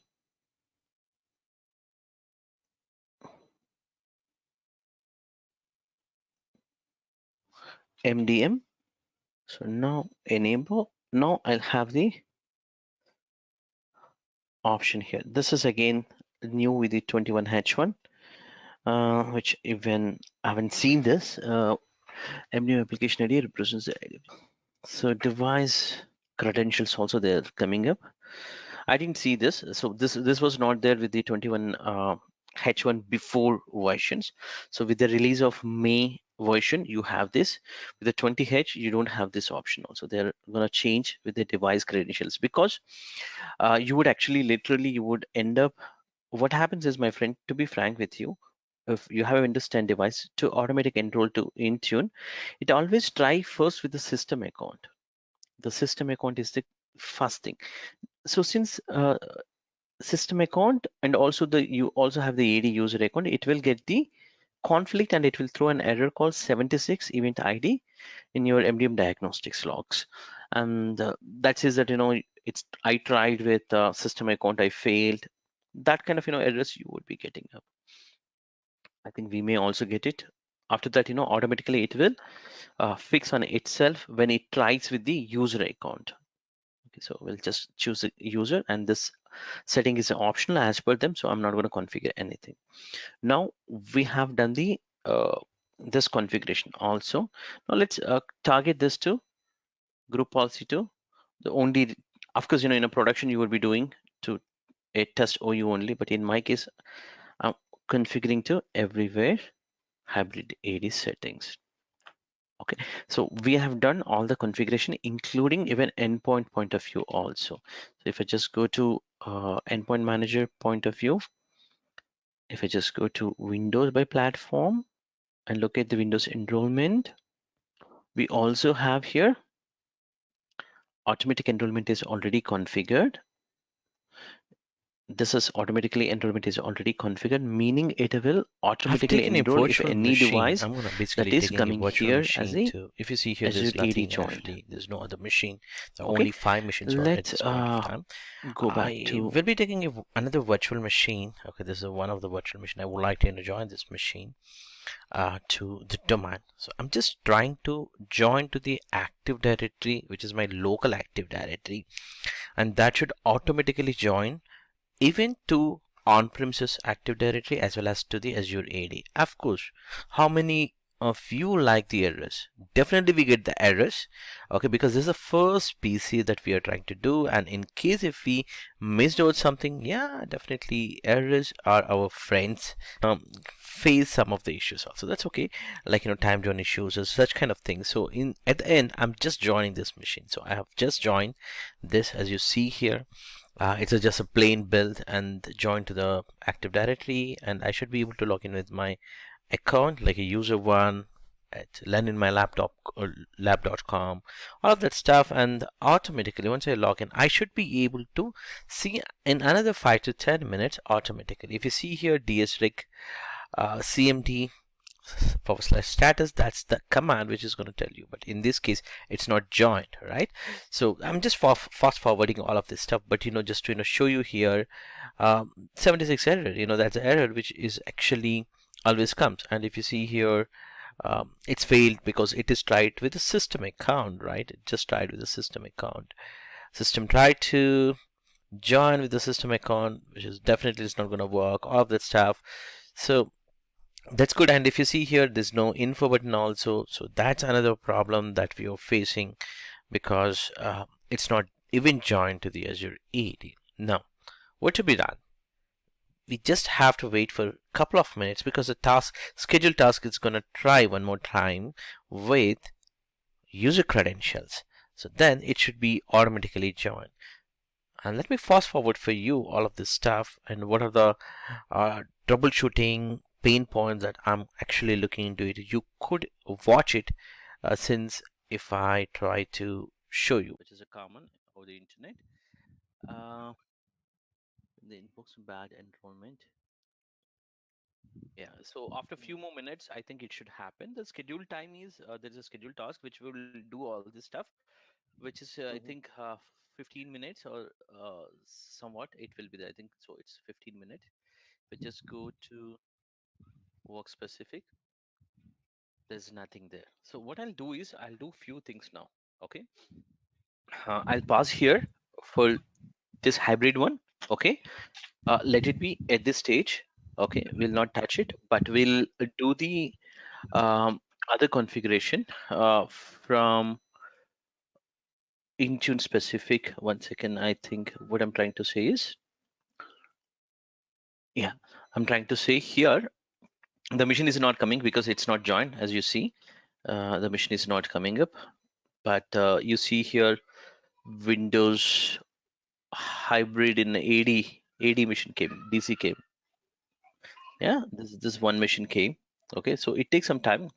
Will automatically come up as a hybrid AD join later point. Okay, so whatever we have configured, it is proper.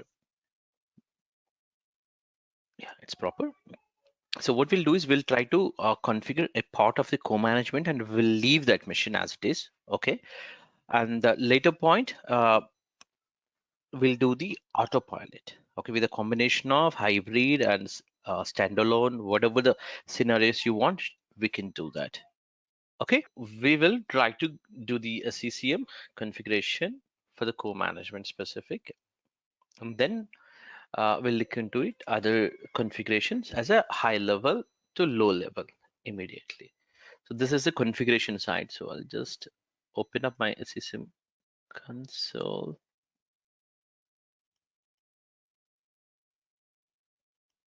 I think there's a client machine, right? So let me show some configuration in the DC. Since it's a domain controller,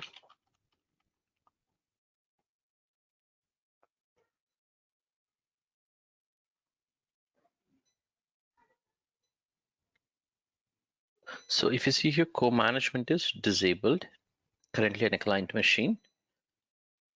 Okay, uh, but it's just the anyway on a server machine you can't join it. But I'm just trying to show you the co-management is disabled state only currently.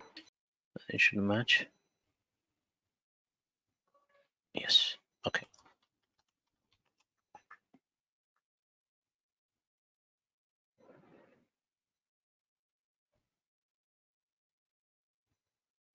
Yeah, so this also does not have SCCM client. So let's install the SCCM client on this machine.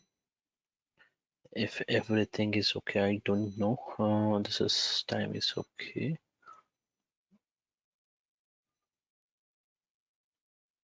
Okay, so we will get the SCCM client in a minute or so, and in between we can continue with the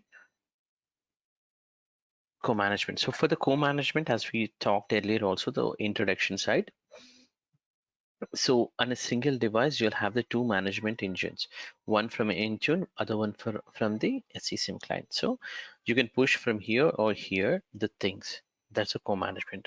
And also you can set a, for the complaints point of view, you can set a meter that only take the preference as either Intune or from a SCCM point of view.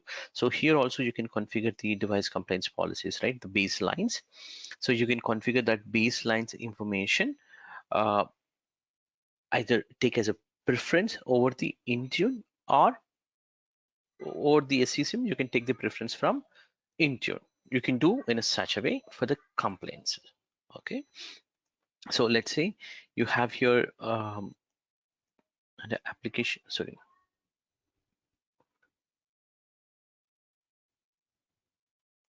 complaints. You have here complaint settings, like you might have your CIEs as well as the baselines. If you created and applied any of the settings over this, if you want to take the control to Intune specific to our baselines that we created for complaints policies. So I'm just referring to this complaints policies. So which one to take the preference we can define within the co-management side. So is this to be taken or that? We can define it. So let's go to SCCM server and also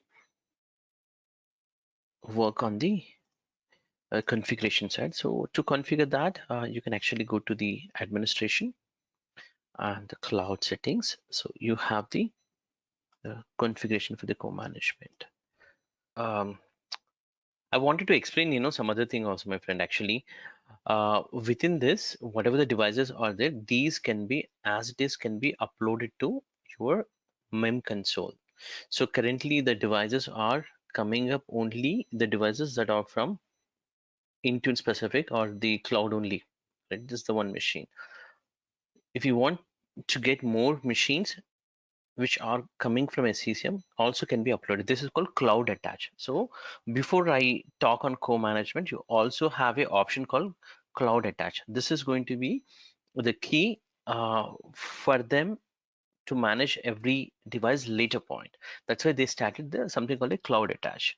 So cloud attach is nothing but attaching all these devices information back to your SCCM, sorry, to your MEM console. Okay, so that's the thing. So now let's do one thing here. We will do the co-management configuration. So here, if you just go to administration and then cloud services co-management, it will ask for few information. The first thing is definitely we need to know what tenant, the tenant specific global admin credentials to be given. Okay, and this is where it is asking for enable endpoint manager admin center, meaning the devices can be managed later point with the uploading option here. Okay, so we will definitely take the configuration here, or just click on sign in. It will come up with a user ID.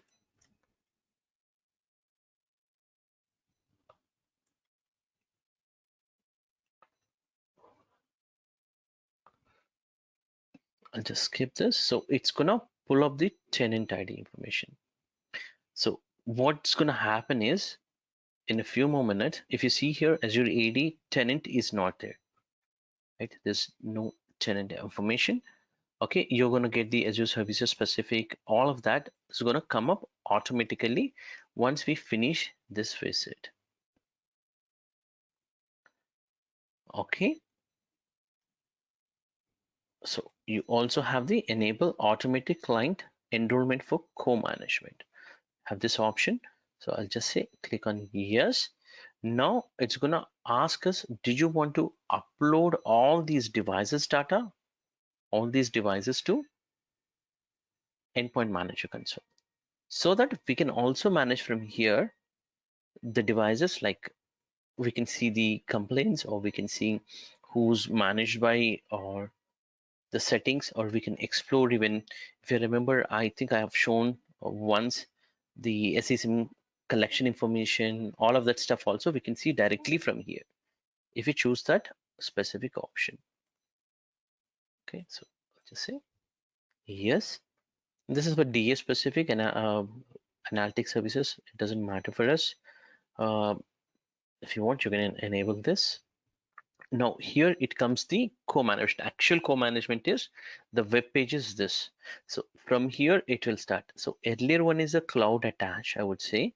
So from here the workloads will related to the co-management. So you have a couple of workloads. What is a workload is? Workload is a feature that you, where do you want to map it. So let's say if I uh, put it complaints policies. So in SCCM, where is the complaints policies? For us, it will be under complaint settings baselines, right? We'll have the baselines, and these will be assigned for your devices. Similarly, from Intune point of view, the complaint settings are here. Okay, now when a device is in a co-management, which one you want to take a preference? Is it from SCCM or Intune? That's what it's going to talk. Okay, so for measuring, always we will go with the Intune. Why? You can ask, why. So the reason is, in a short, once we have done this, we are going to work with the Azure AD conditional access. So when we put a conditional access, we'll take the power of your on-premises. Let's say you have here devices that are fully managed from CCM, but now we made it as a co-management. Now, if this device is not enrolled or not compliant as per your company policies, we can stop accessing these devices to access the corporate data. So we can put such kind of conditions with the help of Azure conditional access. Okay, so let's go back to the complaints measure. Okay, this is for the device configuration. When we talk about the device configuration, so this is where, if you have a device, you have the configuration profiles. Okay, these are the device configuration. So if you wanted that kind of configuration settings to apply, like we created like device restriction policies, all of that. So these settings, if you move it, it will work. Okay, and also similarly endpoint protection, resource access policies, and client applications, these are different things. So this is for Windows updates. So let's actually, if I move to the pilot, so I will actually prompt it here in a staging that specific complaints. Let's say here this was moved to the complaint specific. So for the time being, you can put it to a test collection where you can stage for some time and you can work on it as a pilot. Once everything is working fine, all the required policies has been configured, then you can move it to Intune. Okay, and And similarly, the rest of the collections also, if I just put it here, it will ask for all of them in different collections. See, but if I move here, whatever I move to the Intune, it is not asking for the collection. So you need to come up with the collections that can be temporarily worked. Okay. So so I moved everything to the Intune for now. Okay. Now we'll say finish this.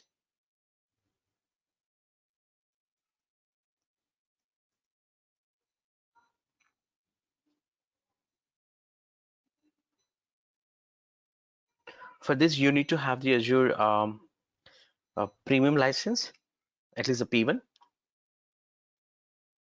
For the co-management, that's one of the pre-requirement. Okay. So it takes some time to upload the cloud attached products or the devices to. So from the cloud services, you have an option to. So the client agent settings are configured for the cloud attached also, especially the devices to join automatically. And on my client machine, I could see that co-management is already enabled on a client machine when we install the client, or on the machines that are pull the policies automatically enable the co-management capabilities. Also, if I just go to the start button and settings and then access work or scroll, I could see that the info button, which indicates that my device is joined to MDM. Let me pull some of the policies because some policies are coming up, some policies are not coming up. So let's pull the policies.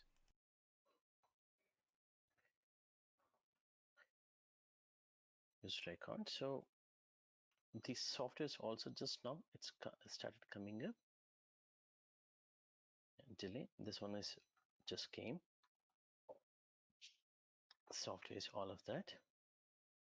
Now tell me, whatever we want to do it, we can do it now. Okay, all the testing can be done. Okay, since we have a client machine ready. Okay, so PowerShell script came from Intune. We have not done. So the hybrid AD is successful. The second topic which we talked. Okay. Other software is also coming. Okay. So now the software is automatically coming up. Is it getting the installation from Intune now? Intune automatically. Yeah. Yeah, Not those even messages the are. workload is We still have in moved SCCM. all the workloads to Intune, I think, right? Yes. Yes. We have done it already. Okay. Yeah, Paddy Yeah, we moved moved all the it. clients. Yeah, moved it. Okay. Now from here we can apply some kind of applications. Okay, or some configurations and test it. I think here you also need to get it as the so co-management as yes. It should be there. Yes, option should be there. And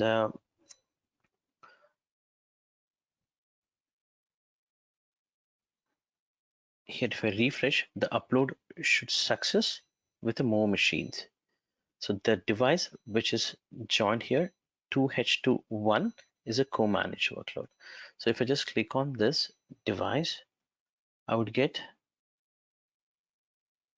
okay, so device diagnostic and all of that should come. In a minute it might come. Yeah, that is already there. But I'm talking about the only CCM specific devices.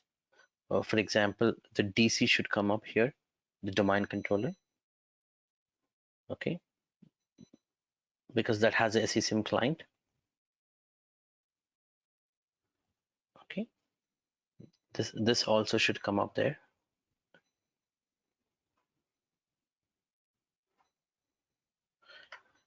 Okay, now the workloads you wanted to move to, where do you want to move?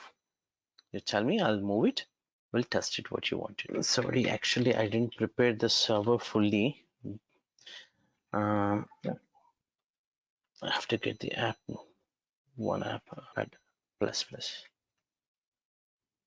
Sorry about this.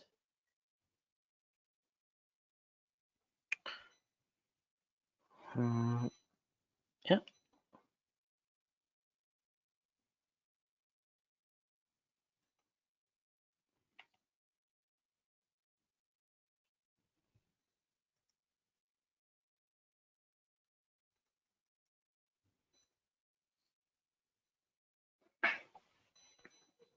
Let me put it as local quickly.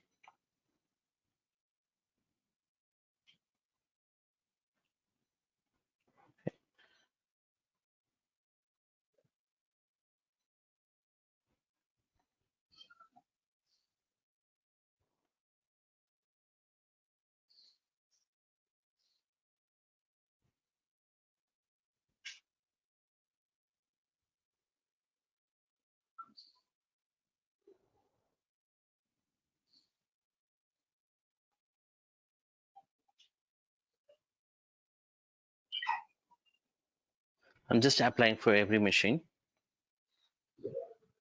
required ASAP basis. I think this is done.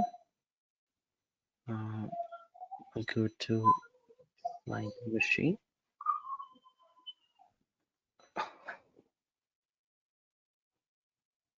So Adobe.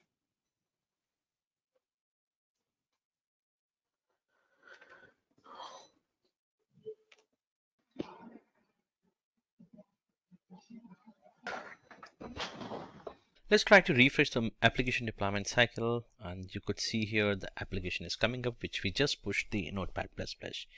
And this got pushed from SCCM, and that looks good. And now you should be able to notice one thing. This Now co-managed I want to device, apply the you're able to conditional deploy access applications in policy. two ways. One is from Intune as well as from SCCM. So this Notepad++ is coming from SCCM, and other applications which got installed on this machine came from Intune. So both the way it can be managed now. Now let's say I wanted to apply a conditional access policy to protect my on-premises device, because this is a hybrid AD joint machine which is coming from your on-premises, and I wanted to take the power of conditional access to apply a policy on these devices which are coming from on-premises also, if they are not compliant, just to stop the access for Azure applications or maybe cloud-based cloud native applications. So that's what we are trying to do with the conditional access power.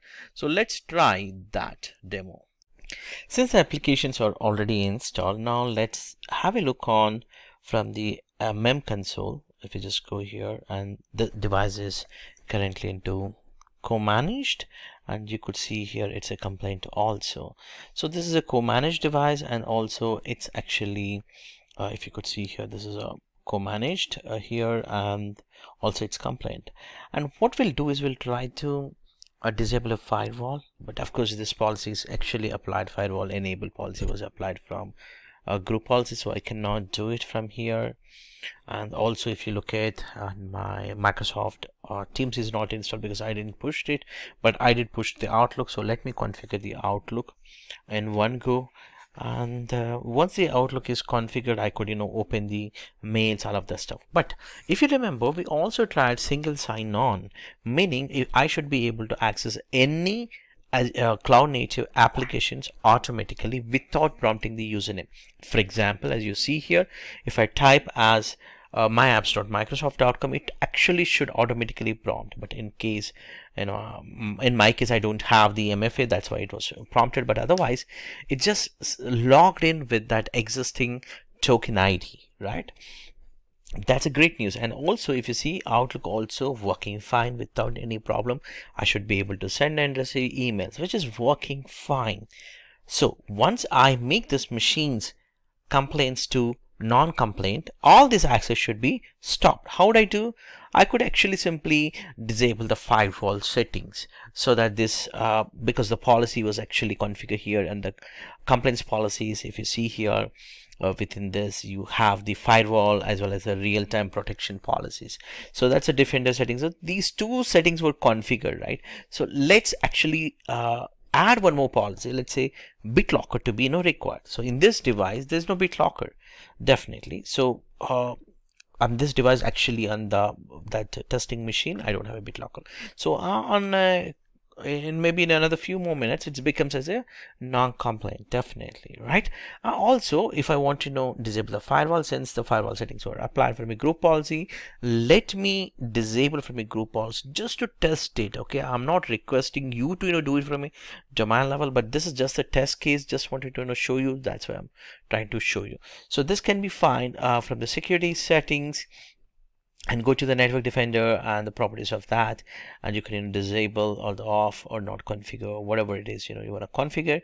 So that way it actually sets a policy. You should be able to run the group policy, let's say GP update force, to apply the policy, and then open up your firewall settings, and then you should be able to modify it on your own. For example, I would like to turn off now the policy for domain and private and public cases, and now everything is done, right? So here I'm just taking out that BitLocker specific setting, but I just wanted to ensure that this policy should apply. So what I can do, I can select the device and click on sync. So when I click on sync, if you just locate before syncing the timestamp which is showing last check-in time here, which is 1:30, right? 1:30, and if I just sync up, that timestamp will change to 33. So if I just refresh the console and go back to the same device, I should be able to see the timestamp as 33, right? That's the time, meaning the policy got synced, and in any point of time, it actually the device should become as a non-compliant. The next important thing is how to create conditional access policy. You could actually do it from different places. Let me show you that. portal.azure.com, and from here you can create it, or you can also do it from other place, which is, this is the Azure AD one. From here you can do it, or you can go to Endpoint Manager Admin Center. Within this endpoint security, if I correctly remember, you also have here conditional access options. Okay, so this blade is equal into the blade that we are going to open in Azure AD. So from Azure AD point of view, you can go to the security. I lost my site now. Security. Okay, so this conditional access, this is it. So here the blade and this blade is one and the same. So you can configure, if you have the permissions, if you are the global admin, then only you can do these conditional access. Otherwise, you have to explicitly give the RBAC permissions on your account. So I will be actually going to create here. By default, what will happen is there is a if you the tenant that you created will have a default security options configured from Microsoft by default. So that will not allow you to create the conditional access unless you go and disable that specific settings from a properties. So from here, properties to be disabled. Let's say if I don't done that step, this is the first time only. So by this time in your company, if you have a conditional access policy, you don't need to do this step, the which I'm going to show here from a properties. I'm not going to show now, but if I try to create here, it's going to give me a warning, which I'm talking about properties one in a minute. So if you see, if I just clicked on new policy, it is actually giving me it looks you're able to manage your organization security not by Microsoft. Okay, because with the help of conditional access, so you must have to first disable the security defaults. So this is only for the customers. They never created any conditional access. If they have already created conditional access policies as shown here, you just have to go to the properties, manage security defaults, and click on yes. That would change the settings, and it will give you the permissions for conditional access. Okay, so let's do that configuration for the first time. So I'll just go to the properties. Okay, in the down, you have a manage security from no to, because we are using conditional access. Okay, this is just to, Microsoft by default, they put on all the tenants some restrictions so that their organization are fully secured from a unauthorized access. So that's where they are coming up from a security. Now I should be able to go to conditional access. I can create a new policy. As I said earlier, you can create from here or directly from the endpoint security center. If you're confusing from here, let's do it directly from here now. Security, endpoint security, and conditional access. Same thing. So new policy I'm going to create. Whatever the policy like, what secure devices example. This is a policy name. So policy can be applied with these conditions, okay, and these controls. Controls are access, whether you want to grant or not. What is that condition? What is that application? Who are the users? Okay, and finally, are you going to apply this policy or just to report only or turning off the policy? And also there is a very good tool if you're coming from Azure AD background, by this time what if. So always I would like to test my policies with a what if, because I really don't know if a user coming from maybe Australia, in that case what would happen, I don't know whether its policy is affected or not. Or if I take my user says that is not able to access, might be a true or might not be. So we can validate with what if condition here. So let's first create the policy, then we will go to the what if condition. So first thing, in the new policies you can select the users. So it's always good to create a group based. Okay, so always the best practices are 2 points. One is never apply the policy to you. Whatever you're trying to create, exclude from yourself. Exclude always from yourself. That's the best practice, because you are the global admin. If yourself you are self-locked for some reason, then it's only Microsoft will help. Okay, nobody can help, and that takes a lot of time. They have close to somewhere 12 hours to 24 hours SLA for that kind of problems. And second thing is always apply for a group, not to the users. Create a group explicitly assign. Okay, so in our case we will be applying to a group here. Then it's going to ask us what is that group. So I think I should apply for, who's this user? This is a user one. So okay, we'll first apply to app protection policy, or maybe we'll create a group. Maybe let's do that, a group creation, easy, so that not missing.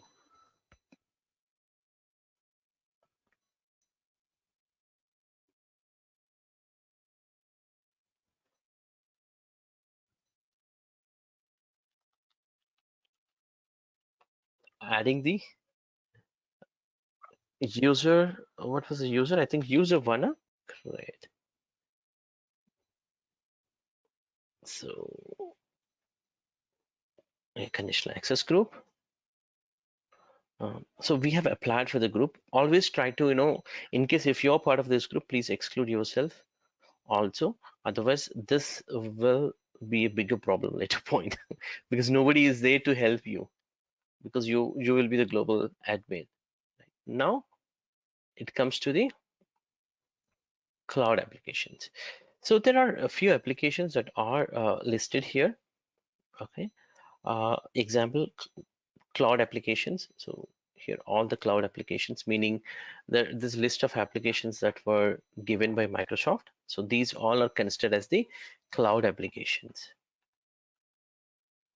Okay, so in this, any of the applications, if the user is trying to access, is a condition that we are going to set it. So I'm just applying all cloud applications in this case, not excluding. Then condition. So here it comes a condition. Let's say if you're the Azure admin, you would be actually creating, or maybe if you're Azure AD admin, you would be creating trusted locations. Let's say your back office or office network locations you would be creating. here, that will be considered as the trusted location. So the users coming from this location, no need to apply a condition policy. But such things you can recall it. This is called locations. You can specify the location, subnet, IP range, all of that. So in our case, the conditions are usually is a risky. So a risky usually is user signs in very frequently from a different devices. Maybe a user is a risky user all the time. Okay, that's how they define. This is something called risky sign-in. Sign-in risk is different from a user risk. In sign-in is like, example, there's a X user just logged in from London, and next half an hour he's coming from Dubai, and later maybe from Australia. So this cannot happen in a real world. Practically it shouldn't it can't happen, because he has to he can't even travel, right, from London to Dubai to Australia. So it would be a sign-in risk. So he might be using a VPN. Then you have to ask the user to self-challenge whether he's a real user. Okay, because if a password compromise, also if the password was uploaded maybe in the internet into somewhere in a password database, they might be logging in. So that's considered the sign-in risk. Then we would be challenging with a multi-factor authentication, all of that on an access control level. Okay, but for now, this is not the case. And this is a device platform. So what is a device that user is coming? Let's say if a user is coming from a Windows device or maybe Android or iOS. So here you can specify. Let's say if my user coming from any location on any device, I can say any device. Let's say if I want to just explicitly apply for this is a case for only Windows, I can choose it. So in my case, I'm just saying whoever part of this AD group on any device. That's what I'm trying. And the location, as I said earlier, you can any location you can put it, any location, or just a trusted location you can specify. And client application. So if the user trying maybe the applications, cloud application, whatever the application, maybe from browser or any other. Give me a second, please. So my friends, I was talking about the client applications.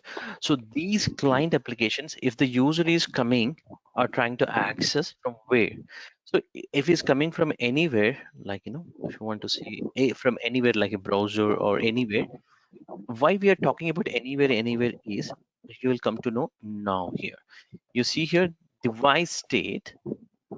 Okay, the device state, you can not this this one, access control, right? So within the access control we can say that if the device must be compliant. Okay, so yeah, there's a relation between Azure AD is the key here. Earlier, if we don't learn Active Directory also we can work, but now Azure AD is the key. It became as our identity. So within this Azure AD, now it says that from Intune, the device must be marked as a complaint. Now, what would happen if the device is not complaint? Definitely, the device it will not be a part of complaints point of view. Then what will happen? We will consider to stop the access. Okay, here grant or block. We can block the access if the device is not into the complaint, or if everything needs to be allowed, the device must be complaint in other way. Okay, and also we can challenge the user to have the multi-factor authentication also. So if you're validating more than one conditions, then you have this radio button says that, hey, one of them if you're okay, or you want to validate all the settings that are in the above checkbox. So you can force the user to be change the password. Let's say if the user is coming from a different place, you can do that configuration. So that's how it's gonna work. Okay, so in our case, we wanted to validate multi-factor authentication as well as the marking the device should be a complaint state, and two things should be configured. So all these days with for all the users, we have been actually skipping multi-factor authentication, but now it can't be done anymore if you put it this. click on OK. Now you can enable this policy or you can off it. So people will recommend always go with the beginning with the read only and then choose the condition with the what if, and then you can find out what will happen. So in our case, we are sure that it's going to work. I'm just choosing as a create. Okay. Now, once this policy is created, I can choose here from a what if condition. So I'll be selecting a user called Bob example, let's say, and also I'll take the user as Logan.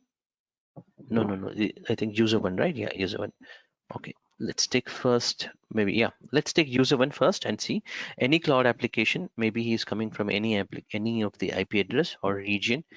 You can specify the country specific, and the device is maybe he's coming from a example Windows device. And the client application, it can be any of the application or maybe from a browser example. And the device state is in a device state is either it is a hybrid AD joint or complaint. So device marked as a complaint, then uh, sign-in risk is no, user risk is no. What would happen? So it will show that the policy is applying this specific policy. Okay, so policies that are not going to apply, it will be showing. For example, if I change here the username, it will be showing that. But this is a side story. But let's go back to the our endpoint manager to the devices. Okay, we are talking about the autopilot. Okay, so what exactly autopilot? Autopilot is the mechanism which can help you to automate the OV experience. Along with that, the operating system deployment specific and some of the customizations can be done. Let me put it in the other way also. So this autopilot itself a technology, as we discussed earlier or in the beginning also. This is a technology, meaning this can integrate with Microsoft Intune, also with the Microsoft Store for Business is there. Inside that also you can also integrate with config mgr or the endpoint config mgr. So we with these three of the tools, autopilot can integrate, and autopilot as a technology, it can work. Let's understand what exactly autopilot. Before we understand autopilot, let's try to simulate current situation. Let's say if you are trying to place an order to your from OEM vendor or reseller for hardwares. Let's say there is a normally 3 years to 5 years the business life cycle for any hardware, right? So that hardware we wanted to replace with a new hardware models. In that situation, we actually place an order with our OEM vendor, we call it, or directly, or maybe with a partner or a reseller. We do this either with a partner or reseller. So what would happen? They would actually fulfill our order in terms of delivering the hardware along with the operating system also will be installed. But what we are currently doing is we will take that machine and we use our SCCM to format and deploy our custom image. Okay, there's a golden image or whatever you call it. So we standardize our uh, standard operating environment, or SOE we call it. So that standard SOE we deploy on this machine, and then along with that, if the user belongs to some XYZ department or maybe some business applications that are mandatory, for example, Office 365 example, so such things will get automatically deployed to the user with the help of SCCM. So what is happening in this situation is uh, there is an operating system deployment team is involved. There's a custom imaging is there. There's application testing is there, definitely. So there are a lot of cost is involved. In other way, for a business, the cost is involved here. Now, how can we avoid this cost? That's where autopilot started. So why can't we use the existing machine that is shipped by the OEM vendor or reseller to us? Can we use the same machine as it is and bring that machine to our standard environment, so that we are no need to worry about the drivers part even, because the drivers also OEM vendor he's already sending or shipping, and also the operating system he is shipping. All we have to do is we have to actually deploy that custom settings or the applications so that the user can use it. So this is where autopilot comes into the picture. So for this, I hope everybody knows that OOB, what is OOB experience? OOB stands for out of box, meaning like regional settings or keyboard settings. All of that we need to manually select, right, during the installation of Windows 10. So that experience can be fully automated with the help of autopilot with something called a profile actually. So there's a autopilot profile. With the help, we can automate these things. Okay, now what is the experience that we are giving to the end user? We're giving for the end user a self-service experience, meaning when he start the machine, okay, the Uber experience will be there, or you can suppress, but it will directly may welcome, hey Chris, as a user, or welcome to your company name. It can say that information, and then it will start um, it will start deploying the application so that the device can be a business ready state. Let's say after a few days the user left, or maybe we wanted to reprovision to the same state. You can do that with the help of maybe autopilot reset, or maybe reprovision options are available. With that we can do it. So these are the workflow kind of thing, the high level steps that I wanted to explain about the autopilot. Now we will go with the slide wise. What are the options we have, and where all we can integrate all of that stuff. But at this point of time, um, any questions within this life cycle? I just wanted you all to get the high level understanding. I'm not looking for the low level at this point of time, just a high level. Why we are doing? We are just trying to avoid the operating system building or OS deployment. We just wanted to avoid that. So I'll also try to put it in other, like simple. We order some devices, like 1,000 devices we ordered from Dell or Lenovo, right? So these 1,000 devices will ship with the some default operating system. Let's say if they ship even with the home edition or whatever the edition, okay, what we'll do is with the help of autopilot, we will convert that image as it is without formatting. Basically, we are not formatting. We'll convert that entire system to a business ready state. So what is happening here is, in the past, we used to deploy a CCM. With SCCM, we used to do the PEXI deployment or whatever the model you used to do. And then you used to um, format this machine and redeploy your OS image along with the application and custom settings, right? Now this process can be taken out. So we can readily use these machines as it is, and we can use the autopilot deployment method to deploy applications and the settings that we wanted. Okay, this way it saves a lot of time and cost. Okay, and this autopilot technology completely cloud-based solution. So you don't need to have any server. Let's say if a user received, our partner has delivered to a user, or you shipped with the help of some delivery FedEx kind of thing to an end user. All he have to do is he has to start. He has to select the keyboard language or whatever it is. That also can be automated, and then he has to enter his username and password. The system will be in a ready state so that the user can automatically use it. Okay, I'll just try to explain from here the slide also. So basically, with the autopilot, you can also join the machines only to the Azure cloud, okay? Or you can join the machine to your on-premises Active Directory, your on-premises AD, as well as to your Azure AD also you can do it. Now I'm talking about the domain join. Earlier, I was talking about just the high level view. Now, this autopilot can give a solution for your on-premises Active Directory. Also, it can join to your Azure AAD, meaning you can definitely manage from MEM console or your Intune console, right? It can automatically enroll your devices. That's what I'm trying to say here. And during this process, you have an option whether the user should be a local admin or a normal user account. who can associate with this with this device. That option is also available. That can be configured in a profile. What is a profile? Is a profile is a consists of some settings. Okay, what kind of settings? Let's say a regional settings, you want to skip it, or privacy settings.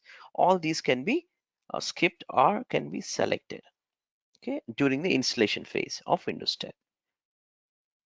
Okay, now I wanted to take it to the next level of high level explanation for autopilot, my friends. So now you placed an order for 1000 machines actually. So these machines, what you have done, you're provisioning for autopilot. Good.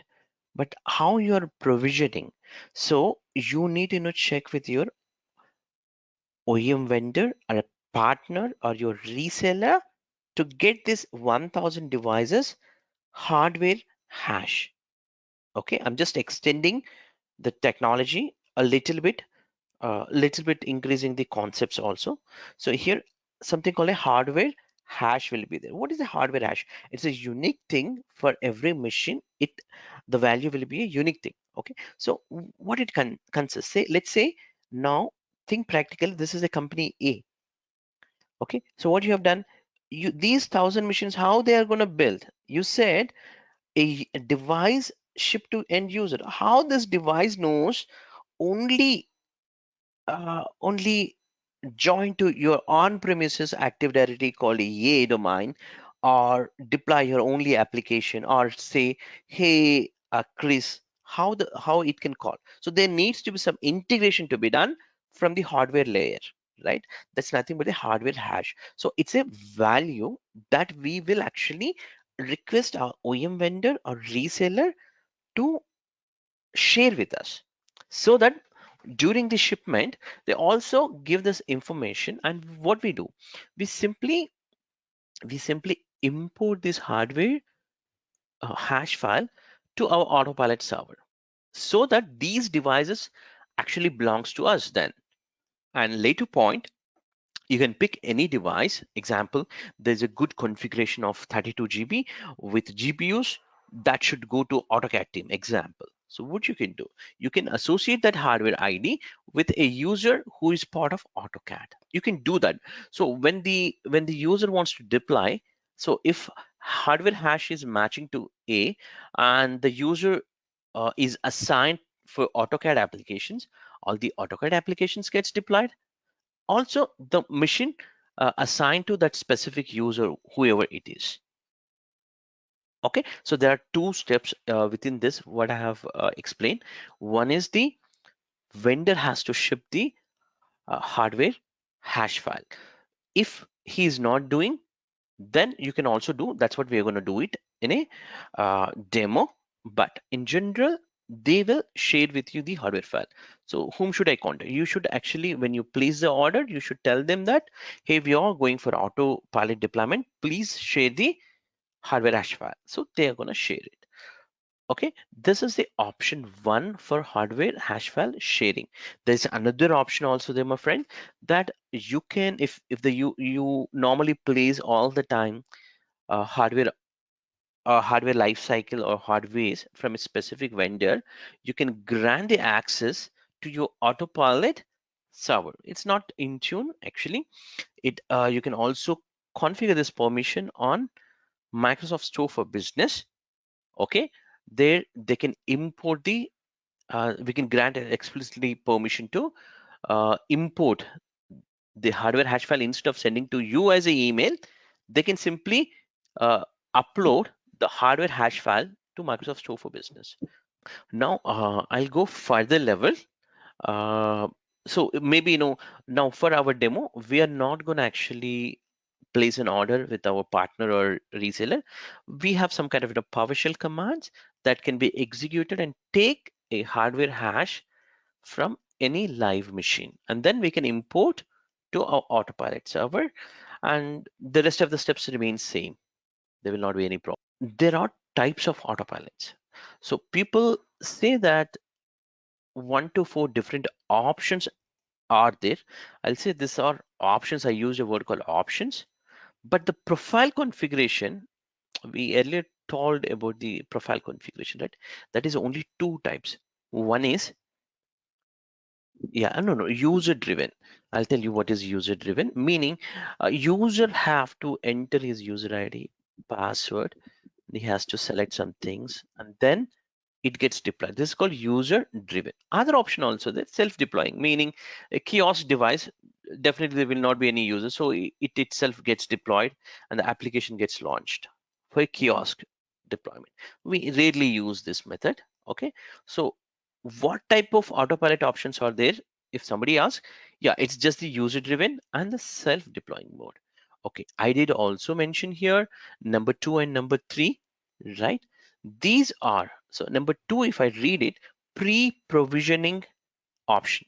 Pre-provisioning means the required applications or some kind of configuration will be fully loaded and give it to the end user. That's called pre-provision. I'm going to explain, I'm going to demonstrate that one more time. This is not the end of your slide. You have furthermore slides for each and every option. Okay, just wanted to explain here within this slide few options. We have autopilot with self-deploying mode, okay, and user-driven mode, okay.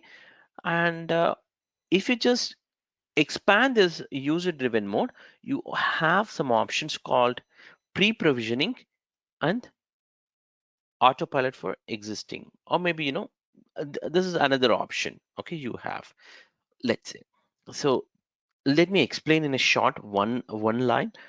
This is for a user to give the machine very similar to our SCCM. So with the SCCM, what will happen?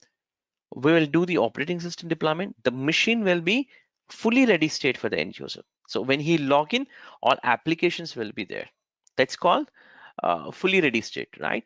So that is the state. If you want with the autopilot, then use the pre-provision option. Okay, meaning if you don't use this option, what will happen is the device gets joined to Azure AD or to your on-premises AD, but applications are not loaded. Applications will come once a user login. It takes maybe 10-15 minutes and then the applications will come in a normal mode. Okay, if you don't want this to happen, you have to go for pre-provisioning. If anybody is not getting it, I'm gonna show this demo. I'm gonna explain one more time also in the next slide maybe. Okay, because the learning, see the style of learning should be in this way. You shouldn't go to the order. The order first is you should go here, and then if you want to know learn, you can also learn this, but this is optional. But first learn user driven, then expand to option 2, and then learn expand option 3. This is how you should go and learn the concepts. You can't directly go to the option 2 or option 4. It will not be a good choice to learn if you're a beginner basically. Okay, so the first thing we will be learning user driven mode. This is for traditional users. Okay, so let's move to the user driven, okay, with few options. Okay, if you're not remembering option 1 to 3, that's okay for now. Okay, that's really okay for now. At this stage, by end of the today's session, you will definitely remember all of these names. Okay, but try to remember at least user driven mode, which I'm going to explain now. Okay, what is the user driven mode? User driven mode is the machine, when it shipped, user have to enter his username and password. Okay, and then once it is entered, the device will, on this device, the user gets logged in, and then required applications will come based on your internet connectivity speed from Intune. It will slowly come up all the settings and policies. Rest of the things will come slowly, meaning there is a delay for the user to use the application. Let's say the user logged in, but there will not be Outlook application. He can't use it. He's not a productive on immediate basis. If you use the user driven, sorry, this is a self deployment. Okay, self deployment is I didn't explain for self deployment. Whatever I have explained is for the user driven, this concept. Self deployment is just the device will be there, it gets automatically deployed and single user will be associated, and from there on it works. For this, additional concept should be applied. So we'll just skip this, but this should actually go to, yeah, user driven. So the concept which I'm trying to explain is, the first one is this. So what happens, user will, during the autopilot phase, he will enter user ID and password. Of course, he may select the regional language or keyboard kind of things based on our profile settings. And then the required applications, for example, Outlook, will not be available on an immediate basis, because the Outlook or whatever the application you deployed will come from your MDM server or your Intune slowly based on your internet connectivity speed. This is called user driven. Okay, so now what is the behavior it will be? For this, uh, choose a language, okay, and keyboard options. User can connect to wireless or wide network access, okay, and user have to mention his user ID and password. Okay, so where all this can work? This can work starting from 1809 or later. Windows 10 builds can work. So I hope you understood at least the user driven mode little bit. Okay, let me actually talk about some other concepts which are related to the autopilot now. Okay, so we talked about the this 4 different options. Out of that, the first learning one should be always start with the user driven, then go for this and go for this. Okay, so now I'll be going to, these are the normal user driven mode options. If it is a hybrid mode, just to give you a hybrid mode environment, you need to do few additional configurations called Intune connector to be installed on your one of the server, and that machine to be granted some kind of permissions on the OUs, so that the machine can join to that specific OU, which we will be doing it. But just wanted to tell you here, there's a different options all there. Okay, now there's something called optional setting called the ESP, or your enrollment status page. We're gonna work on that. I'll be showing that options also. Okay, so you might come up with what kind of options or hardware hash, what it contains. It basically contains your manufacturer model serial number, hard drive serial number kind of thing. It will be there.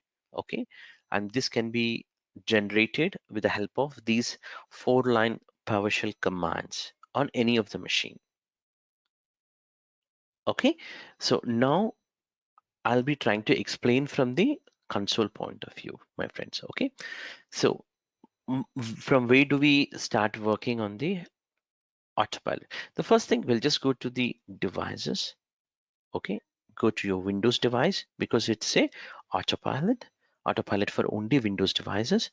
Then click on Windows enrollment. We actually worked on the general but not on the autopilot program, right? So here just wanted to explain few things. This is called ESP. Okay, what is the importance of the ESP? ESP is basically when it is autopilot is going on. Okay, this on the screen, the autopilot screen should stay there for some time. Example, because maybe autopilot got failed, so user have to collect the logs. If you want to give that option for the end user, we need to enable ESP option. So there is an option to collect the logs within this page, or there is some applications are getting, or some mandatory application should be installed, then only allow the user. In the past, I told that, if you remember, the user have to get the applications once he log in, like Outlook. He's not immediate productive, but we wanted to give him Office only to be installed first. Later point, all the remaining applications. Maybe we can allow, maybe user can do the work. He can start working with the Outlook and other applications, but later point, maybe optional settings like a 7-zip or maybe some other application may come. So if you want to do such kind of customization, then you need to have the ESP. So ESP is the front end page. So this has few of the bugs. Also there could be two different bugs that has been already fixed with the latest Intune releases. Okay, I use a word called now Intune latest release. So what exactly a release is, if you just go to the tenant administration, this is where the service release will be there. Every month they come up with a new release. So you can just click on this and find out what is the latest release consist. And if you see here, there are total 4 different ways they are gonna release the services, like day one Asia Pacific, EU, then NA, and for government. So these are the latest changes that are happen on this June month. So in the July month, we are July, it's already 5th got released with these things. Okay, now let's go to the autopilot one more time. Windows, we try to explain about ESP. We are going to create the ESP also. I'm going to show you. I just try to explain what is ESP only. Okay, now the profile. So earlier we talked about 4 different options that you can configure, right? So that options are consistent with option 1 and option 2, or you call it as a 4, whatever it is. One is a self-deploying, other one is user driven, right? So these things can be created under this profile. Okay, now I also talked about you are placing some devices order from a Dell or Lenovo, right? They are gonna give you the hardware hash file. So that hash file can be imported here. Okay, and what if you have the on-premises Active Directory and you wanted to join these machines with the help of autopilot profile with this option 3 or 4 or 2 things. In case if you want to do that, then you need to install this connector on one of your AD specific machine where you have a AD connector or maybe a member server, and that server should have some kind of permissions on your OU structure, so that on that OU these devices can join. Okay, so I try to explain the ESP. I try to explain about the profiles. Profile consists of option 1 to 4. Okay, but the types of the profiles are 2 only. Okay, and the devices, this is where the hardware hash file can be imported, and here the connector for your on-premises. Now let's have a look on how this integration will work actually, because here I explained these, but how this is going to work really. So first thing, these devices, once you import it, it doesn't mean that it's going to actually use these profiles. Okay, you have to make a association or a target these devices with these profiles, any of these profile configuration. For that, you need to create a group.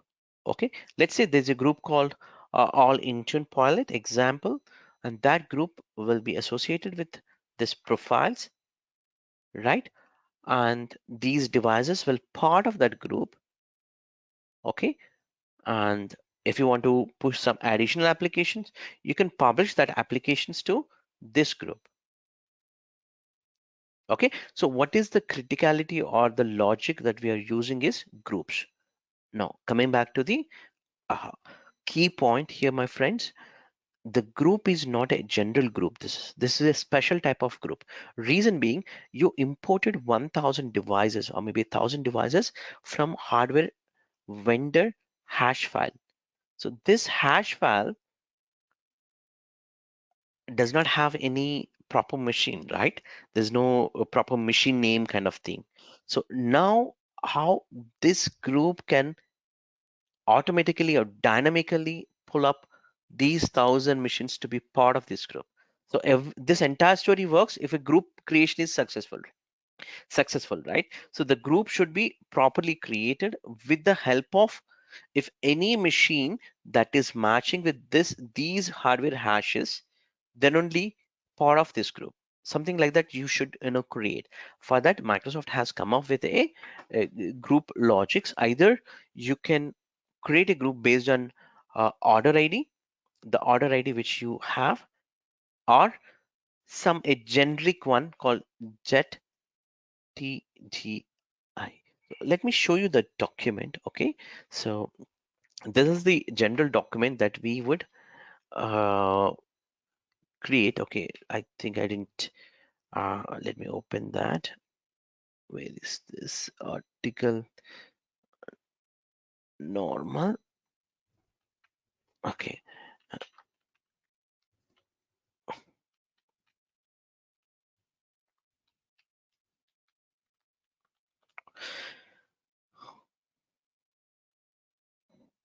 So this is the group. So you go to any company, they would be using only these type of groups. There were three different type. One is uh, with the JTD ID, other one is the your purchase order, and other one is order ID. So any of these are the static groups given by Microsoft. We simply have to use any of these group method to create a dynamic group. So what happens?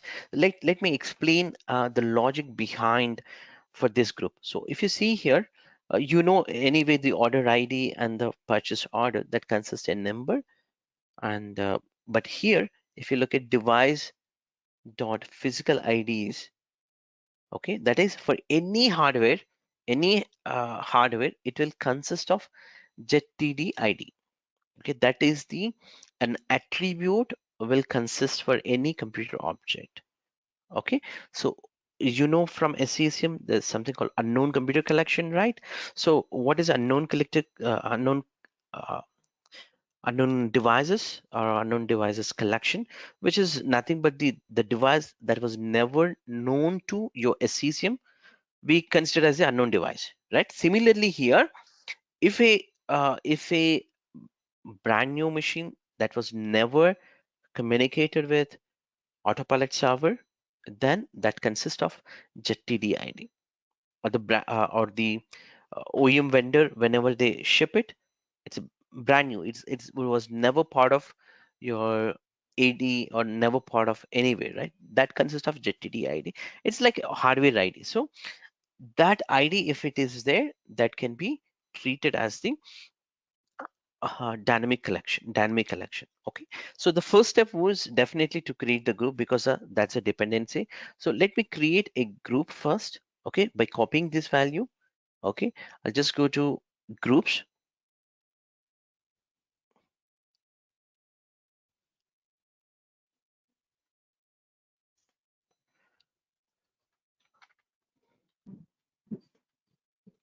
a security group, meaning permissions we will be granting here, dynamic device query, and click on edit. So this is the value I pasted. Okay, click on save. If the query is correct, it will save. Otherwise, we could have get the error. Okay, so now poly devices. So now the group has been created. Okay, now the first step is done. Let's actually go to our profiles and try to create. Okay, so the first step is we have already created. Okay, I have already a profile. I'm not going to use this test profile. Okay, I'll tell you, why I have created that later point. But how do you create is just click on create a profile.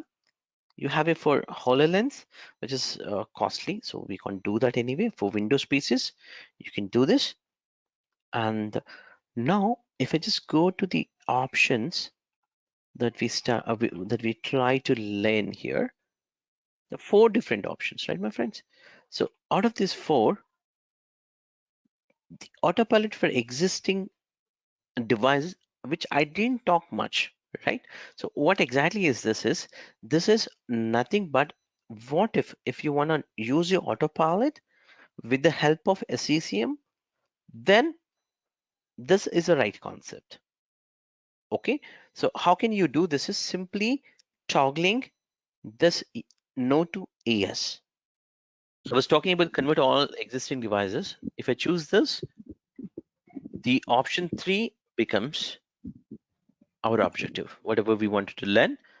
This is simply drag and drop, but I'm not going to go there, but I have just shown you where it is. Okay, now you can give here, for example, I'm just giving driven. Okay, yeah, I'll just give as a user driven.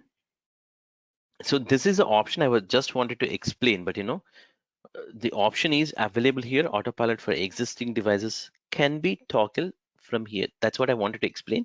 We'll come to this later point. Okay, so click on next. Now you have a bunch of options here. So out of these, the first one is deployment mode. So we have total 4 options, but the deployment mode is, if you see here, ending with only 2. That's option 1 and option 4, right? So if you look at here, deployment mode, user driven and self-deploying. Okay, if I choose self-deploying, it is not giving me for hybrid AD join. It's just the Azure AD join with a lot of option has been automatically disabled. Okay, and for this you need to configure some additional settings also. Okay, from your configuration profile. Okay, it's not just it's gonna work. It has to, basically it's a kiosk device, right? Meaning you have to enable on Windows 10 kiosk mode. So for that, you need to go back to your configuration profile and do that kiosk, sorry, not here. Yeah, here you have to configure kiosk mode options to be enabled for self-deploying mode. Okay, which we are not going to do it in this demo. We'll be doing user driven. This is a normal user driven. Let's see, join to Azure AD. So this is going to be Azure AD, the first step. Joining, meaning it's not hybrid AD, meaning if you take hybrid AD, it's going to be on premises also as well as Azure AD. Now, Microsoft terms, licensing terms, I can show or hide.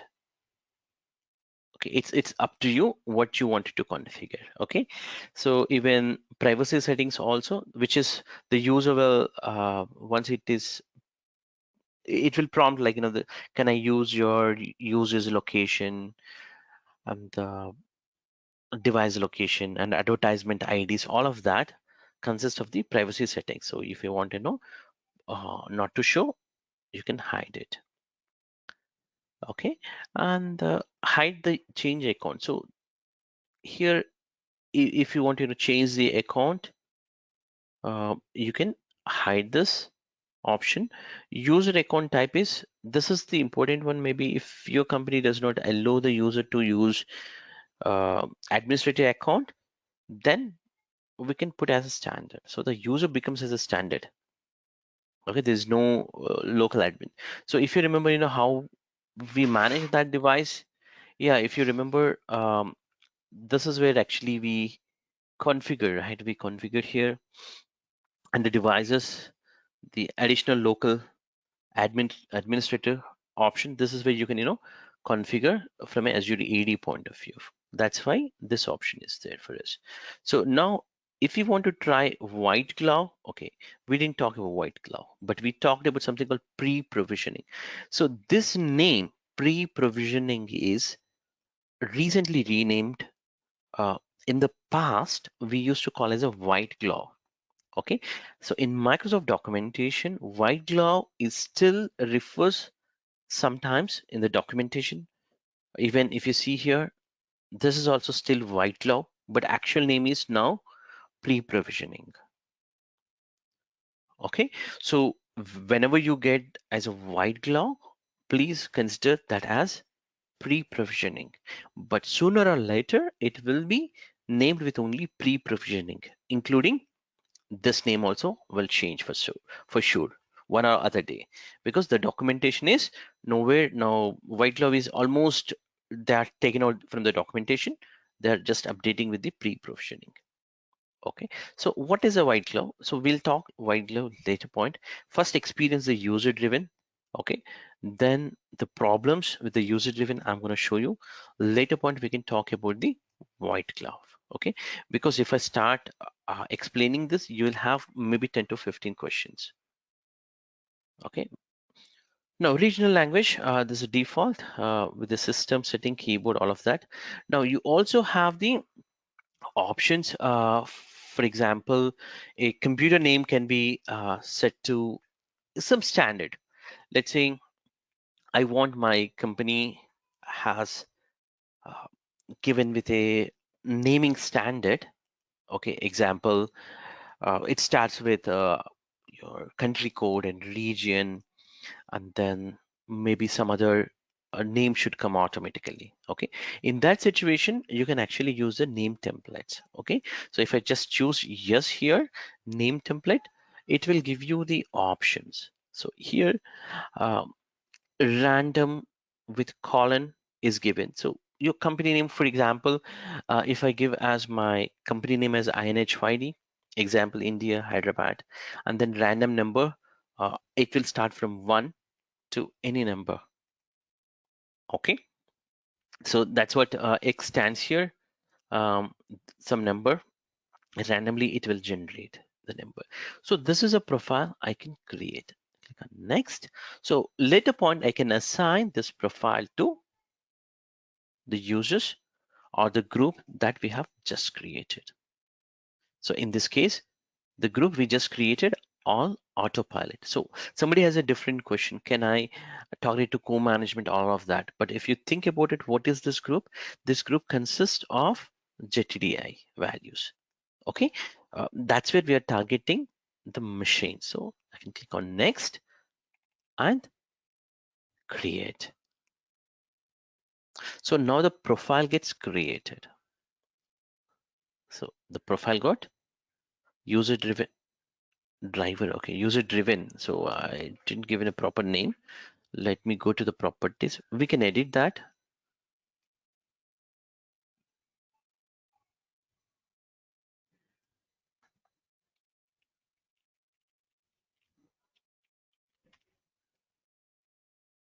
Okay, review and save. So this is the autopilot profile settings that we have. And if you see here, including grouping is not yet coming up. Just we have to just wait for a few minutes because the assignment is no. If I do one more time, maybe a refresh, it will come up. Till now, so far clear. We'll go to the devices to get the device name. Okay, so how can we get the device? So from my devices, I have already imported one device. Just leave this for now, but you need to import. So for importing, it is actually asking a CSV format file, okay, which we don't have now. We have to get it from a hardware vendor, right?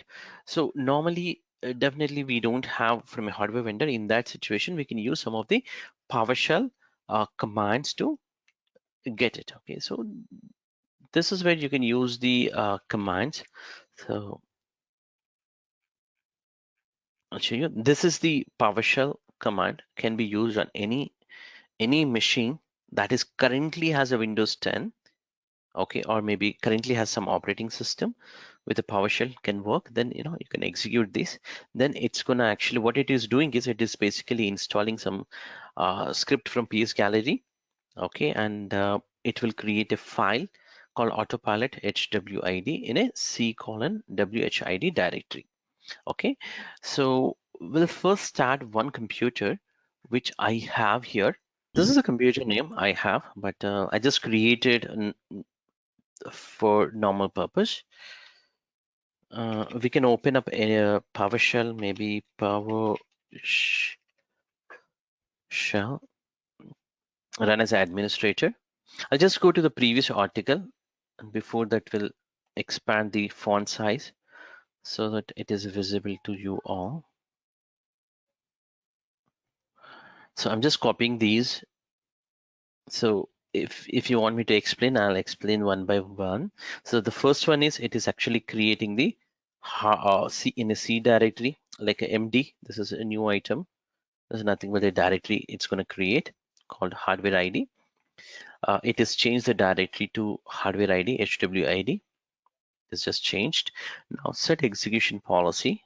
to unrestricted anyway, because it's going to use some other repositories. So that's why we are setting. Post to this, we are gonna format the machine, or we might go to the reset option.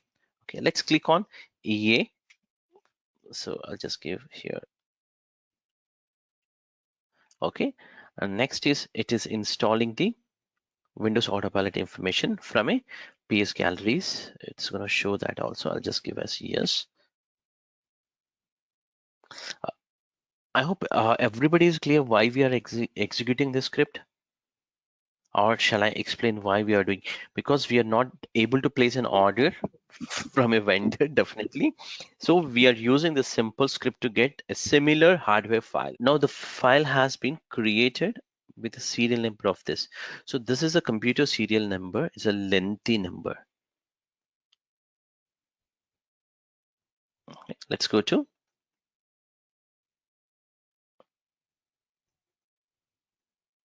this one, right? So this is the file got created. Now I'll just rename this to maybe 17th. Yeah, I'll just give 17, and then I'll just copy this file. Somewhere I'll paste it on my desktop. Let me open this file and show you how it looks like.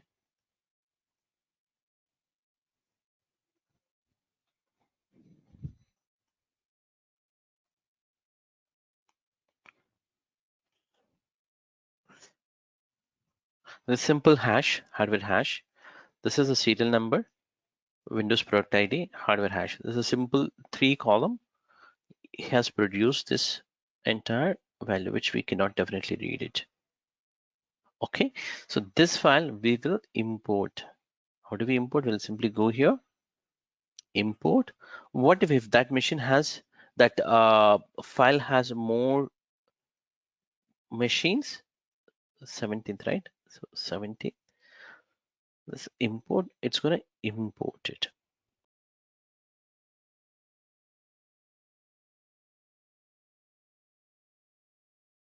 Here it is in importing, and for your information, since most of you are quite new, this takes actually 15 minutes anywhere.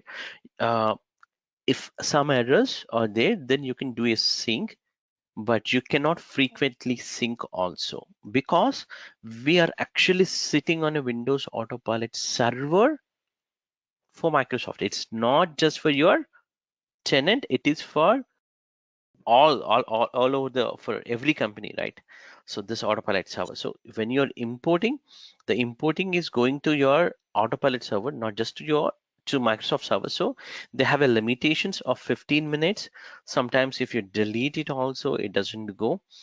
You have to wait. So for this, it takes some time, definitely. So now we just imported, which is still going on.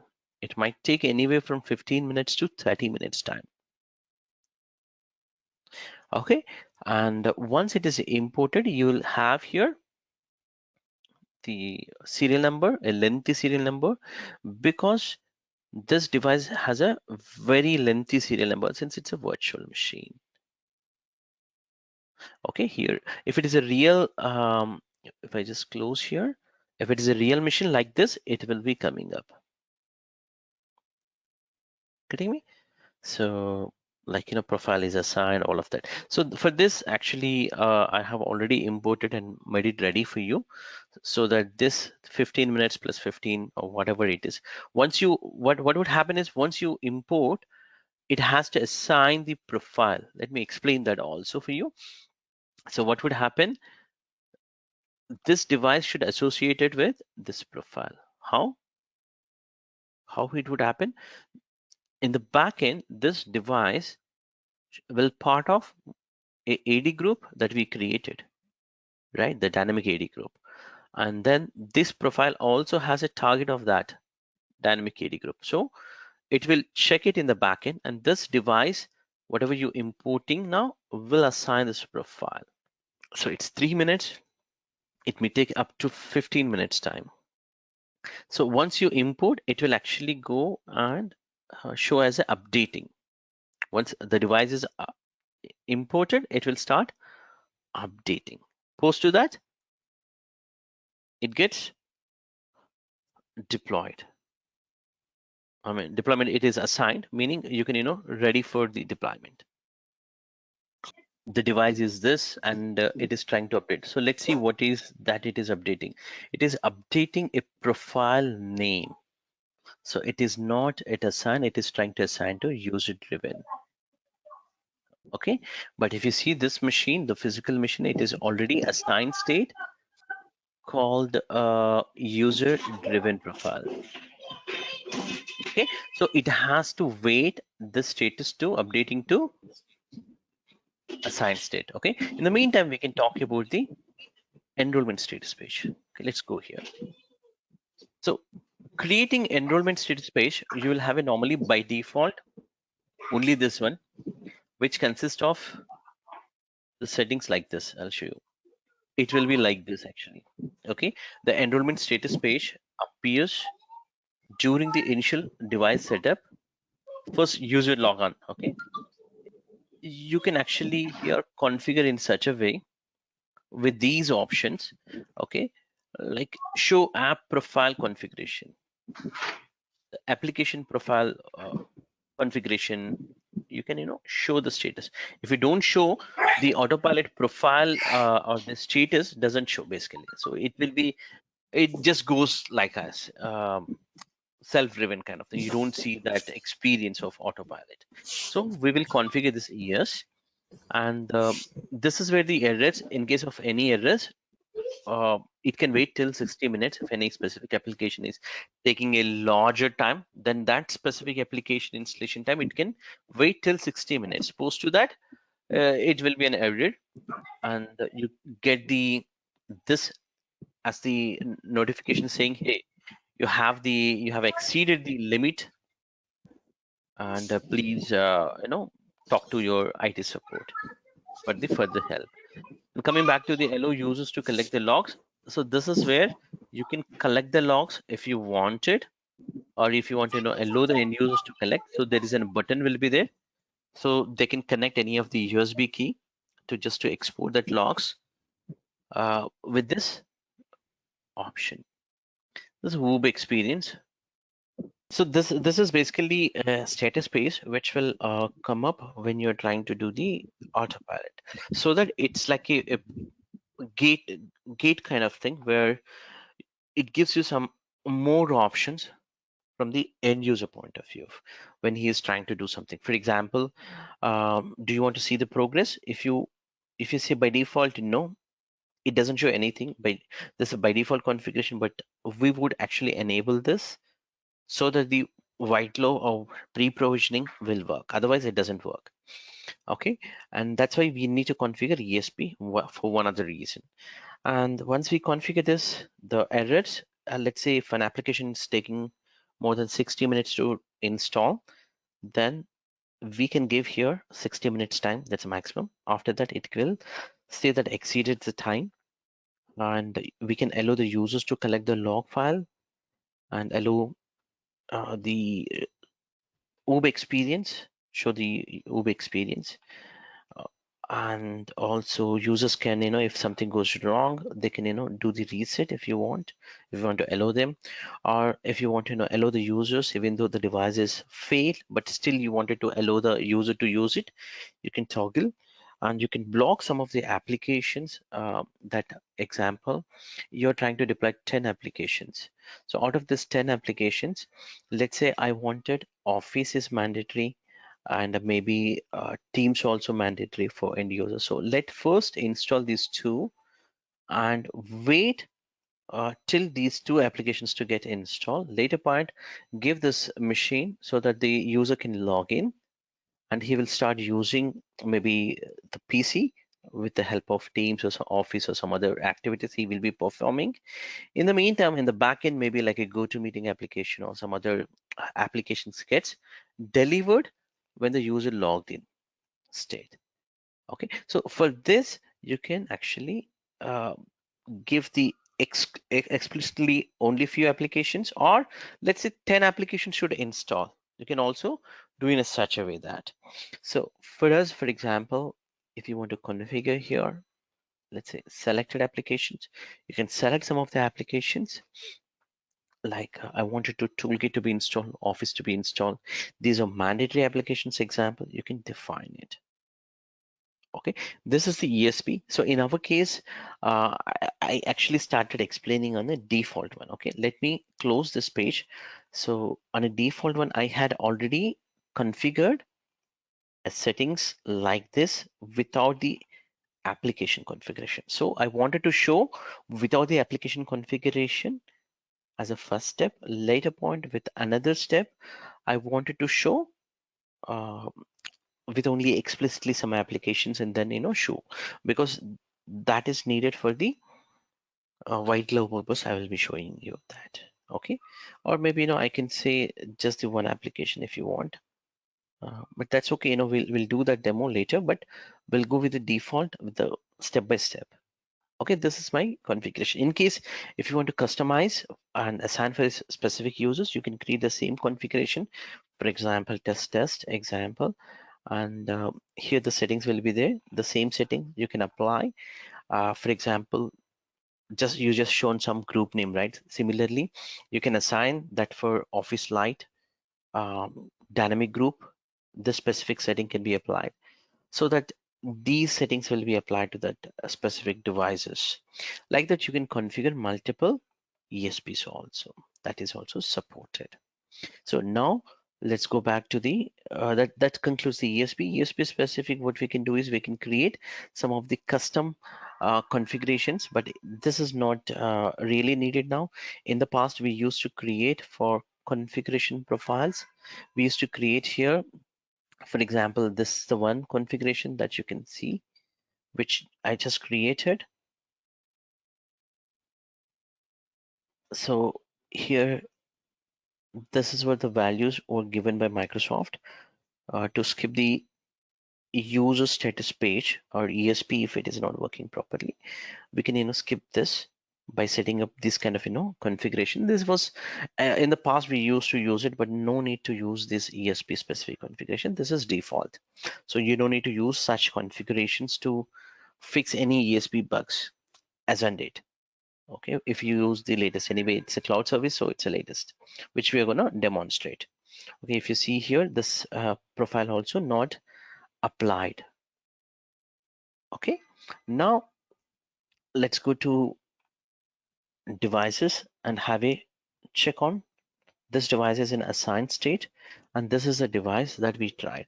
So let me actually configure the machine to, let me pull this machine to Uber experience. So I have already taken a screenshot of this machine.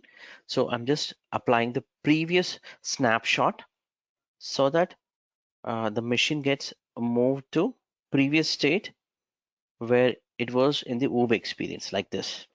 Okay, so in this phase, I'm actually okay. Before I just move here, I wanted to explain some other options also for you. If you see here, this is not assigned to any user. Okay, meaning if you have a user account, you can assign, meaning this machine will be dedicated to a specific user.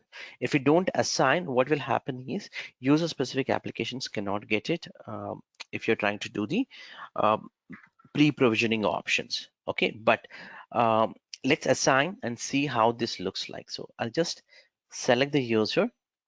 Okay, and sorry, assign a user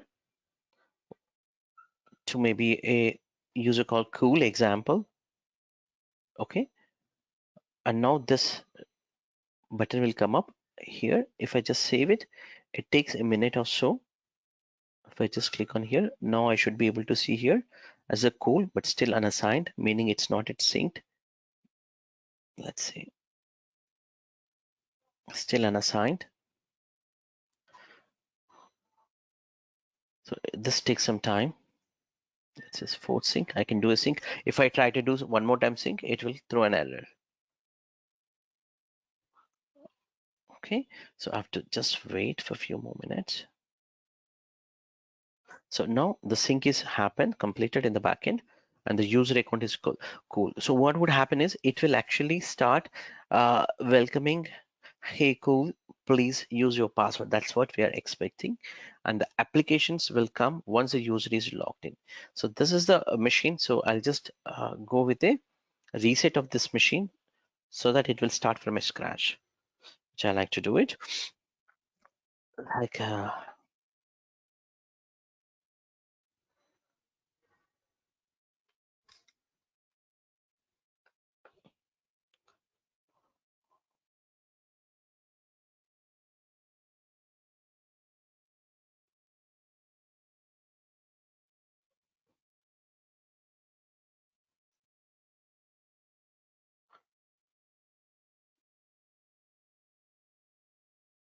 so if you see here now, we have some important steps to do it, and then it does that configuration in the backend to check this hardware hash if it is exists in Autopilot server or not. It's just validating in the backend.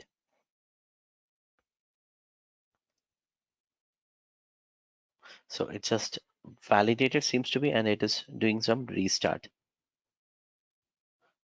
So think that this machine user got it received. So when he start the computer, this is how the experience is for the end user point of view.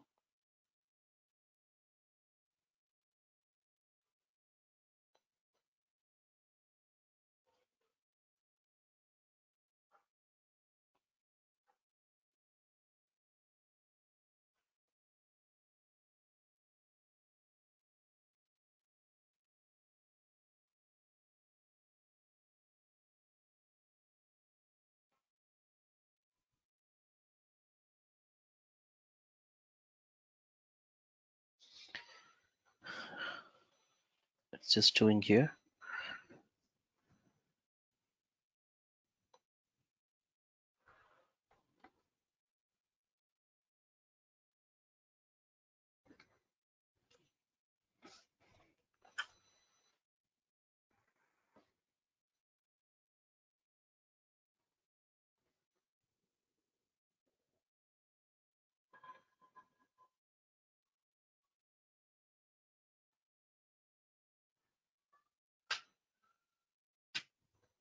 What happens if we don't have internet?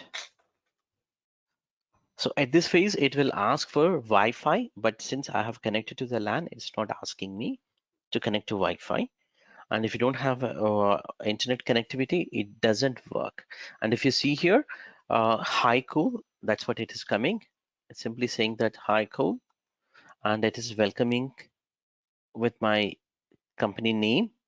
And then it's just asking for the only password. So the user ID also it has taken. How? Because we assign this user to cool. Getting me? Now, if I just quickly log in here, oh, what is the password? Give me a second. Really don't know.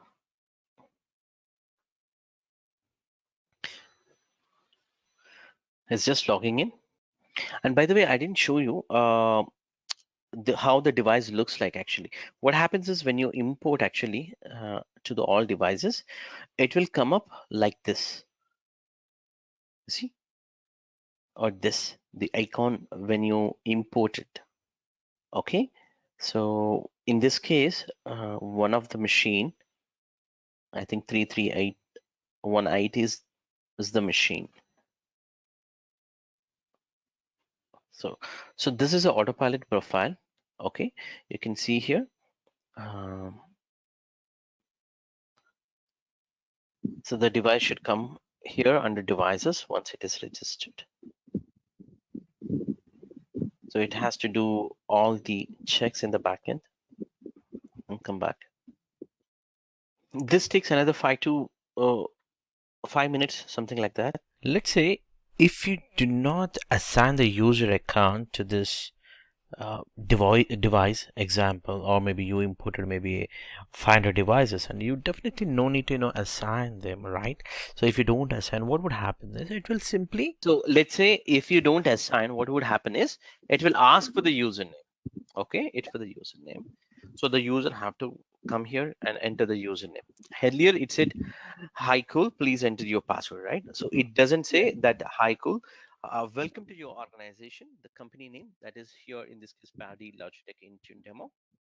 That's what it's going to come up on the top, and it will ask for the username and password. So that's where we are going to enter the user ID and password. So it's not 1,000 devices. You can't definitely, assign each and every device. It's a hard. Yeah. Okay, so I just demonstrated two things here at once. Okay, this is done, device preparation. Sorry, it's my fault. Ready, it's asking for the pin and all of that. So this is the configuration actually coming from Windows Hello. So how this is coming is, 1 second, where did I configure this? Let me approve this. It's a Windows Hello, which needs to be approved. So this is basically here, and if I just go here, Windows enrollment, Windows Hello is there. So this is also very similar to ESP. It is by default assigned for all users. So if you want to disable, what you can do is disable, and in the last option also will be there to disable. That would actually disable the Hello configuration in case if you don't want. Save. So this will not be prompted on any other machine. So we can move to the next topic. So what I'll do is I'll simply explain the process first. For pre-provisioning, or we call it as the white glove process. So I'm going to deep dive that white glove process, and then we will go for the demo on a physical machine. Let's say you ordered. So what is the problem in this case? The normal user-driven case, the major problem is when a user login, he will not have the applications readily available. So the applications comes once the user login. So it takes some time since it has to come from a cloud, right? So it takes some time. How can I, ensure that this device also should be a complaint? At the same time, applications also should be already available. So for that, there's something called a white glove. So if you think about white glove, what happens is the two hands gets changed. So the first thing is there is a build engineer team. There could be a dedicated team within your company. So what they do is they receive the hardware and they do the autopilot, and later point they ship it to end user. Okay, so what they do in this build phase is something called white glove or pre-provisioning. So as the name suggested, pre-provisioning, all the required company standards will be enforced to the device along with the applications also. Okay, that's the pre-provisioning concept. So let's explain this process, what it consists. Okay, so what happens is you receive the device. So let me close this. I'm trying to explain the build engineer person what he's going to do. He's going to do actually, he receives the device, a branded new machine he received. This has to be shipped to X user. Okay, what he'll do is he will start the machine into autopilot mode, and then he will press during the autopilot mode. There's a separate ESP page will be there, definitely. Okay, uh, in that when it goes to the autopilot phase, the Windows key will be pressed 5 times. So on your keyboard you have a Windows key, right? That will be pressed by your build engineer or autopilot engineer by 5 times. Then this will come up into a different phase. One is a package phase, other one would be the autopilot with the white glove option. Okay, so we normally select the second option, which will do the autopilot with the white glove option. So what will happen is this process I'm trying to explain now. Okay, so what will happen is we are going to demo all this, but just wanted to explain the process. This is very important because it will give you only few minutes time when we demo. That's why I wanted to explain first, and then we'll do the demo. So when we press 5 times the Windows key, okay, when he press that Windows key button, he'll get 3 steps. Out of that, the second step we will be choosing for the package to install or choose the provisioning mode. So that's option itself a provisioning mode. So that's nothing but the autopilot white glove. So once you choose that, it will come up with a screen. As soon as you selected this second option, it is coming up with a screen saying that this is a username, this is a profile name, that's autopilot profile name, and your company name also will be displayed. This is our company name. So this company name, this profile name, and also the user. So in case if you assign to a user, let's say I did not assign to any of the user, then it won't show. Okay, so this is the normal, a page will come up. As I said, just a web page kind of thing, but there's no address bar. So it's a screen on a screen. You have a wallpaper, right? So on a wallpaper, it comes like this: the username and the profile name that you're going to use it, and the company name. That's it. And a small barcode also will be there. So what you can do, you can take a screenshot of this with your phone. Okay, example. Or if you're sure you're just trying to build only single machine, right? You're not building 1,000 machines, let's say. You're not building now 1,000 machines. I'll take the scenario later. But if you're building one machine, you simply what you do, you'll click on it. Okay, I'm pretty sure that this machine is going to be dedicated for this specific user. I know that I'm going to use this autopilot with white glove option profile. And then simply accept to proceed or continue button will be there in the down. So once you proceed that, what happens is the the steps which are happening on this machine, we just see that 3 steps, right? So the 3 steps will start, and then finally what will happen for the application state, it will take a lot of time definitely for install all the applications. Once the applications are fully installed, and then you press 5 times this Windows key, then you get the options. You would be choosing the second option called provisioning option, and then a page will come up with saying that your profile name and the username, profile name, and the company name with a barcode also. If you take with your phone that barcode, it will give this information. Okay, and later point when you click on provision or continue option, let's say, then it will go to the next phase. With all the required application gets installed, then it gets also restarted, and then it will show another page similar to this page, but this time it will be with a green color. The background is with a complete green with the username and the, if it is assigned to a username, and the profile name and company name will be there. Okay, and then a normal button will be there in the down called reseal. So what exactly reseal? So if I if I tell you the entire story is related to the reseal. Reseal is nothing but you're actually uh, shutting down the machine in a reseal mode, meaning it's very similar to when you when I do, for example, a reseal. What happens is it goes to the shutdown, so the computer gets shut it down. Later point, the end user, we ship this machine to end user. Example, you ship it to end user. What happened? End user will click on a power button, the physical power button he starts. Then it will ask for the keyboard or regional settings based on your uh, settings that are configured under profile. And then once that is configured, it will restart the computer and it will ask for only password. As soon as he enters the password, the applications and the configuration will be readily available. This entire process does not take much time for the end user. Okay, now few things here I wanted to explain in a red color now. So what if you don't get it here a green color? What is mean by green?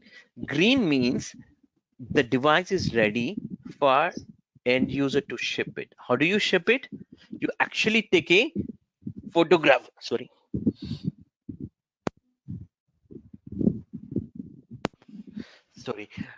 You would actually take a photograph of this screen with your phone, and then you would where is the mute button?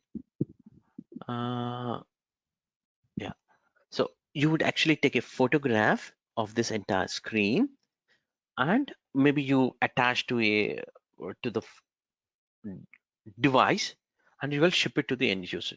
Why you actually take a photograph? Let's say if you are the build engineer, if you're trying to build maybe 100 machines, 100 different devices with maybe HP whatever 840 G3 model, all devices look same, but you don't know, which device is to go to where. You will definitely get confused. That's why this reseal, before you reseal, you take the photograph and take the print from your phone, and then stick it to this device and ship it, so that you're sure that you're shipping this device to that dedicated user. Getting me? So that's the important thing. So in a high level, a build engineer will build the machine, and he will reseal so that the machine goes to shutdown state, and you will ship the machine to the end user along with that barcode. If you don't, if you have thousands of devices, it's important to track. That's why we will ship that way. And the end user will receive the device, and he will simply enter his user ID and password, or just the password in fact, and then the device will be in a ready state. Clear? Let's go to the further with the device mode. Okay, so we'll create one profile first. Okay, so I have already created a profile. Okay, here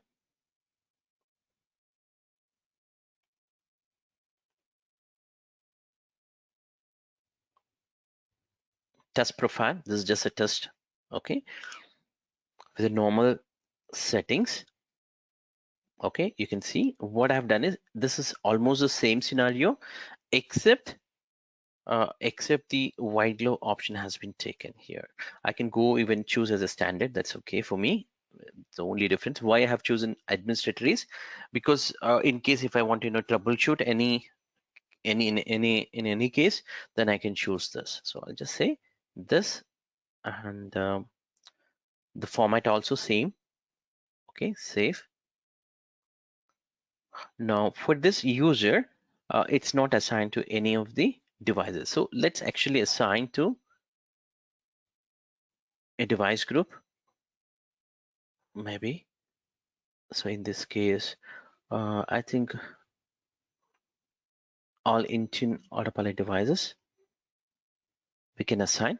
But before I assign, actually I have to take it out other devices. So in this case, the profile, I'll just take it out.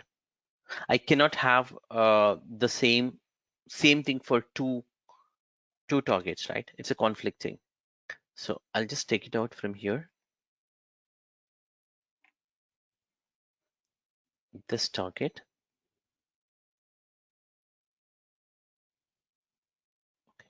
For the test one, I'll assign.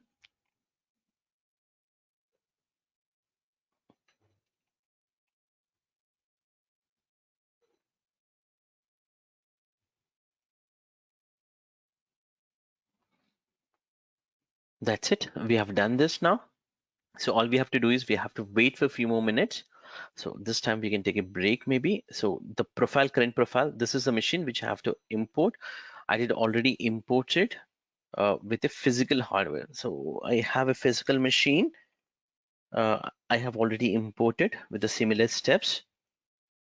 So this profile is currently assigned as the user profile.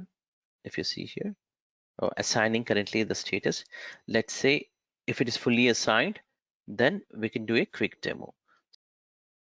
If you want, we have this test profile, which we are gonna try with the Windows Hello.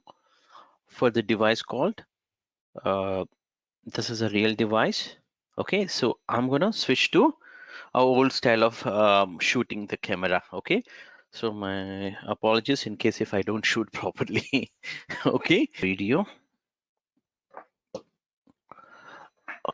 Oh, it's not very clear, I know, but if you see here, this is a laptop.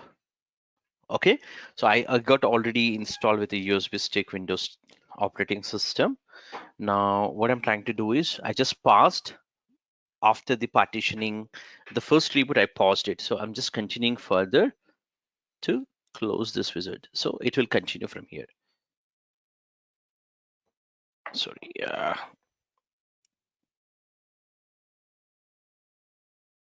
there's a slight delay. So it's just installing the Windows. Since it's it's not a virtual, we can't go back. So we should be very sure to do this testing to the LAN cable. I like to, always work with the LAN. So I've already connected a LAN cable. I have to just, here press the 5 times the Windows button. Okay, not at that. I'm not in that step because it's going to come up the language, all of that settings. So now you see here, this is a page. I hope everybody see clearly.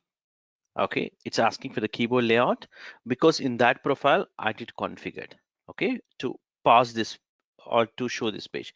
Now what I'm doing is I'm pressing start button 5 times. Okay, 1 2 3 4 5. Immediately it is coming up with this options. Okay, so very important one I'm going to explain here. This is a provisioning package. A package means, like, Windows ADK, right? So with the Windows ADK you can customize the normal Windows image and then put that package in your USB or somewhere, and that will be deployed from here in case if you're trying to customize your image. But in normal, for autopilot provisioning mode, you would be using this. Okay, I'll be selecting this and I'll say continue button. Okay, the lag is no more. Right now you're able to see the continue button, right? Is it clear? Zoom it no, like this. Yeah, if I handle with my hands, it doesn't look good actually. You see that, right? Now here the continue button. Just put it in my camera place so that it will go in a normal phase. Yeah, you see, right now I'm just clicking on continue button. So now a page will come, as I said, a kind of screenshot kind of thing with what is that user it got assigned. So we assign for cool the user ID and the deployment profile name and the domain, that's your organization name, all should come. So now what is happening is it's actually going with the backend with the help of internet. It's actually going to autopilot server and it pulled. So for the first few seconds, this information was blank.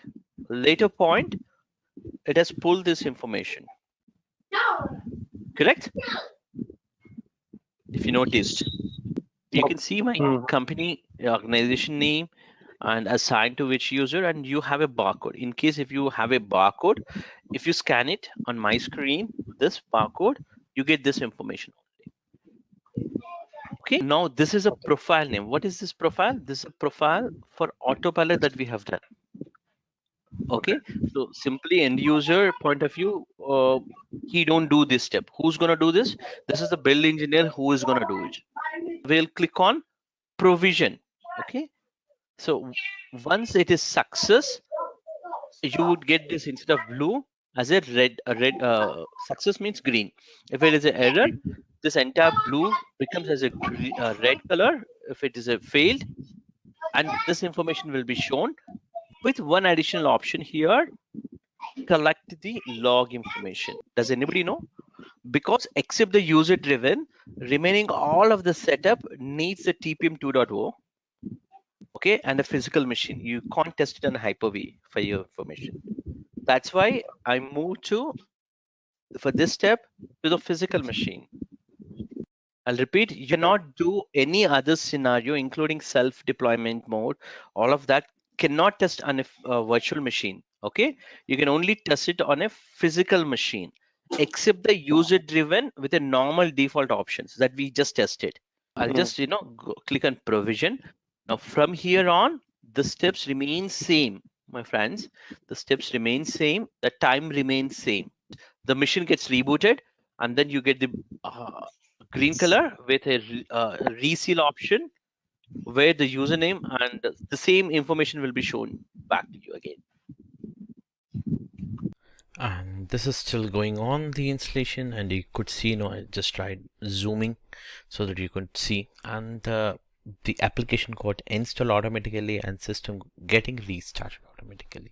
So once it is restarted again, it goes to the same page, autopilot profile page, and automatically, if you see here, now we are getting a green color with the profile name. This is the profile name which we are trying to do, and the company name and the time it has took, actually the time, and the user account. So, and also the background is in a green color, right? So this is the indicates that it is a success. And if you see here, print welcome letter and ship label, so this entire screen, whatever it is coming here, you can take a by a phone as a photo, and then uh, take a printout and stick on the laptop and ship it to the end user. That's what it is trying to say. So I hope the zoom part is clear. I'm sorry earlier it was difficult, but after zoom it looks good for you.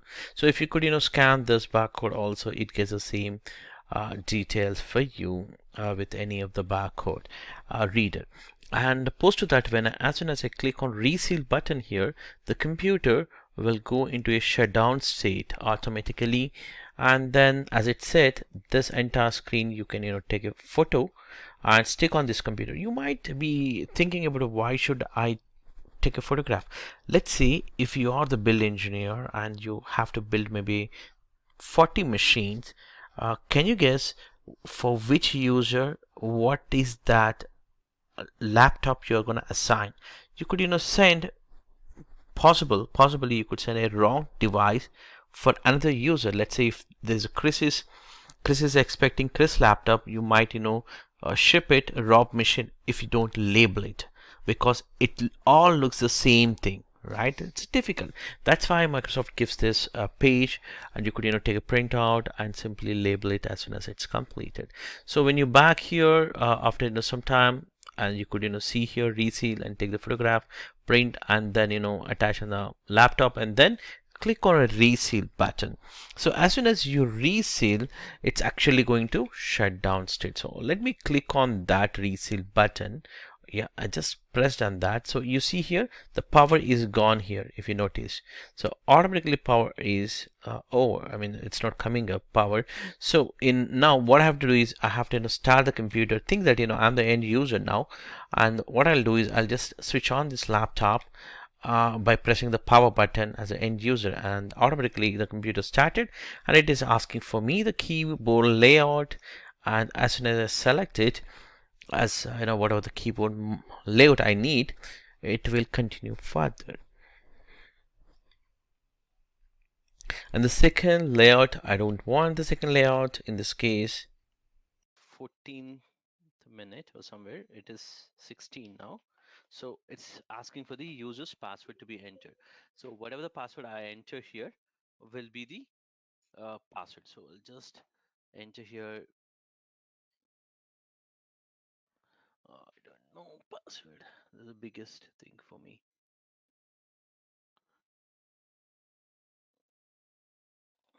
So I'll just I enter the password now, clicking on next button. So if you see here, it is actually welcoming hi code, right? Enter the password. Correct? Okay. Right. So because the device got assigned. Okay, so I'll just enter the password. I'm clicking on the next now. Okay, I didn't enter the password now, just entered and clicking next. Password is incorrect. Huh. Give me a second. What is the password? Bro. Now clicking on next, the password. I'm sorry. Should be there. My friends, if you see, I don't have a display driver. Okay, because I have done the format and do. So I get the PowerShell scripts already. Teams is ready. Office is ready. My applications are already there. All of that stuff is automatic.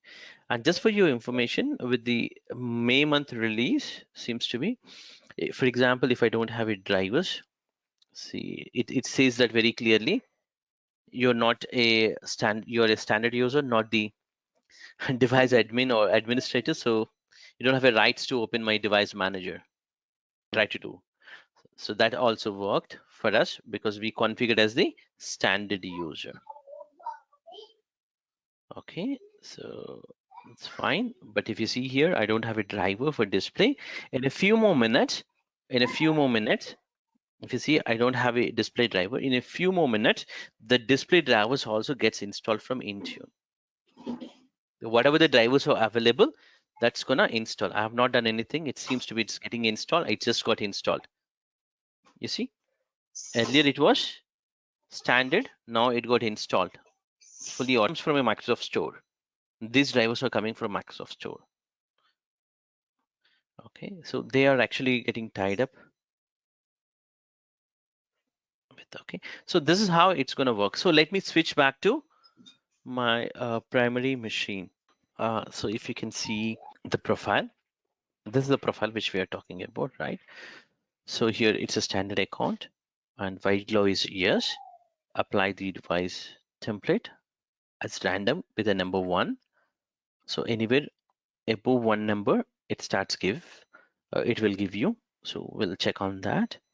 It's a user driven. As you ready join, it remains everything is the same. Like, we experience the terms and license, also privacy settings we have experienced, all this, right? So let's go back to the devices and see the device type. Yeah, you see here NHYD1, the machine came. Okay, so it's also compliant. 1232. This is an old machine. The other one, this machine, I think, the machine we tried as a user driven. Yeah, there's a whole user driven based on the timestamp. Also, we can see the virtual machine which we joined, right? So this is also getting all that later point, but in that case, it was quick enough actually, right? We'll wait for the other device. Maybe I might have to just the update here also. Just the update that would show the device.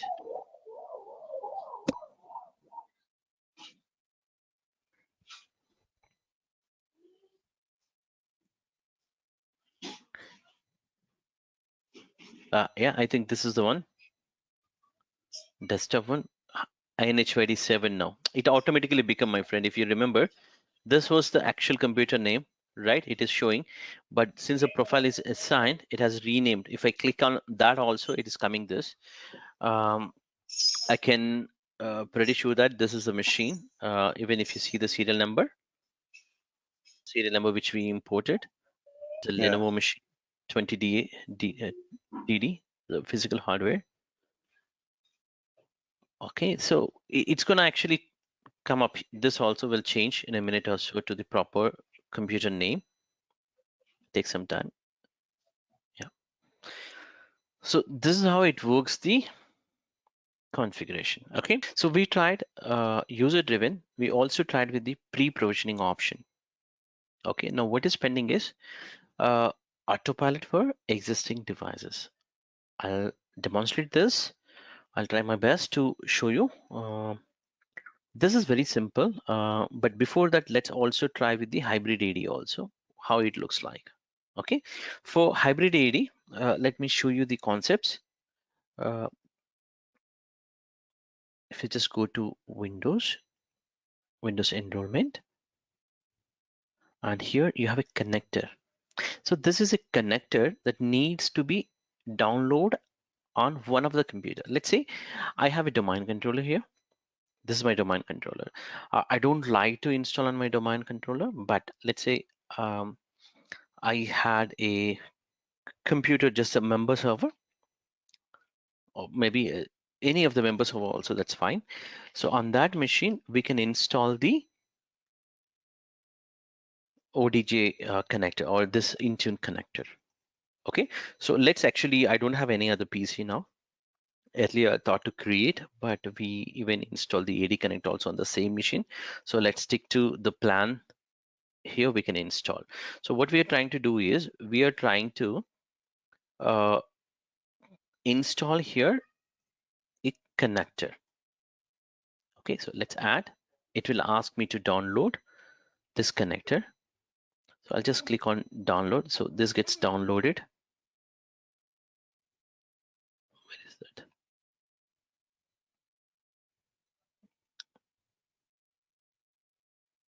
I'll just say my desktop.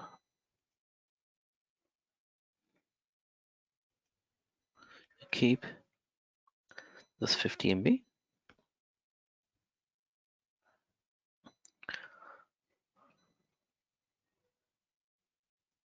So I'll simply copy to my one of the machine member server anywhere,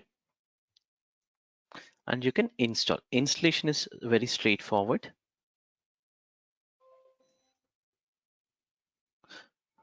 Now it got even installed on that machine. If you heard any noise, Realtek drivers also came on that machine automatically, not just the drivers, display drivers, other drivers also coming up on that machine. So it's a straightforward installation. Later point, what we do is we would actually configure the account. So I'll say configure. This is where it's going to ask for the global admin account. So I'll simply enter admin account.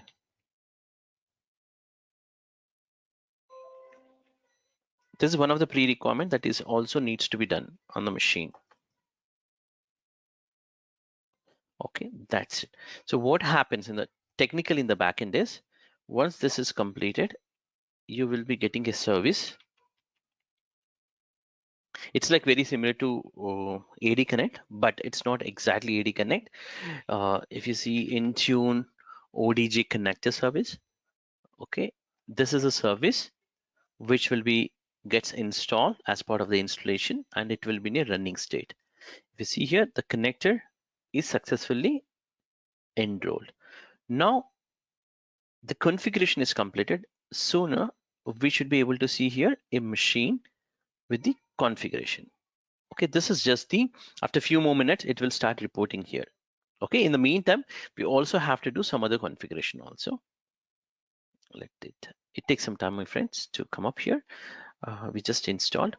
Now, additional thing is, I'll just close this. Additional configuration of what we have to do. So let's say you have a OU called India example. Within this, maybe example, let's say Hyderabad. I'm just taking one example. So you wanted to grant a permission. Why? If you ask me, and if you ask me why we should install this in a single word or maybe single sentence, because we will take the help with this connector to join the machines into the required OU. Meaning, uh, since we have a connector, what we do is we will grant a permission with the help of delegation for the computer account that where we install. AD connector got installed, the ODJ connector or the Intune connector got installed on a computer, right? So we'll select here the computer name. So in this case, it would be, let's see, I think this is the computer name. That's where we installed. Yeah, this is the computer name we installed. Click on next. We will be adding the permissions, computer objects, full. So this is how you normally grant it. So if you ask, what is the documentation, all of that, if you simply Google, you have all these steps mentioned in a document also. So if you ever worked with a domain join account to grant a permissions on a specific OU, whatever the permissions you give, same permissions we are giving on a computer where we have the AD Intune connector got installed. So in this case, Intune connector got installed on a machine called domain controller. So for that machine, we give the full permissions. So post to that, let's see here, we got it. No, not it.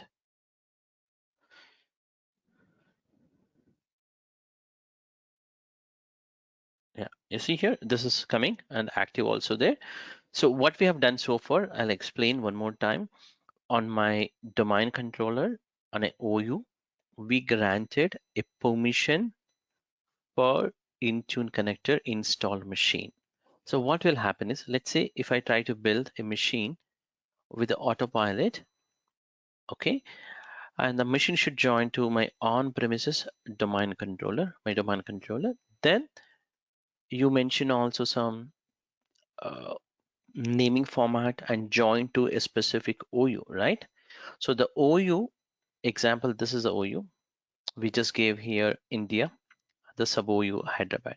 So we granted top level, meaning in the down also will have a permission. So whatever the OU you mention somewhere to this machine to join into that OU, we have not done this configuration.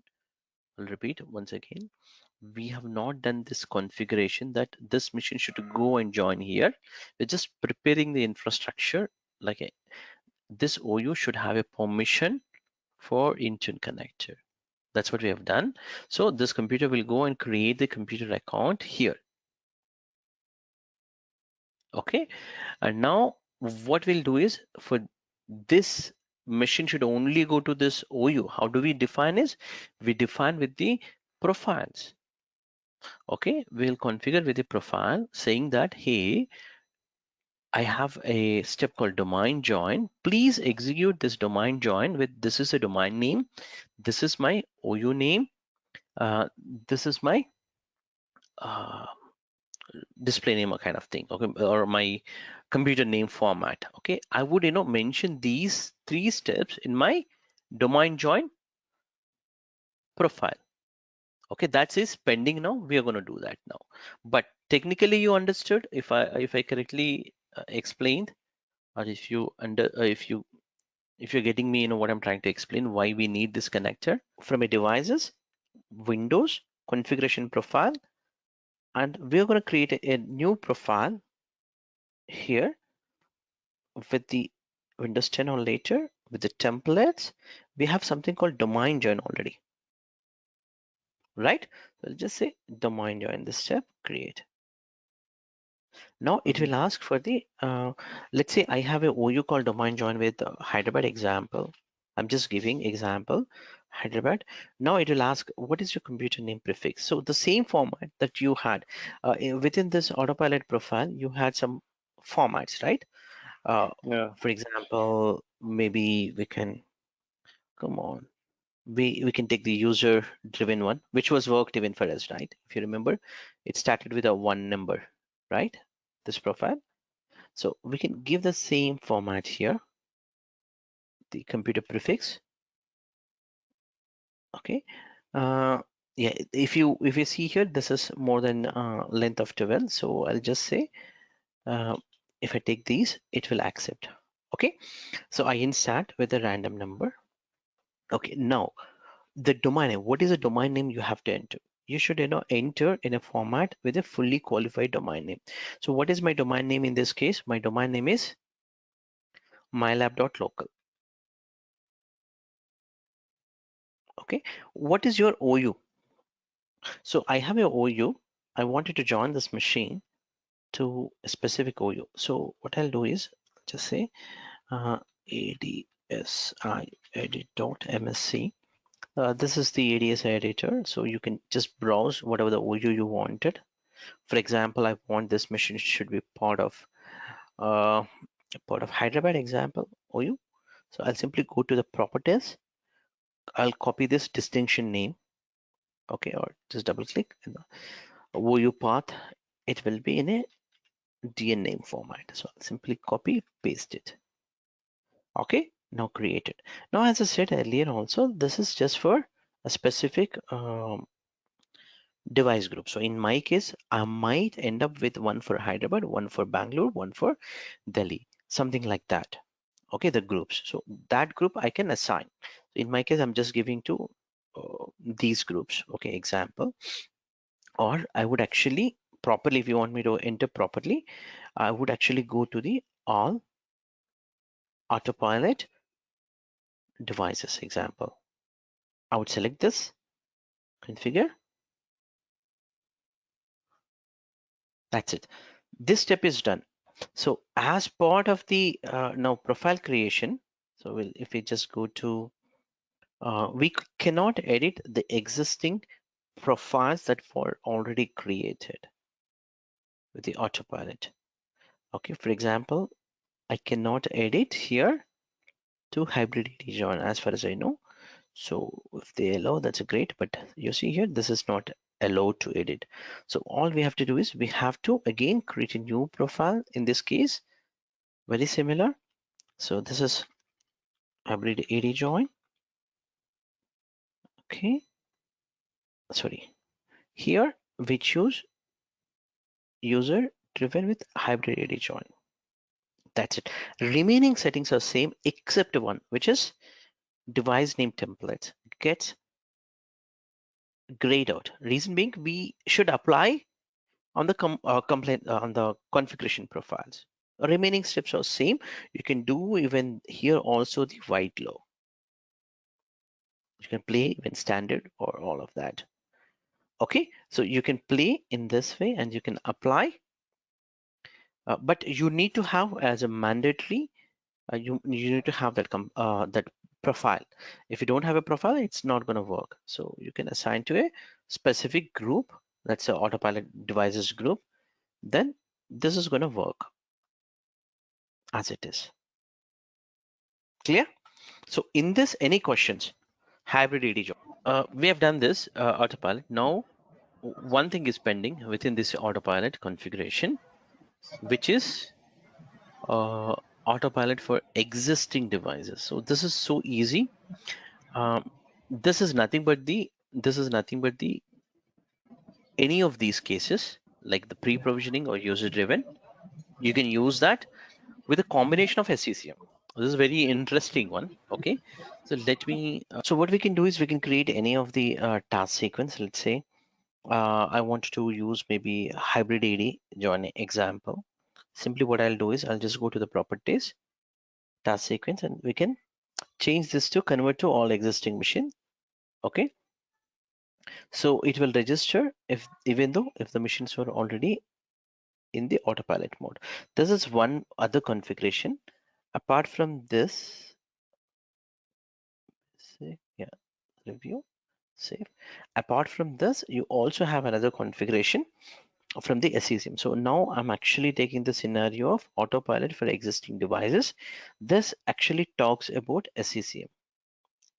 Okay, now let's say I have in my on-premises SCCM infrastructure. How I'm going to do it? So it's very simple steps. Like if you all know already SCCM task sequence, this needs a little bit of SCCM background. So I have just created one dummy task sequence. If I just open up, this is with a default setting. So how it looks like is like you start this is a general one. I've not done anything. A deploy task sequence, formatting, and then using some image, and you're gonna set the Windows settings, and then the machine will join to somewhere, and the drivers with your WMI logics you would be using. Later point, if any updates or any packages, it will be there. This is the normal task sequence, how it looks like, right? So within this, what we're going to do is we'll modify this task sequence. Okay, or in fact actually Microsoft has given ready-made for us. It actually modifies the same task sequence somewhere here, and this is where what happens is it actually, when the machine starts to OOB experience, it will try to query to autopilot server, and then if we have any target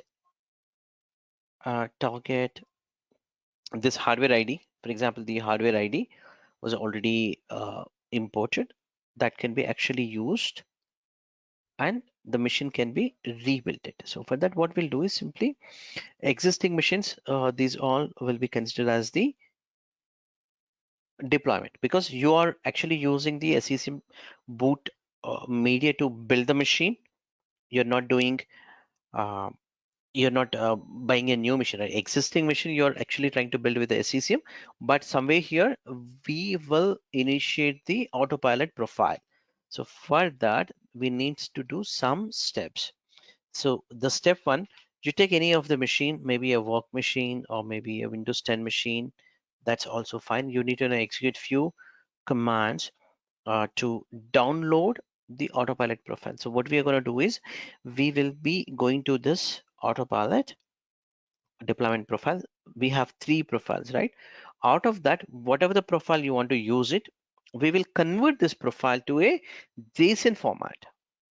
So we convert into a JSON format. How do we do is we will be connecting with the um, PowerShell to Intune, and then we do all these steps. So let's do the MS Graph will be used in the backend, but before that we have to install some packages to connect. So just go to my server. Maybe we can use even, I think we have already PowerShell here, module with a proper, yeah, font is already configured. So I have actually a document which I wanted to show you.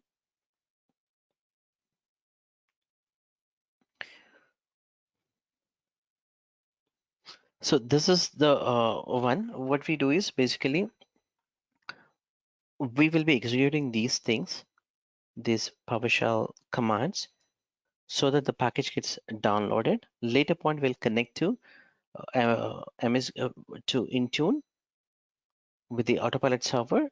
For this, we need to give the consent on behalf of organization. So we'll give the consent here, and later point you would be running these commands like a get autopilot profile that will list all the profile information like this.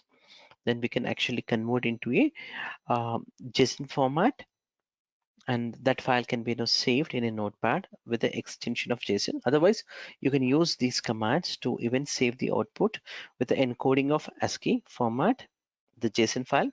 This will be created like this, and this file will be used during the operating system deployment. So let's say we create out of that file as the uh, task sequence. I'm going to show you that. So this is a step will be automatically created for us when we create the task sequence, okay, for that file. So let's do that. The first step would be definitely to install these modules. So we will be installing on any of the machine. So these can be done on anywhere that you have a machine. It's not that SCCM, it's not domain controller. Since I have already font is configured here, I'll be executing here one by one. So the module is getting installed for Microsoft Graph. Later point we will be connecting to Microsoft Graph. So these commands has been completed. Now if you see here, connect to MS Graph, and then you would be giving your admin credential. So I'll just say connect, and I need to give my global admin permissions. So in this case, it's already signed in, so it's good that I don't need to enter password. I'll just say consent for reading these permissions with that account for that tenant basically. So now consent has been completed. Now I can use a PowerShell commands to get the profiles. So here I can actually use only this. I'll show you. Not this one.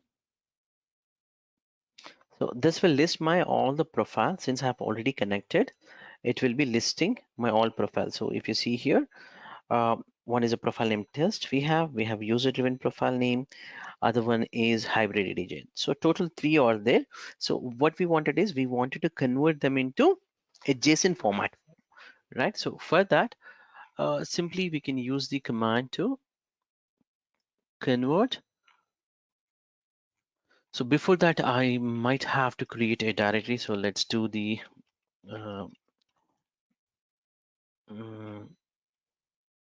PC call. So I'll just create a directory called temp. So simply I would be using a command to get it created under C:temp folder. So simply enter the profiles. So now if I just edit this command, this has been executed. Let's go to C:temp folder. Now I have a notepad application. I can open this application. So I have total 3 profiles got coming back here. So I can use whatever the profile I want. Definitely only one profile during the autopilot. You can't use 3 of them. So let's say if I want to go with the profile for hybrid AD join, then I would use this. So the rest of the settings will be taken out from here. Save. So I just save this file, close, and I'll simply copy this file name or the complete file. I'll come back to my SCCM server and I'll create a folder in one of the directory. Let's say, okay, let's say here, this can be maybe autopilot. Ready to close. So I'll just create a package, normal package without a program we would be creating. So simply I'll come here, create a package.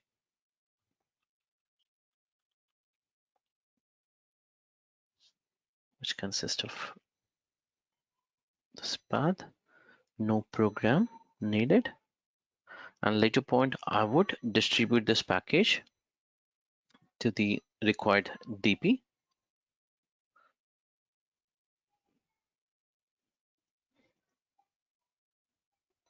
Now I'll be creating a task sequence. Okay, so this is from here on, it goes in a different way. So like, let's say right click and create a task sequence. Now you have an option for deploy Windows autopilot for existing devices. If you just choose this radio button, the options here, system preparation, which is if you work with the older version, we used to create sysprep package in the past, right? With the Windows 10, it is built in, of course, but in the past for Windows XP, we used to create the deploy.cap file, extract that, and use the sysprep tool. So this step becomes as the Windows autopilot. So sooner or later, this gets even changed here, UI. So now I can say deploy.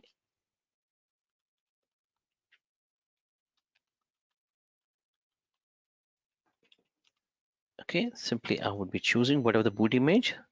The steps remain same. So the package, Windows package, this is SCCM client package, your Windows updates package, your application, if you have any custom application, you can choose. This is where system preparation plays. You need to show here Windows autopilot package. So in this case, we just created this package. I will show that. Post to that, if it is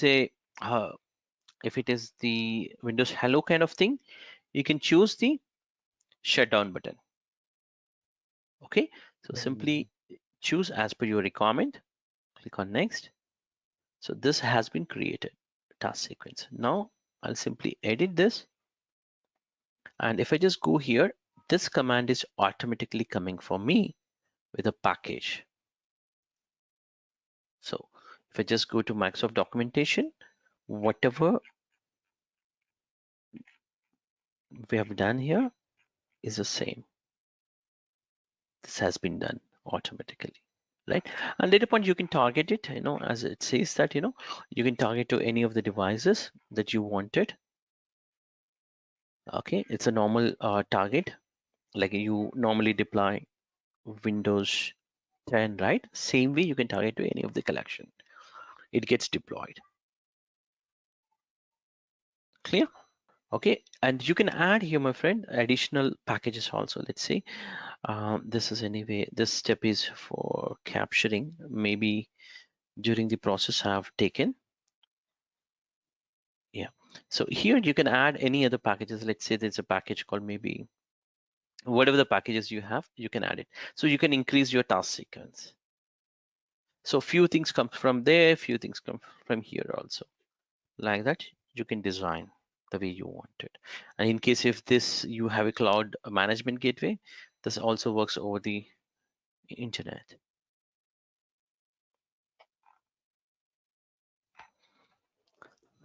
Okay,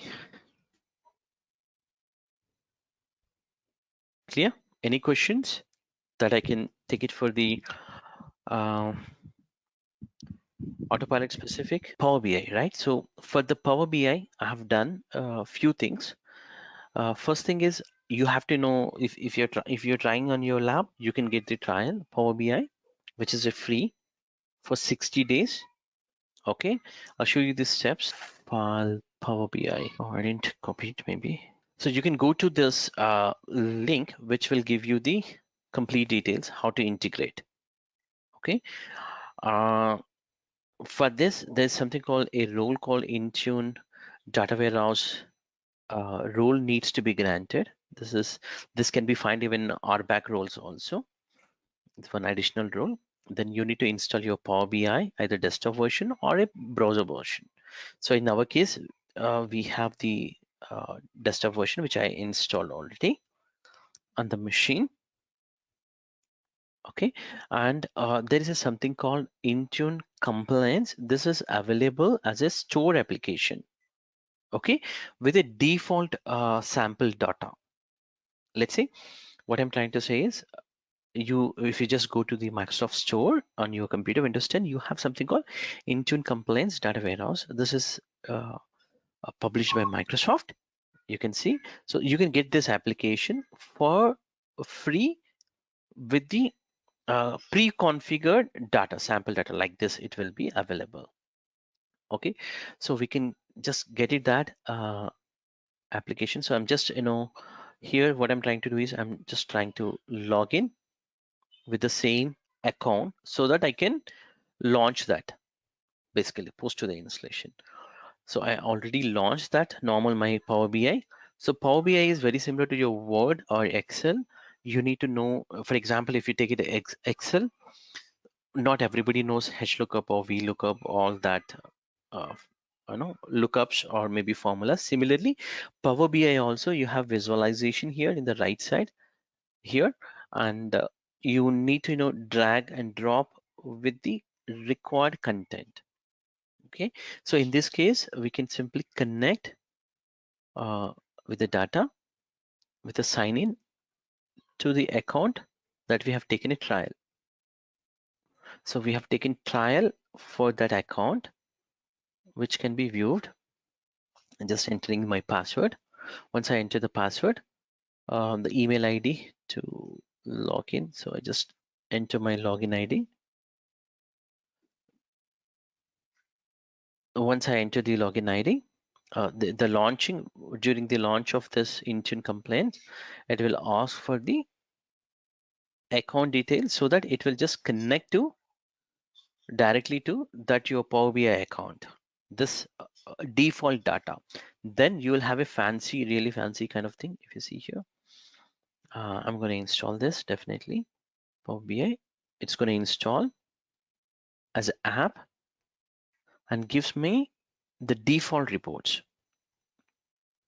So you see here, these all are coming from a default with sample data. You can see here the sample data which was available. If you want to connect, you can simply connect it. But within the sample data, you can notice that thousands of devices, whatever it is, non-complaint, complaint.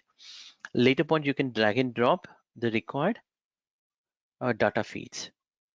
Okay, so in our case, it's a sample data only, all this data. So I can simply connect by clicking on here to connect. So this account, the account which I'm trying to connect, should have the permission on my machine. Let's say on my Intune